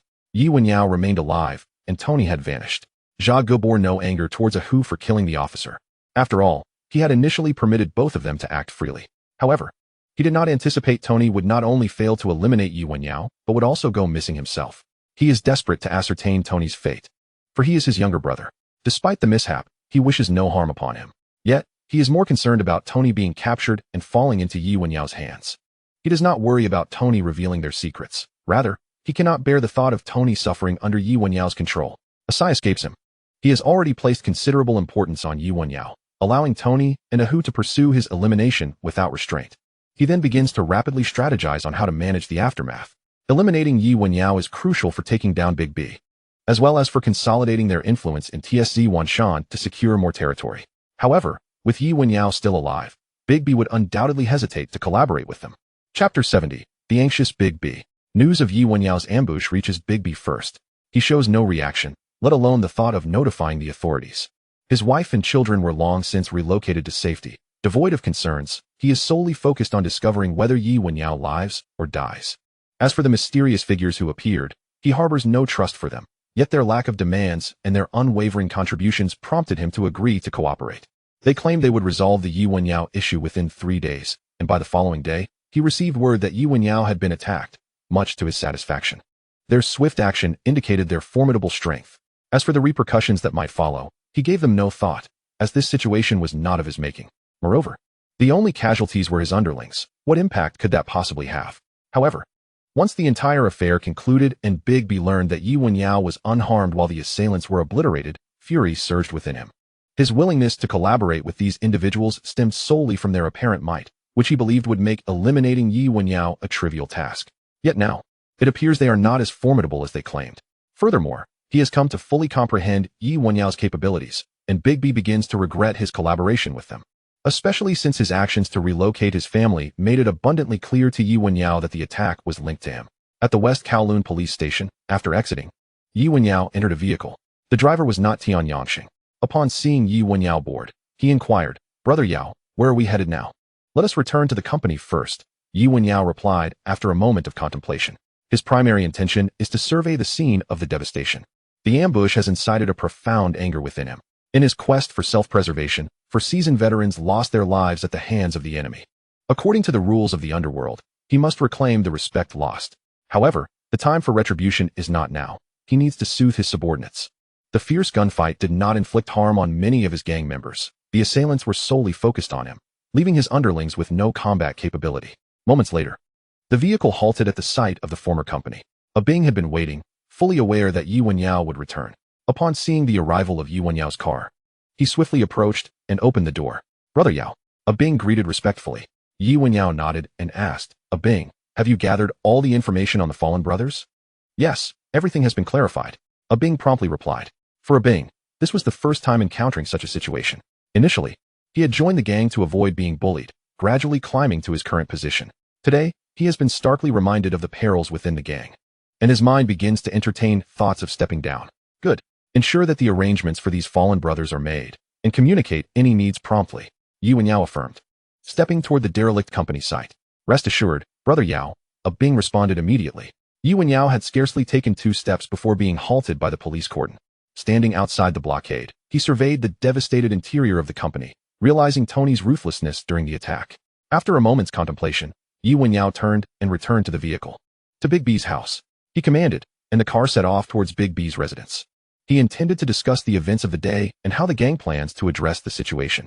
Additionally, he harbored suspicions regarding Big B's involvement in today's affairs.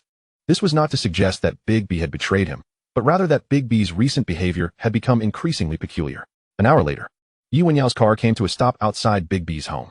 As he exited the vehicle, the underlings guarding Big B's residence promptly opened the gate. Wenyao stepped inside. "Ah Yao, you've arrived," Big B greeted as he opened the door upon Wenyao's approach. "Big B, you must be aware of today's events." Wenyao smiled as he looked at Big B. "Come in," Big B invited, his gaze flickering with unease as he welcomed Wenyao into his home. As soon as they sat down, Big B remarked, "Ah Yao, what is the meaning of this? Was it Camel's people behind this? What has caused such a commotion?" Wenyao chuckled lightly and replied, "Big B, how would I know? The individuals I captured have said nothing. I cannot ascertain if they are from Eastern Star. I am merely here to understand the gang's stance. After such a significant uproar, should there not be some acknowledgement?" Big B displayed a rueful smile as he looked at Wenyao and said, "Ah Yao, I too am in the dark about this. Even now Mr. Zhang has yet to contact me. He must be quite busy." Wenyao cast a sidelong glance at B, remaining silent. Today, he was only aware that Tony had come to eliminate him, and that Tony had already fallen into his grasp. As for the individuals behind him, they were certainly unable to escape. His visit to B was primarily to ascertain the stance of the Hong Hing and to test B's reactions. Previously, B had been evasive with his words, and today he had not even shown up at the scene, making Wenyao feel as if B was merely waiting for news. After a brief moment, Wenyao slowly spoke. "Brother B, we are currently inextricably linked. Like grasshoppers on the same rope. Any news must be promptly conveyed to me. Ah Yao, rest assured, I will inform you at the earliest opportunity," B promptly replied. Wenyao smiled and said, "Brother B, I have received some news these past few days. There are reports that the situation is tense, and Jiang Tiansheng intends to use me to curry favor with Dongxing." Hiss. At these words, B was momentarily taken aback. This was news he had not heard before. However, judging by Wenyao's serious demeanor, he immediately surmised that the information was likely true, leaving him momentarily at a loss for how to respond. After a considerable pause, B finally spoke. "Ah Yao, I do not know where you obtained this information, but I have not heard anything regarding it. Moreover, the most crucial point is that you have helped the gang regain its face. No one will forget this. As for your claim that Mr. Jiang intends to sell you to Dongxing, I will confront him personally. Are you implying that today's incident was orchestrated by Dongxing?" Wenyao shook his head with a smile. "Brother B, right and wrong are no longer significant. Even if Mr. Jiang wishes for my demise, I am still alive and well. The essence remains the same. We all operate within the bounds of rules, and should anyone seek to disrupt these rules, not just myself, but everyone will contemplate eliminating him. As for whether this matter was arranged by Mr. Jiang, you should be able to investigate that." Observing Wenyao's nonchalant expression, B understood that he was indeed troubled by the situation, yet he felt utterly clueless about how to manage it, his heart filled with trepidation. Chapter 71, Undercurrents Rising. At this moment, Dongxing Sluotu was in a state of frantic anxiety. Prior to Wenyao's incident, rumors had circulated on the streets that he had eliminated the Crow. The Crow was one of Dongxing's 5 tigers. It goes without saying that everyone would assume Dongxing would retaliate against Wenyao with fervor. Given the intensity of the situation, it seemed likely that today's scene was instigated by Dongxing's men. With a heavy heart, Luotu had already hinted to Jiang Tian that he should resolve matters with Wenyao himself. Little did he expect that before Jiang Tian could take action, Wenyao would already suffer such brutal repercussions. The brutality stemmed from the ferocity of the scene, coupled with disdain for those who launched the attack. What prompted such a hasty assault on Wenyao without any preparations? Not only did it alert the prey, but it also complicated their own actions. Luotu had already learned that Jiang Tiansheng had dispatched people to deal with Wenyao, yet these individuals had acted before Jiang's men could. Though those men might not possess the same strength as the assailants, they would at least be able to ascertain that Jiang Tiansheng was involved. However, the current situation was entirely different. These attackers seemed to have appeared out of thin air, leaving no trace whatsoever. How could the police possibly accept this? Since they had identified these individuals, they would seek clues from the gang. Previously, when the Crow's subordinates had caused trouble at Yi Wenyao's establishment, Luatu had brushed off the police's reprimands, but now he dared not ignore them. What a joke! Armed with automatic rifles, grenades, and explosives, the police would classify this as terrorism. How could he dare to provide shelter? As long as the police failed to trace it back to him, he would count himself fortunate. But how was that even feasible? Traditionally, whenever a significant incident occurred in Hong Kong, the gang was obliged to furnish the police with leads. Yet this time, Luatu truly had no leads. He was unaware of who had attacked Yi Wenyao, but he also knew the police would dismiss his claims as mere fabrications. This was the most distressing aspect for him. He needed to investigate who sought to eliminate Yi Wenyao and, upon discovering the truth, report back to the police. In Wanchai, Jiang Tianxing sat at home, a visage of melancholy. Ever since the incident involving Yi Wenyao, he had been inundated with phone calls. Various gang leaders had reached out to congratulate him on having such a formidable subordinate, yet he recognized that they were all mocking him. The remaining calls came from the police. Initially, it was personnel from the Wanchai police station with whom he had a decent rapport, followed by calls from various police stations, and subsequently from different departments within the police force. Jiang Tianxing had become numb to answering calls. However, he could not confide in anyone, as Yi Wenyao was his man, especially since he had helped him regain face in Dongxing only to be struck by this attack. In Central, after Yi Wenyao left the police station, Su Chen contacted Chen Sheng, eager to hear how he intended to handle the situation. Upon arriving at the tea house, he was displeased to find Lin Hualia present as well. "Ah Chen, Ah Lu, you arrived just in time. You should have heard about Yi Wenyao's attack today. Ah Lu, do you have any special news on your end?" Lin Hualia immediately shook his head. Chen Sheng chuckled before saying, "Ah Chen, do not be anxious. According to our informants, the assailants targeting Yi Wenyao are indeed rivals of the boss. I want to disclose their identities. Ah Chen, if you wish to solve this case, there are only two paths. One is to collaborate with Yi Wenyao, as perhaps his trust could yield some clues. The other is to await news from the boss. Although he may not be able to uncover criminal evidence against these individuals, he can clarify their identities as mysterious figures, thus providing you with a target for investigation." Upon hearing this, Su Chen's expression darkened. Initially believing that his backers could clarify the incident, he was dismayed to find it entangled with individuals of equal standing to his own boss. After a moment of hesitation, he nodded. Lin Hualia listened attentively to Chen Sheng's account, refraining from voicing any opinions. Chen Sheng continued, "Ah Lu, if Yi Wenyao survives this ordeal, what is your assessment of him now?" Lin Hualia replied promptly, "Chen Sheng, Lin Hualia believes this person is exceedingly shrewd. This incident reveals that his subordinates possess formidable strength, making them quite challenging to control." Hearing Lin Hualia's response, Chen Sheng smiled without retorting, instead directing his gaze towards Su Chen. After all, Su Chen did not compete in the same arena as Lin Hualia. Su Chen immediately stated, "Chen Sheng, regardless of the circumstances, Yi Wenyao undoubtedly possesses hidden cards. Those individuals did not threaten his life." Chen Sheng nodded, saying, "Ah Chen, you are correct. Indeed, these matters do not concern us. We can only acknowledge that his capabilities extend beyond our expectations, making him a worthy ally we should pursue." Su Chen instinctively nodded. Meanwhile, a cold glint flashed in Lin Hualia's eyes, yet he refrained from expressing any opinions. Currently, he had consolidated all the strength of He Sheng He, but still found himself somewhat lacking compared to Hung Hing and Dongxing. He did not particularly wish to rely on the backing of his boss, but after having provided assistance, he was already deemed one of his own. Lin Huailu currently only seeks to swiftly expand the influence of He Sheng He, thereby gaining greater authority and liberating himself from the grasp of Tony's enigmatic benefactor. Navigating the underworld and mingling with law enforcement are entirely disparate realms. Su Chen is acutely aware of how he ascended, having sacrificed numerous subordinates of He Sheng He in the process.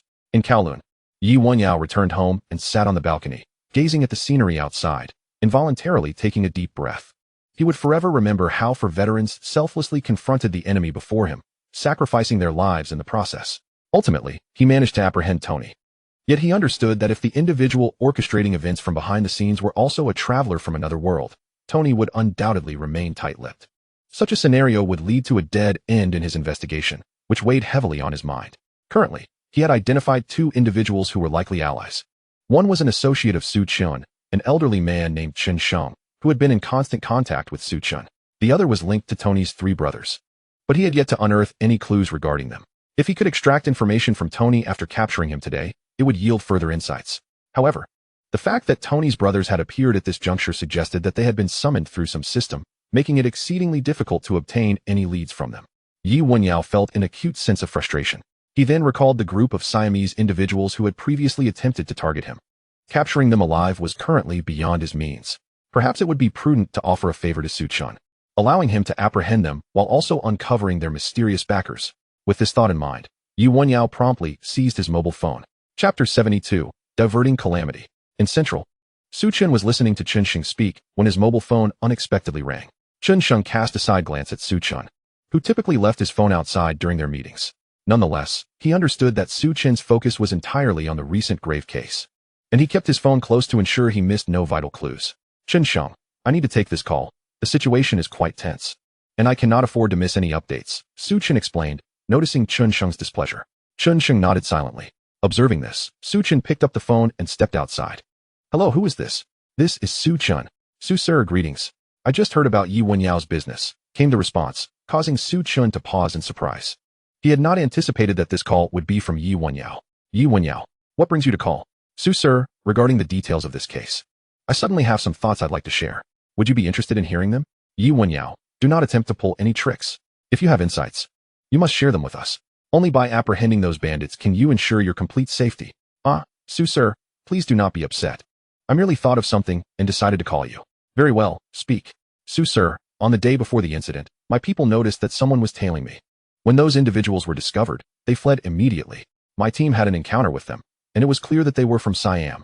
Siam, are you certain of this? Yi Wenyao? Su sir, why would I deceive you about such matters? I also wish for you to capture those bandits swiftly. Otherwise, I dare not show my face. Good. I am pleased that you are cooperating with the police.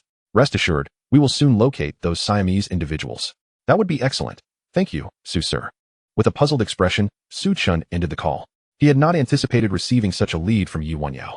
He immediately contacted his subordinates at the police station, instructing them to initiate an investigation into recent arrivals from Siam to Hong Kong. Once he had arranged everything, he returned to the room. Chun, any good news? Chunsheng inquired upon noticing Suchun's eased demeanor and slight smile. Suchun pondered for a moment before responding. Chunsheng, that was a call from Yi Wenyao. He provided me with information that prior to the incident, someone had been surveilling him, and those individuals are from Siam. Siamese? I heard that Hong Xing has been engaged in some business dealings with Siam recently. Could it be that they intend to eliminate Yi Wenyao? Lin Huailu interjected upon hearing about the Siamese. He had indeed received news that Siamese individuals had arrived in Hong Kong and interacted with those from Hong Xing, though he was uncertain who from Hong Xing they were. Allo, are you saying you know that Siamese individuals have smuggled themselves into Hong Kong? Where are they? Do you have any information? Suchun pressed. Lin Huailu shook his head, replying softly. Chun, such information is merely hearsay. Only a portion is known. I cannot ascertain whether these Siamese are connected to Hong Xing. Moreover, I have no idea where these Siamese are hiding. Isn't finding people the police's forte? Not having received the assistance he sought, Suchun simply nodded in acknowledgement of Lin Huailu's response. Chunsheng then remarked, Chun, you and Yi Wenyao do not have any irreconcilable conflicts, do you? Realizing that Chunsheng's question implied that he might be falling into Yi Wenyao's trap, Suchun responded. Chunsheng, I have no issues with Yi Wenyao. I merely heard that he nearly fell victim during a confrontation at the pillar and thought to recruit him. However, it appears that such an opportunity may no longer present itself.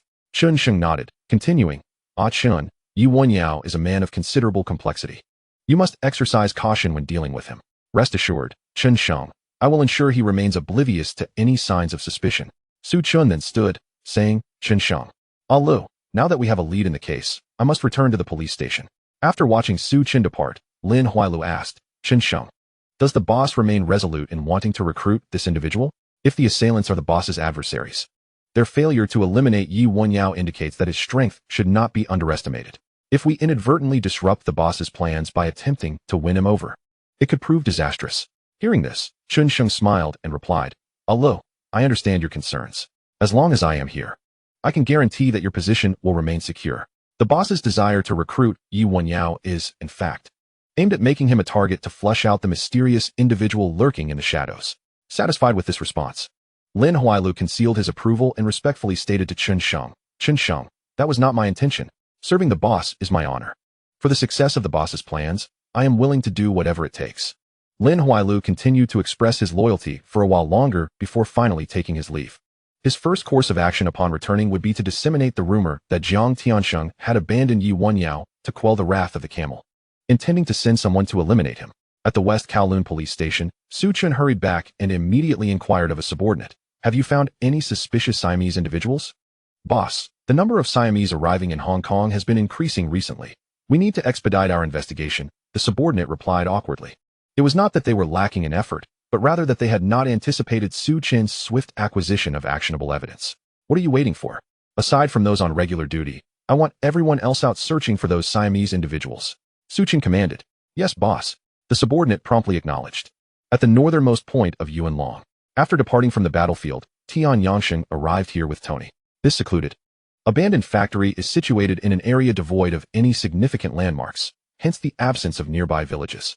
Following his exit from the police station, Wenyao hastened to this location by car. Along the way, various factions discreetly monitored his movements.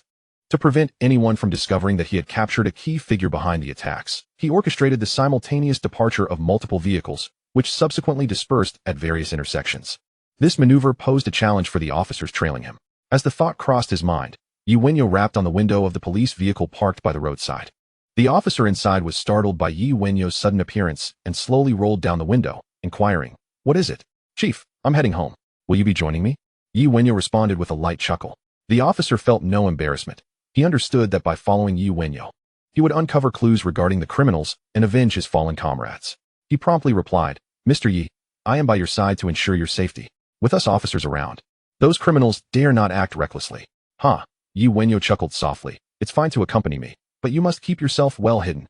As for your claim of protecting me, you should first ensure your own safety. You are undoubtedly more aware than I am of the ferocity of those criminals, Chief." With that, Wenyao smiled and returned to his vehicle, driving away. The somewhat dazed officer gritted his teeth and pressed the accelerator to pursue him, but soon lost sight of Wenyao's car. After shaking off the officer, Wenyao directed his thoughts towards the northernmost region of Yuan Long. After a winding journey, he finally halted outside the abandoned factory. "Brother Yao," Tian Yangsheng exclaimed as he saw Wenyao's car come to a stop. Rushing forward to open the door and greet him, though his expression was far from cheerful. "How is the situation with the person?" Wenyao inquired. "The person is still alive, but has not uttered a single word," Tian Yangsheng replied with a troubled look. This Tony was even more obstinate than Chun Haonan had been during their last encounter. Since being brought here, he had not spoken a word. He only emitted sounds when faced with unbearable pain, leading one to suspect he might be mute. Wenyao nodded and proceeded inside. Initially, he had hoped to extract some clues from Tony, but upon reflection, he realized this was nearly impossible and chose not to dwell on it any longer. His sole desire now was to dispose of Tony and avenge the fallen veterans by his side. Previously, it had been they who had covertly attempted to kill him. Then, they had plotted traps to ambush Tian Yangsheng, culminating in today's direct assault with overwhelming force, a life-or-death confrontation. As he approached a room, the veteran guard outside hastily opened the door upon seeing Wenyao's arrival. Inside lay Tony, sprawled on the floor, covered in blood, utterly devoid of strength, merely lying there. Upon hearing the door open, Tony managed to glance over, and upon recognizing Wenyao, he sneered disdainfully and returned his attention elsewhere. Wenyao's presence elicited no anger from him. After all, he was a prisoner. "Once again we meet." Wenyao's voice echoed in the room, but Tony remained unresponsive. Wenyao continued, "Last time at the pillar, you failed to eliminate me, and now you brazenly sought to kill me today. Your boss must possess considerable power on Hong Kong Island to act so boldly." Tony absorbed Wenyao's words without reply. Wenyao pressed on, "I imagine you anticipated falling into my hands before setting out today, hence you left your brother outside to impede the police. However, knowing your brother Ahu's character, would he not come to your rescue at any cost if he knew you were in my grasp? Not to mention your elder brother, who seems quite resolute and arrogant. If I were to display your corpse on the streets of Hong Kong Island, would your brother not storm into the police station to reclaim your body? I suspect he would not, for he is more prudent, aware that he cannot jeopardize your boss. But I am certain your brother Ahu would be unable to resist. Shall we wager on how long it will take for him to come looking for me to avenge you?" As soon as the words left his mouth, Tony, lying on the ground, fixed a glare on Wenyao. His heart was filled with dread, for Wenyao was too familiar with the situation of the three brothers. According to their plan, Wenyao was merely an inconsequential figure. They had operated from the shadows, and aside from their boss, no one on Hong Kong Island would recognize them, especially since they were from Annam. "Try touching Ahu, and my elder brother will surely eliminate you." Tony managed to threaten Wenyao through gritted teeth, enduring the pain for his brother Ahu. "Ha, how amusing. You are all intent on eliminating me. Yet I should worry about that. Do not fret, your brother Ahu will soon join you, the moment your elder brother shows his face. I shall ensure he follows you to reunite. With that, Yi Wenyao turned to exit. Ah Shang, dispose of him. Make the body as gruesome as possible and cast it onto the busiest street of Hong Kong Island. Upon hearing this, Tian Yangxing hesitated. He had yet to extract useful information from Tony and now was to eliminate him. Brother Yao, grant me a little more time. I assure you he will crack. Tian Yangxing implored urgently. Yi Wenyao shook his head. No need, Ah Shang. He will not speak, no matter your methods. We must not waste any more time on him. Simply discard him, and those lurking in the shadows will inevitably reveal themselves. Understood, Brother Yao, Tian Yangxing responded promptly. Since Yi Wenyao had made his decision, he fully accepted it. The implications of Yi Wenyao's words resonated within him. Once Tony's matter was resolved, he would immediately enhance Yi Wenyao's security, ensuring that sufficient personnel would always be present to protect him. Were it not for the 4 veterans who sacrificed themselves, Yi Wenyao might have truly faced peril. In the early hours, the quiet streets of Central were devoid of pedestrians. A van passed by, and the rear doors swung open, dropping Tony's lifeless body onto the ground. With no one around, it went unnoticed. His corpse was discovered by patrolling officers, immediately drawing the attention of the police. Journalists who thrived on underground information flocked to the scene, quickly surrounding it with a throng. Some journalists with connections had managed to capture the gruesome scene before the police arrived, and they were taken aback upon witnessing it, though their hearts were filled with excitement. They recognized that this news would undoubtedly set the Hong Kong media ablaze, especially at such a critical juncture. Once the police arrived, the journalists bombarded the officers with inquiries. While they received no answers, the officers' reactions yielded ample information for the reporters. The following morning, the earliest newspapers made their way to newsstands and various sales points, with a shocking photograph of Tony's corpse prominently displayed on the front page, in a sizable format. Had it not been for some areas being blurred, many individuals accustomed to enjoying their morning tea while perusing the news would likely have been compelled to retch. Chapter 74, The Action Begins. Central District. Hotel rooftop room. Bang. Ahu forcefully burst through the door and rushed in. His face contorted with grief and indignation as he addressed Jia Ge, saying, Big brother, second brother is dead. Jia Ge, standing by the window with his back to Ahu, wore an impassive expression, lost in thought, and did not respond. Big brother, I must avenge second brother. Seeing Jia Ge's silence, Ahu shouted and turned to leave. Stop. You shall not go. Jia Ge suddenly spoke. Hearing this, Ahu exploded with rage, hurried to Jia Ji's side, and demanded, Big brother, what are you planning? Second brother was killed by Yi Wenyao. Why won't you let me avenge him? Only then did Jia Ge turn to face Ahu, his voice low and serious. How do you intend to seek revenge? The police are searching for you everywhere. The moment you show your face, you'll be intercepted by the flying tigers. Forget about avenging Tony. You may not even survive this. Do you understand why he instructed you to hold back the police from entering? He knows the danger and doesn't want you to share his fate. In that instant, Ahu recalled Tony's previous arrangements, his heart swelling with sorrow and rage. He pressed Jia Ge. Big brother, does this mean second brother's vengeance will go unpunished? Jia Ge shook his head, patting Ahu on the shoulder with a reassuring smile. Ahu, I've already made arrangements for the revenge. You need not worry. Do not burden me or your second brother. Quickly return to Annan. At this moment, Ahu felt something amiss in his heart, yet he could not quite grasp it. He looked earnestly at Jia Ge and asked, Big brother, you truly have arranged the vengeance for second brother? Indeed, do you doubt my capabilities? Return to Annan for now. Once I deal with Yi Wenyao, I will come to find you to avoid the storm. Jia Ge replied with a nod and a smile. Ahu, with a grin, responded, All right, then I shall return home and await your arrival. Go on, Jia Ge nodded. Immediately after, Ahu turned and departed. Jia Ge then made a phone call, instructing his subordinate to ensure Ahu's safe return to Annan. Once he hung up the phone, Jia Ji's expression turned icy. He must avenge Tony. However, the previous failed operation had made him acutely aware of Yi Wenyao's formidable strength. With Tony's body discarded in the streets yesterday, it was clear that Yi Wenyao was compelling him to act. Upon seeing the newspaper, the flicker of hope he had entertained was instantly extinguished, and his mind raced with plans to eliminate Yi Wenyao. He waved his hand, summoned a subordinate, issued a few instructions, and sent him off. Just then, his phone rang. Hello? I am aware of Tony's situation. Do not act impulsively. I have already dispatched assassins from outside.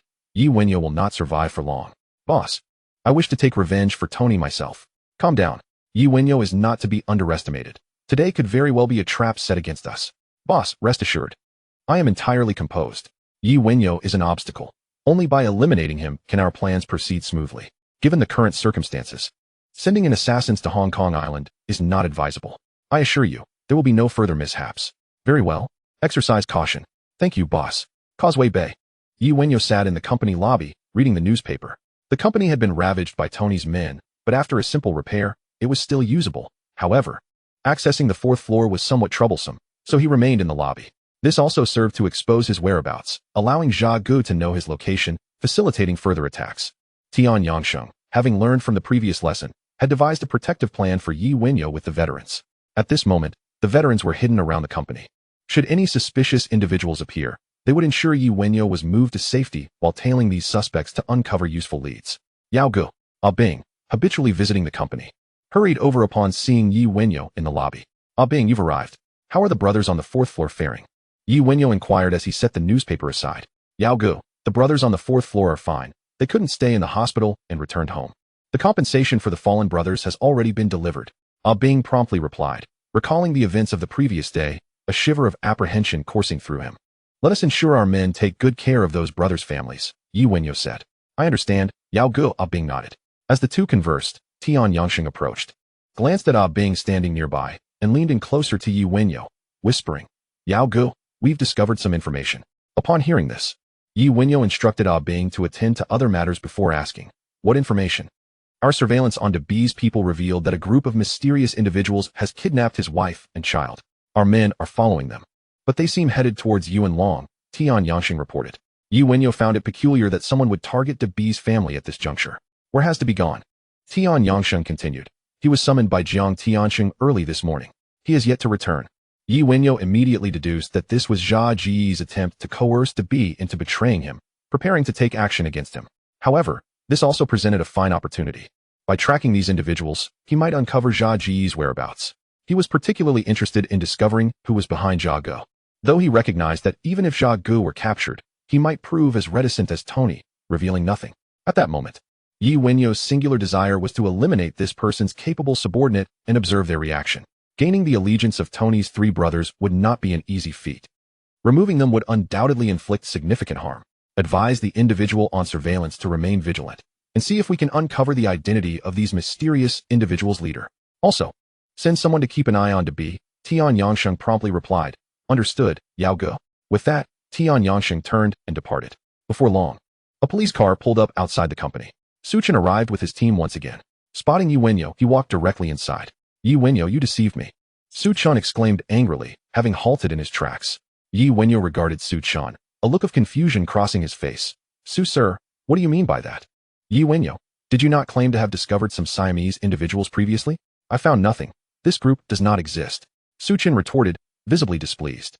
Yi Wenyao swiftly comprehended that these Siamese individuals had fled Hong Kong Island. However, they would likely return, undoubtedly startled by the commotion stirred up by Tony's actions yesterday. With a slight chuckle, he responded, Su sir, the absence of suspects does not imply a deficiency in your capabilities. Perhaps it is you who should reflect upon your approach. Here I am, kindly offering you a lead, yet you come to reproach me. Chapter 75. Lin Huai Lu pays a visitor. Yi Wenyao, you must understand that assisting me is tantamount to aiding yourself. Have you truly discovered the Siamese individuals? Do not think to drag us along with false information while you send your own people to resolve the trouble, should I discover this. I will not let you off lightly. Ignoring Yi Wenyao's sarcasm, Su Chen remained focused on apprehending the mastermind behind yesterday's events to provide an explanation for his fallen subordinates. Su sir, you are overthinking this. I fervently wish for the police to swiftly apprehend all those nefarious individuals, so that I may no longer have to live in constant trepidation. Yi Wenyao remarked. Very well. Su Chen nodded, turning to depart. A nearby officer hastily followed suit. Once in the vehicle, one officer promptly exclaimed, Boss, that Yi Wenyao is definitely concealing something. Silence. We can't even locate those Siamese. Su Chen reprimanded. Another officer, aware of Su Chen's intense frustration over the loss of his comrades, and disheartened by their inability to find the Siamese mentioned by Yi Wenyao, spoke up, Boss. Could it be that after the commotion yesterday, those individuals fled, intending to return after some time? Su Chen cast a cold glance at the officer, his eyes gleaming with intensity. If they have appeared, there must be traces left behind. Conduct a thorough investigation. We must locate those individuals. The officers immediately complied, not daring to voice any objections. In Wan Chai, Jiang Tiansheng, engrossed in a meeting, could never have anticipated that Yi Wenyao merely sought to dissuade Su Chen from bothering him, inadvertently landing himself in a significant predicament. Mr. Jiang, it is undoubtedly the work of the Camel Gang behind yesterday's incident. Even if it wasn't the Dongxing Gang, they must have recruited outsiders. Their audacity is intolerable. Mr. Jiang, I believe that despite the current unfavorable circumstances, we must devise a plan against Dongxing at the earliest, lest incidents arise from other factions, which would not only tarnish our reputation, but also inflict considerable losses. During the meeting, all the gang leaders unanimously attributed the incident to the Dongxing faction. However, Jiang Tianxing knew this had no connection to Dongxing, and he was unaware of who the perpetrators truly were, which left him feeling quite vexed. As the discussions grew increasingly heated, Jiang Tianxing exchanged a knowing glance with Wenyao. Upon receiving the signal, Wenyao spoke up, "Ahem. Everyone, please lend me your ears. I believe we might be oversimplifying this matter.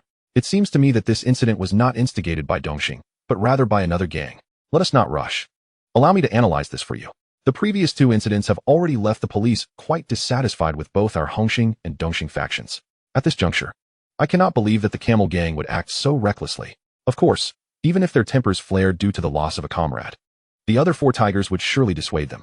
As for why I suspect another gang is involved, it is because yesterday's incident only affected our two factions. Leaving the others unscathed, they would certainly welcome police action against us." As Wenyao concluded his remarks, the others nodded in agreement, finding some merit in his analysis. "Brother Yao," Big B interjected, "if it were indeed the work of another gang, which faction bears the greatest suspicion?" Before Wenyao could respond, Jiang Tianxing interrupted. "The purpose of gathering you all today is not to debate this matter. As for who lurks in the shadows plotting against us, we shall set that aside for now. I summoned you here to discuss how we shall counter the police's impending crackdown on us.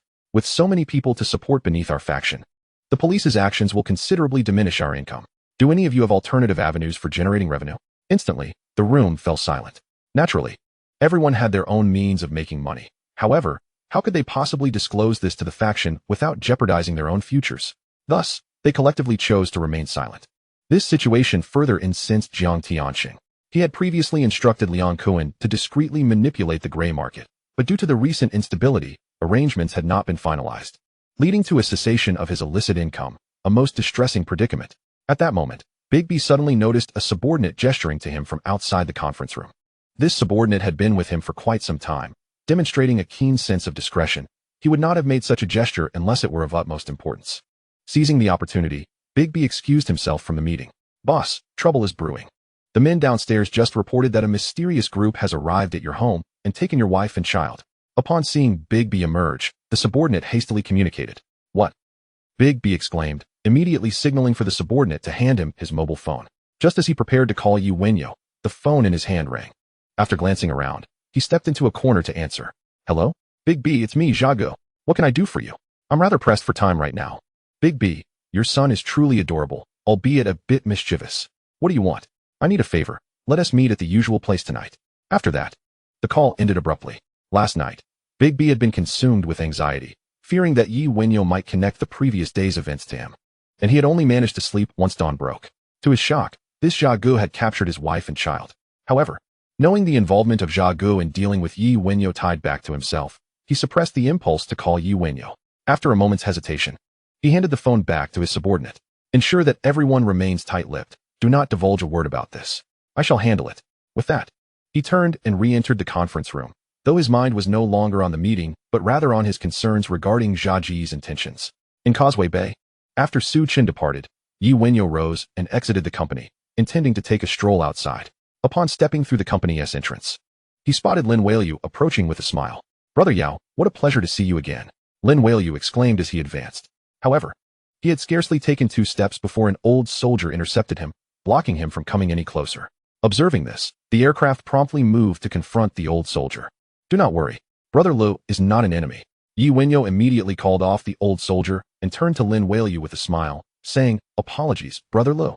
We encountered an attack yesterday, and my men have been on high alert since. I hope you do not take offense." "What brings you here today?" Lin Weiyu, with a broad grin, replied, "No offense taken, no offense taken. I never would have imagined who could be so ruthless as to employ explosives. It is only prudent for your men to exercise caution. I was just sitting in the company earlier, and after reflecting on yesterday's events, I thought it best to come and check on you, hoping I have not disturbed you." "Not at all, not at all. I am genuinely pleased to have you here, Brother Lu.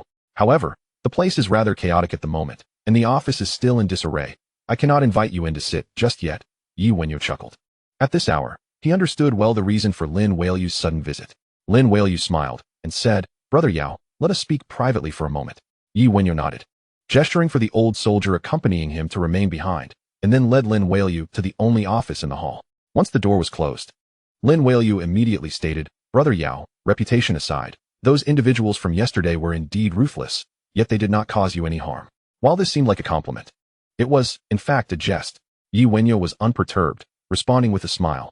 "Brother Lu, now that we are alone, feel free to speak your mind." "Very well. Brother Yao, I appreciate your straightforwardness. I have come once more representing my boss. I wonder if you recall my previous proposal? My boss has great faith in you. Envisioning a friendship where we can mutually benefit and prosper," Lin Weiliu said with a grin. "Indeed, it is still about the matter from last time." Yi Wenyao remarked with a cold smile. "Brother Lu, have you truly forgotten what I said previously? I am more than willing to make friends. And I have agreed to make money together. Humph. Yet, it has been you who has consistently come to me, while your boss has not even shown his face. He wishes to befriend me? It seems to me he looks down upon me."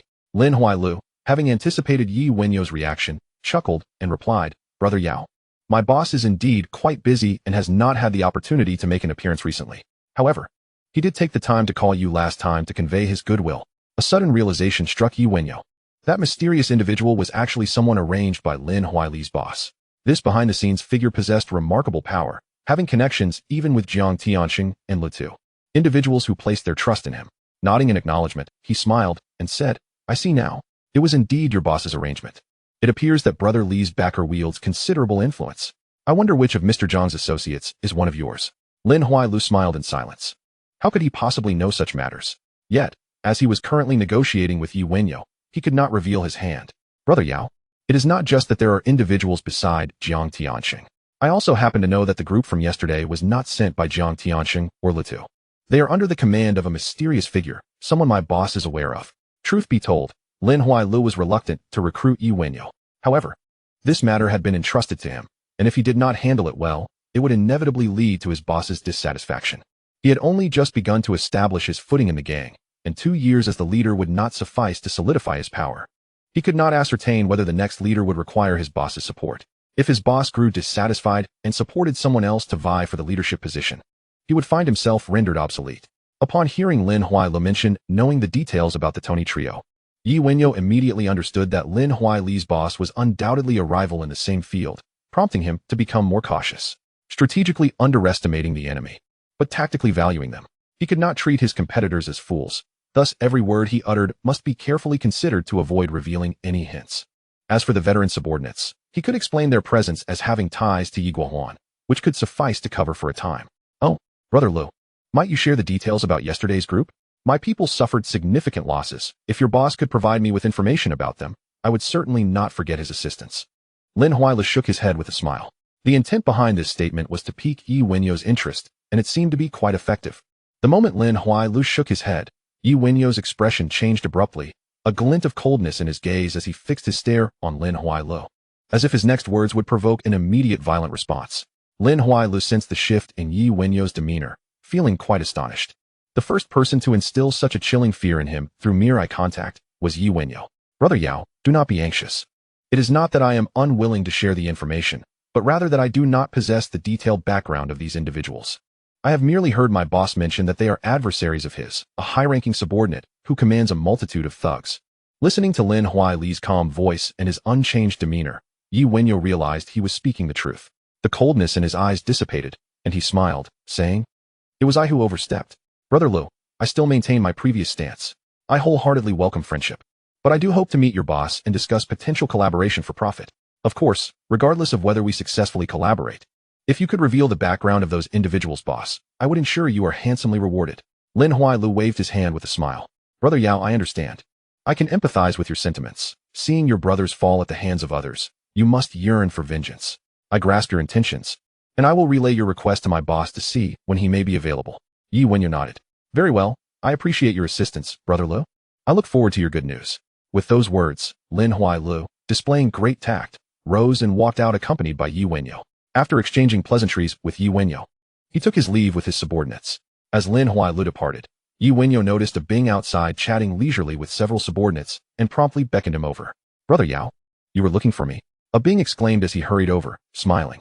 "A Bing, the person who just left, you should be familiar with, right?" Yi Wenyao inquired. "Of course. He is the new leader of He Sheng He, Brother Lu." A Bing responded. Have 2 people keep an eye on him for me, to see where he goes and whom he meets. Yi Wenyao instructed. Understood, Brother Yao. Bing agreed with a grin. Though inwardly he speculated why Yi Wenyao wanted him to monitor Lin Huailo. Could yesterday's events be related to He Shenghe? Yet, he could not fathom the reasoning. He only knew that executing Yi Wenyao's instructions would guarantee a reward. He turned and quickly returned to his subordinates, giving them a few directives before swiftly departing. In Wanshai, the gang meeting finally concluded. De B, lost in thought, exited the gang headquarters and instructed the driver to take him straight home. Before the meeting ended, he had resolved not to let Yi Wenyao interfere with matters concerning his wife and children. Should he discover the truth, it would certainly lead to significant trouble. The vehicle sped away. Chen Yao and Jiang Tianxing stood by the window on the upper floor, gazing down below. Chapter 77, The Reckless Scoundrel. Mr. Jiang, what should we do about Yi Wenyao? Chen Yao could not help but ask. He was aware that Jiang Tianxing was quite displeased with Yi Wenyao, but the recent events surrounding him had escalated into a series of uncontrollable situations.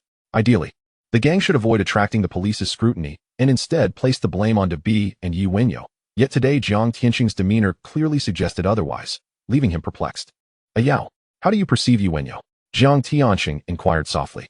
A formidable general, undoubtedly capable of aiding the gang in expanding its territory. Chen Yao responded affirmatively.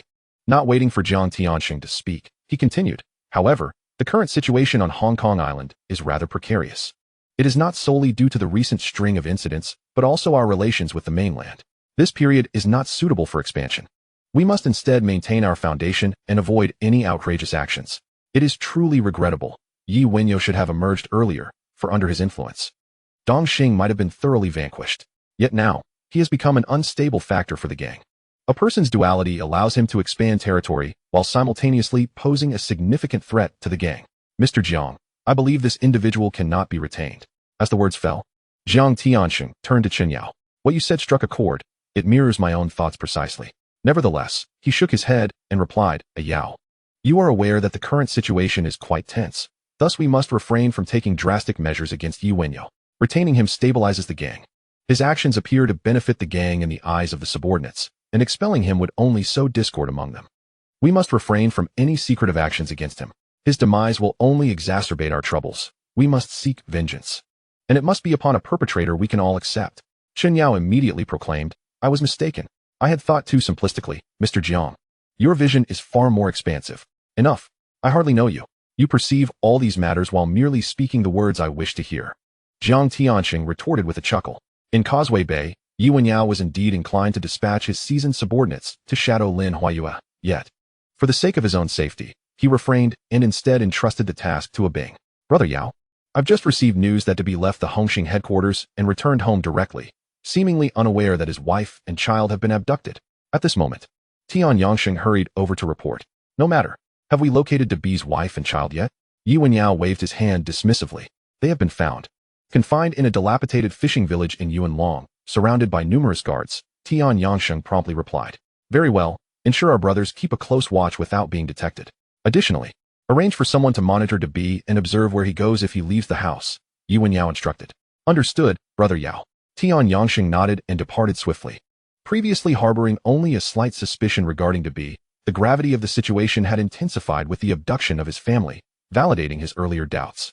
As night fell, De B exited his home and drove directly toward the dilapidated fishing village he had visited before. He had resolved to acquiesce to all of Brother Zha's demands, provided his wife and child were released. He had also made arrangements to ensure their safe departure from Hong Kong, heading for the lighthouse country. Speeding along, De B and his driver were oblivious to the vehicle closely following them. Before long, they arrived at the fishing village once more. The same mysterious figure awaited De B's arrival. Upon seeing this enigmatic individual, De B's demeanor shifted to one of dark displeasure as he hastily entered. The mysterious figure bore no anger, acknowledging that his older brother's dealings were somewhat unscrupulous. Bang! De B forcefully pushed open the door. Brother Zha, what is the meaning of this? If you wish to discuss something with me, release my wife and child first. Upon entering, De B lashed out at Brother Zha, who was seated nearby. Calm down, Brother Da, Brother Zha replied with a smile.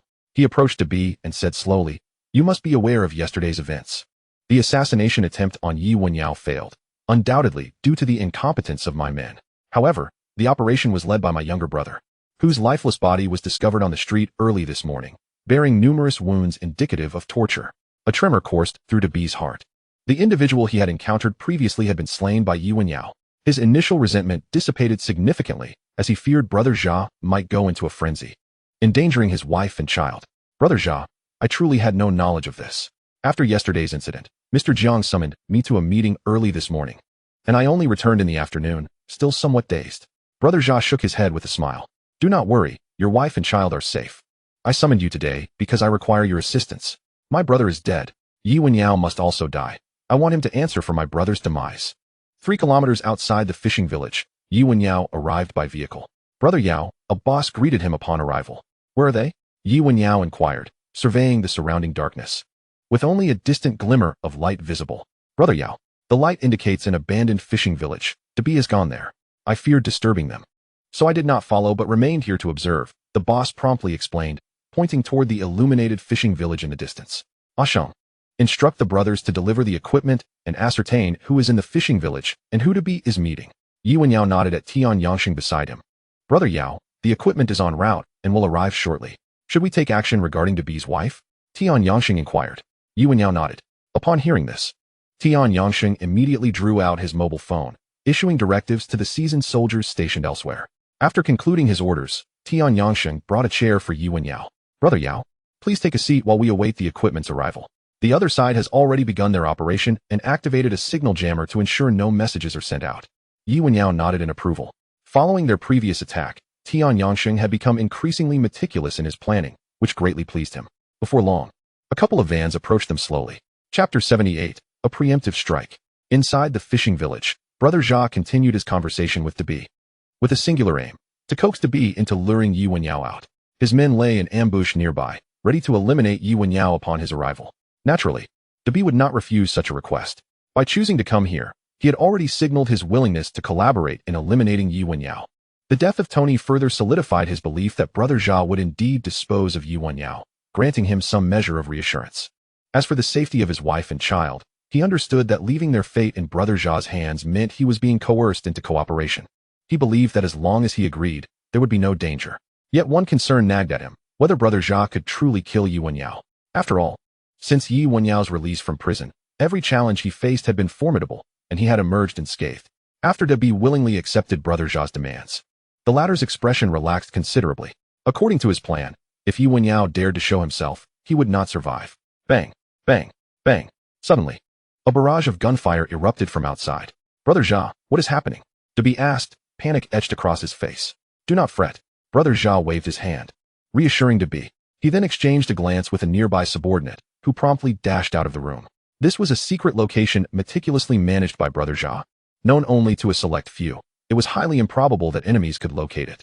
If they had managed to find it, it could only mean one thing: they were following Dabi. However, he refrained from voicing this thought, not wishing to raise Dabi's anxieties. The only person capable of tracking Dabi was Wenyao.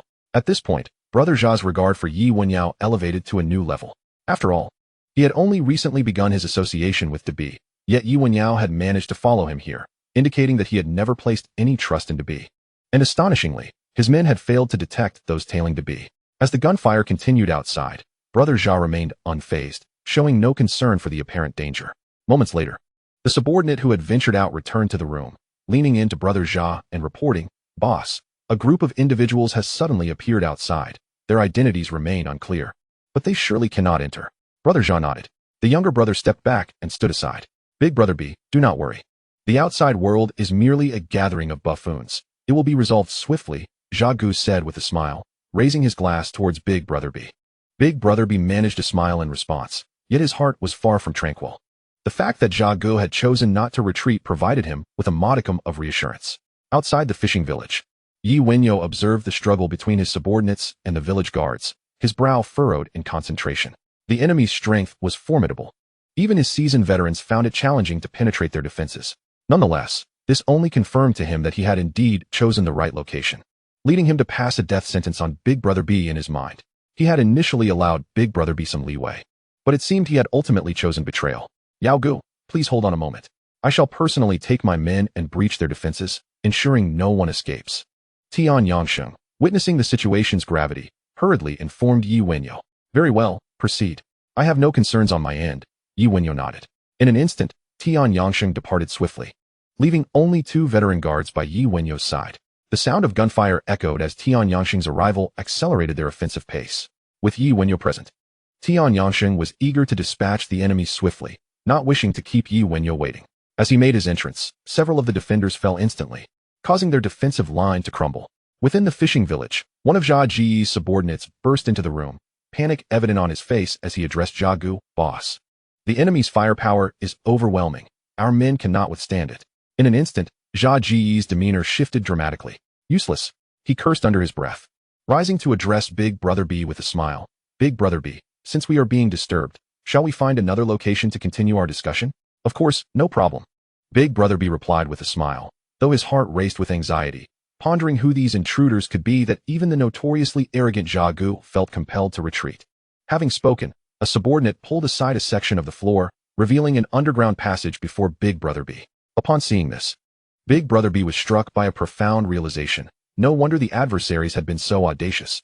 Their escape route had long been prepared. This way, Big Brother. Jia Gu beckoned as he stepped into the tunnel, with a subordinate gesturing for Big Brother B to follow. Big Brother B nodded and hastened after him. On the outskirts of the fishing village, Tian Yangsheng led a group of seasoned warriors, displaying unparalleled bravery, with Tian Yangsheng at the forefront. Any enemy daring to obstruct their path was swiftly eliminated. Before long, the gunfire ceased. A blood-soaked trail marked their path from the village's exterior to its interior, littered with fallen foes. Having vanquished all enemies, Tian Yangsheng immediately ran towards the location where Big Brother B had retreated. Upon entering the door, he found the room empty, the entrance to the tunnel directly before him. However, he did not rush to pursue. Instead, he instructed someone to report back to Yi Wenyao. In the distance outside the fishing village, Yi Wenyao was receiving a report from a veteran soldier. Yao Gu, our brothers have succeeded in their operation. Big Brother B's wife and child have been rescued. How shall we arrange their return home? Yi Wenyao pondered for a moment before responding. Let us send them home. Understood. Yao Gu, the veteran affirmed, quickly relaying the message to the other soldiers. At this moment, Yi Wenyao dialed Big Brother B's number. Within the tunnel, Big Brother B was being escorted by Jia Ji's subordinates towards the passage's end when suddenly, a phone belonging to one of the subordinates began to ring. Initially, Big Brother B did not answer, but after the second ring, he chose to pick up. Hello? Big Brother B, what are you busy with? I called twice and got no response. Yao? It's me, Big Brother B. Yao, why are you calling so late? What is it? Big Brother B. Just now, my men encountered your wife on the street. She mentioned that someone has kidnapped them. Instantly, Big Brother B was struck dumb. He gleaned a troubling implication from this statement, that his wife and child had fallen into Yi Wenyao's hands, and moreover, that Yi Wenyao was aware of his collusion with the treacherous Jia Gu aimed at his demise. A wave of panic and anxiety washed over him. What is happening? Wasn't it Jia Ji's men who took my wife and child? How could they end up in Yi Wenyao's possession? Without a moment to respond, he abruptly hung up and hastened to confront Jia Gu. Jia Gu, what on earth is going on with my wife and child? Yi Wenyao just called to inform me that they are in his custody. You had better provide me with an explanation, or our collaboration will be off the table. Chapter 79, Jia Ji's Flaw. Upon hearing this, Jia Gu immediately halted his steps, turning to Big Brother B with a questioning gaze. What did you just say? Big Brother B, visibly displeased, reiterated, Yi Wenyao just called to tell me that my wife and child are in his possession. Big Brother B, now that matters have escalated to this point, do you intend to turn against me? There are only two possibilities regarding your wife. Either he has discovered that she was taken by my men and is using this information to test your loyalty, or Yi Wenyao's people have dispatched someone to eliminate my men and abducted your wife and child. However, even if he has taken them, do you really believe you can coexist peacefully with him? Would you forsake your own life for the sake of your wife and child, without ensuring their safety? In that moment, Jia Ji's mind raced, and he quickly addressed Big Brother B. After speaking, he resumed his stride. Big Brother B hesitated for a moment, but soon followed suit. Though Jia Ji's words displeased him, the reality was undeniable. He understood that the enemy outside was Yi Wenyao's men. Turning back now would only place him and his family entirely at Yi Wenyao's mercy. Aligning with external forces against him would surely lead to his demise. Even if Yi Wenyao adhered to some semblance of honor and spared his family's lives, their future would remain perilous. The best course of action was to flee, ensuring that Yi Wenyao could not obtain any incriminating evidence. Even if someone were to witness him, he could fabricate an excuse to absolve himself. Moments later, Big Brother B dialed Yi Wenyao's number. Yao, it's me. The signal was poor earlier, and I couldn't hear you. Have you located your sister-in-law and child? Where are they now? Big Brother B, what is going on? Why did you not inform me that your wife and child had been kidnapped? This is a significant issue. Yao, you have enough on your plate. I did not want to burden you with your sister-in-law's predicament, so I took it upon myself to seek out leads. I never anticipated that your men would find them. Are they safe? They are quite safe. You need not worry. I have already arranged for their return home, and my people will ensure their protection. Once you return, just let them leave. Wonderful. Wenyao. I will forever be grateful for your assistance in rescuing my wife and child. Such formalities are unnecessary, Big Brother B. After all, they are my sister-in-law and nephews. Lending a hand is the least I could do. I heard from my men that you are in Yuanlong. Indeed, I am currently in Yuanlong. My subordinates discovered leads on those who abducted your sister-in-law, so I rushed over, but found nothing. I am on my way back now. Very well, return home quickly. We shall discuss matters tomorrow. Understood. The call ended. Big B continued to follow Brother Jia as they advanced. Soon, they emerged from the tunnel and entered a house. Big B, there's no need for concern. They certainly wouldn't dare to follow us inside. I had numerous traps set in the tunnel. Brother Jia smiled as he spoke to Big B. Understood, I will handle this matter adeptly, replied Big B before departing with his subordinates. After Big B left, Brother Jia's expression changed dramatically, his face turning ashen. So, has Yi Wenyao shown himself? Brother Jia inquired of his nearby subordinate. Boss, Yi Wenyao has yet to appear. Shall we proceed with our plan? The subordinate asked. Brother Jia waved his hand dismissively. Since Yi Wenyao has not shown up, there is no need to execute the plan to blow up the entire fishing village. His only target is Yi Wenyao, now that he hasn't appeared. Detonating the whole village would be counterproductive. At this critical juncture, creating such a commotion would only serve to provoke the police, and they would undoubtedly go into a frenzy. There is no need to challenge their nerves any further. As for whether Big B can lure Yi Wenyao out, it has become inconsequential. This deliberate show of weakness will cause Yi Wenyao to lower his guard somewhat. After all, he was forced to retreat in his own territory, and anyone in his position would not remain overly concerned.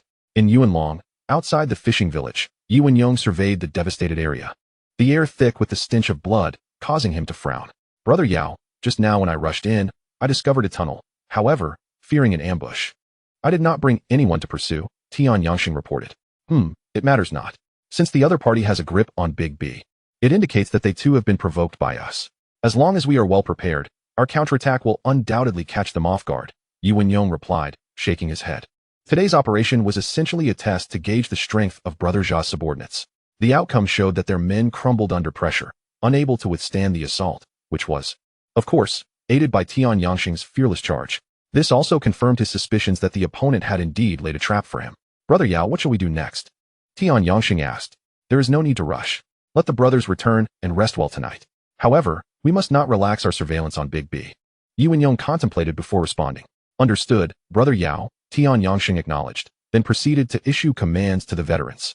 Subsequently, Yi Wenyao departed in his vehicle. The following day, as Yi Wenyao had just risen, he received a call from Big B, inviting him to his home to express gratitude. Coincidentally, Yi Wenyao wished to meet Big B to ascertain his next intentions, thus he agreed. Brother Yao, I've just received news that someone secretly visited the police morgue last night to examine Tony's body. Tian Yangxing exclaimed excitedly. Have you uncovered their identity? Yi Wenyao inquired. Tian Yangxing shook his head. Not yet. The individual was quite cautious. Our men merely followed him to a villa, fearing to raise any alarms. They refrained from entering to investigate. Yi Wenyao momentarily paused, pondering how they had managed to track the individual to their residence so effortlessly. However, he trusted in the capabilities of his subordinates and promptly instructed, Excellent. Ashong, take your men over to investigate. Ensure you have adequate backup and be wary of possible traps set by the enemy. I will, Brother Yao. I am on my way now. Tian Yangxing nodded and departed. Yi Wenyao set aside his chopsticks, feeling invigorated by the news, which had also diminished his appetite. After changing his clothes, he drove to Big B's residence. An hour later, the vehicle came to a halt outside Big B's home. As he stepped out, he saw Big B opening the door and walking towards him. Ah Yao, you've arrived. Please, come in. Big B warmly welcomed him. Yi Wenyao smiled in return and stepped inside. Would you like something to drink? Tea or coffee? Big B inquired as they settled down. No need for formality. Anything will suffice. Brother B, rescuing your wife is simply what I ought to do. There is no need for thanks. Yi Wenyao casually replied. Chapter 80. The Tormented Big B. Big B observed Yi Wenyao, unsure of how to respond to his words. The invitation for Yi Wenyao to come over was not merely an expression of gratitude for saving his wife and child. Rather, it was driven by a desire to uncover what exactly Yi Wenyao knew.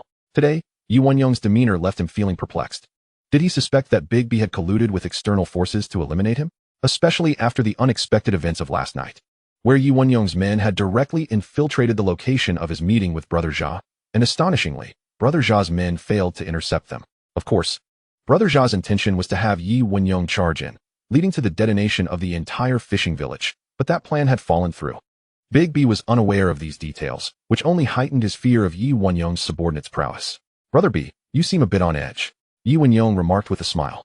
Rest assured, after today, I will ensure that my men protect this place, guaranteeing that no incidents like yesterday will occur again. Indeed, I am quite anxious. I never imagined someone would kidnap your sister-in-law and my child. Without your assistance, I truly would not have known how to cope. Big B responded with an awkward laugh. Yi Wenyao chuckled lightly and replied, Indeed, people have become far too reckless these days, acting without a hint of consideration. His words were aimed at exposing Big B's vulnerabilities while serving as a warning. Although Big B had yet to make any overt moves against him, the events of the previous night had made it clear that Big B did not wish to live a tranquil life. Today was to be the final opportunity for Big B to speak candidly, yet thus far, he had revealed no useful clues. Yao, how are things on the company front? The organization has been quite concerned about these matters lately, Big B asked with a smile, mainly to divert attention from the potentially revealing conversation. Brother B, everything is well with the organization. However, there are certain matters I wish to discuss with you privately and hear your opinions. Yi Wenyao stated. Hiss, Big B inhaled sharply, feeling a strong reluctance to be alone with Yi Wenyao, yet with the conversation having reached this point, he found no valid reason to refuse. Very well. Let us converse in the study. They then proceeded to the study together. Tian Yangsheng and the others remained outside, keeping a watchful eye on Big B's old subordinates, both to ensure that Brother Zha's faction had no further actions and to prevent them from departing Hong Kong Island. Yao, has something else occurred? Big B could not contain his curiosity as they entered the study. He hoped Yi Wenyao would not mention the events of the previous night. However, his hopes were dashed. Yi Wenyao stated, Brother B, you were at a fishing village in Yunlong yesterday, correct? Instantly, the study fell silent. Big B's face turned pale with alarm. He had not anticipated Yi Wenyao to be so direct in addressing the matter.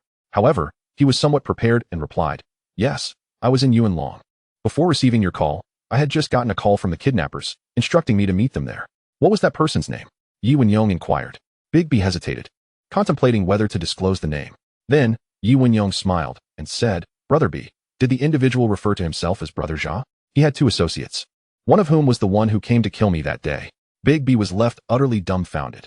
He could hardly fathom how Yi Wenyao managed to uncover everything, even the basic details about that scoundrel. Instinctively, he inquired, How did you know? No. Yao, listen to me. The person who kidnapped my wife and child is indeed the scoundrel you mentioned. As for his two brothers, I truly have no knowledge of them. Nor do I know that one of them is the one sent to kill you. Yi Wenyao chuckled. Brother B, at this point, are you still not going to tell me the truth? If I can investigate the situation of the scoundrel, do you truly think I would be oblivious to the facts? Do you remember what I told you back then? Brother B was momentarily stunned. He only recalled that the other party would grant him dignity. At this moment, he was deeply conflicted. The dignity he had previously spoken of was meant to provide him with a stable life, ensuring his family's safety. Yet now, with the scoundrel's appearance, he could no longer guarantee that Yi Wenyao would spare his family.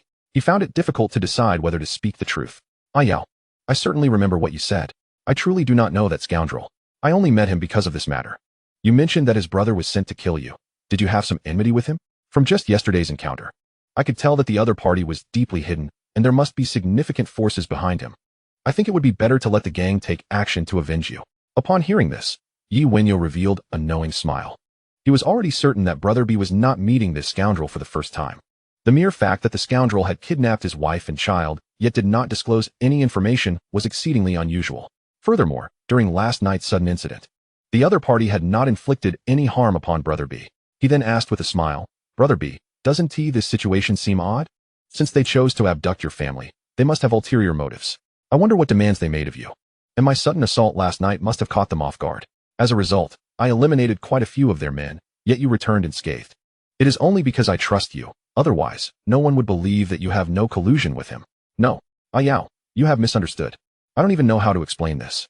However, after your people appeared yesterday, he took me out through a secret passage.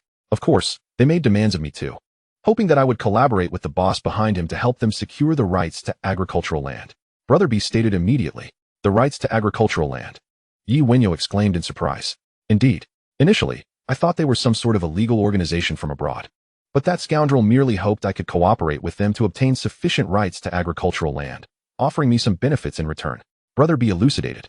Brother B, what are your thoughts? Did you refuse him? Yi Wenyao inquired. Brother B sighed. We just discussed this issue, and then your people suddenly appeared. Yet, I never expected you to rescue my wife and child. I thought he would threaten me further. I have been torn about whether to agree to their demands, as refusing might jeopardize my wife and child's safety. The mention of agricultural rights compelled Wenyao to take it seriously. This project was also under his purview. The situation was now crystal clear. Those who held more rights to agricultural land could reap greater benefits. It seemed the other party was indeed after this, and another confrontation was inevitable. Brother B, now that your wife and child are safe, do you still intend to acquiesce to their demands? Wenyao asked. Looking at Brother B, Yao, you previously mentioned agricultural rights. Are you also interested in them? Brother B countered. Wenyao smiled. Brother B, I have recently learned that agricultural rights present a lucrative opportunity. Are you not interested? Brother B shook his head and replied with a wry smile. Not at all. I was never interested in it, and now that I have become entangled, I am even less so. Wenyao nodded and said, Brother B, how much do you know about the person behind that scoundrel? What person behind him? Is he not the boss?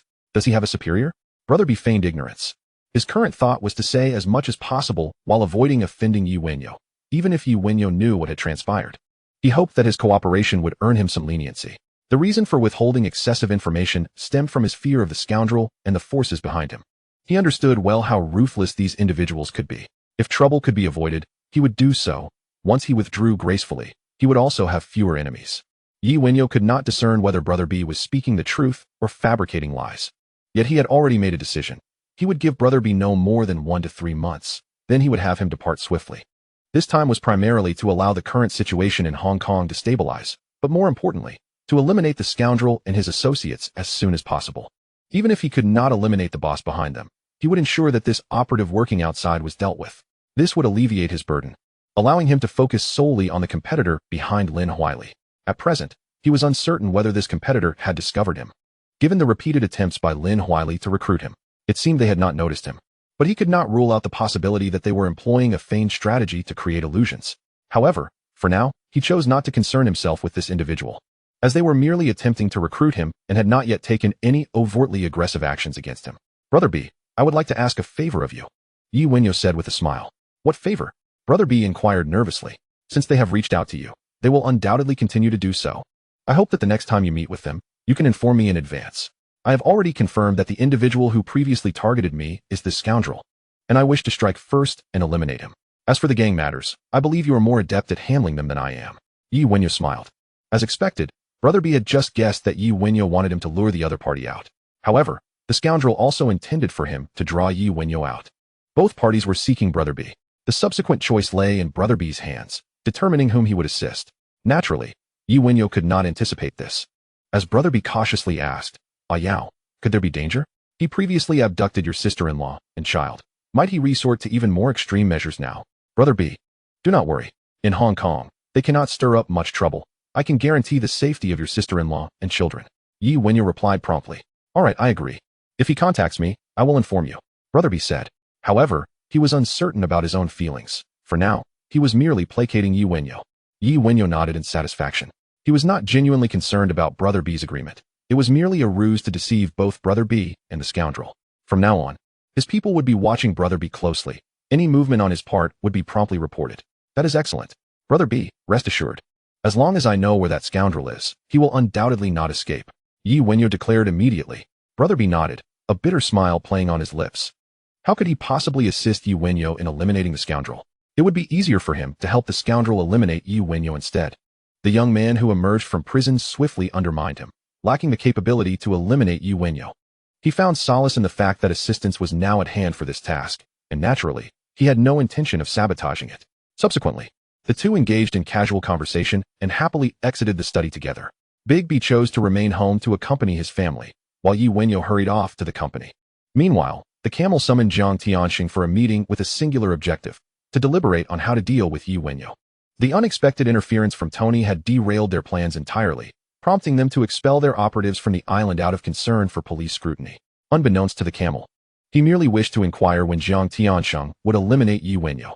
Since Wenyao's emergence, he had disturbed the peace of various gangs and unsettled the police. Removing him would undoubtedly alleviate such troubles. Jiang Tianxing, what is the situation? Did you not say we should swiftly dispose of Wenyao? Upon Jiang Tianxing's arrival, the camel immediately questioned him, largely due to the mounting pressure from their subordinates. Jiang Tianxing felt a sense of injustice and responded, Boss Camel, we cannot act hastily. You are well aware of the current circumstances. If I were to send someone to kill Yi Wenyao now, Eastern Star would be the first gang under scrutiny. Surely, that is not the outcome you desire. Stop right there. Do not mention that I have people within the police. No one can alter the progression of this matter. At this, the camel furrowed his brow, harboring resentment for not having sent someone to handle the situation earlier, which might have spared them from these complications. Ultimately, their meeting concluded without resolution, as neither wished to provoke the police at such a critical juncture, fearing the calamities that could ensue. This predicament arose because the police primarily focused on the two largest gangs, with Hongxing and Eastern Star undoubtedly at the forefront. Regardless of whether they were involved in the incident, they would inevitably face scrutiny. In Jordan, Lin Huayue, having met with Yi Wenyao and engaged in conversation, refrained from immediately reporting back to his superior. Instead, he analyzed the current situation on the island and pondered the source of the recent disturbances. In his haste, Lin Huayue soon discerned a clue. Yi Wenyao was not the instigator of chaos, but rather a victim who retaliated against attacks. Following that, the various reports about Ding Quan in the newspapers piqued his curiosity. He was well aware of Ding Quan's true nature. The onset of such publicity indicated that certain real estate companies or families had begun to enter the fray, possibly due to Yi Wenyao obstructing their paths. Hence the concerted effort against him. Currently, as the leader of Shenghe, he naturally wished to stake a claim in matters concerning Ding Quan, which is why he chose to withhold his report on Yi Wenyao's stance and observe the situation for a while longer. Chapter 82. The battle begins. Big B's choice. Just as Yi Wenyao departed, Big B dialed Jia Ji's number, placing his hopes on him. It was not merely Yi Wenyao's assertive demeanor that concerned him, but rather the enticing collaboration proposed by Jia Ji's influential boss. Although he did not possess extensive knowledge about Ding Quan, he understood it to be a lucrative venture. After all, what is the purpose of mingling with gangs if not for monetary gain? Ensuring his family's safety while simultaneously eliminating his insubordinate subordinate, all while potentially profiting, seemed exceedingly advantageous. Hello? Jia Gu, it's me, Big B. Yes, I've formulated a plan. However, it cannot proceed according to your original scheme. Allow me to share my thoughts before you make a decision. Soon, Big B conveyed his entire strategy to Jia Gu and successfully persuaded him to revise their plan in alignment with his vision. After hanging up, Big B solemnly instructed his wife, after you drop the kids off at school, do not return home for the time being. As for when you can come back, await my call, no later than 2 o'clock this afternoon. If I do not contact you by then, immediately pick up the kids from school and leave the island without disclosing your destination. Upon hearing these instructions, Big B's wife looked visibly worried. After a moment's hesitation, she replied, I understand. Please ensure your safety. I will be waiting for your call with the kids. Big B nodded in acknowledgement. Go now. After seeing his wife and children off in the car, he turned back towards the house, awaiting Jia Ji's actions. In Central, within a clandestine warehouse, Jia Gu addressed his assembled, alert subordinates. A few days ago, my brother Tony perished during an attempt to eliminate those obstructing our plans. Today, I have gathered you all for a singular purpose, to continue my brother Tony's unfinished mission, dispose of Yi Wenyao. This Yi Wenyao is formidable. If anyone wishes to withdraw, now is your opportunity. As his words echoed, silence enveloped the room as Jia Gu scrutinized the faces before him. After a prolonged pause, he declared, good. Since no one is chosen to withdraw, let us proceed to devise our battle strategy. Team leaders, step forward. The rest may rest in place. With that, Jia Gu led 5 individuals into a smaller room to formulate their operational plan. Half an hour later, Jia Gu and the 5 team leaders emerged. According to the plan, each of you will lead your subordinates to depart. Commence operations at the designated time. Jia Gu commanded. Understood. The 5 team leaders replied in unison, promptly departing the warehouse with their teams. As Jia Gu gazed at the now empty warehouse, he sighed deeply before exiting. He climbed into a luxury vehicle and sped towards the villa district where Big B resided. An hour later, the vehicle passed by Big B's villa without halting, proceeding deeper into the area. At that moment, Big B sat in the living room, awaiting Jia Ji's operation, entirely unaware that Jia Gu had already arrived in their villa district. The veteran sent by Yi Wenyao to keep watch on Big B also failed to notice the approaching vehicle. Upon reaching a vantage point where he could clearly see Big B's villa, Jia Gu glanced at his watch. At the West Kowloon police station, Su Chun found himself overwhelmed due to the recent heinous attack on Yi Wenyao. Suddenly, a police officer burst into his office. Chief, a gunfight has erupted in Mong Kok. Our personnel are en route, and reports from the scene indicate that the assailants are armed with automatic rifles. They are likely the same group involved in the previous incident. Upon hearing this, Su Chin immediately stood up, fixing his gaze on his subordinate. What did you say? Without waiting for a response, he stepped outside and called to his officers. What are you waiting for? Let us head to the scene. His subordinates promptly followed suit. and the two sped away in a police car toward the location of the gunfight in Mongkok. Throughout the drive, Suchin communicated via radio with the officers heading to the scene, urging them to remain vigilant. Suddenly, a message crackled through the radio. The armed robbers have fled Mongkok and are escaping along the expressway towards Yuanlong. Suchin immediately instructed his team to change course. Meanwhile, not only in the West Kowloon area but also within the precincts of the police station near the vicinity of the prestigious B Villa, various shooting incidents had transpired, prompting the mobilization of police forces from different stations. Some precincts, concerned about the inadequacy of their officers' firepower, even opted to call in the Special Tactical Unit for support, albeit all were directed away from B Villa. Suddenly, the gates of B Villa exploded open. Although this turn of events was anticipated, it still startled B. After a moment of panic, he hastily grabbed his mobile phone and dialed Wenyao. "Yao, it's me. Something has happened here. Hurry and bring people to rescue me." At the very moment B made the call, Tian Yangxing received a call from the surveillance veteran, promptly reporting the situation to Wenyao. The mutual verification of the information convinced Wenyao of its authenticity. He immediately commanded Tian Yangxing to gather personnel and rush to B's aid. Although uncertain as to who had targeted B, Wenyao speculated it might be Zha Ge, yet he couldn't fathom why the adversary would strike at B first. Nonetheless, he resolved to rescue B before contemplating further. On the other side, upon discovering the situation, the veteran did not intend to intervene but remained concealed, continuing to observe the number of enemies approaching B Villa to provide valuable intelligence upon the arrival of reinforcements. However, he was unaware that the target was not B but rather himself. The small team outside the villa merely served as bait to divert his attention, while a second group stealthily approached from behind. Suddenly, a minor alert device he had set up triggered an alarm, instantly alerting him to the presence of enemies behind him. He swiftly took off along the pre-planned route, dialing Tian Yangxing to warn him of the ambush. Yet, before he could complete the call, a group of enemies appeared ahead, blocking his path. Bang, bang, bang. Gunfire erupted as bullets flew toward him. The veteran immediately abandoned the call, diving to the right to evade the incoming bullets. It seemed the adversary was aware of his extensive combat experience. As the gunfire ceased, they split into two teams to pursue him, leaving him no opportunity to alert Wenyao. The veteran felt a surge of anxiety.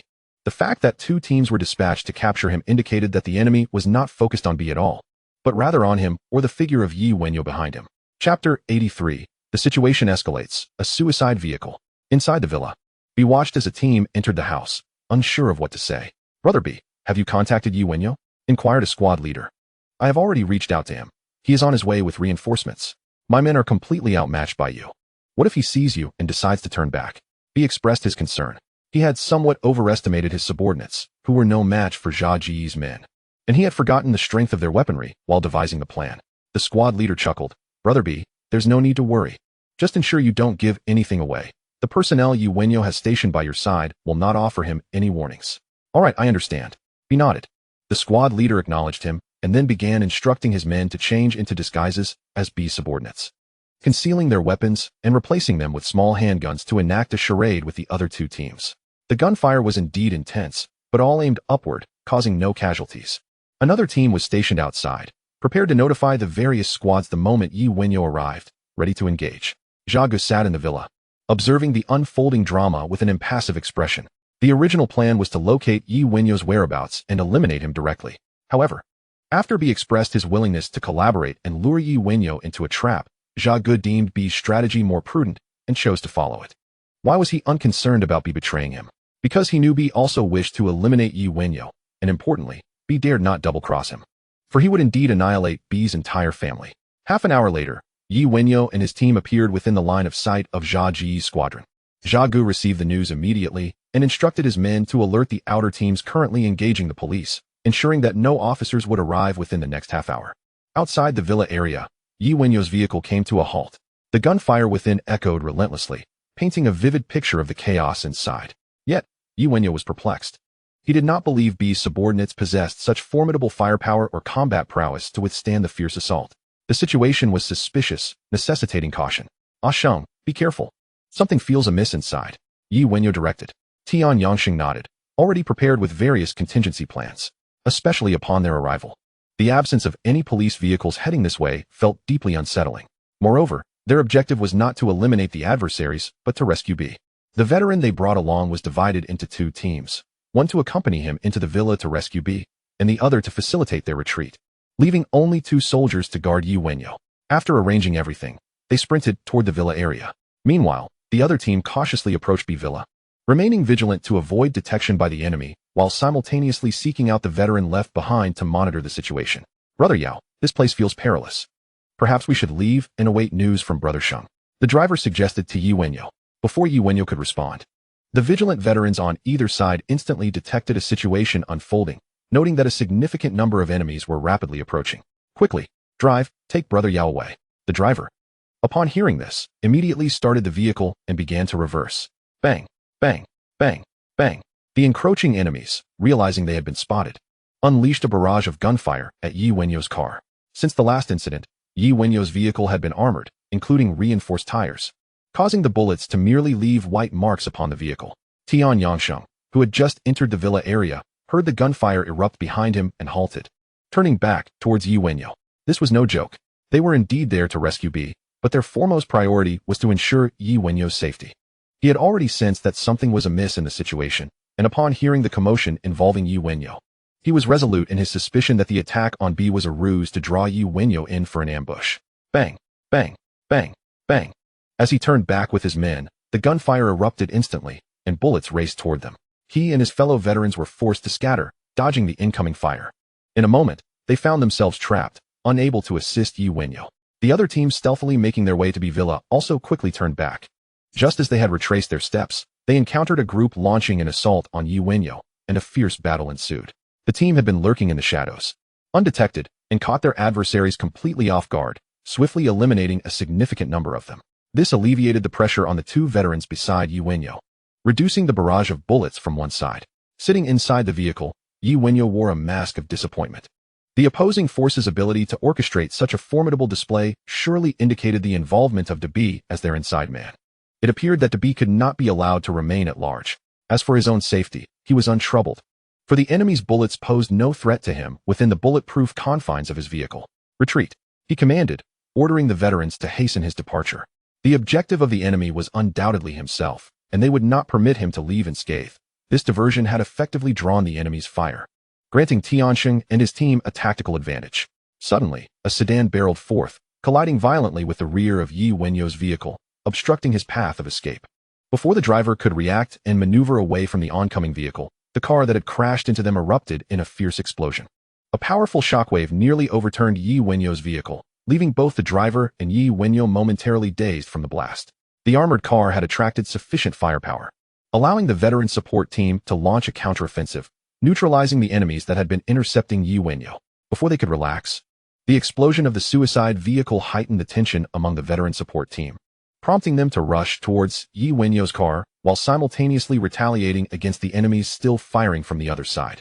The adversaries were forced to shift their focus from Yi Wenyao's vehicle to the veteran support team, yet the disparity in strength remained apparent. The combatants awarded by the system were clearly superior. Before long, the enemies on the opposite side were completely subdued. Yao Go, are you alright? One veteran shouted as he opened the car door to address Yi Wenyao. Though Yi Wenyao did not catch the words clearly, he discerned the concern etched on the veteran's face and gestured dismissively, indicating that he was unharmed. Chapter 84. The counteroffensive begins. Outside, gunfire raged incessantly. Yi Wenyao, momentarily lost in thought, regained his composure. Yao Go, are you alright? Yao Go, leave this to us. You should return first. The voices of the concerned veterans echoed in his ears. Promptly, Yi Wenyao waved his hand, silencing the veterans who stood by, awaiting his orders. He instructed them to modify their mission objective, to eliminate all enemies within the vicinity of the villa. Bring DeB to me, alive or dead. The veterans responded in unison, leaving 6 to guard Yi Wenyao while the rest surged towards the villa area. At that moment, Yi Wenyao's mood was grim. DeB had chosen to betray him. Initially, out of respect for their past camaraderie, he had aimed to afford him dignity and had preserved his elder brother's face. Yet now, DeB sought to conspire with outsiders to end his life, an act unforgivable. Inside the villa, DeB listened intently to the cacophony of gunfire outside, his heart racing with trepidation. It was not the sound of gunfire that frightened him, but rather the intensity of the battle. His expectations of the capabilities of Zhuge's men had been grossly underestimated. What is the situation? Have we eliminated Yi Wenyao? How much longer will it take? With such commotion, the police will arrive soon. DeB could not help but inquire of one of Zhuge's squad leaders. The squad leader, disregarding DeB's status, retorted sharply, "Be quiet and stay put." After assigning one of his subordinates to keep an eye on DeB, he hastily departed the villa to join the fray. Within the villa area, Zhuge observed as Tianxing and his team engaged in battle with his own men outside de B's villa. Despite his vantage point, he found it challenging to direct his squads to inflict damage upon Tianxing's forces, recognizing the high military proficiency of Tianxing's recruits, who appeared exceptionally well-trained. Boss, the two squads heading towards Wenyao have lost contact, a subordinate reported.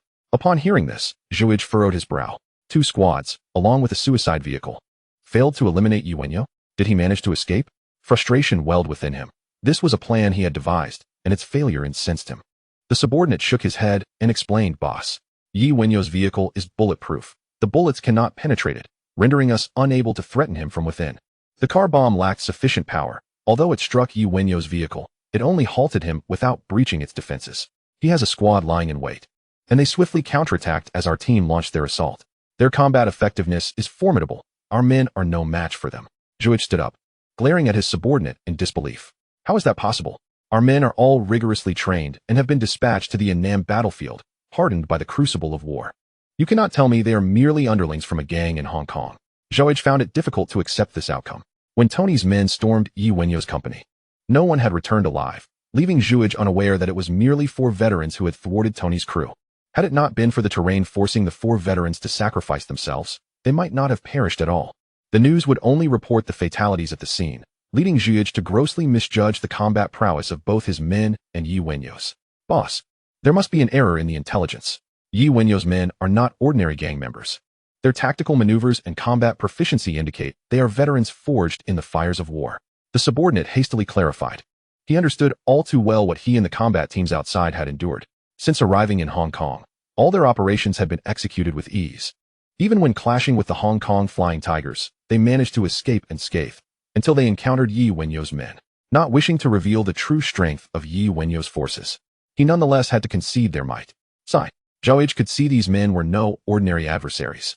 Acknowledging the dissatisfaction in his subordinate's tone, he replied, Indeed, there has been a miscalculation in our intelligence. Wenyau's status is far from ordinary. With such subordinates, how could he simply be a minor gang leader? Gazing at his watch, he noted there were still 18 minutes until the 30-minute mark he had allotted for the outer squads. He commanded, Order the remaining 4 squads to concentrate their fire and eliminate Wenyau's men outside de B's villa. 15 minutes from now, regardless of whether we have succeeded, all teams are to withdraw as per the original plan. The subordinate quickly complied. Outside, as the gunfire ceased around the villa, Tianxing felt a surge of anxiety. He was not only concerned for Wenyau's safety, but also regretted his decision to personally lead the charge. It would have been wiser to stay by Wenyau's side to protect him. The numerous veterans around him shared his sentiment, all equally worried for Wenyau's well-being. They were eager to rush out of the villa to safeguard him. Although the enemies within the villa lacked strength, their firepower was formidable. While they could suppress the adversaries with their weapons, preventing them from launching a direct assault, it also confined them, making escape difficult.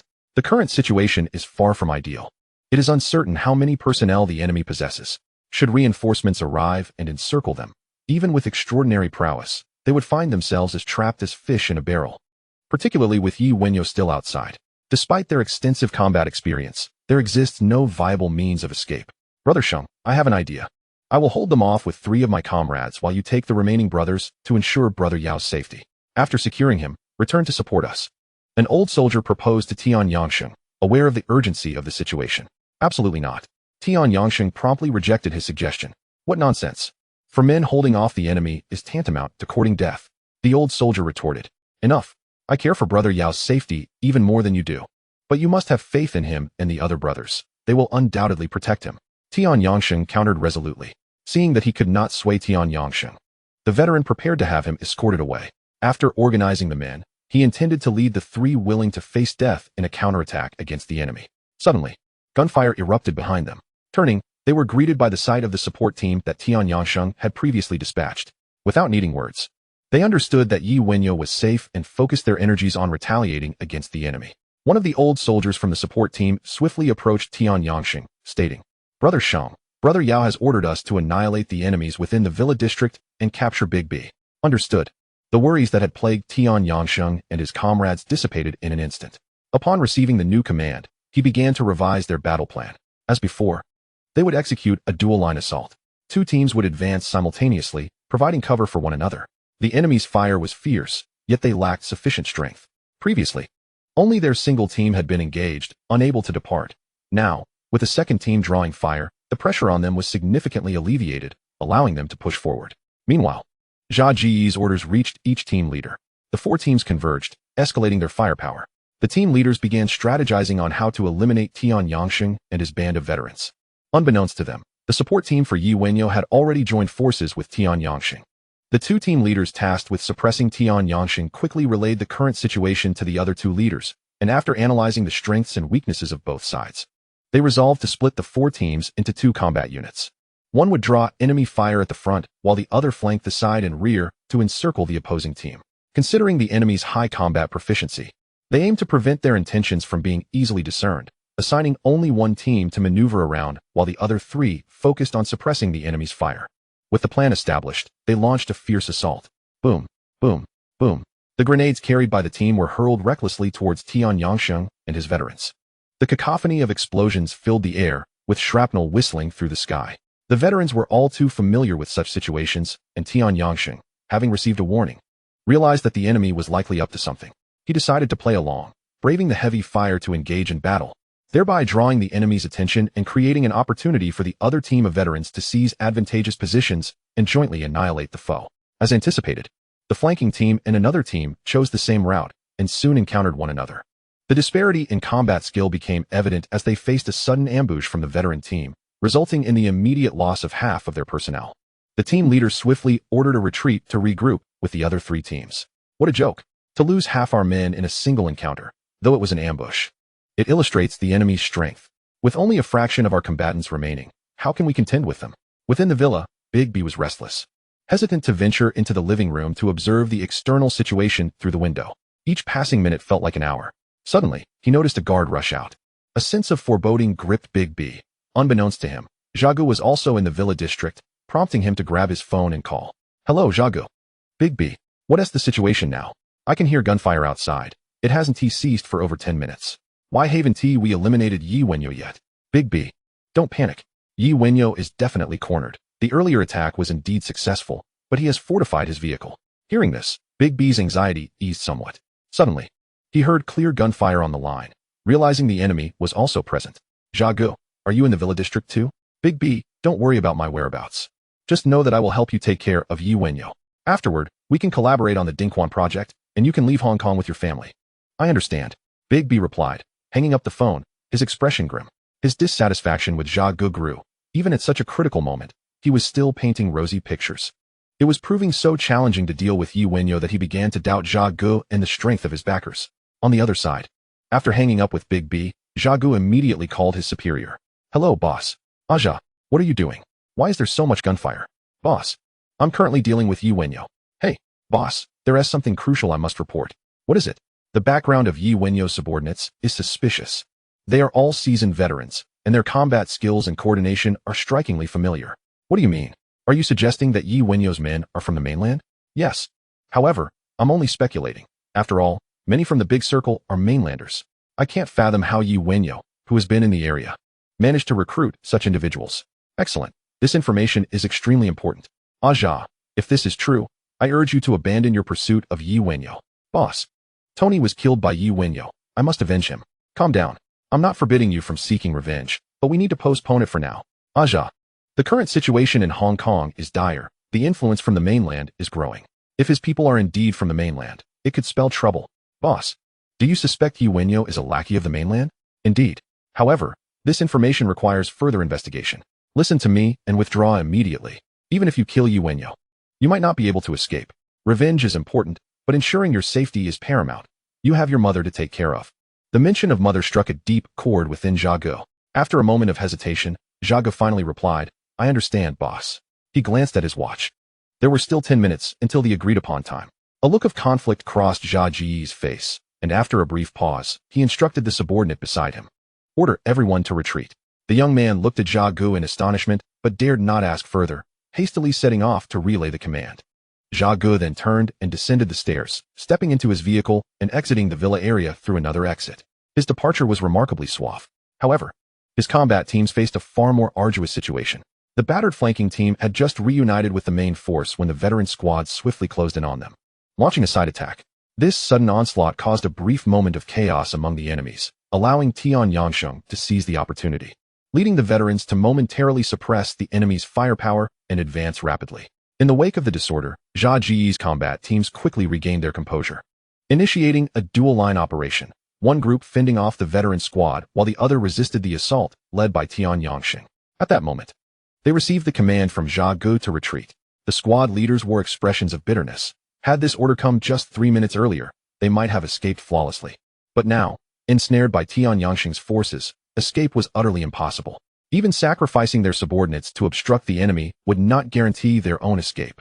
Chapter 86. The Decision of Big B. Jia Gu departed, leaving his subordinates to battle against Tian Yangsheng and his men. The squad leaders, fully aware of the current predicament, realized that a safe escape was no longer feasible. Their only remaining chance lay in waiting for the police to arrive. Yes, if the police could drive Tian Yangsheng and his men away, they would stand a better chance of escaping during the standoff with law enforcement. Inside the villa, Big B was restless, unable to find solace.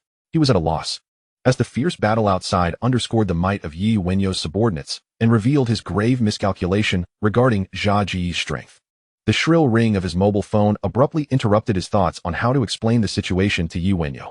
After a brief pause, he answered the call. Hello? Oh, you're still alive. What do you mean by that? Big B, I rushed to your aid upon receiving your distress call, only to be met with a bombshell. Had I not been cautious, I might have been killed. What? This has nothing to do with me. I finally understand why they only surrounded my house without breaching it. Their target is you. Big B, do you even believe that? I called to find out why you conspired with outsiders against me. When I was ambushed, you did nothing to stop it, and I didn't hold it against you. Still treating you as my elder brother. Let me explain. This truly has nothing to do with me. Big B, stop wasting my time with these useless excuses. I'll say it again. If you want to maintain some dignity, you need to clarify matters with me properly. For the sake of our past friendship, I won't do anything excessive. In an instant, beads of sweat began to form on Big B's forehead. Yi Wenyao's words had already indicated the impending outcome, and with family mentioned, he understood the necessity of cooperating. Naturally, he did not wish for his life to end like this, and his mind raced to devise a plan to ensure his family's safety. Fortunately, Yi Wenyao's men had yet to eliminate Jia Ji's subordinates, granting him some time to think. Must it be this way? Big B, once you made your choice, you should have known that only this outcome awaited you. We shall see. With that, Big B hung up the phone. He had contemplated numerous ways to secure his own life, but only one method would ensure his family's safety, sending them away. Understanding Jiang Tianxing's character, Big B knew that he could not tolerate Yi Wenyao either, so he promptly dialed Jiang Tianxing's number. Hello, Mr. Jiang. Big B. What is the matter? Mr. Jiang, a fierce gunfight has erupted at my home. I cannot leave for the time being and would like you to send someone to protect my wife and children. What do you mean? Why not have Yi Wenyao handle it? Big B's words left Jiang Tianxing perplexed. Mr. Jiang, Yi Wenyao is leading the charge to kill me. Big B immediately revealed his ace. What? Big B, are you out of your mind? Isn't Yi Wenyao one of your subordinates? How could he come to kill you? What on earth is happening? Jiang Tianxing's concern was palpable. He was eager to understand the situation. If Yi Wenyao was indeed attacking Big B, it would provide him with the perfect justification to eliminate him. It's complicated. Mr. Jiang, please send someone to protect my wife and children first, and I'll explain everything in detail once I'm safe. That statement was sufficient to garner Jiang Tianxing's attention. As for the details, Big B knew he needed to embellish them carefully, fearing that Jiang Tianxing might sell him out and use this excuse to dispose of Yi Wenyao. All right. I'll have Chen Yao send someone to protect your wife and children. Have her contact Chen Yao. Thank you, Mr. Jiang. After hanging up, Big B wasted no time dialing his wife, providing her with clear instructions, and finally calling the police to report the incident. Timing was perfect.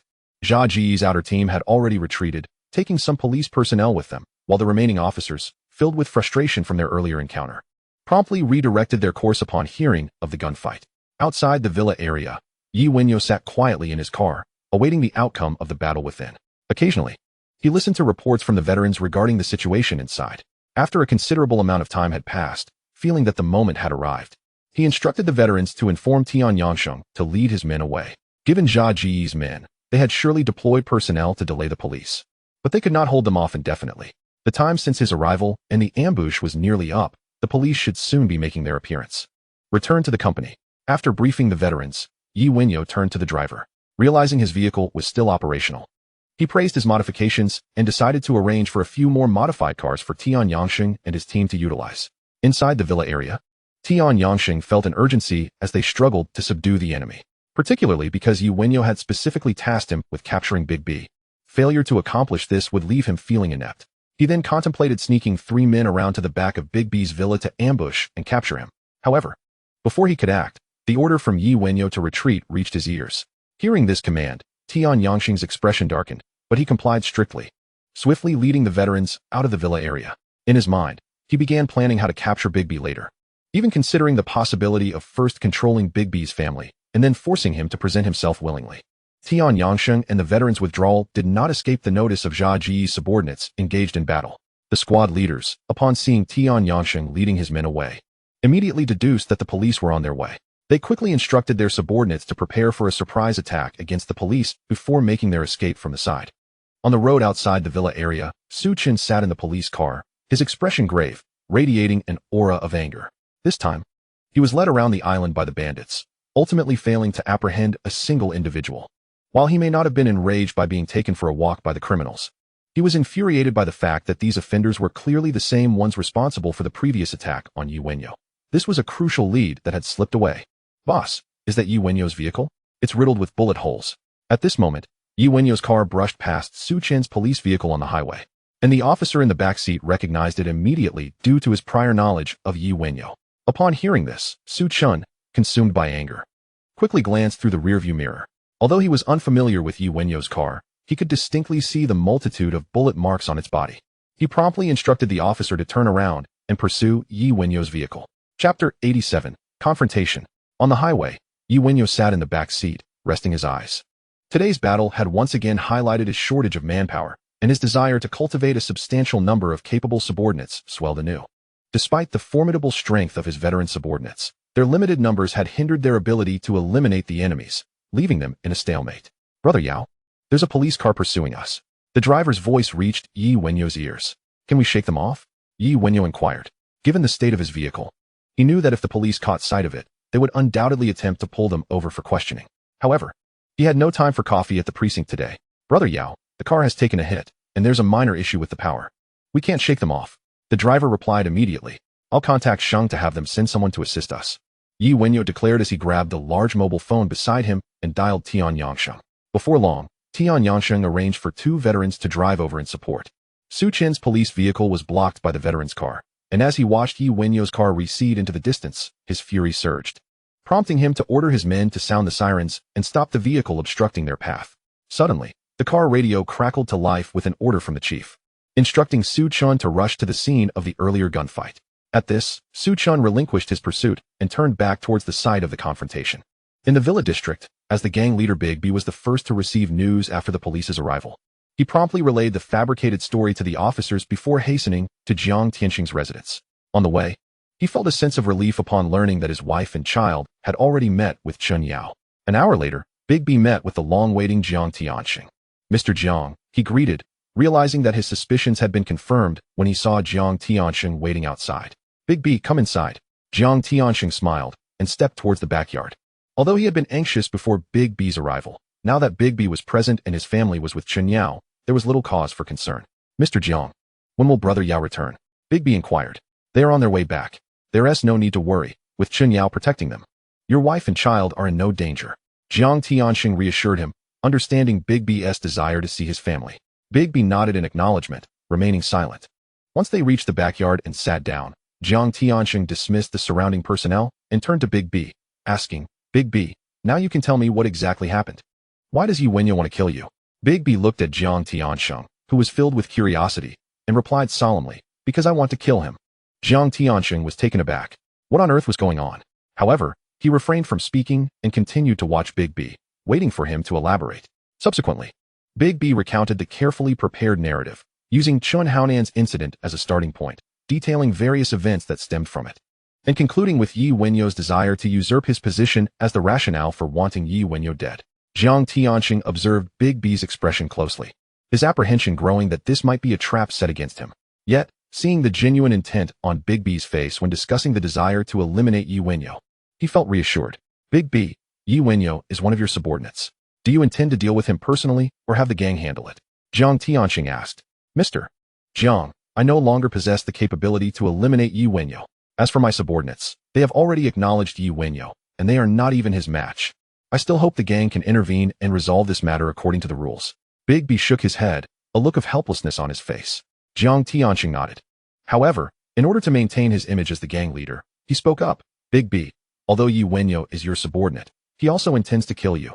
The gang should step in to resolve this. However, this situation is quite unique. He wants to kill you, and you want to kill him. We still need to hear Yi Wenyao's side of the story. Do you have any objections? Big B furrowed his brow before responding. No objections. Jiang Tianxing immediately said, all right. I will summon the leaders of the various factions now and have them witness this together. However, Big B's expression indicated that there were undoubtedly other circumstances at play. Though he was not concerned with those, he merely required a justification for eliminating Yi Wenyao. In Causeway Bay, Yi Wenyao had just arrived at the company when a Bing rushed over, beaming with excitement, to report, Brother Yao, regarding Lin Weiliu, whom you had me keep an eye on. We have uncovered some developments. This was excellent news. Yi Wenyao nodded with satisfaction, encouraging a Bing to continue. Brother Yao, while monitoring Lin Weiliu, we discovered that he has been secretly meeting with Su Chun from the West Kowloon police station. A Bing exclaimed proudly. What? Are you sure you weren't mistaken? Is Su Chun seeking Lin Weiliu for some reason? Yi Wenyao asked. How could I be mistaken? Su Chun showed up alone, without any subordinates, and they were chatting and laughing as they exited the tea house. A Bing replied promptly.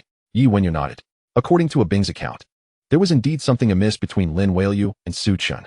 However, how were these two individuals connected? An idea struck him. The elderly man behind Su Chun appeared in his mind, and he immediately asked, a Bing, aside from Su Chun and Lin Weiliu, did you see a portly old man emerge from the tea house? I might have seen an old man, but it's quite normal for old men to be in a tea house. I didn't pay much attention at the time. A Bing pondered for a moment before responding. Yi Wenyao nodded and continued, all right. A Bing, please endure a few more days and continue to monitor Lin Weiliu. Make sure to keep an eye on whether he meets with a portly old man privately. Understood, Brother Yao. A Bing replied immediately. Go ahead. Yi Wenyao nodded.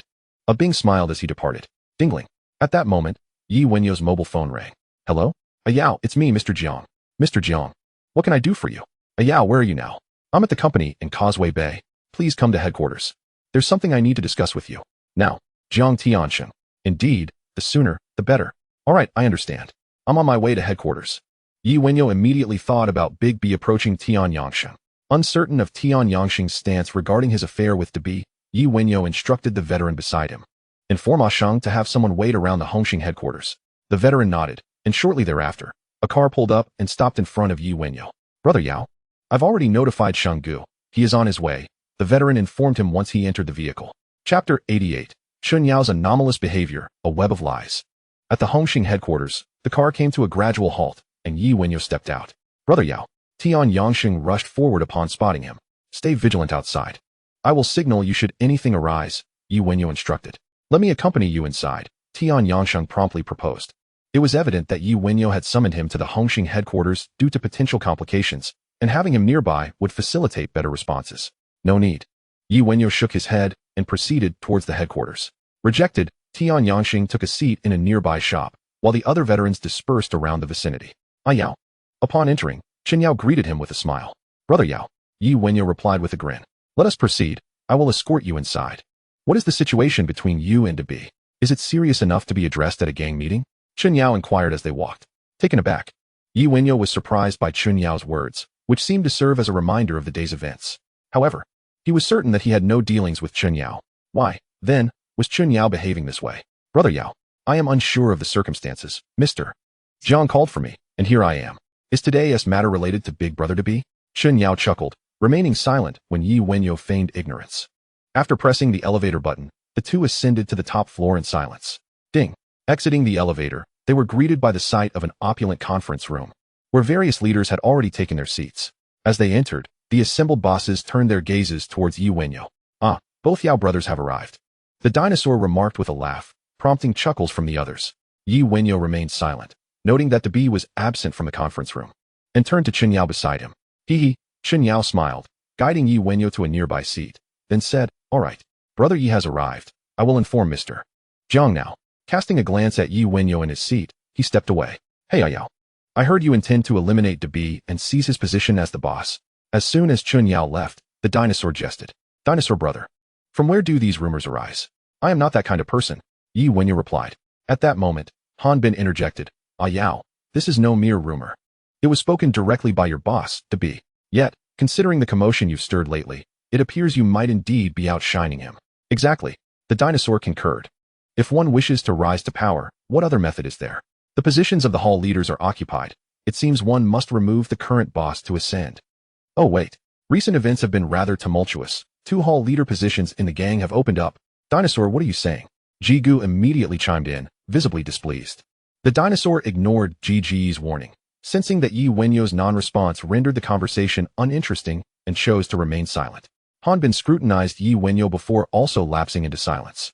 After a moment, footsteps echoed from outside the conference room. Everyone turned their attention to the entrance. Jiang Tianxing entered, accompanied by Chun Yao and Debi. Debi, please take a seat. He gestured to Debi, then addressed everyone. Gentlemen, I have summoned you today to deliberate on a matter requiring your judgment. Jiang Tianxing. Was it not about Debi's intention to eliminate Yi Wenyo and vice versa? How could they possibly assess such matters? The dinosaur spoke up immediately. Silence. The crown prince glared at the dinosaur, reprimanding him. Hanbin then added, Dinosaur, show some decorum. Mr. Jiang, he is simply of that disposition. Please do not take offense. Jiang Tianxing waved his hand dismissively and continued, to understand the situation, we must hear both parties' accounts. Hence, I have called them both here. Debi, you may begin. Explain the matter at hand. Upon hearing this, Debi rose and slowly began. The crux of the issue lies in the suspicion that my favored subordinate, Chun Haonan's disappearance, is linked to Yi Wenyo. The reasoning stems from Yi Wenyo's belief that Chun Haonan sent someone to the prison to kill him, though there is no evidence to substantiate this claim. Furthermore, Yi Wenyo has repeatedly visited my home and even took my wife and child away without permission, ostensibly to send them to an amusement park, but the threatening implication was unmistakable. Recently, my wife and child were abducted again, and ultimately, Yi Wenyo's men emerged. I suspect that this was orchestrated by him. A day later, I was assaulted at home by strangers, each armed with automatic rifles. It was only through the assistance of a former collaborator that I managed to repel Yi Wenyo's men and preserve my life. Upon hearing Debi's account, the expressions of the gathered individuals varied. Should these events be true, they would have to take Yi Wenyo seriously. His actions were clearly unbecoming of a subordinate, particularly given that he commanded a formidable group, armed with automatic rifles. If he set his sights on them, one could easily find themselves on the receiving end of a lethal shot. Jiang Tianxing nodded and turned to Yi Wenyo. Ah Yao, it is now your turn. All right. Yi Wenyo replied, rising to survey the assembly. These allegations are nothing but slander. Debi is fully aware of the circumstances surrounding Chun Haonan. He knows that Chun Haonan attempted to have me killed in prison, yet out of consideration for our mutual appearances, I chose not to expose this and dealt with Chun Haonan and his associates discreetly. Debi is well aware of this outcome. I have informed him of everything.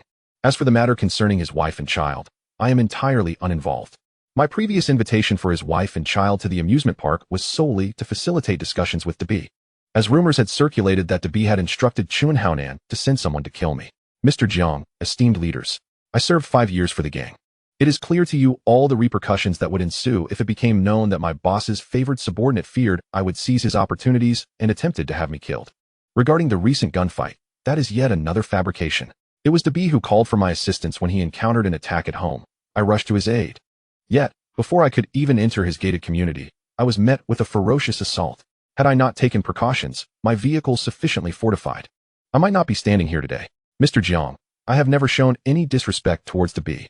Yet, I have been met with this outcome. Having been struck back upon, the truth of the matter, I trust you all can discern. Chapter 89. Chun Yao's remarks, shocking the assembly. Having concluded, Yi Wenyo took his seat. The expressions of those in the conference room turned increasingly peculiar. The primary issue was their struggle to discern who among the two was speaking the truth. Moreover, both parties had intertwined truths and lies, rendering it impossible to distinguish fact from fiction. The silence among the crowd was palpable, as everyone awaited Jiang Tianxing to speak.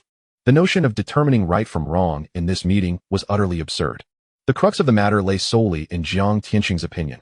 Whoever he deemed at fault would indeed be so. However, Debi had just asserted that Yi Wenyo was armed with an automatic rifle, a weapon not easily procured, especially given the current tense atmosphere. If Yi Wenyo dared to show up, he must have been well prepared. This realization sent a shiver through the onlookers, leading them to regret attending the meeting. What are your thoughts? Jiang Tianxing momentarily froze. Taken aback by Debi's audacity, his subordinate was willing to eliminate someone who had contributed to the gang in pursuit of personal gain. Fortunately, this matter had not been brought into the open. Otherwise, the younger members would certainly have caused an uproar. I have no thoughts on it. If the younger members dare to rebel, I will deal with them directly, regardless of the reasons. The Crown Prince spoke first, firmly aligning himself with Jiang Tianxing. His words prompted the various gang leaders to turn their attention toward him, understanding Jiang Tianxing's intent, yet none dared to voice their opinions. What a joke. They were all too aware of Debi's current predicament. Before settling down, he was indeed fierce. But now, with a wife and children, he had become utterly cowardly. Were it not for Chun Haonan and his crew supporting him previously, he would have been ousted by Liang Kuan long ago. Now, with a subordinate even more formidable than Chun Haonan, he had brought this trouble upon himself. Long, unable to contain himself, interjected, Mr. Jiang, how do we ascertain the truth in this matter? The two individuals present have entirely different accounts, and according to the rules of the Underworld, the position of the gang leader should rightfully belong to the capable, while the inept should step aside. Yi Wenyao's contributions to the gang are evident. He has restored the gang's reputation. Such a person deserves to rise through the ranks. Moreover, with two gang leaders recently gone missing, there is a vacancy that needs to be filled. I believe he had no need to eliminate Debi to ascend. Hence, I feel Yi Wenyao speaks the truth. As his words fell, Han Bin and the others turned to Long, their eyes wide with astonishment. After all, when the Crown Prince, Jiang Tianxing's right-hand man, spoke, it represented Jiang's stance, yet Long had boldly opposed him. Yi Wenyao was equally taken aback. Upon entering, Long had provoked him, assuming malice on his part. Yet now, he chose to stand by him. Long, what do you mean by that? Do you imply I would lie? Debi immediately reprimanded. How could I not? Debi, take a good look at your current state. You hardly resemble a gang leader. Long scoffed disdainfully. Enough. As Debi appeared ready to argue with Long, Jiang Tianxing interjected sharply. The two fell silent. Jiang Tianxing then turned to the others and inquired, what are your opinions? Internally, he pondered Long's motivations and who might have instigated him to oppose him, casting a glance at Han Bin. Gugu then spoke up, Mr. Jiang, we must proceed with caution. If the truth aligns with Yi Wenyao's account, then we have a significant problem. He has endured hardships for the gang and contributed greatly. Yet he is being betrayed by his own brother. Should we choose to take action against Yi Wenyao, the younger members will surely revolt upon learning of this. The crowd nodded in agreement. If it were merely Debi's word, there would be no issue in dealing with Yi Wenyao for insubordination. However, after hearing Yi Wenyao's account, they suddenly hesitated. Not to mention, Yi Wenyao's own capabilities are formidable. Attempting to dispose of him would inflict considerable damage upon the gang. If news of this were to spread, it could undermine the very foundation of the organization. Yao, what are your thoughts? Observing their unified stance, Jiang Tianxing turned to Chen Yao, hoping he might persuade the assembly to take action against Yi Wenyao. Chen Yao stood and spoke. Today's events are of utmost importance. They pertain to the sustained development of our gang. Mr. Jiang, Debi is a gang leader and a veteran who has sacrificed greatly for the organization, contributing both effort and enduring hardships. Yi Wenyao is Debi's subordinate, and his contributions may well be woven into Debi's past achievements. By rights, such matters should be resolved internally and not brought before the gang meeting for discussion. However, since it has been laid bare, I shall share my perspective. Firstly, I cannot yet discern the truth between Yi Wenyao and Debi. Secondly, we must consider the impact of Yi Wenyao's handling on the younger members. This matter is relatively easy to resolve, but there exists a more pressing issue. Yi Wenyao wields considerable power. If we act against him, will he simply acquiesce? Such a situation could spiral into chaos, and given the current climate in Hong Kong, the police may well intervene to eliminate us. Mr. Jiang, we cannot afford such dire consequences. In my view, the conflict between Debi and Yi Wenyao is not as severe as it seems. To speak bluntly, in this world, one must eventually repay debts. You kill me, I kill you. Their feelings do not appear to harbor irreconcilable hatred, rather than eliminate Yi Wenyao. We could extract him from Debi's grasp, as his current strength suffices to uphold a gang. Jiang Tianxing gazed at Chen Yao, his expression one of disbelief. The intention was to deal with Yi Wenyao today, yet it had morphed into a proposition to elevate him instead. Debi interjected. Chen Yao, what do you mean? Yi Wenyao attempted to kill me, and now you suggest he should ascend to lead the gang? Have you not considered the implications of this precedent for the other subordinates? Chen Yao chuckled and shook his head. Debi, I am not the least bit concerned about this matter. Long just articulated a vital point. Those who are capable rise, while the inept fall. We are all veterans of the gang and will eventually retire. If a subordinate is competent enough, why not gracefully step aside and support the new generation? This would not only enhance your reputation, but also strengthen your relationship with your subordinates. Before anyone could question further, Chen Yao turned to Jiang Tianxing and declared, Mr. Jiang, the current situation in Hong Kong is rapidly changing, and the gang is in dire need of reform. The conflict between Yi Wenyao and Debi is merely a catalyst for the gang to thrive. We must elevate more capable individuals to leadership positions to ensure the gang's vitality. A collective gasp echoed through the room. Yi Wenyao was left utterly speechless, unable to fathom how matters had taken such a turn. Chapter 90. Yi Guohuan brings good news. Outside the Hongxing headquarters. Yao Ge, are you alright? Upon seeing Yi Wenyao emerge, Tian Yangxing hurriedly approached. Yi Wenyao waved his hand, remaining silent. Even as he approached the car, he was still pondering the implications of the day's events. This matter had simply fizzled out. Debi was left with no recourse, while Jiang Tianxing felt unusually helpless amidst the attitudes of the gang leaders. In the end, it was Wenyao who advised Jiang Tianxing to allow Yi Wenyao to return home, as they needed to deliberate on Debi's situation. Once outside, Yi Wenyao felt as though he had been manipulated today, yet upon reflection, he found no evidence of their clandestine scheming. Back home, after instructing, Yi Wenyao settled into the back seat, lost in thought. He needed to unravel why today's incident had culminated in such an outcome. Big B's decision to approach Jiang Tianxing inevitably carries the consequence of exposing the matter, and it is clear that he seeks to eliminate himself in the process. After all, the two are currently at loggerheads, and without removing Yi Wenyao, he feels utterly insecure. Jiang Tianxing, too, harbors intentions of disposing of him. The phone call from Lin Hualua's envoy has already signaled Jiang Tianxing's stance. He has essentially sold himself to Dongxing. Contemplating this, Yi Wenyao suddenly discerned a troubling issue. How did Lin Hualua's people acquire this highly confidential information? It could only be that someone close to Jiang Tianxing, someone he trusts implicitly, had been planted among him. The name Wenyao immediately sprang to mind. From their initial meeting, Wenyao had spoken with an air of caution, and during the subsequent meeting, his remarks seemed to advocate for the club's future while, in reality, he was subtly promoting Yi Wenyao's interests. Moreover, from his tone, it appeared he was attempting to assist Yi Wenyao in ascending the ranks. Wenyao instantly became his primary suspect, likely an operative placed by Lin Hualua's superior within Hongxing. It is plausible that the comments made during the meeting by the dinosaur were indeed at Wenyao's behest. Viewed in this light, Hongxing had become akin to a sieve, riddled with holes. The leader's most trusted individuals, the strategist of the club, had already been co-opted by external forces. The thought sent a chill down Yi Wenyao's spine. How long had the rival behind Lin Hualua and Su Chun been entrenched here? Their influence already penetrating to such depths? Quickly, he dismissed this notion. If the opposing force truly wielded such power, Jiang Tianxing would have been rendered powerless long ago, and there would be no need for them to court his favor. Unless they had already uncovered his identity, their overtures were merely a ruse to lull him into complacency. The thought was overwhelming, leaving him in a state of disarray. The vehicle gradually came to a stop, and Tian Yangxing exited, opening the door. Ashong. The situation has become rather chaotic lately. For now, let us hold off on the Big B matter, and we must be even more cautious in pursuing the identity of my assailant. After alighting, Yi Wenyao addressed Tian Yangxing. I understand, Brother Yao, Tian Yangxing promptly replied. Had it not been for Yi Wenyao's instructions, he would have prepared to apprehend Big B after escorting Yi Wenyao home. Yi Wenyao nodded and made his way towards his residence. Brother Yao, you're back. As soon as he opened the door, he was greeted by the beaming face of Yi Guohuan. Huan, you've returned. Why didn't you inform me? Yi Wenyao inquired with a smile.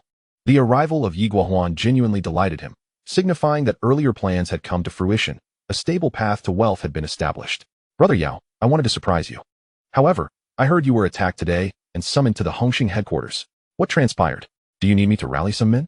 Yi Wenyao waved his hand dismissively, continuing as he walked. No need, let us sit down and discuss it. The two settled in the living room. Huan, now that you're back, do you have some good news to share? Yi Wenyao asked. Indeed, it's all good news. Brother Yao, I have successfully established the smuggling route, and the connections on the mainland have also been secured. Everything is in place. We are merely waiting to dispatch the goods. Yi Guohuan exclaimed with a smile. Excellent. Very good. Yi Wenyao's satisfaction was evident. Yi Guohuan then briefly recounted his recent experiences on the mainland. Yi Wenyao listened attentively, refraining from interjecting, trusting that Yi Guohuan had his own methods for these matters. After finishing, Yi Guohuan turned to Yi Wenyao and asked, Brother Yao, is there anything else you need me to keep an eye on? No, you've done splendidly. Yi Wenyao commended him, continuing, however, there is indeed one matter that requires your attention. Yi Guohuan immediately perked up, asking, Brother Yao, what do you need me to do? Just give the command. I've brought a few brothers with me, all of them exceptionally brave. Yi Wenyao chuckled and waved his hand, explaining, calm down. This isn't about fighting. The situation here in Hong Kong is quite unpredictable, and I have too few reliable individuals at my disposal. Before Yi Wenyao could finish, Yi Guohuan interjected, That's wonderful. Brother Yao, while I was on the mainland, many of my former brothers reached out to me, eager to join me in making money. I was previously concerned about having too many people, which would complicate matters here. Now that you need manpower, I can gather them immediately. Yi Guohuan's words provided Yi Wenyao with a valuable insight. Manpower need not be solely cultivated. He could recruit a portion for immediate use while gradually training his own team. He promptly remarked, "That is splendid. The smuggling line is crucial, and undoubtedly, others are also involved. However, once we get started, conflicts are inevitable, and we will need sufficient personnel to protect the route. Huan, here is my plan. Have Sheng arrange for you to establish 2 companies on the mainland under the guise of Hong Kong merchants. One trading company specifically for managing the flow of goods between Hong Kong and the mainland, and another security company to safeguard the trading operations. The personnel for the security company can initially include your brothers, and then we can gradually recruit new individuals for training." Yi Guohuan instantly looked at Yi Wenyao and affirmed, "I understand, Brother Yao. I will take care of this matter and ensure it is executed flawlessly." He felt a surge of joy, realizing that by following Yi Wenyao's plan, he could also lead his brothers to a better life, and more importantly, he recognized Yi Wenyao's foresight for future development. Just then, recalling the attack on Yi Wenyao earlier that day, he quickly added, "Brother Yao, who was it that attacked you? Give me a name, and I'll take my brothers to deal with him." The urgency behind his words stemmed from knowing that if he were to fulfill Yi Wenyao's instructions, he would be unable to return to Hong Kong for some time, as he needed to oversee the 2 companies on the mainland personally to ensure everything ran smoothly. "You need only focus on the tasks I assigned you. My safety is assured with Sheng around." Seeing Yi Guohuan's earnest demeanor, Yi Wenyao smiled. Upon receiving this reassurance, Yi Guohuan nodded, no longer fixating on the matter. After a bit more casual conversation, Yi Guohuan rose to leave, as he needed to expedite the tasks Yi Wenyao had entrusted to him. This was the first shipment along the new route, and he needed to prepare the necessary goods while also returning to the mainland. After bidding farewell to Yi Guohuan, Yi Wenyao felt significantly uplifted. Regardless of what the unknown adversary intended, he needed to develop at his own pace. Being led by others would be unbearable. "Brother Yao, Huan has left," Tian Yangsheng approached and remarked. "Indeed. Once Huan organizes the company, he will send some personnel over, which will alleviate the need for you to handle everything personally," Yi Wenyao replied. "Brother Yao, it's no trouble. I feel more secure overseeing their work myself." Tian Yangsheng responded promptly. "Yet, you cannot oversee everything. One's energy is limited, and besides, you need to ensure my safety." Yi Wenyao chuckled. As night fell, he pondered what had transpired during the Hongxing meeting. Now that he knew Wenyao was likely an adversary, it was clear that today's defense of him was still part of that same agenda, to win him over. He still hasn't discovered the reason behind the other party's unconditional attempts to win him over. Could it simply be because another rival harbors a disdain for him, wishing to eliminate him, yet has suffered a few setbacks at his hands, thus seeking to recruit him as an ally against that rival? Yi Wenyao shook his head. He decided to put this matter aside for the moment. If the other party truly intended to court him, he anticipated that someone would come knocking within the next couple of days. Suddenly, the sound of a ringing mobile phone broke the silence. "Hello? Who is this?" Yi Wenyao inquired upon answering the call. "Hey Yao, it's me," came the voice of Wenyao through the receiver. "Ah, it's Brother Yao. I presume your meeting has reached a conclusion. I wonder how the association plans to address my situation." Yi Wenyao immediately probed. "Haha. Hey Yao, you are a clever one. It should have been evident during today's meeting that I was advocating for you. The outcome has indeed been decided. Yet given your capabilities and the repercussions of dealing with you, the matter will remain unresolved." Wenyao candidly revealed. "Brother Yao, that is precisely where my confusion lies. We are hardly acquainted. What compels you to assist me?" Yi Wenyao continued. "Hey Yao, I find it challenging to explain this to you. Are you free this evening? Let us meet and discuss." Wenyao swiftly extended an invitation. "Sure, Brother Yao, just name the place." Yi Wenyao readily agreed, realizing that the other party was once again preparing to draw him in, and he was curious to see who would accompany Wenyao this time. "All right, there's a lovely restaurant called Fuji in Central. Let us meet there." After saying this, Wenyao hung up. "Central?" Yi Wenyao murmured to himself as he set down his phone. He then called Tian Yangsheng to arrange for a vehicle and prepare for departure. Since Wenyao did not specify a time, it was clear he was expected to come immediately, allowing him no reason for hesitation. Moments later, he was on his way to the Fuji restaurant in Central. Meanwhile, at Jiang Tianxing's residence, Big B was seated there with his wife and child. "Big B, you participated in today's meeting.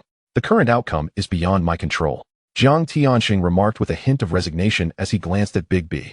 He was dissatisfied with the outcome, not because he lacked the ability to rally against Yi Wenyao, but because Wenyao had cautioned him about Yi Wenyao's formidable strength. Eliminating him would also inflict damage on their organization, especially at this critical juncture. He would have to adhere to his earlier plan of hiring mercenaries or assassins from outside. Big B looked at his wife and child, hesitating for a moment before saying, "Mr. Jiang, This outcome truly takes me by surprise. If we cannot resolve the issue with Wenyao, I must consider the safety of my entire family. Jiang Tianxing understood the implication behind his words clearly. After a moment of contemplation, he replied, Big B, do not worry. Now that this matter has surfaced, if anything were to happen to you, everyone would know who is responsible. If you remain uneasy, I can arrange for your wife and child to be sent to Lighthouse Country. It is quite safe there. Big B was taken aback, looking at Jiang Tianxing's calm demeanor. He turned to his wife and child. Dear, take the child outside for a moment. I need to discuss some matters with Jiang Tianxing. Once we're done, I will take you both home. Big B's wife nodded and led the child out to the yard, though she occasionally glanced back at Big B in concern. What do you wish to discuss with me? Jiang Tianxing asked once they were alone. Big B took a deep breath and, looking earnestly at Jiang Tianxing, said, Mr. Jiang, I know you also desire to eliminate Wenyao. I can help create that opportunity for you, but you must ensure the safety of my wife and child. Jiang Tianxing was taken aback by Big B's newfound resolve.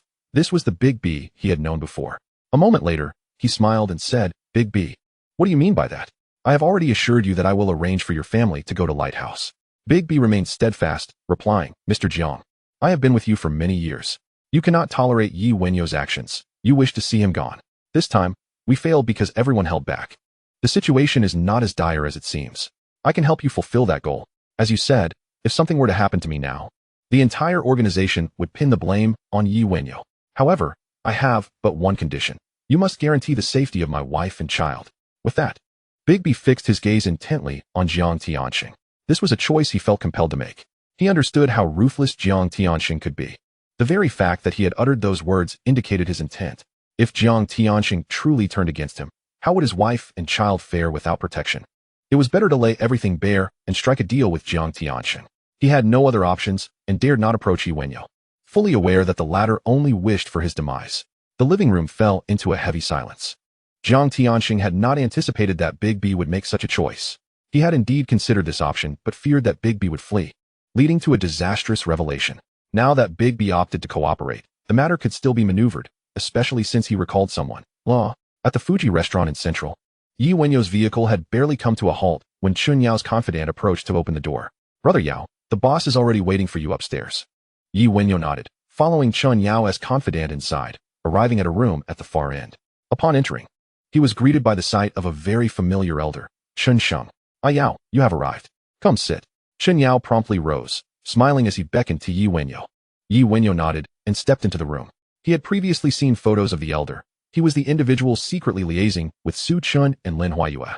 His presence here indicated that Chun Yao was indeed aligned with Su Chun and Lin Huayue. Brother Yao, who is this? Once seated, Wenyao inquired. Chun Yao smiled and replied, Yao, allow me to introduce you to Chun Sheng. It was he who requested that I invite you for a discussion today. Wenyao displayed a look of curiosity, but refrained from speaking. In this moment, silence was the most prudent course. He would simply listen to their conversation. Yao, allow me to take it from here, Chun Sheng interjected, prompting Chun Yao to take a seat beside him and pour a cup of tea for Wenyao. Wenyao turned his attention to Chun Sheng. Mr. Yi, although this is our first meeting, I feel we have been connected in spirit for quite some time. Chun Sheng began slowly. Chun Sheng, what do you mean by that? Wenyao promptly asked. Chun Sheng continued, Mr. Yi, Lu is one of my people. I trust you now understand the implications. Wenyao feigned realization and responded, Oh, I see now, I understand. Chun Sheng's associates were indeed remarkable. Lu was now leading the He Sheng He organization, which implied that He Sheng He had already fallen under his influence. Chun Sheng waved his hand, chuckling, Mr. Yi, you flatter me. There is no talk of influence here. Initially, I merely assisted Lu, and he found my support beneficial, thus forming a cooperative relationship. Wenyao smiled and asked, So today, Mr. Chun has come to offer me some assistance? Mr. Yi, you jest. Chun Sheng smiled and shook his head, then remarked, I still hold to my previous sentiment. I merely wish to befriend you, Mr. Yi. I'll conveyed your thoughts earlier, but time has been elusive until now, and I have only recently managed to sort out matters. Wenyao promptly replied, Chun Sheng, you are truly too courteous. That statement was merely a jest. I would be delighted to forge a friendship, especially with someone as capable and influential as you. However, I believe you are aware of my current predicament. Is there not some way you could assist? Chun Sheng was taken aback. Wenyao was actually seeking his help. Previously, he had assessed Wenyao's capabilities, and the situation at hand was merely a fleeting concern. Anyone with sense from Hongxing would avoid crossing Wenyao. As friends, offering assistance would certainly not be an issue. Yet, he was uncertain how Mr. Yi wished for him to provide aid. Chen Sheng chuckled and replied, "What kind of assistance do you have in mind?" Yi Wenyao immediately stated, "Brother, Yao must be quite aware of my current situation. I was particularly intrigued by a remark you made earlier." "Oh," Chen Sheng exclaimed in surprise, glancing at Chen Yao beside him. Noticing Chen Sheng's gaze, Chen Yao smiled and spoke, Yao, I mentioned many things during today's meeting, but I suspect you are most interested in how to ascend, correct?" Upon hearing this, Chen Sheng felt a sense of clarity and was quite pleased with Yi Wenyao's response. Friends with needs are true friends. As expected of Brother Yao, he saw through my thoughts at a glance. Yi Wenyao chuckled, then turned to Chen Sheng and inquired, "Chen Sheng, I wonder if you could help with this matter?" "Of course, if you assist me, I shall also lend you my support. You have long sought to befriend me, and I presume there are ways in which I may be of assistance to you. Regarding the matter of ascendance, it was merely a spur-of-the-moment thought. Initially, he had anticipated merely meeting Chen Yao, but unexpectedly, his ally appeared as well. However, Chen Sheng's youth and demeanor did not resemble that of a rival. Even if there were someone backing him, Chen Sheng was undoubtedly a core member of the opposing faction. Proposing this request was also meant to perplex this rival. Chen Sheng did not rush to respond to Yi Wenyao. Instead, he looked towards Chen Yao, his eyes conveying a sense of inquiry. Although Chen Yao had already relayed the general content of today's meeting, he was not part of the Hongxing society and only possessed limited knowledge of many matters. If he wished to assist Yi Wenyao in ascending, Chen Yao would have the most authority, and it was a task that required his involvement. Sensing Chen Sheng's gaze, Chen Yao promptly explained, "Chen Sheng, this suggestion was mine, but accomplishing it will indeed be somewhat challenging. Although two of the gang's leaders, Liang Kuan and De Fei, have recently perished, there are many eyes on that position. Mishandling it could lead to disaster. I lean towards seeking a breakthrough through De Bi." The last statement was directed at Yi Wenyao. In his view, De Bi had been compelled to seek assistance from Jiang Tiansheng, indicating that Yi Wenyao had indeed seized a significant portion of De Bi's influence. Surprised that Chen Yao had tossed the issue back to him, Yi Wenyao forced a smile and said, "Brother Yao, seeking a breakthrough through De Bi is a splendid idea. However, if anything were to happen to him, the entire gang would only blame me.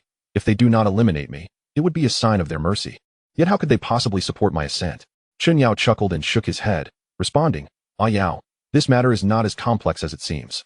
Seeking a breakthrough through De Bi does not necessitate his demise. Securing leverage over him will suffice. And I can assure you that the gang's other leaders will not hinder your progress. Yi Wenyao swiftly identified a crucial issue and asked, "Brother Yao, does your statement imply that my obstacles to ascending have never been those leaders, but rather Jiang Tiansheng?" Pleased that Yi Wenyao had pinpointed this critical matter, Chen Yao nodded and then addressed Chen Sheng, saying, "Chen Sheng, if Yao wishes to ascend, the leaders of those factions will not object, as it poses no threat to them. Jiang Tiansheng can no longer accommodate Yao. Had it not been for another faction's actions against Yao, Jiang Tiansheng's men would have targeted him as well." Chen Sheng furrowed his brow and remarked, "Everything else is manageable. But how do you propose I resolve issues pertaining to Jiang Tiansheng? If the problem lies with Jiang Tiansheng, he truly lacks the means to address it. He could only report to his boss and follow their directives. However, he could not vocalize this, as his boss preferred that Yi Wenyao remain oblivious to his backing." Just then, Chen Yao's mobile phone rang. After exchanging a few words with the two, he answered the call. Upon hearing the news on the other end, Chen Yao was instantly taken aback, instinctively looking towards Yi Wenyao. "Brother Yao, what is it?" Feeling Chen Yao's gaze, Yi Wenyao immediately inquired. Chapter 93, De Bi's Demise. Yao, did you send someone to eliminate De Bi?" After hanging up the phone, Chen Yao swiftly questioned. "No. What has happened to De Bi?" Yi Wenyao immediately responded. "I just received word that De Bi was ambushed on his way home. His wife and child are missing, and he has sustained multiple gunshot wounds."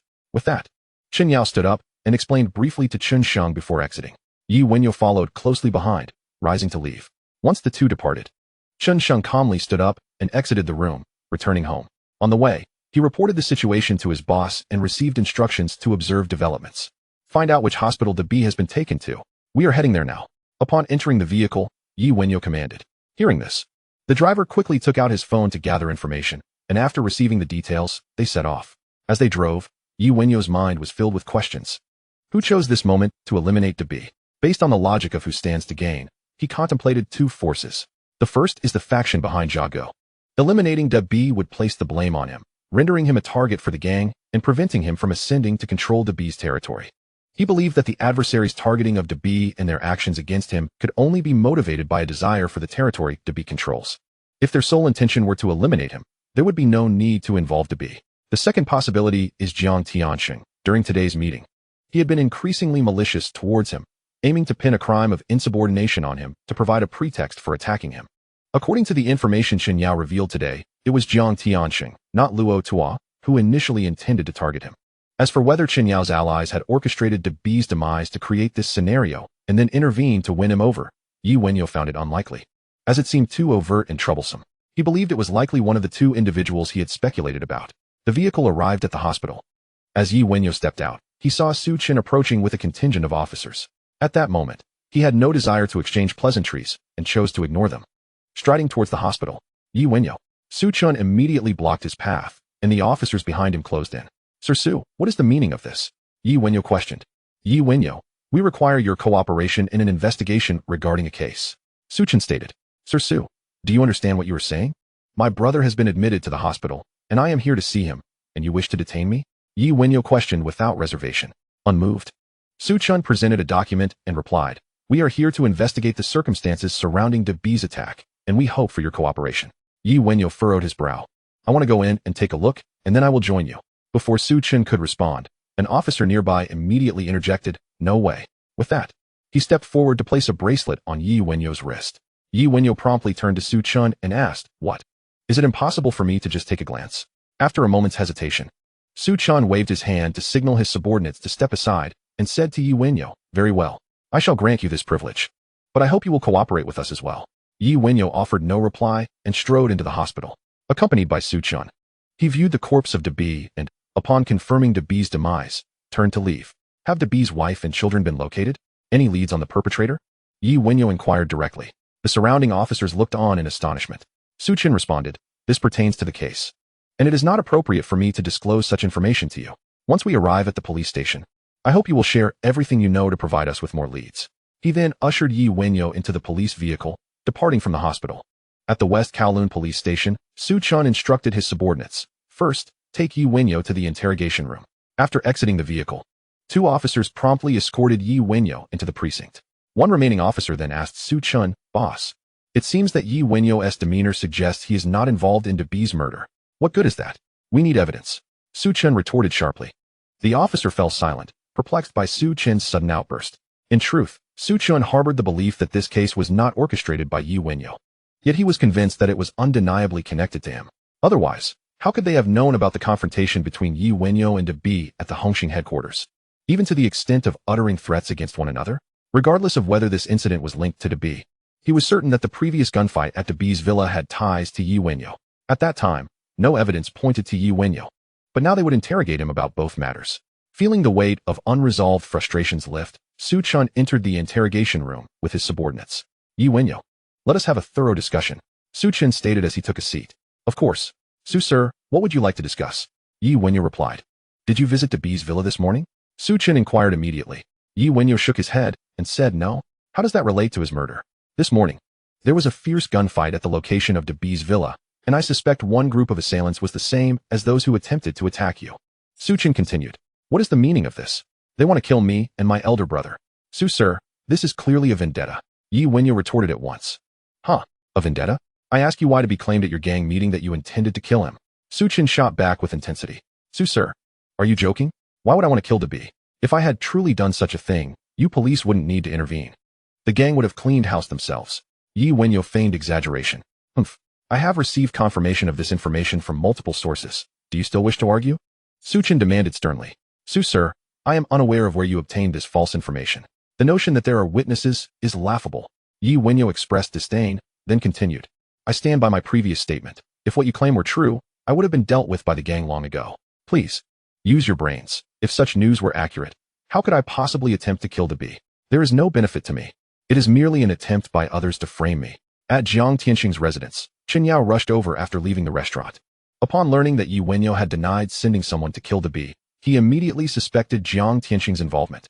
Even amidst the current dire circumstances, Jiang Tianxing could very well commit such an act, especially since he had intended to pin this crime on Wenyao during the meeting, only to have his plans disrupted. Certainly, he must be seething with rage.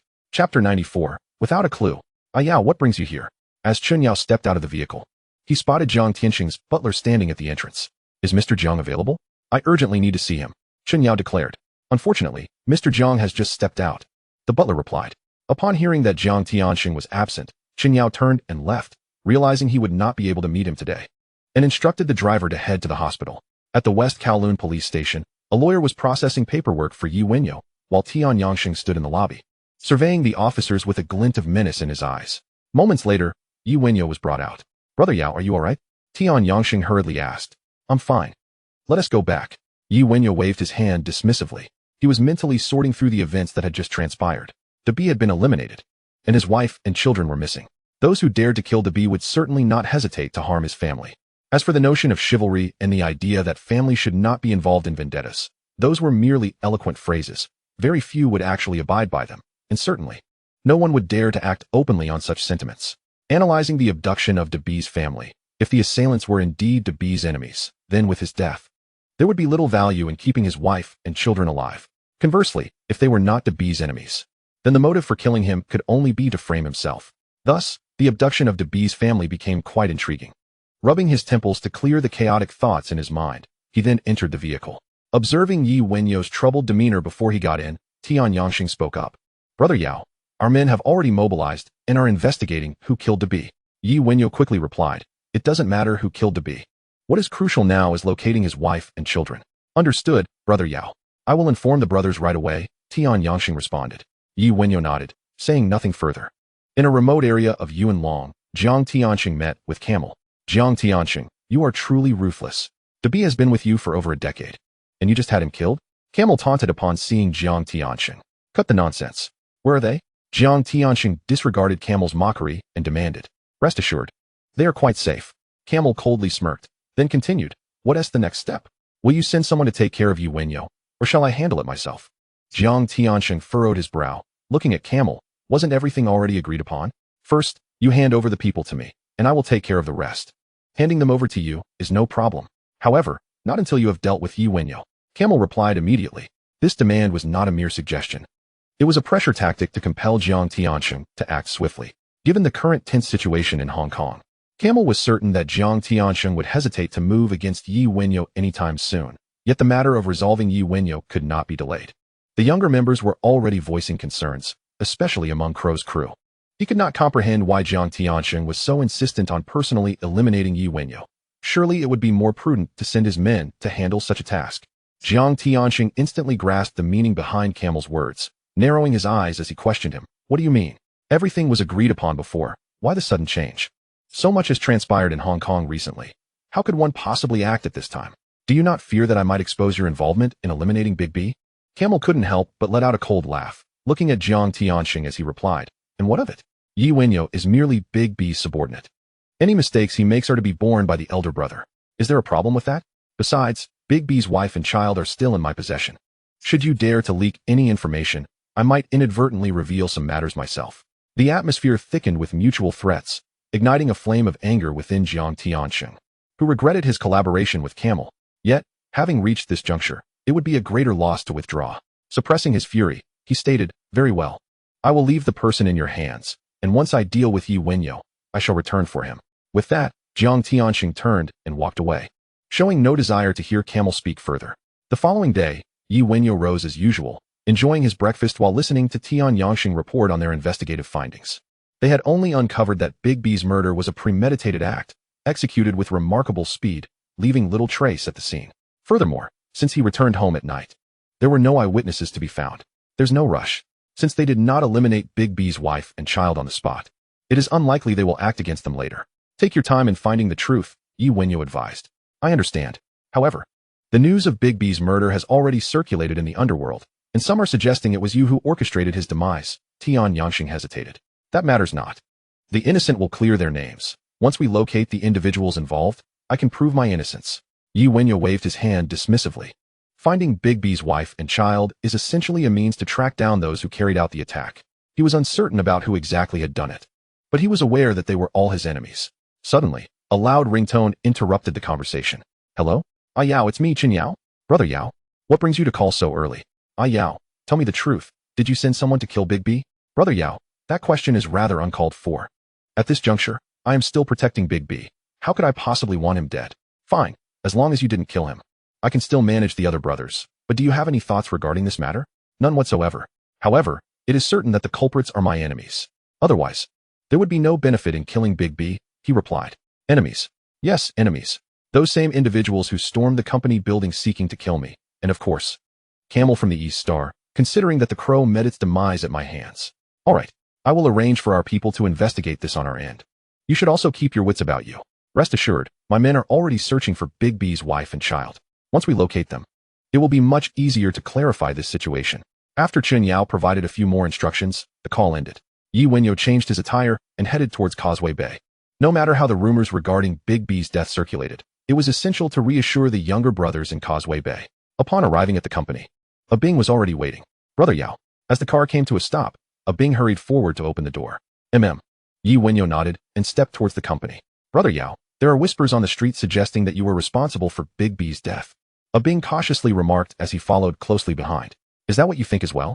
Wenyao paused, turning to look at Bing. Of course not. I firmly believe that Brother Yao would never harm Big B. Bing hurriedly assured him. Chapter 95. The Prince's Arrival. Smuggling operations encroach upon East Star interests. Indeed, the situation is rather complicated, and we are still investigating the matter, Wenyao affirmed, continuing into the company. Once inside, Bing finally exhaled a sigh of relief. Not immediately following Wenyao. The glance he had received moments earlier had filled him with pressure and dread, as if he were about to face a furious storm. After a brief pause, he quickly caught up again. The rumors on the street had been particularly intense, with discussions rampant among everyone involved. Even those who had participated in the Liang Kuan incident alongside him were speculating, given that Big B had always been their leader. Now that the leader was dead, and it was rumored that the new rising figure, Wenyao, was responsible, they were more inclined to believe it, knowing that Wenyao possessed such capability. Brother Yao? Bing called as they entered the office, a smile gracing his face. Wenyao nodded, prompting him to continue. Bing then inquired. How do we plan to handle Big B's situation? Should I send some of our younger brothers to gather clues and see if we can identify the perpetrators? Wenyao chuckled. Bing, it seems the brothers below have a great deal of thoughts after hearing this news. That's not it, not at all. Brother Yao, I didn't mean it that way. Everyone is quite rational and does not believe that you killed Big B. It's just that the rumors have been rampant. And given the implications for both your brother and yourself, people are discussing it quite a bit, Bing quickly explained, waving his hands. In truth, he did not care whether Big B had been killed by Wenyao, for ever since Wenyao took over the territory, the brothers had been living quite well, and being associated with him garnered them greater respect. Nevertheless, no one dared to voice the same thoughts he entertained. Wenyao nodded, saying, the organization has already begun investigating Big B's murder. However, the more hands we have, the better. If the brothers below wish to contribute, I would be more than pleased. But one thing must be communicated to them. The individuals responsible are extremely dangerous, and they must prioritize their safety. Bing promptly nodded in agreement. After offering Wenyao a few more compliments, he exited the office. Initially contemplating how to reassure the younger brothers, Bing inadvertently suggested a brilliant idea, allowing them to investigate on their own. After all, this matter did not concern him. Any leads they could uncover would be a bonus. Suddenly, there was a vigorous knocking at the office door. Before Tian Yangsheng could approach to open it, the door was pushed open forcefully. The prince entered with his entourage. Disregarding Tian Yangsheng and confronting Wenyao with a question, Wenyao, did you have a hand in Big B's affair? Upon recognizing the prince, Wenyao replied, do you have any evidence? Brother, you are the elder. With Big B murdered, shouldn't you be investigating rather than questioning me? Did Mr. Jiang send you? Nonsense. The prince retorted sharply, glaring at Wenyao. If it wasn't you, then who could it possibly be? Big B was a kind man with no enemies. Who would dare to kill him? Ha! Wenyao scoffed disdainfully, countering, brother, you are well aware of the truth. Present the evidence that I killed Big B. Without it, you are merely slandering me. Is it that after failing in yesterday's meeting, you wish to eliminate me today? Indeed, there is no evidence. The prince had heard the news early and immediately sought out Jiang Tianxing, who had instructed him not to confront Wenyao without evidence. Yet, the prince's stubbornness led him to disregard this advice. But what of it, if there is no evidence? It is said that one cannot surpass Wenyao. With swift strides, he moved forward, intent on teaching Wenyao a lesson. Bang! Tian Yangsheng, who had been watching intently from the side, immediately intervened with a kick to thwart the prince's aggression. Relying on his formidable strength, the prince chose not to evade but to withstand the blow. However, the outcome was unexpected. Upon contact, he was jolted back, losing his balance and swaying to the right. In the heat of the encounter, he discerned the opponent's prowess. Once stable, the prince swiftly retaliated, delivering a kick to Tian Yangsheng in a tit-for-tat manner. Tian Yangsheng, opting against a direct confrontation, deftly evaded the prince's right foot and countered with a sweeping leg strike. Crash! The prince fell heavily to the ground. Tian Yangxing refrained from further aggression, instead regarding the fallen prince with disdain. That's enough. Brother Prince, if you wish to engage in combat, today is not the opportune moment. I still have to investigate the matter of Brother D's murderer. Once I resolve this issue, I shall be at your disposal for a proper duel. Witnessing the prince rise once more with intent to strike, Wenyao promptly interjected. Hearing these words, the prince recalled his initial intent to discipline Wenyao, only to be thwarted by his subordinate. Nevertheless, he did not perceive his defeat. He considered it merely a momentary lapse in vigilance. Very well. You claim you will investigate Brother D's case. I shall grant you a week. Should you fail to apprehend the murderer, do not blame me. With that, the prince issued his ultimatum and turned away. Brother Yao, should I teach him a lesson? This prince is far too arrogant. Tian Yangxing exclaimed immediately. Wenyao waved his hand dismissively. Punishing the prince would yield no benefit for him. Rather, it would only foster lasting resentment. Furthermore, the prince was merely a pawn of Jiang Tianxing, a fighter of notable skill, yet the syndicate regarded him merely as a mascot of little consequence. He was waiting for the adversary to make a move. Having captured Brother D's wife and child, it was impossible that there would be no subsequent actions. The police must be thinking along the same lines. There were likely officers already surveilling the situation. Yuan Long, the camel, was engaged in discussions with Wu Jiwei. Suddenly, a phone call caused the camel's expression to change dramatically. Brother, what has happened? Wu Jiwei inquired upon noticing the shift. I just received news. A new line has opened up in the mainland. The camel responded. A new line? What is it about? Wu Jiwei immediately grasped the implication of the camel's words. They at Dongxing were involved in smuggling, dealing not only in contraband but also legitimate goods. Unclear, but those involved are members of the Big Circle, the camel stated. Wu Jiwei furrowed his brow and replied, members of the Big Circle? That shouldn't be. They didn't even give us a heads up before encroaching upon our territory. However, if it is indeed the Big Circle, this complicates matters. They are notoriously fierce and powerful, and our people may struggle against them. The camel nodded. He was aware of these complexities, yet he could not allow the Big Circle to achieve their objectives so easily. If they could not defeat them, creating obstacles would be a simpler task. Chapter 96. Good news. In Pingcheng, at the Liu port, Yi Guohuan personally accompanied 3 trucks, preparing to transport goods to the mainland. Everything had been meticulously arranged. This was merely a formality. The trucks carried no contraband, only essential daily items. His car passed through the checkpoint without incident. Subsequently, he awaited the arrival of the rest of the convoy. However, half an hour passed without any sign of the trucks, prompting him to realize something had gone awry. The previously cheerful Yi Guohuan's demeanor shifted instantly. He instructed his subordinates to investigate the situation while he dialed the number of the partner who had assured him of established connections. Upon connection, Yi Guohuan refrained from expressing anger, instead recounting the situation. The partner was equally astonished, as everything had been arranged perfectly. How could there be an issue? He immediately promised to look into the matter. However, the efficiency was far from swift. Yi Guohuan waited at the checkpoint for 2 hours without sight of the convoy or a call from his partner. Several of his men had been detained at the checkpoint, and had it not been for the partner's phone line remaining open, he would have sought to retrieve them himself. Faced with an unresolved situation, Yi Guohuan opted to settle at a nearby hotel, awaiting a response from his partner. A day passed, yet no news emerged. Yi Guohuan's anxiety grew. Although this shipment held little monetary value, it represented his inaugural transport along this route, and now it faced complications.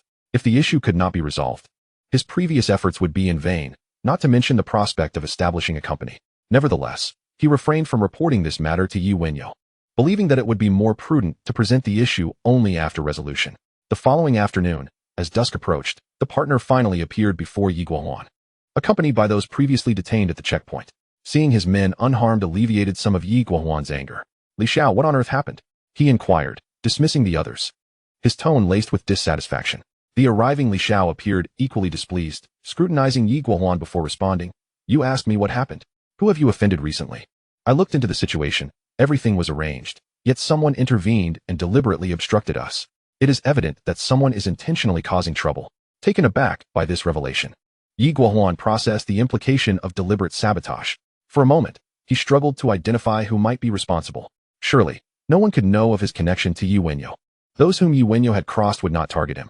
He explained, Li Xiao, your words leave me perplexed. I am merely an honest businessman. How could I have offended anyone? Is it due to your situation? Humph.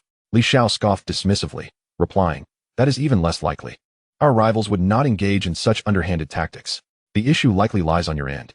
Nevertheless, I will investigate further in the coming days to uncover who is behind this. All right, I will clarify the situation on my end. Yi Guohuan nodded. Very well. Everyone has been released. I shall take my leave. With that, Li Xiao promptly departed. Yi Guohuan sat alone in the room, his mind racing to discern who might be orchestrating this interference. Yet, he found no leads, primarily because he could not associate it with Yi Wenyao's adversaries. After much hesitation, Yi Guohuan ultimately dialed Yi Wenyao's number. On Hong Kong Island, in Causeway Bay, Yi Wenyao maintained his routine of moving between home and company. Recently, rumors surrounding the Brother D incident had begun to wane, primarily due to the lack of response from the Hung Hing side, or rather, the absence of any investigative leads. The same was true for Yi Wenyao. Brother D's wife and child seemed to have vanished without a trace, leaving no clues behind. This situation left Tian Yangxing agitated and filled with self-reproach. Had he managed to break through the enemy's blockade and rescue Brother D, the current predicament could have been avoided. Ding ding ding. The sound of a pager interrupted Yi Wenyao's thoughts as he set down his newspaper. Hello? Brother Yao, it's me, Huan. Yi Guohuan placed a call, and Yi Wenyao immediately sensed that something must be amiss on his end, otherwise, he would not have reached out. Having been away for merely 3 days, the affairs of the company were undoubtedly still unresolved. It remained uncertain whether the issue lay with the company itself or if there were complications with the smuggling route. Huan, what has transpired? Brother Yao, there has been a problem with the smuggling route. Someone is scheming behind our backs, and we've lost all our goods. As expected, Yi Wenyao promptly reassured him, saying, losing the goods is a minor setback. Are you all safe? We're all unharmed. However, I cannot fathom who would deliberately sabotage us, so I wanted to seek your counsel. Yi Wenyao contemplated for a moment. Huan, those who conspire against us can only be of 2 types, either mainlanders or those from the island. The sabotage indicates they wish to obstruct our route, so it is highly probable that it is a competitor rather than an enemy. Competitors? Indeed. Many engage in smuggling both on the mainland and the island. It merely varies in scale. Those with established power certainly would not welcome another contender vying for their share, given that there have been no casualties. It seems their intention was merely to teach you a lesson. I see, Brother Yao. Yes. Huan, you might investigate along this line of thought. They clearly do not wish to escalate matters, so you could initiate a conversation with them. Rest assured, I will handle this. After hanging up, Yi Wenyao furrowed his brow slightly. At that moment, he had solely considered the opening of the smuggling route, never anticipating such a predicament. Reflecting on his memories, it seemed likely that the perpetrators were affiliated with one of the 4 prominent families, as they were all significant players in this industry at present. Suddenly, hurried footsteps approached. Bing rushed into the office, his face alight with joy. Brother Yao, I have news. We have information about the sister-in-law and the child. Yi Wenyao's eyes brightened. He had not expected his underlings to have made such progress. Do not rush. Take your time to explain. Taking a deep breath, Bing continued, Brother Yao. Today one of our brothers received word from the Dongxing faction that someone has arranged for the surveillance of a mother and child. Excellent. Yi Wenyao commended, then nodded at Tian Yangxing. Upon receiving the directive, Tian Yangxing instructed Bing to lead him to meet the informant and ascertain the situation. Yi Wenyao felt perplexed. How could they be in Dongxing's custody? Why would they eliminate Big B and abduct his wife and child? Chapter 97 Unexpected Coincidence. Causeway Bay. Half an hour later, Tian Yangxing returned and succinctly relayed the situation, confirming that the mother and child were indeed under Dongxing's control. Brother Yao, I will lead a team to rescue them, he declared promptly. Yi Wenyao, however, was still puzzled as to why it was Dongxing who had taken the mother and child. If it were to target him, they should have contacted him immediately to negotiate terms. The earlier assumption about framing him seemed increasingly implausible. If the intention were merely to implicate him, they could have left Big B's family intact. There would have been no need to leave survivors.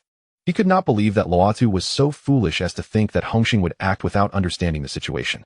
Unless someone from Hongxing had informed him that if Big B were to die, Yi Wenyao would be targeted next. Suddenly, Yi Wenyao felt that this line of reasoning held considerable weight. As for who might have conveyed this possibility to Luotu, there was only one suspect, Jiang Tianxing. If that were the case, Yi Wenyao concluded that rescuing the mother and child was not necessarily a priority. Very well, he said decisively. Upon receiving his response, Tian Yangxing promptly departed to gather the veterans who were still investigating the whereabouts of the mother and child. However, the police had been closely monitoring Yi Wenyao for the past few days, so Tian Yangxing did not call them back to headquarters but instead chose a remote location for their assembly. His first task was to shake off the officers trailing him. Pingqing. After receiving guidance from Yi Wenyao, Yi Guohuan devised several strategies in his mind and immediately contacted a certain Li Xiao. This Li Xiao would undoubtedly be able to discern who was behind the sabotage. Once he identified the perpetrator's origins, the subsequent investigation would be much easier. Li Xiao was quite efficient, providing information within 2 hours that the saboteur hailed from the island. Armed with this revelation, Yi Guohuan sprang into action, gathering his brothers to search for the individual from the island. Their identities as mainlanders proved advantageous in their pursuit. The rumored islander was swiftly located by Yi Guohuan and his men. Following a cordial exchange, he acquired the information he sought. Dongxing's Luotu. This revelation took him by surprise, as no one was aware of his connection with Yi Wenyao. Following Yi Wenyao's line of reasoning, it became apparent that their smuggling route had impacted Dongxing's business. With this thought in mind, Yi Guohuan promptly called Yi Wenyao to report the situation. Causeway Bay. Less than half an hour after Tian Yangxing departed, Yi Wenyao received Yi Guohuan's call. Brother Yao, we have identified the saboteur. It is Dongxing's Luotu. The first words after the call connected left Yi Wenyao astounded. He had never anticipated that it would be someone from Dongxing causing trouble behind the scenes. He had initially suspected it was someone from one of the four families. Now it appeared that they deemed him unworthy of their attention. How fortuitous. The Dongxing faction has truly come after me. First it was the Crow, and now they have abducted Big B's wife and child, and are targeting our smuggling route. Brother Yao, do you believe Big B was killed by Dongxing? Most likely. However, you need not concern yourself with this matter. Focus on the smuggling route. What do you plan to do next? Brother Yao, I wish to speak with Luotu. Speak. Indeed. They are unaware of our relationship, and I am merely one of their competitors. If we can coexist peacefully, that would suffice. Since they initiated the disruption, I shall certainly retaliate. Then we can discuss. Very well, that is an excellent idea. Proceed as you see fit. Understood, Brother Yao. After ending the call, a smile crept across Yi Wenyao's face, thoroughly pleased with the task he had just assigned to Tian Yangxing. Yuan Long.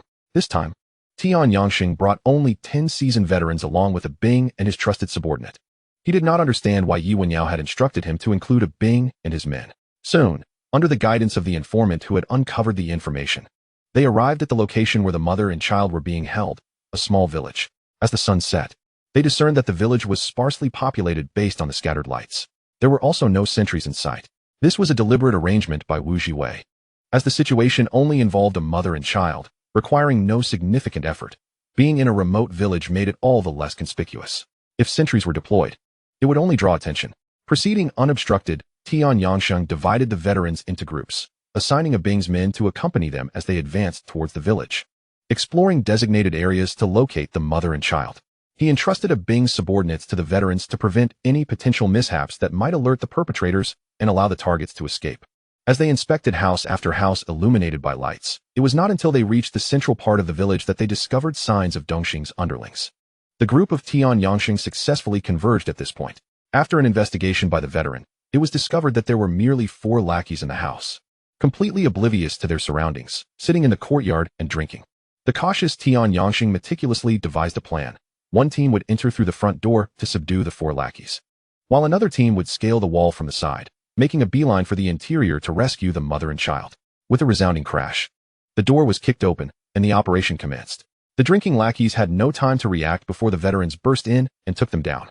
Inside the house, Tian Yangxing spotted the mother and child. They were unharmed, though their complexions were not quite right, having been in a state of captivity.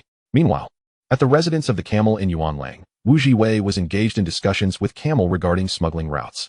The entry of a group of big circle boys into the smuggling ring was decidedly ominous.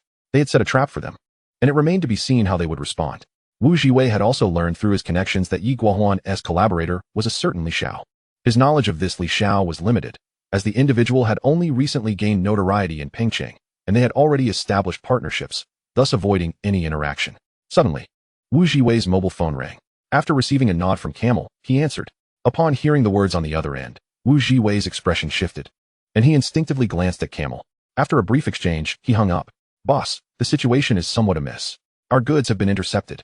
Noticing Wu Jiwei's troubled demeanor, Camel realized something unfortunate had transpired, not expecting the other party to retaliate so swiftly. Was it that group of big circle boys? Wu Jiwei nodded and pondered before responding. Boss, I believe there may have been a miscommunication. The other party likely isn't the big circle boys. Their intentions seem to indicate they wish to challenge us. Camel shook his head and replied, this is no mere challenge. They are signaling that they are aware of what has transpired, and they are not to be trifled with. Just then, Wu Jiwei frowned, about to speak, when Camel's phone rang again. Chapter 98. The Turn of Events. Upon answering the call, Camel's expression soured instantly. Wu Jiwei, noticing this, inquired, Boss, what has happened? Camel remained silent throughout the call, only hanging up after the report concluded. Turning to Wu Jiwei, he said in a grave tone, Big B's wife and child have been rescued. How could this be? Wu Jiwei exclaimed. That village was meticulously chosen. No one should have been able to investigate there. And he had deliberately reduced the number of guards on the mother and child to avoid detection. The fact that they could be found indicates one possibility. Someone must have leaked information. He continued, boss. Their ability to locate the place suggests a traitor below has compromised our secrecy. I will investigate this immediately. Wait. Camel called out to Wu Jiwei, who turned back to him. You need not concern yourself with this matter. Focus on the smuggling routes and find a way to smooth over this situation. Camel waved his hand dismissively. Wu Jiwei glanced at Camel, nodded, and exited. Since Camel intended to handle this himself, he would not linger and would instead expedite the retrieval of the detained individuals and goods. Once Wu Jiwei departed, Camel dialed Jiang Tianxing's number. The only ones capable of rescuing the captured individuals were members of the Hongxing gang, and it was essential to discuss the matter with Jiang Tianxing, as well as ascertain who was responsible for the rescue. Hello? We have a situation. The mother and child have been rescued. What? Didn't you assure me there would be no issues? How could they be rescued by someone else? Calm down. The ones who acted were undoubtedly your people, and they will surely be delivered to you. However, I cannot guarantee what the mother and child might divulge. Camel, what kind of operation are you running? Your men are utterly useless. You should have just handed them over to me. How could this happen? Jiang Tianxing, the deed is done. Your anger towards me is futile. We should focus on how to address this. What do you mean? It means that someone has rescued them from my territory, and this news will likely spread quickly. If public sentiment turns against us, do not blame me for revealing certain truths. You dare. Camel, if you push me further, do not blame me for flipping the table. Before Camel could respond, the call was abruptly terminated. Setting down the phone, Camel's lips curled into a slight smirk. In truth, he was indifferent to whether Big B's wife and child were in his possession. His sole intention had been to avoid handing them over to Jiang Tianxing, keeping them as leverage to compel Jiang Tianxing to act swiftly. Now that they had been rescued, the most he could expect was for news to circulate that Big B had met his demise at the hands of Dongxing. This information was trivial. The two factions were already adversaries, and given that Yi Wenyao had slain the crow, it was only reasonable for him to eliminate Big B as well, which would surely satisfy the lower-tier lackeys. Furthermore, this situation would undoubtedly cause Jiang Tianxing some headaches. No one could ascertain what the mother and child knew or what they might reveal. As for who had rescued them, Camel surmised it was highly likely to be Yi Wenyao's associates. In Pingcheng, at the Luohu port, Yi Guohuan awaited with two lackeys. He had just received a call from Tian Yangsheng, informing him that two individuals would be sent over for him to look after for a while. Soon, a car arrived at the port. Yi Guohuan approached to greet them, and after the port authorities completed the document checks, Tian Yangsheng and Big B's wife and child were allowed to pass through. Brother Huan, Tian Yangsheng greeted. Yi Guohuan nodded, glancing at the mother and child, assuring, rest assured, I will ensure their safety. Tian Yangsheng nodded in agreement. He then addressed Big B's wife, sister-in-law. These are our people. The situation in Hong Kong Island is currently unstable, and with Big B's matters still needing resolution. Brother Yao is concerned he may not be able to look after you properly, so he asked me to bring you here. Big B's wife regarded Tian Yangsheng and Yi Guohuan, nodding silently in acknowledgement. After the arrangements were concluded, Tian Yangsheng handed the mother and child over to Yi Guohuan, stating, Brother Huan, they are in your care now. I must return. Brother Yao needs assistance. Go ahead. Yi Guohuan waved him off. Subsequently, Tian Yangsheng crossed back to Hong Kong Island, returning home. As midnight approached, Tian Yangsheng arrived at Yi Wenyao's residence in Kowloon. Upon entering, he saw Yi Wenyao waiting for him and hurried forward, saying, Brother Yao, the individuals have been delivered to Brother Huan. No unforeseen incidents on the way, I hope? Yi Wenyao inquired. Tian Yangsheng shook his head. Yi Wenyao continued, has Bing disseminated the news? As per your instructions, I have briefed him. By tomorrow morning, everyone on Hong Kong Island will know that Big B's wife and child were rescued from Dongxing's territory, Tian Yangsheng replied. Good, it's getting late. You should rest early. With the task completed, Yi Wenyao instructed before rising to return to his room. In Wanchai, at Jiang Tianxing's residence, the study light remained aglow. Ever since receiving Camel's call about Big B's wife and child being rescued, he had been restless. Yet, no one had reported back with news of the rescuers. Exacerbating his agitation, he had been unable to resist making several calls to the heads of the lower-tier factions, but to no avail. It was clear that Yi Wenyao had been the one to carry out the rescue. Yet, now that the individuals were safe, Yi Wenyao remained silent about his intentions. Just then, the phone rang. Hello? Mr. Jiang, it's me, Chen Yao. Yao, what is it? Mr. Jiang. News has just emerged that Big B's wife and child have been located, right within Dongxing's territory. What are we waiting for? We must hurry and rescue them. They have already been rescued. That is excellent news. Who was responsible for their rescue? Ensure you inform me. After a moment of silence, Chen Yao replied, It was Yi Wenyao's people. Mr. Jiang, they have indeed been rescued, and it was accomplished by Dongxing, which may imply a connection between Big B's predicament and Dongxing. Let us refrain from jumping to conclusions for now. Convene everyone for a meeting tomorrow to gauge their opinions. Understood, Mr. Jiang. Upon hanging up the phone, Jiang Tianqing's expression darkened considerably. The confirmation that Yi Wenyao's people were involved raised concerns about whether Big B had divulged anything to his wife, or if she had confided in Yi Wenyao. What a useless fool Luotu was. With that thought, Jiang Tianqing could not help but curse under his breath. After toiling for a while longer, and finding himself bereft of substantial information, he ultimately returned to his room, yet sleep eluded him for a prolonged period. The following day, as dawn broke, news swiftly spread throughout the underworld that Big B had been murdered by Dongxing. Coupled with the revelation that Big B's wife and child had been captured by Dongxing, the story gained an unsettling credibility. The Big B incident had taken a startling turn, igniting fervent discussions among all. Chapter 99. Dongxing, the target of outrage. The focus of discourse was the murder of Big B and the abduction of his family. In the underworld, there exists a code. Family should remain untouched by one's misdeeds. Dongxing had breached this unspoken rule, a significant taboo. In an instant, the entire underworld began to unleash a torrent of criticism against Dongxing. Naturally, some individuals were fanning the flames, not merely from Yi Wenyao's faction, but also from other organizations. In Kowloon, as Yi Wenyao arrived at headquarters, a Bing approached him with a sycophantic grin. Brother Yao, everything has been taken care of. Dongxing's reputation is now sullied and will continue to deteriorate. Yi Wenyao chuckled and shook his head. His intent in spreading the rumors was not to tarnish Dongxing's name. Such endeavors were ultimately futile, but rather to stir the emotions of the organization's lower ranks, thereby coercing the faction into action against Dongxing. As he entered the lobby, Yi Wenyao's phone rang. "Ah Yao, it's me, Qin Yao. You need to come to headquarters for a meeting now." "All right, Brother Yao." It seemed the news had proven effective. Another meeting was on the horizon. He promptly turned to leave. Yi Wenyao. Just as he reached the doorway, he was confronted by Su Chun, who blocked his path. "Sir Su, is there something you need?" Yi Wenyao paused momentarily. The underworld is abuzz with the claim that Dongxing murdered Big B. "You rescued his wife and child?" Su Chen inquired. Upon hearing this, Yi Wenyao was perplexed by Su Chen's motives and cautiously replied, "It seems that way. However, those are merely rumors, and there is no concrete evidence." "Surely, Sir Su wouldn't act on hearsay, would you?" Su Chen frowned, taken aback by Yi Wenyao's response, and then stated sternly, "Hand over Big B's wife and child to us for protection. It will also facilitate our investigation into the true culprits behind Big B's murder." Yi Wenyao smiled lightly and retorted, "Sir Su, I've just mentioned that these are mere rumors circulating in the underworld. I did not rescue Big B's wife and child, so I have no one to hand over to you." Su Chen's expression darkened. He had come to assist Yi Wenyao, especially after the underworld had been rife with allegations against him for murder, and now he found Yi Wenyao uncooperative. "Yi Wenyao, your cooperation in this case would be mutually beneficial." Yi Wenyao shook his head, exasperated. "Sir Su, I certainly wish to assist you. However, I truly do not know where they are.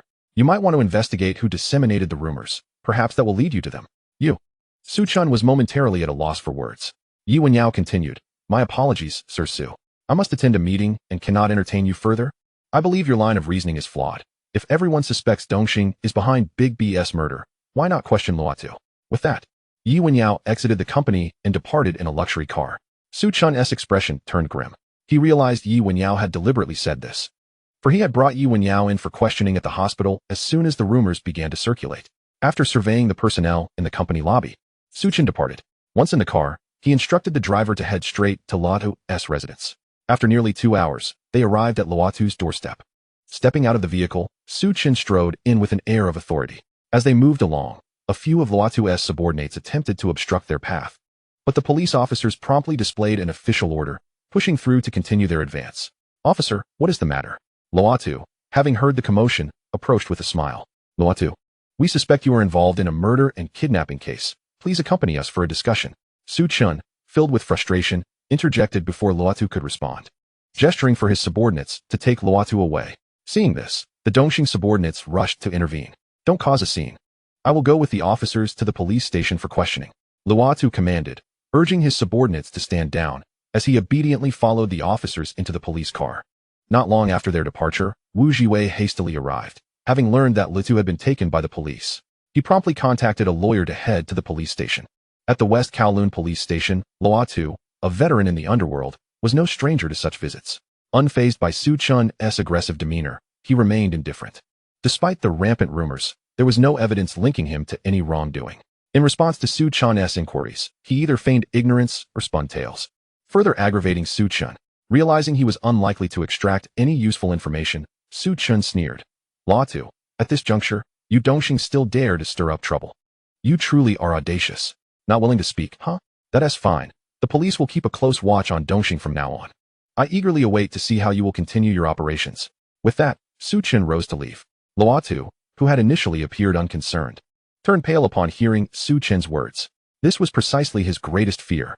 He was not troubled by the rumors of Dongxing murdering Big B, nor by the abduction of the mother and child. His primary concern was the stance of the Hong Kong police.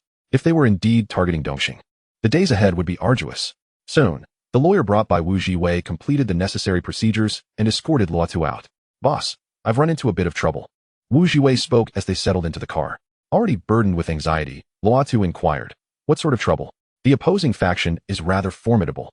When I went to negotiate for their release, they were specifically waiting for me, warning that this matter is far from over and that a showdown is inevitable. Wu Jiwei lamented. Are you all right? Luotu frowned. We didn't come to blows, but their intentions suggest that our future shipments along that route will be severely hindered.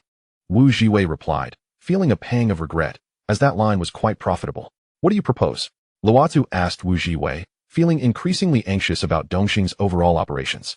Halting a single line was insignificant in the grand scheme.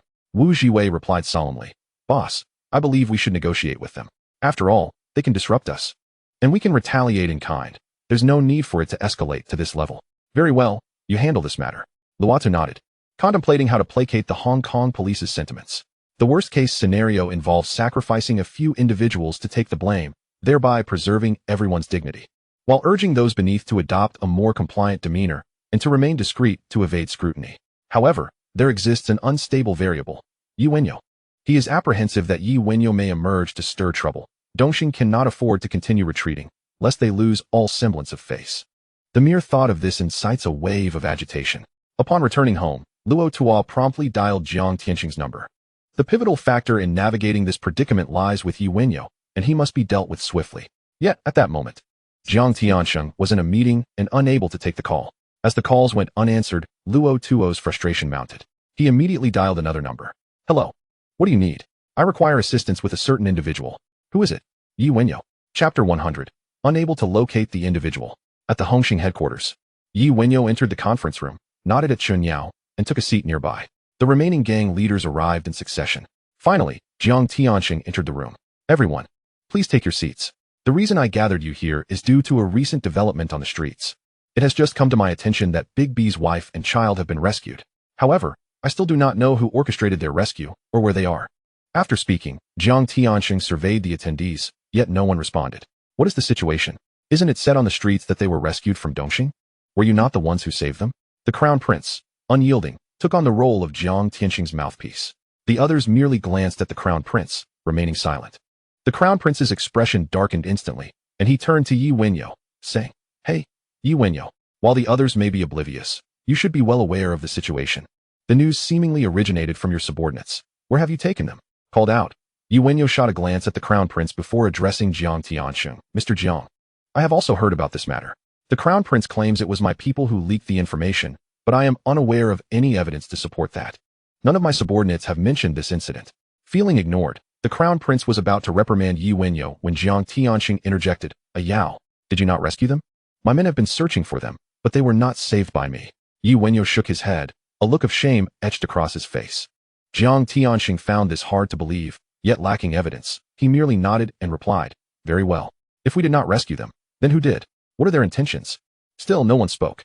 The crux of the matter is that with Big B deceased, his territory would likely fall to Yi Wenyao, thus implicating him in the rescue of Big B's wife and child, which they had little concern for. As for who rescued the mother and child, it bore no relevance to them.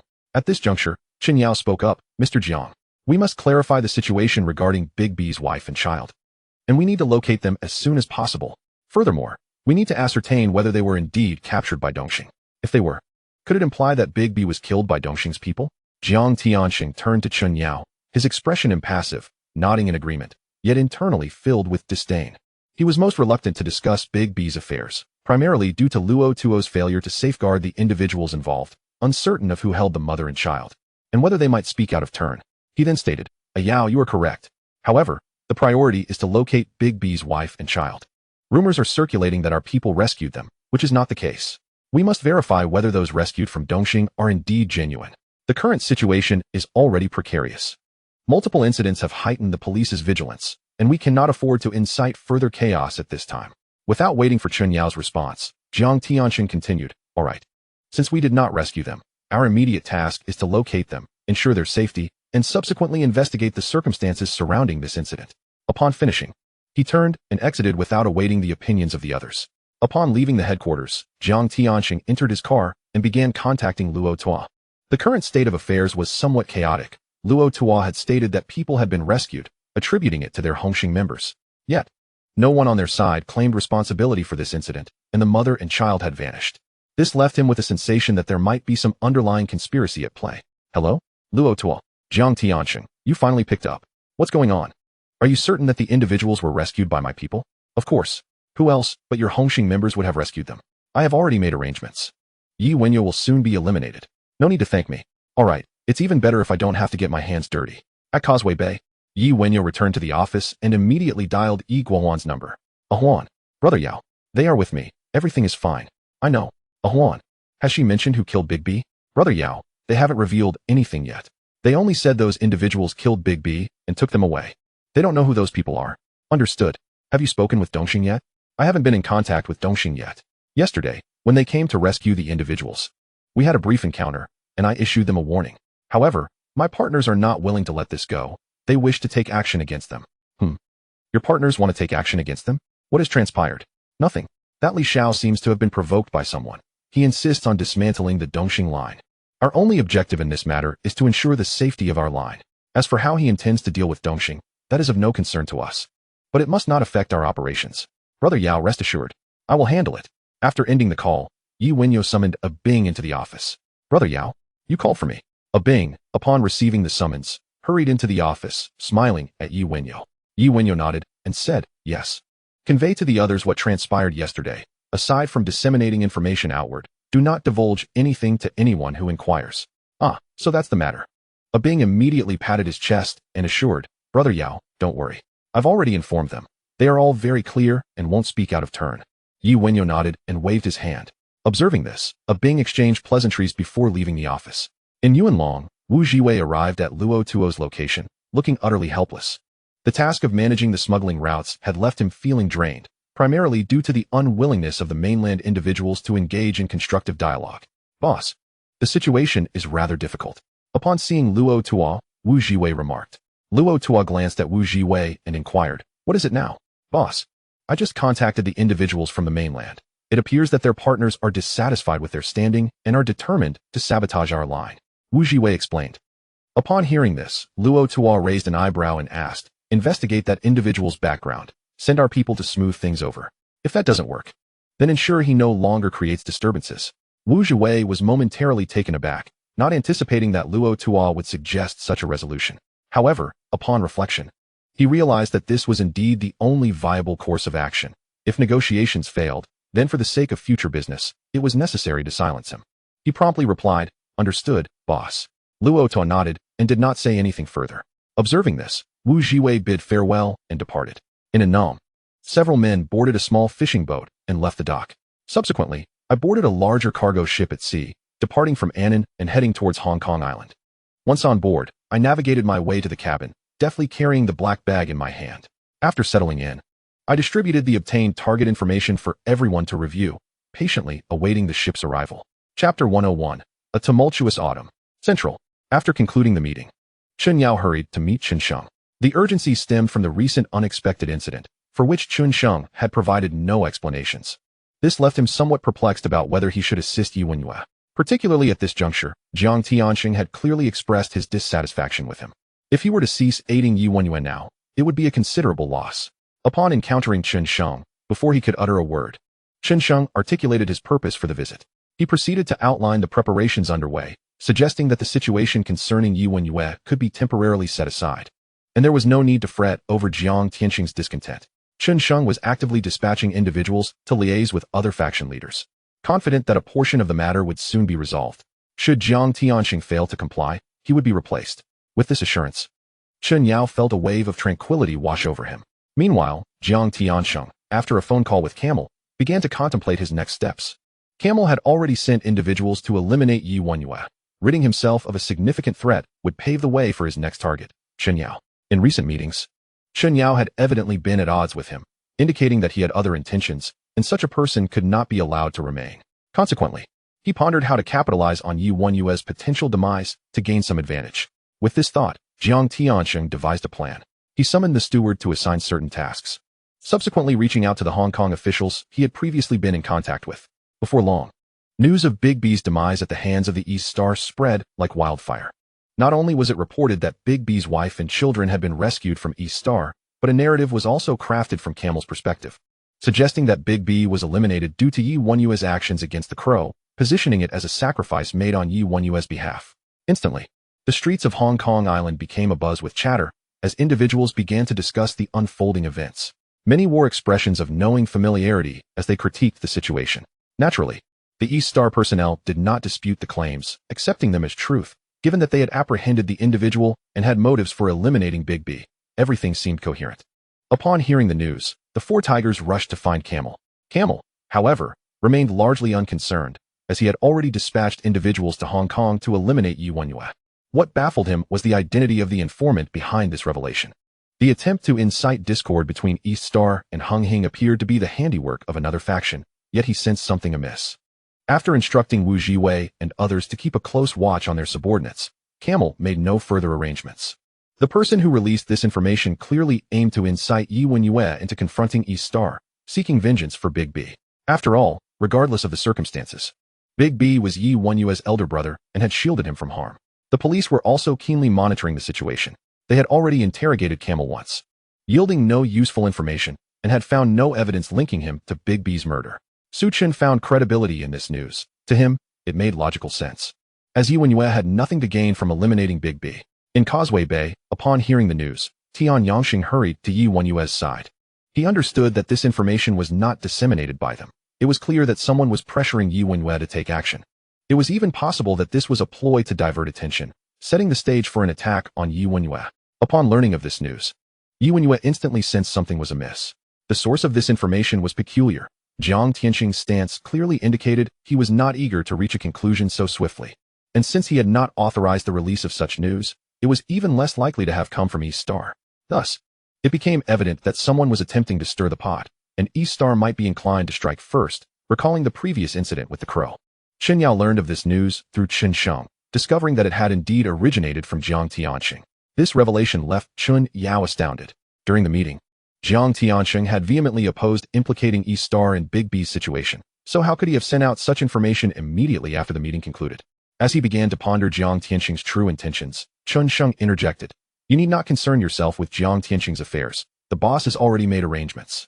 Focus on your responsibilities and ensure that the faction leaders remain calm to prevent any unrest within Hung Hing." Wenyao could only nod in agreement. That evening, the cargo ship from Annan anchored off the coast of Hong Kong Island. Responding to Camel's invitation, the guests were ferried by speedboat, stealthily entering Hong Kong under the cover of night. Upon disembarking, they were met by Camel's arranged personnel. The leader was then taken to Camel's residence. Upon their meeting, Camel apprised the leader of the circumstances surrounding the target, Yi Wenyao, especially emphasizing the unsuccessful assassination attempts, urging them to exercise utmost caution. The leader, being a prudent individual, after gathering sufficient intelligence, returned to devise an assassination plan with his team. Based on the information provided by Camel, they deduced that there were only two viable locations for the operation: Yi Wenyao's residence in Kowloon and his company. He frequently occupied these two places, while other locations were too random and uncontrollable. As night fell, the assassins, accompanied by two subordinates, arrived near Yi Wenyao's home to assess the security measures and identify any advantageous positions for the assassination. They were assassins, not mercenaries. Therefore, they only needed to find a vantage point from which to execute the target with a single shot. However, the environment was less than ideal, surrounded by buildings, and Yi Wenyao's residence was completely obscured, making long-range sniper shots impossible. After surveying the area, they proceeded to Causeway Bay to investigate the conditions at his company.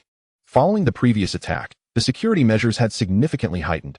Outsiders were not permitted entry, compelling them to rely solely on blueprints and exterior reconnaissance. A night passed without incident. On the following morning, after finishing breakfast, Yi Wenyao headed to the company. News of Big B's demise had spread fervently, igniting numerous frictions among the subordinates. Fortunately, the senior leaders had remained relatively restrained, continuously regulating the actions of their juniors to prevent any severe incidents. In Pengcheng, Yi Guohuan had just visited Big B's wife and children. Exiting, he encountered his disheveled subordinate, Li Xiao, who appeared before him. Li Xiao, what on earth happened? Yi Guohuan inquired, bewildered. Thanks to your people, I never anticipated those Hong Kong fellows would be so ruthless, attempting to eliminate me. Li Xiao replied, a hint of concern in his voice, indignantly chastising. Chapter 102, Perilous. Hong Kong fellows. What do you mean? Yi Guohuan's face was filled with astonishment. He could hardly conceive that Li Xiao was referring to the East Star members, especially since such individuals had no reach in Pengcheng. Beside him, Li Xiao took a deep breath to ease his tension, then turned to Yi Guohuan and said earnestly, Brother Huan, you previously mentioned that your connections in Hong Kong are quite formidable. You weren't deceiving me, were you? Yi Guohuan shook his head and replied, of course not. If it weren't for my ties in Hong Kong, I would not be taking this risk. Well then, I need you to do me a favor. Li Xiao said immediately, no problem. Yi Guohuan nodded in affirmation. Help me eliminate the gang of ruffians who caused trouble before. Today they intend to take me down. Li Xiao declared, his voice filled with fury. I was invited to meet the Eastern Star Group tonight, and they wanted to negotiate. However, when the talks fell through, they immediately turned hostile and attempted to kill me. Upon hearing this, Yi Guohuan realized that the Eastern Star had sent someone to eliminate Li Xiao, and he felt a surge of alarm within him. What are they planning? His expression shifted, and he resolutely stated, Li Xiao, rest assured. If they dare to lay a hand on you, they are also challenging me. I will ensure you receive a satisfactory resolution. Good, Brother Huan. As long as you handle this matter well, your affairs shall become my own. Li Xiao expressed his satisfaction with Yi Guohuan's attitude. Yi Guohuan comforted Li Xiao for a while longer and then had his subordinates escort him back. Meanwhile, he began to strategize how to resolve this predicament. The influence of the Eastern Star was indeed considerable, and with Yi Wenyao's capabilities, it would be impossible to eradicate them completely, at best. He could eliminate a few key figures. He contemplated leveraging his connections with the Big Circle gang to take out the upper echelons of Eastern Star, but first, he needed to communicate with Yi Wenyao to ascertain his stance. In Yuanlong, Luotawa had yet to rest. He was at home pondering how to expand after eliminating Yi Wenyao. Recently, the Hongxing gang had suffered significant losses, with 2 branch leaders dead. And with the loss of Yi Wenyao, a rising star, they had lost 3 pivotal figures. Suddenly, Wu Jiwei rushed in. Boss, there have been some issues in the mainland. Upon seeing Luotawa, Wu Jiwei immediately spoke, his expression grim. Luotawa turned to him and quietly inquired, did it go awry? Wu Jiwei nodded but hesitated to elaborate. He couldn't quite comprehend how things had gone wrong. They had encountered their target, and the opponent had arrogantly come alone, yet he managed to escape, aided by those who had previously competed with them for business. Boss, the situation is rather strange. That Li Xiao is nothing but a spoiled brat. We had him surrounded. But he was rescued by those who had previously snatched business from us. Wu Jiwei stated. Luotawa pondered for a moment and looked at Wu Jiwei, saying, are you suggesting that the information was leaked, and they were prepared for us to strike? Wu Jiwei shook his head. It's impossible for the information to have leaked.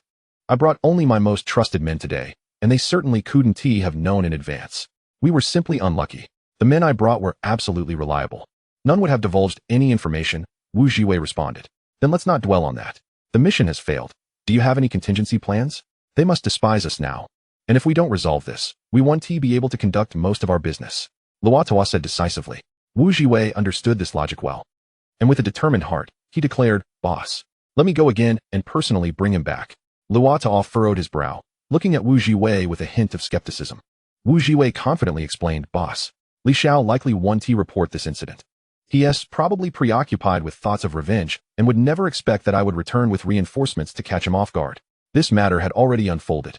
It had to be handled properly, not only to rectify his previous mistakes. Luotawa nodded, acknowledging Wu Jiwei's plan, and instructed, you must proceed with caution. Ensure that both the action plan and the escape route are thoroughly prepared. Otherwise, if we are exposed, escape will be exceedingly difficult. Wu Jiwei nodded, understanding Luotawa's concerns, and then departed. In Pengcheng, it was midnight. Yi Guohuan had already settled down to rest when he was abruptly jolted awake by a series of urgent knocks on the door. As he listened to the report from his subordinate, still somewhat groggy, he quickly regained his composure. The Eastern Star had launched a surprise attack, but fortunately, Li Xiao was astute enough to sense something amiss and immediately notified Yi Guohuan's men as well as the local police, ensuring his safety.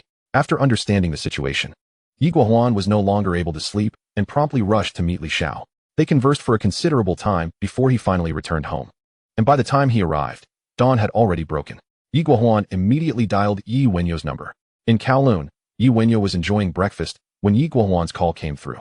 Upon hearing that the Eastern Star had attempted to eliminate Yi Guohuan's partner not once but twice, he immediately sensed that the Eastern Star was planning something significant. He affirmed Yi Guohuan's desire to eliminate the upper echelons of Eastern Star, but advised him to wait a few days to see what the Eastern Star intended to do next. Their actions in the mainland indicated that they were very much focused on smuggling routes, and given the recent precarious situation in Hong Kong, they were likely to make some moves. He instructed Yi Guohuan not to worry about this matter and to keep a close watch on his partner before hanging up. After finishing his breakfast, he drove to the company.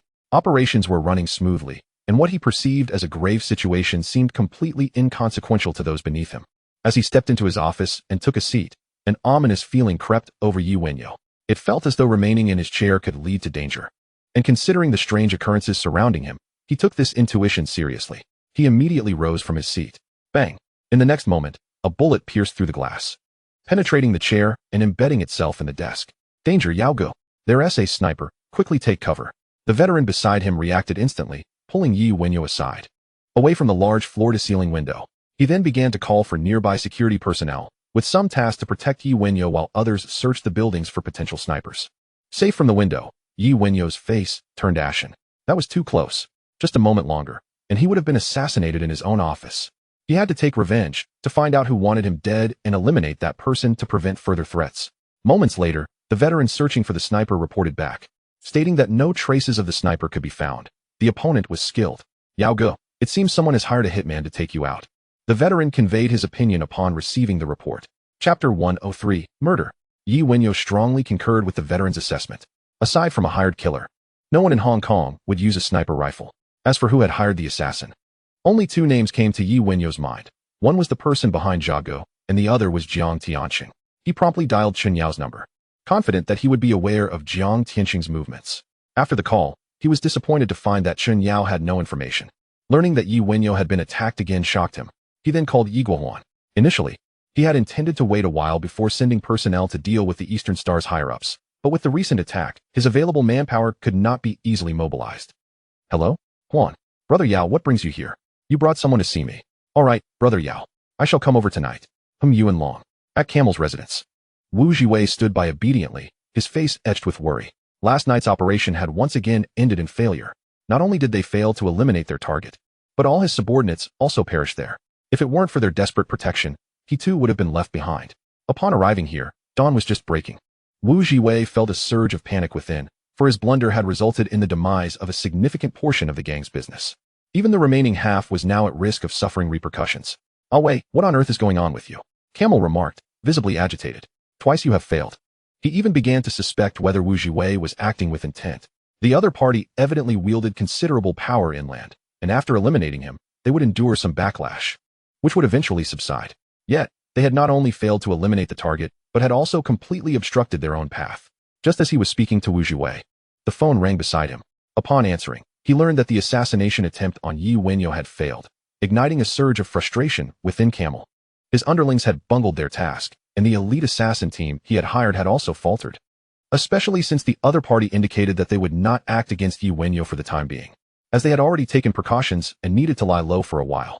Camel could hardly acquiesce to this, yet with Wu Jiwei present, he refrained from debating the matter further. After hanging up, he said, "Ah Wei, the other party is already aware that our gang is behind the attempt to eliminate him.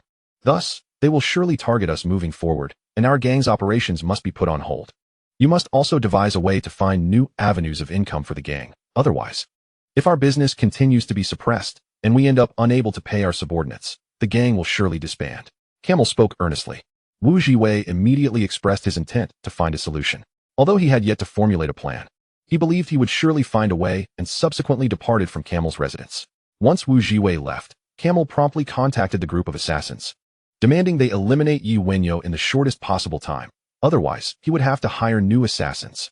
The leader of the assassins felt equally helpless. Today's assassination operation was supposed to be foolproof, and the target had shown no signs of caution.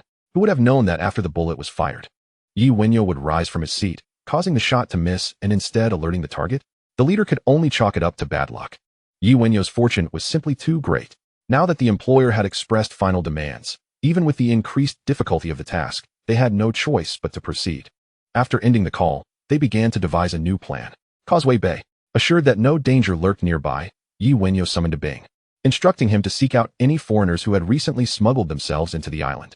However, he refrained from disclosing the assassination attempt against him. It was evident that the assailants were foreigners. Although the number of foreigners on the island was considerable, their unique demands would still leave traces to follow. Particularly after Bing's previous success in locating Big B's wife and child, Wenyao held Bing's subordinates in high regard. After receiving the order, Bing promptly set out with his team to search for clues, asking no further questions. Time passed. The sun sank in the west, soon to set. Wenyao received news from Guohuan that they had arrived. Without delay, he left the office and returned home. Brother Yao. Upon entering, he spotted Guohuan at home. Huan, have a seat. Wenyao nodded and walked into the living room. Brother Yao, you summoned me in such haste. Is there something urgent I need to attend to? We need to hold off on the smuggling route matter until we resolve the Dongxing situation. Guohuan inquired anxiously, explaining the situation regarding the smuggling route. There is no rush on the smuggling route. Let us first handle the Dongxing issue. Since they have targeted your partner, they intend to sever our income. In that case, we shall not be courteous. Wenyao nodded. Guohuan immediately stated, Brother Yao, leave the Dongxing matter to me. You can trust me. I propose we handle it as we did last time, eliminating Dongxing's upper echelons under the guise of an inter-gang conflict. Wenyao smiled and replied, that sounds good. Initially, I intended for Shang to handle this, but after the assassination attempt today, I cannot be away from my people. This task must be entrusted to you. Hearing this, Guohuan stood up in shock. Brother Yao, there has been another assassination attempt on you. Who is targeting you? I will take care of him as well. Wenyao waved his hand. Calm down. I have no leads on who hired the assassins. But it is certain that they are not ordinary. I have already dispatched my men to track them down, so you needn't worry. Guohuan nodded. His abilities were limited on the island, and he could not assist Wenyao in locating the assassins. It would be better to focus on his own duties, eliminating the senior figures of Dongxing. With this thought in mind, Guohuan said, Brother Yao, I came here anticipating you had urgent matters to attend to, and I have brought all the weapons. Since you have entrusted the Dongxing matter to me, I shall return and discuss the plan with my men. With that, Guohuan stood up. Wenyao also rose, escorting him to the door while saying, Huan, be cautious with the Dongxing situation. The police are currently imposing strict controls. I understand, Brother Yao. No need to worry, Guohuan replied with a smile, before leaving Wenyao's home. Instead of taking a vehicle, he navigated through the alleys, making lefts and rights, ultimately emerging onto the main road to hail a taxi to a small fishing village in Yunlong. Upon returning to his temporary residence, Guohuan summoned all his subordinates to inform them of the day's mission. They then commenced discussions on how to proceed. The high-ranking members of Dongxing, namely Camel and the remaining 4 tigers, were not gathered in one place, so he needed to devise a method to bring them together, thereby avoiding the need to search for them individually. As night fell, Guohuan finalized the action plan. Chapter 104, the grand finale. As night descended, a gentle breeze brushed against him. Guohuan, accompanied by his subordinates, embarked on their mission. They headed directly to Camel's residence, as he was the first target due to his ability to summon everyone. However, due to a twist of fate, Camel was currently engaged in important discussions with the 4 tigers. Guohuan's sudden attack caught them completely off guard. The outer subordinates were no match for Guohuan's group, and the disparity in weaponry rendered them incapable of halting their advance. Upon seeing all the upper echelons of Dongxing present, Guohuan was overjoyed. There was no need for further trouble. They could take them all down in one fell swoop. As Guohuan and his men appeared, Camel and the others were left not only with anger but also a sense of bewilderment. Guohuan merely uttered one sentence to them. Do not offend those you cannot afford to. In an instant, Camel deduced the origins of Guohuan and his men. Yet he no longer had the heart to resist, for these individuals were notorious big circle figures, with a barrage of gunfire echoing. Camel and the 4 tigers fell amidst the pools of blood. After dispatching them, Guohuan and his subordinates headed straight for the border, eager to return to the mainland and report the good news to Li Shao. When the police arrived, the scene had long been devoid of any traces. The sight of the lifeless bodies of the Camel and the 4 tigers left the officers in shock, further fueling their belief that a significant upheaval was imminent within the Triads of Hong Kong Island, with the entire leadership of one faction annihilated. No matter how formidable that organization was, it would inevitably be fragmented and devoured by the remaining gangs. Though the police initially sought to suppress the news, their efforts proved futile. The information had already been disseminated by the Eastern Star faction. In an instant, Hong Kong Island was ablaze with turmoil. Those who had professed unwavering loyalty rallied their comrades and surged towards the territory of Hung Hing. After all, The force capable of eliminating the camel and the four tigers could only be Hung Hing, their long-standing adversary. Hung Hing's various branches faced a deluge of assaults from Eastern Star's minions. Causeway Bay was no exception. Eastern Star's foot soldiers vandalized numerous establishments, resulting in their abrupt closure.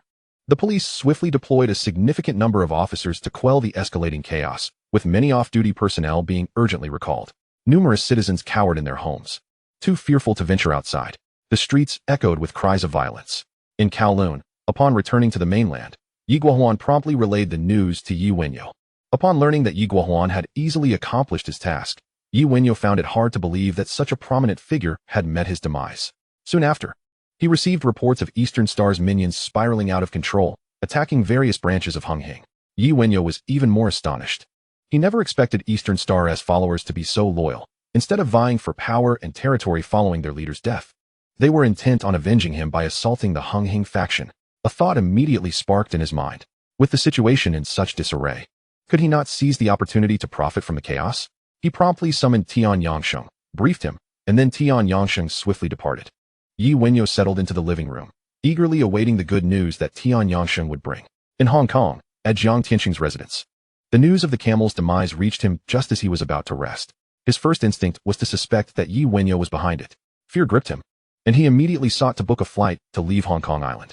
However, he quickly regained his composure. He reasoned that since Yi Wenyao had eliminated the camel, he likely would not turn his attention to him in the immediate future. Wenyao appeared before Jiang Tianxing, reporting the developments, and soon expressed concern over the potential havoc that Eastern Star's insubordination could wreak on Hung Hing's branches. Before Wenyao could continue his briefing, Jiang Tianxing received a call from a police high-ranking official. The message was clear.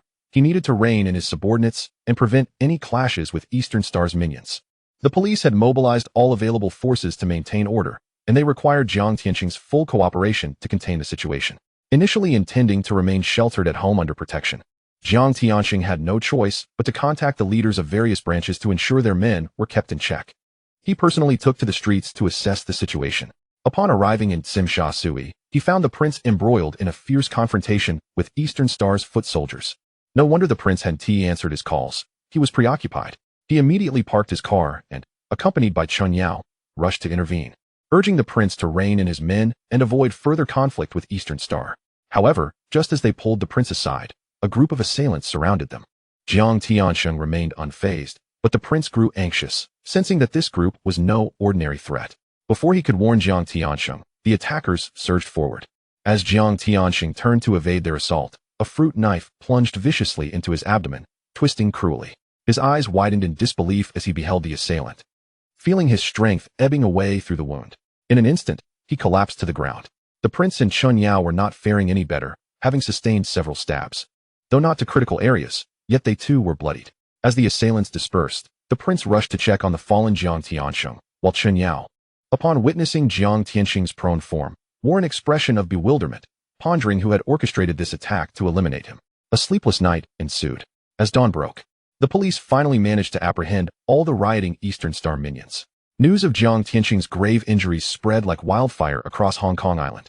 Leaders from various factions hurried to the hospital to offer their support. After consuming breakfast, Yi Wenyao made his way to the hospital, only to learn en route that Jiang Tianxing had succumbed to his injuries, a smirk creeping onto his lips. With the leaders of two major triads slain, a new arena for their endeavors had emerged. Thus commenced the chaotic struggle among the factions. The ultimate confrontation for dominance between Hung Hing and its rivals would unfold between Yi Wenyao and Wenyao, with Wenyao possessing external backing while Yi Wenyao relied solely on the prowess of his subordinates. In the end, Yi Wenyao emerged superior, leaving Wenyao in awe. As for the Eastern Star faction, once released from custody, they were swiftly integrated into the ranks of the major triads. Under Yi Wenyao's leadership, Hung Hing seized the majority of Eastern Star's territory and absorbed their former smuggling operations, swiftly solidifying its position as the dominant force. Thus, a new chapter for Hong Kong Island commenced. With the bolstered strength of Hung Hing, Yi Wenyao began to delve into the realm of property rights, amassing a significant number of licenses, which facilitated his foray into the real estate sector, allowing him to establish a firm foothold. Consequently, the leaders of Hung Hing's various branches, following Yi Wenyao, found themselves flourishing, and from that moment forth, none could resist his authority. Wenyao gradually extricated himself from the influence of his former backers, aligning himself entirely with Yi Wenyao, contributing various strategies to support Yi Wenyao's future endeavors. Yi Wenyao had now firmly entered the public eye of Hong Kong, heralding the onset of even fiercer struggles ahead.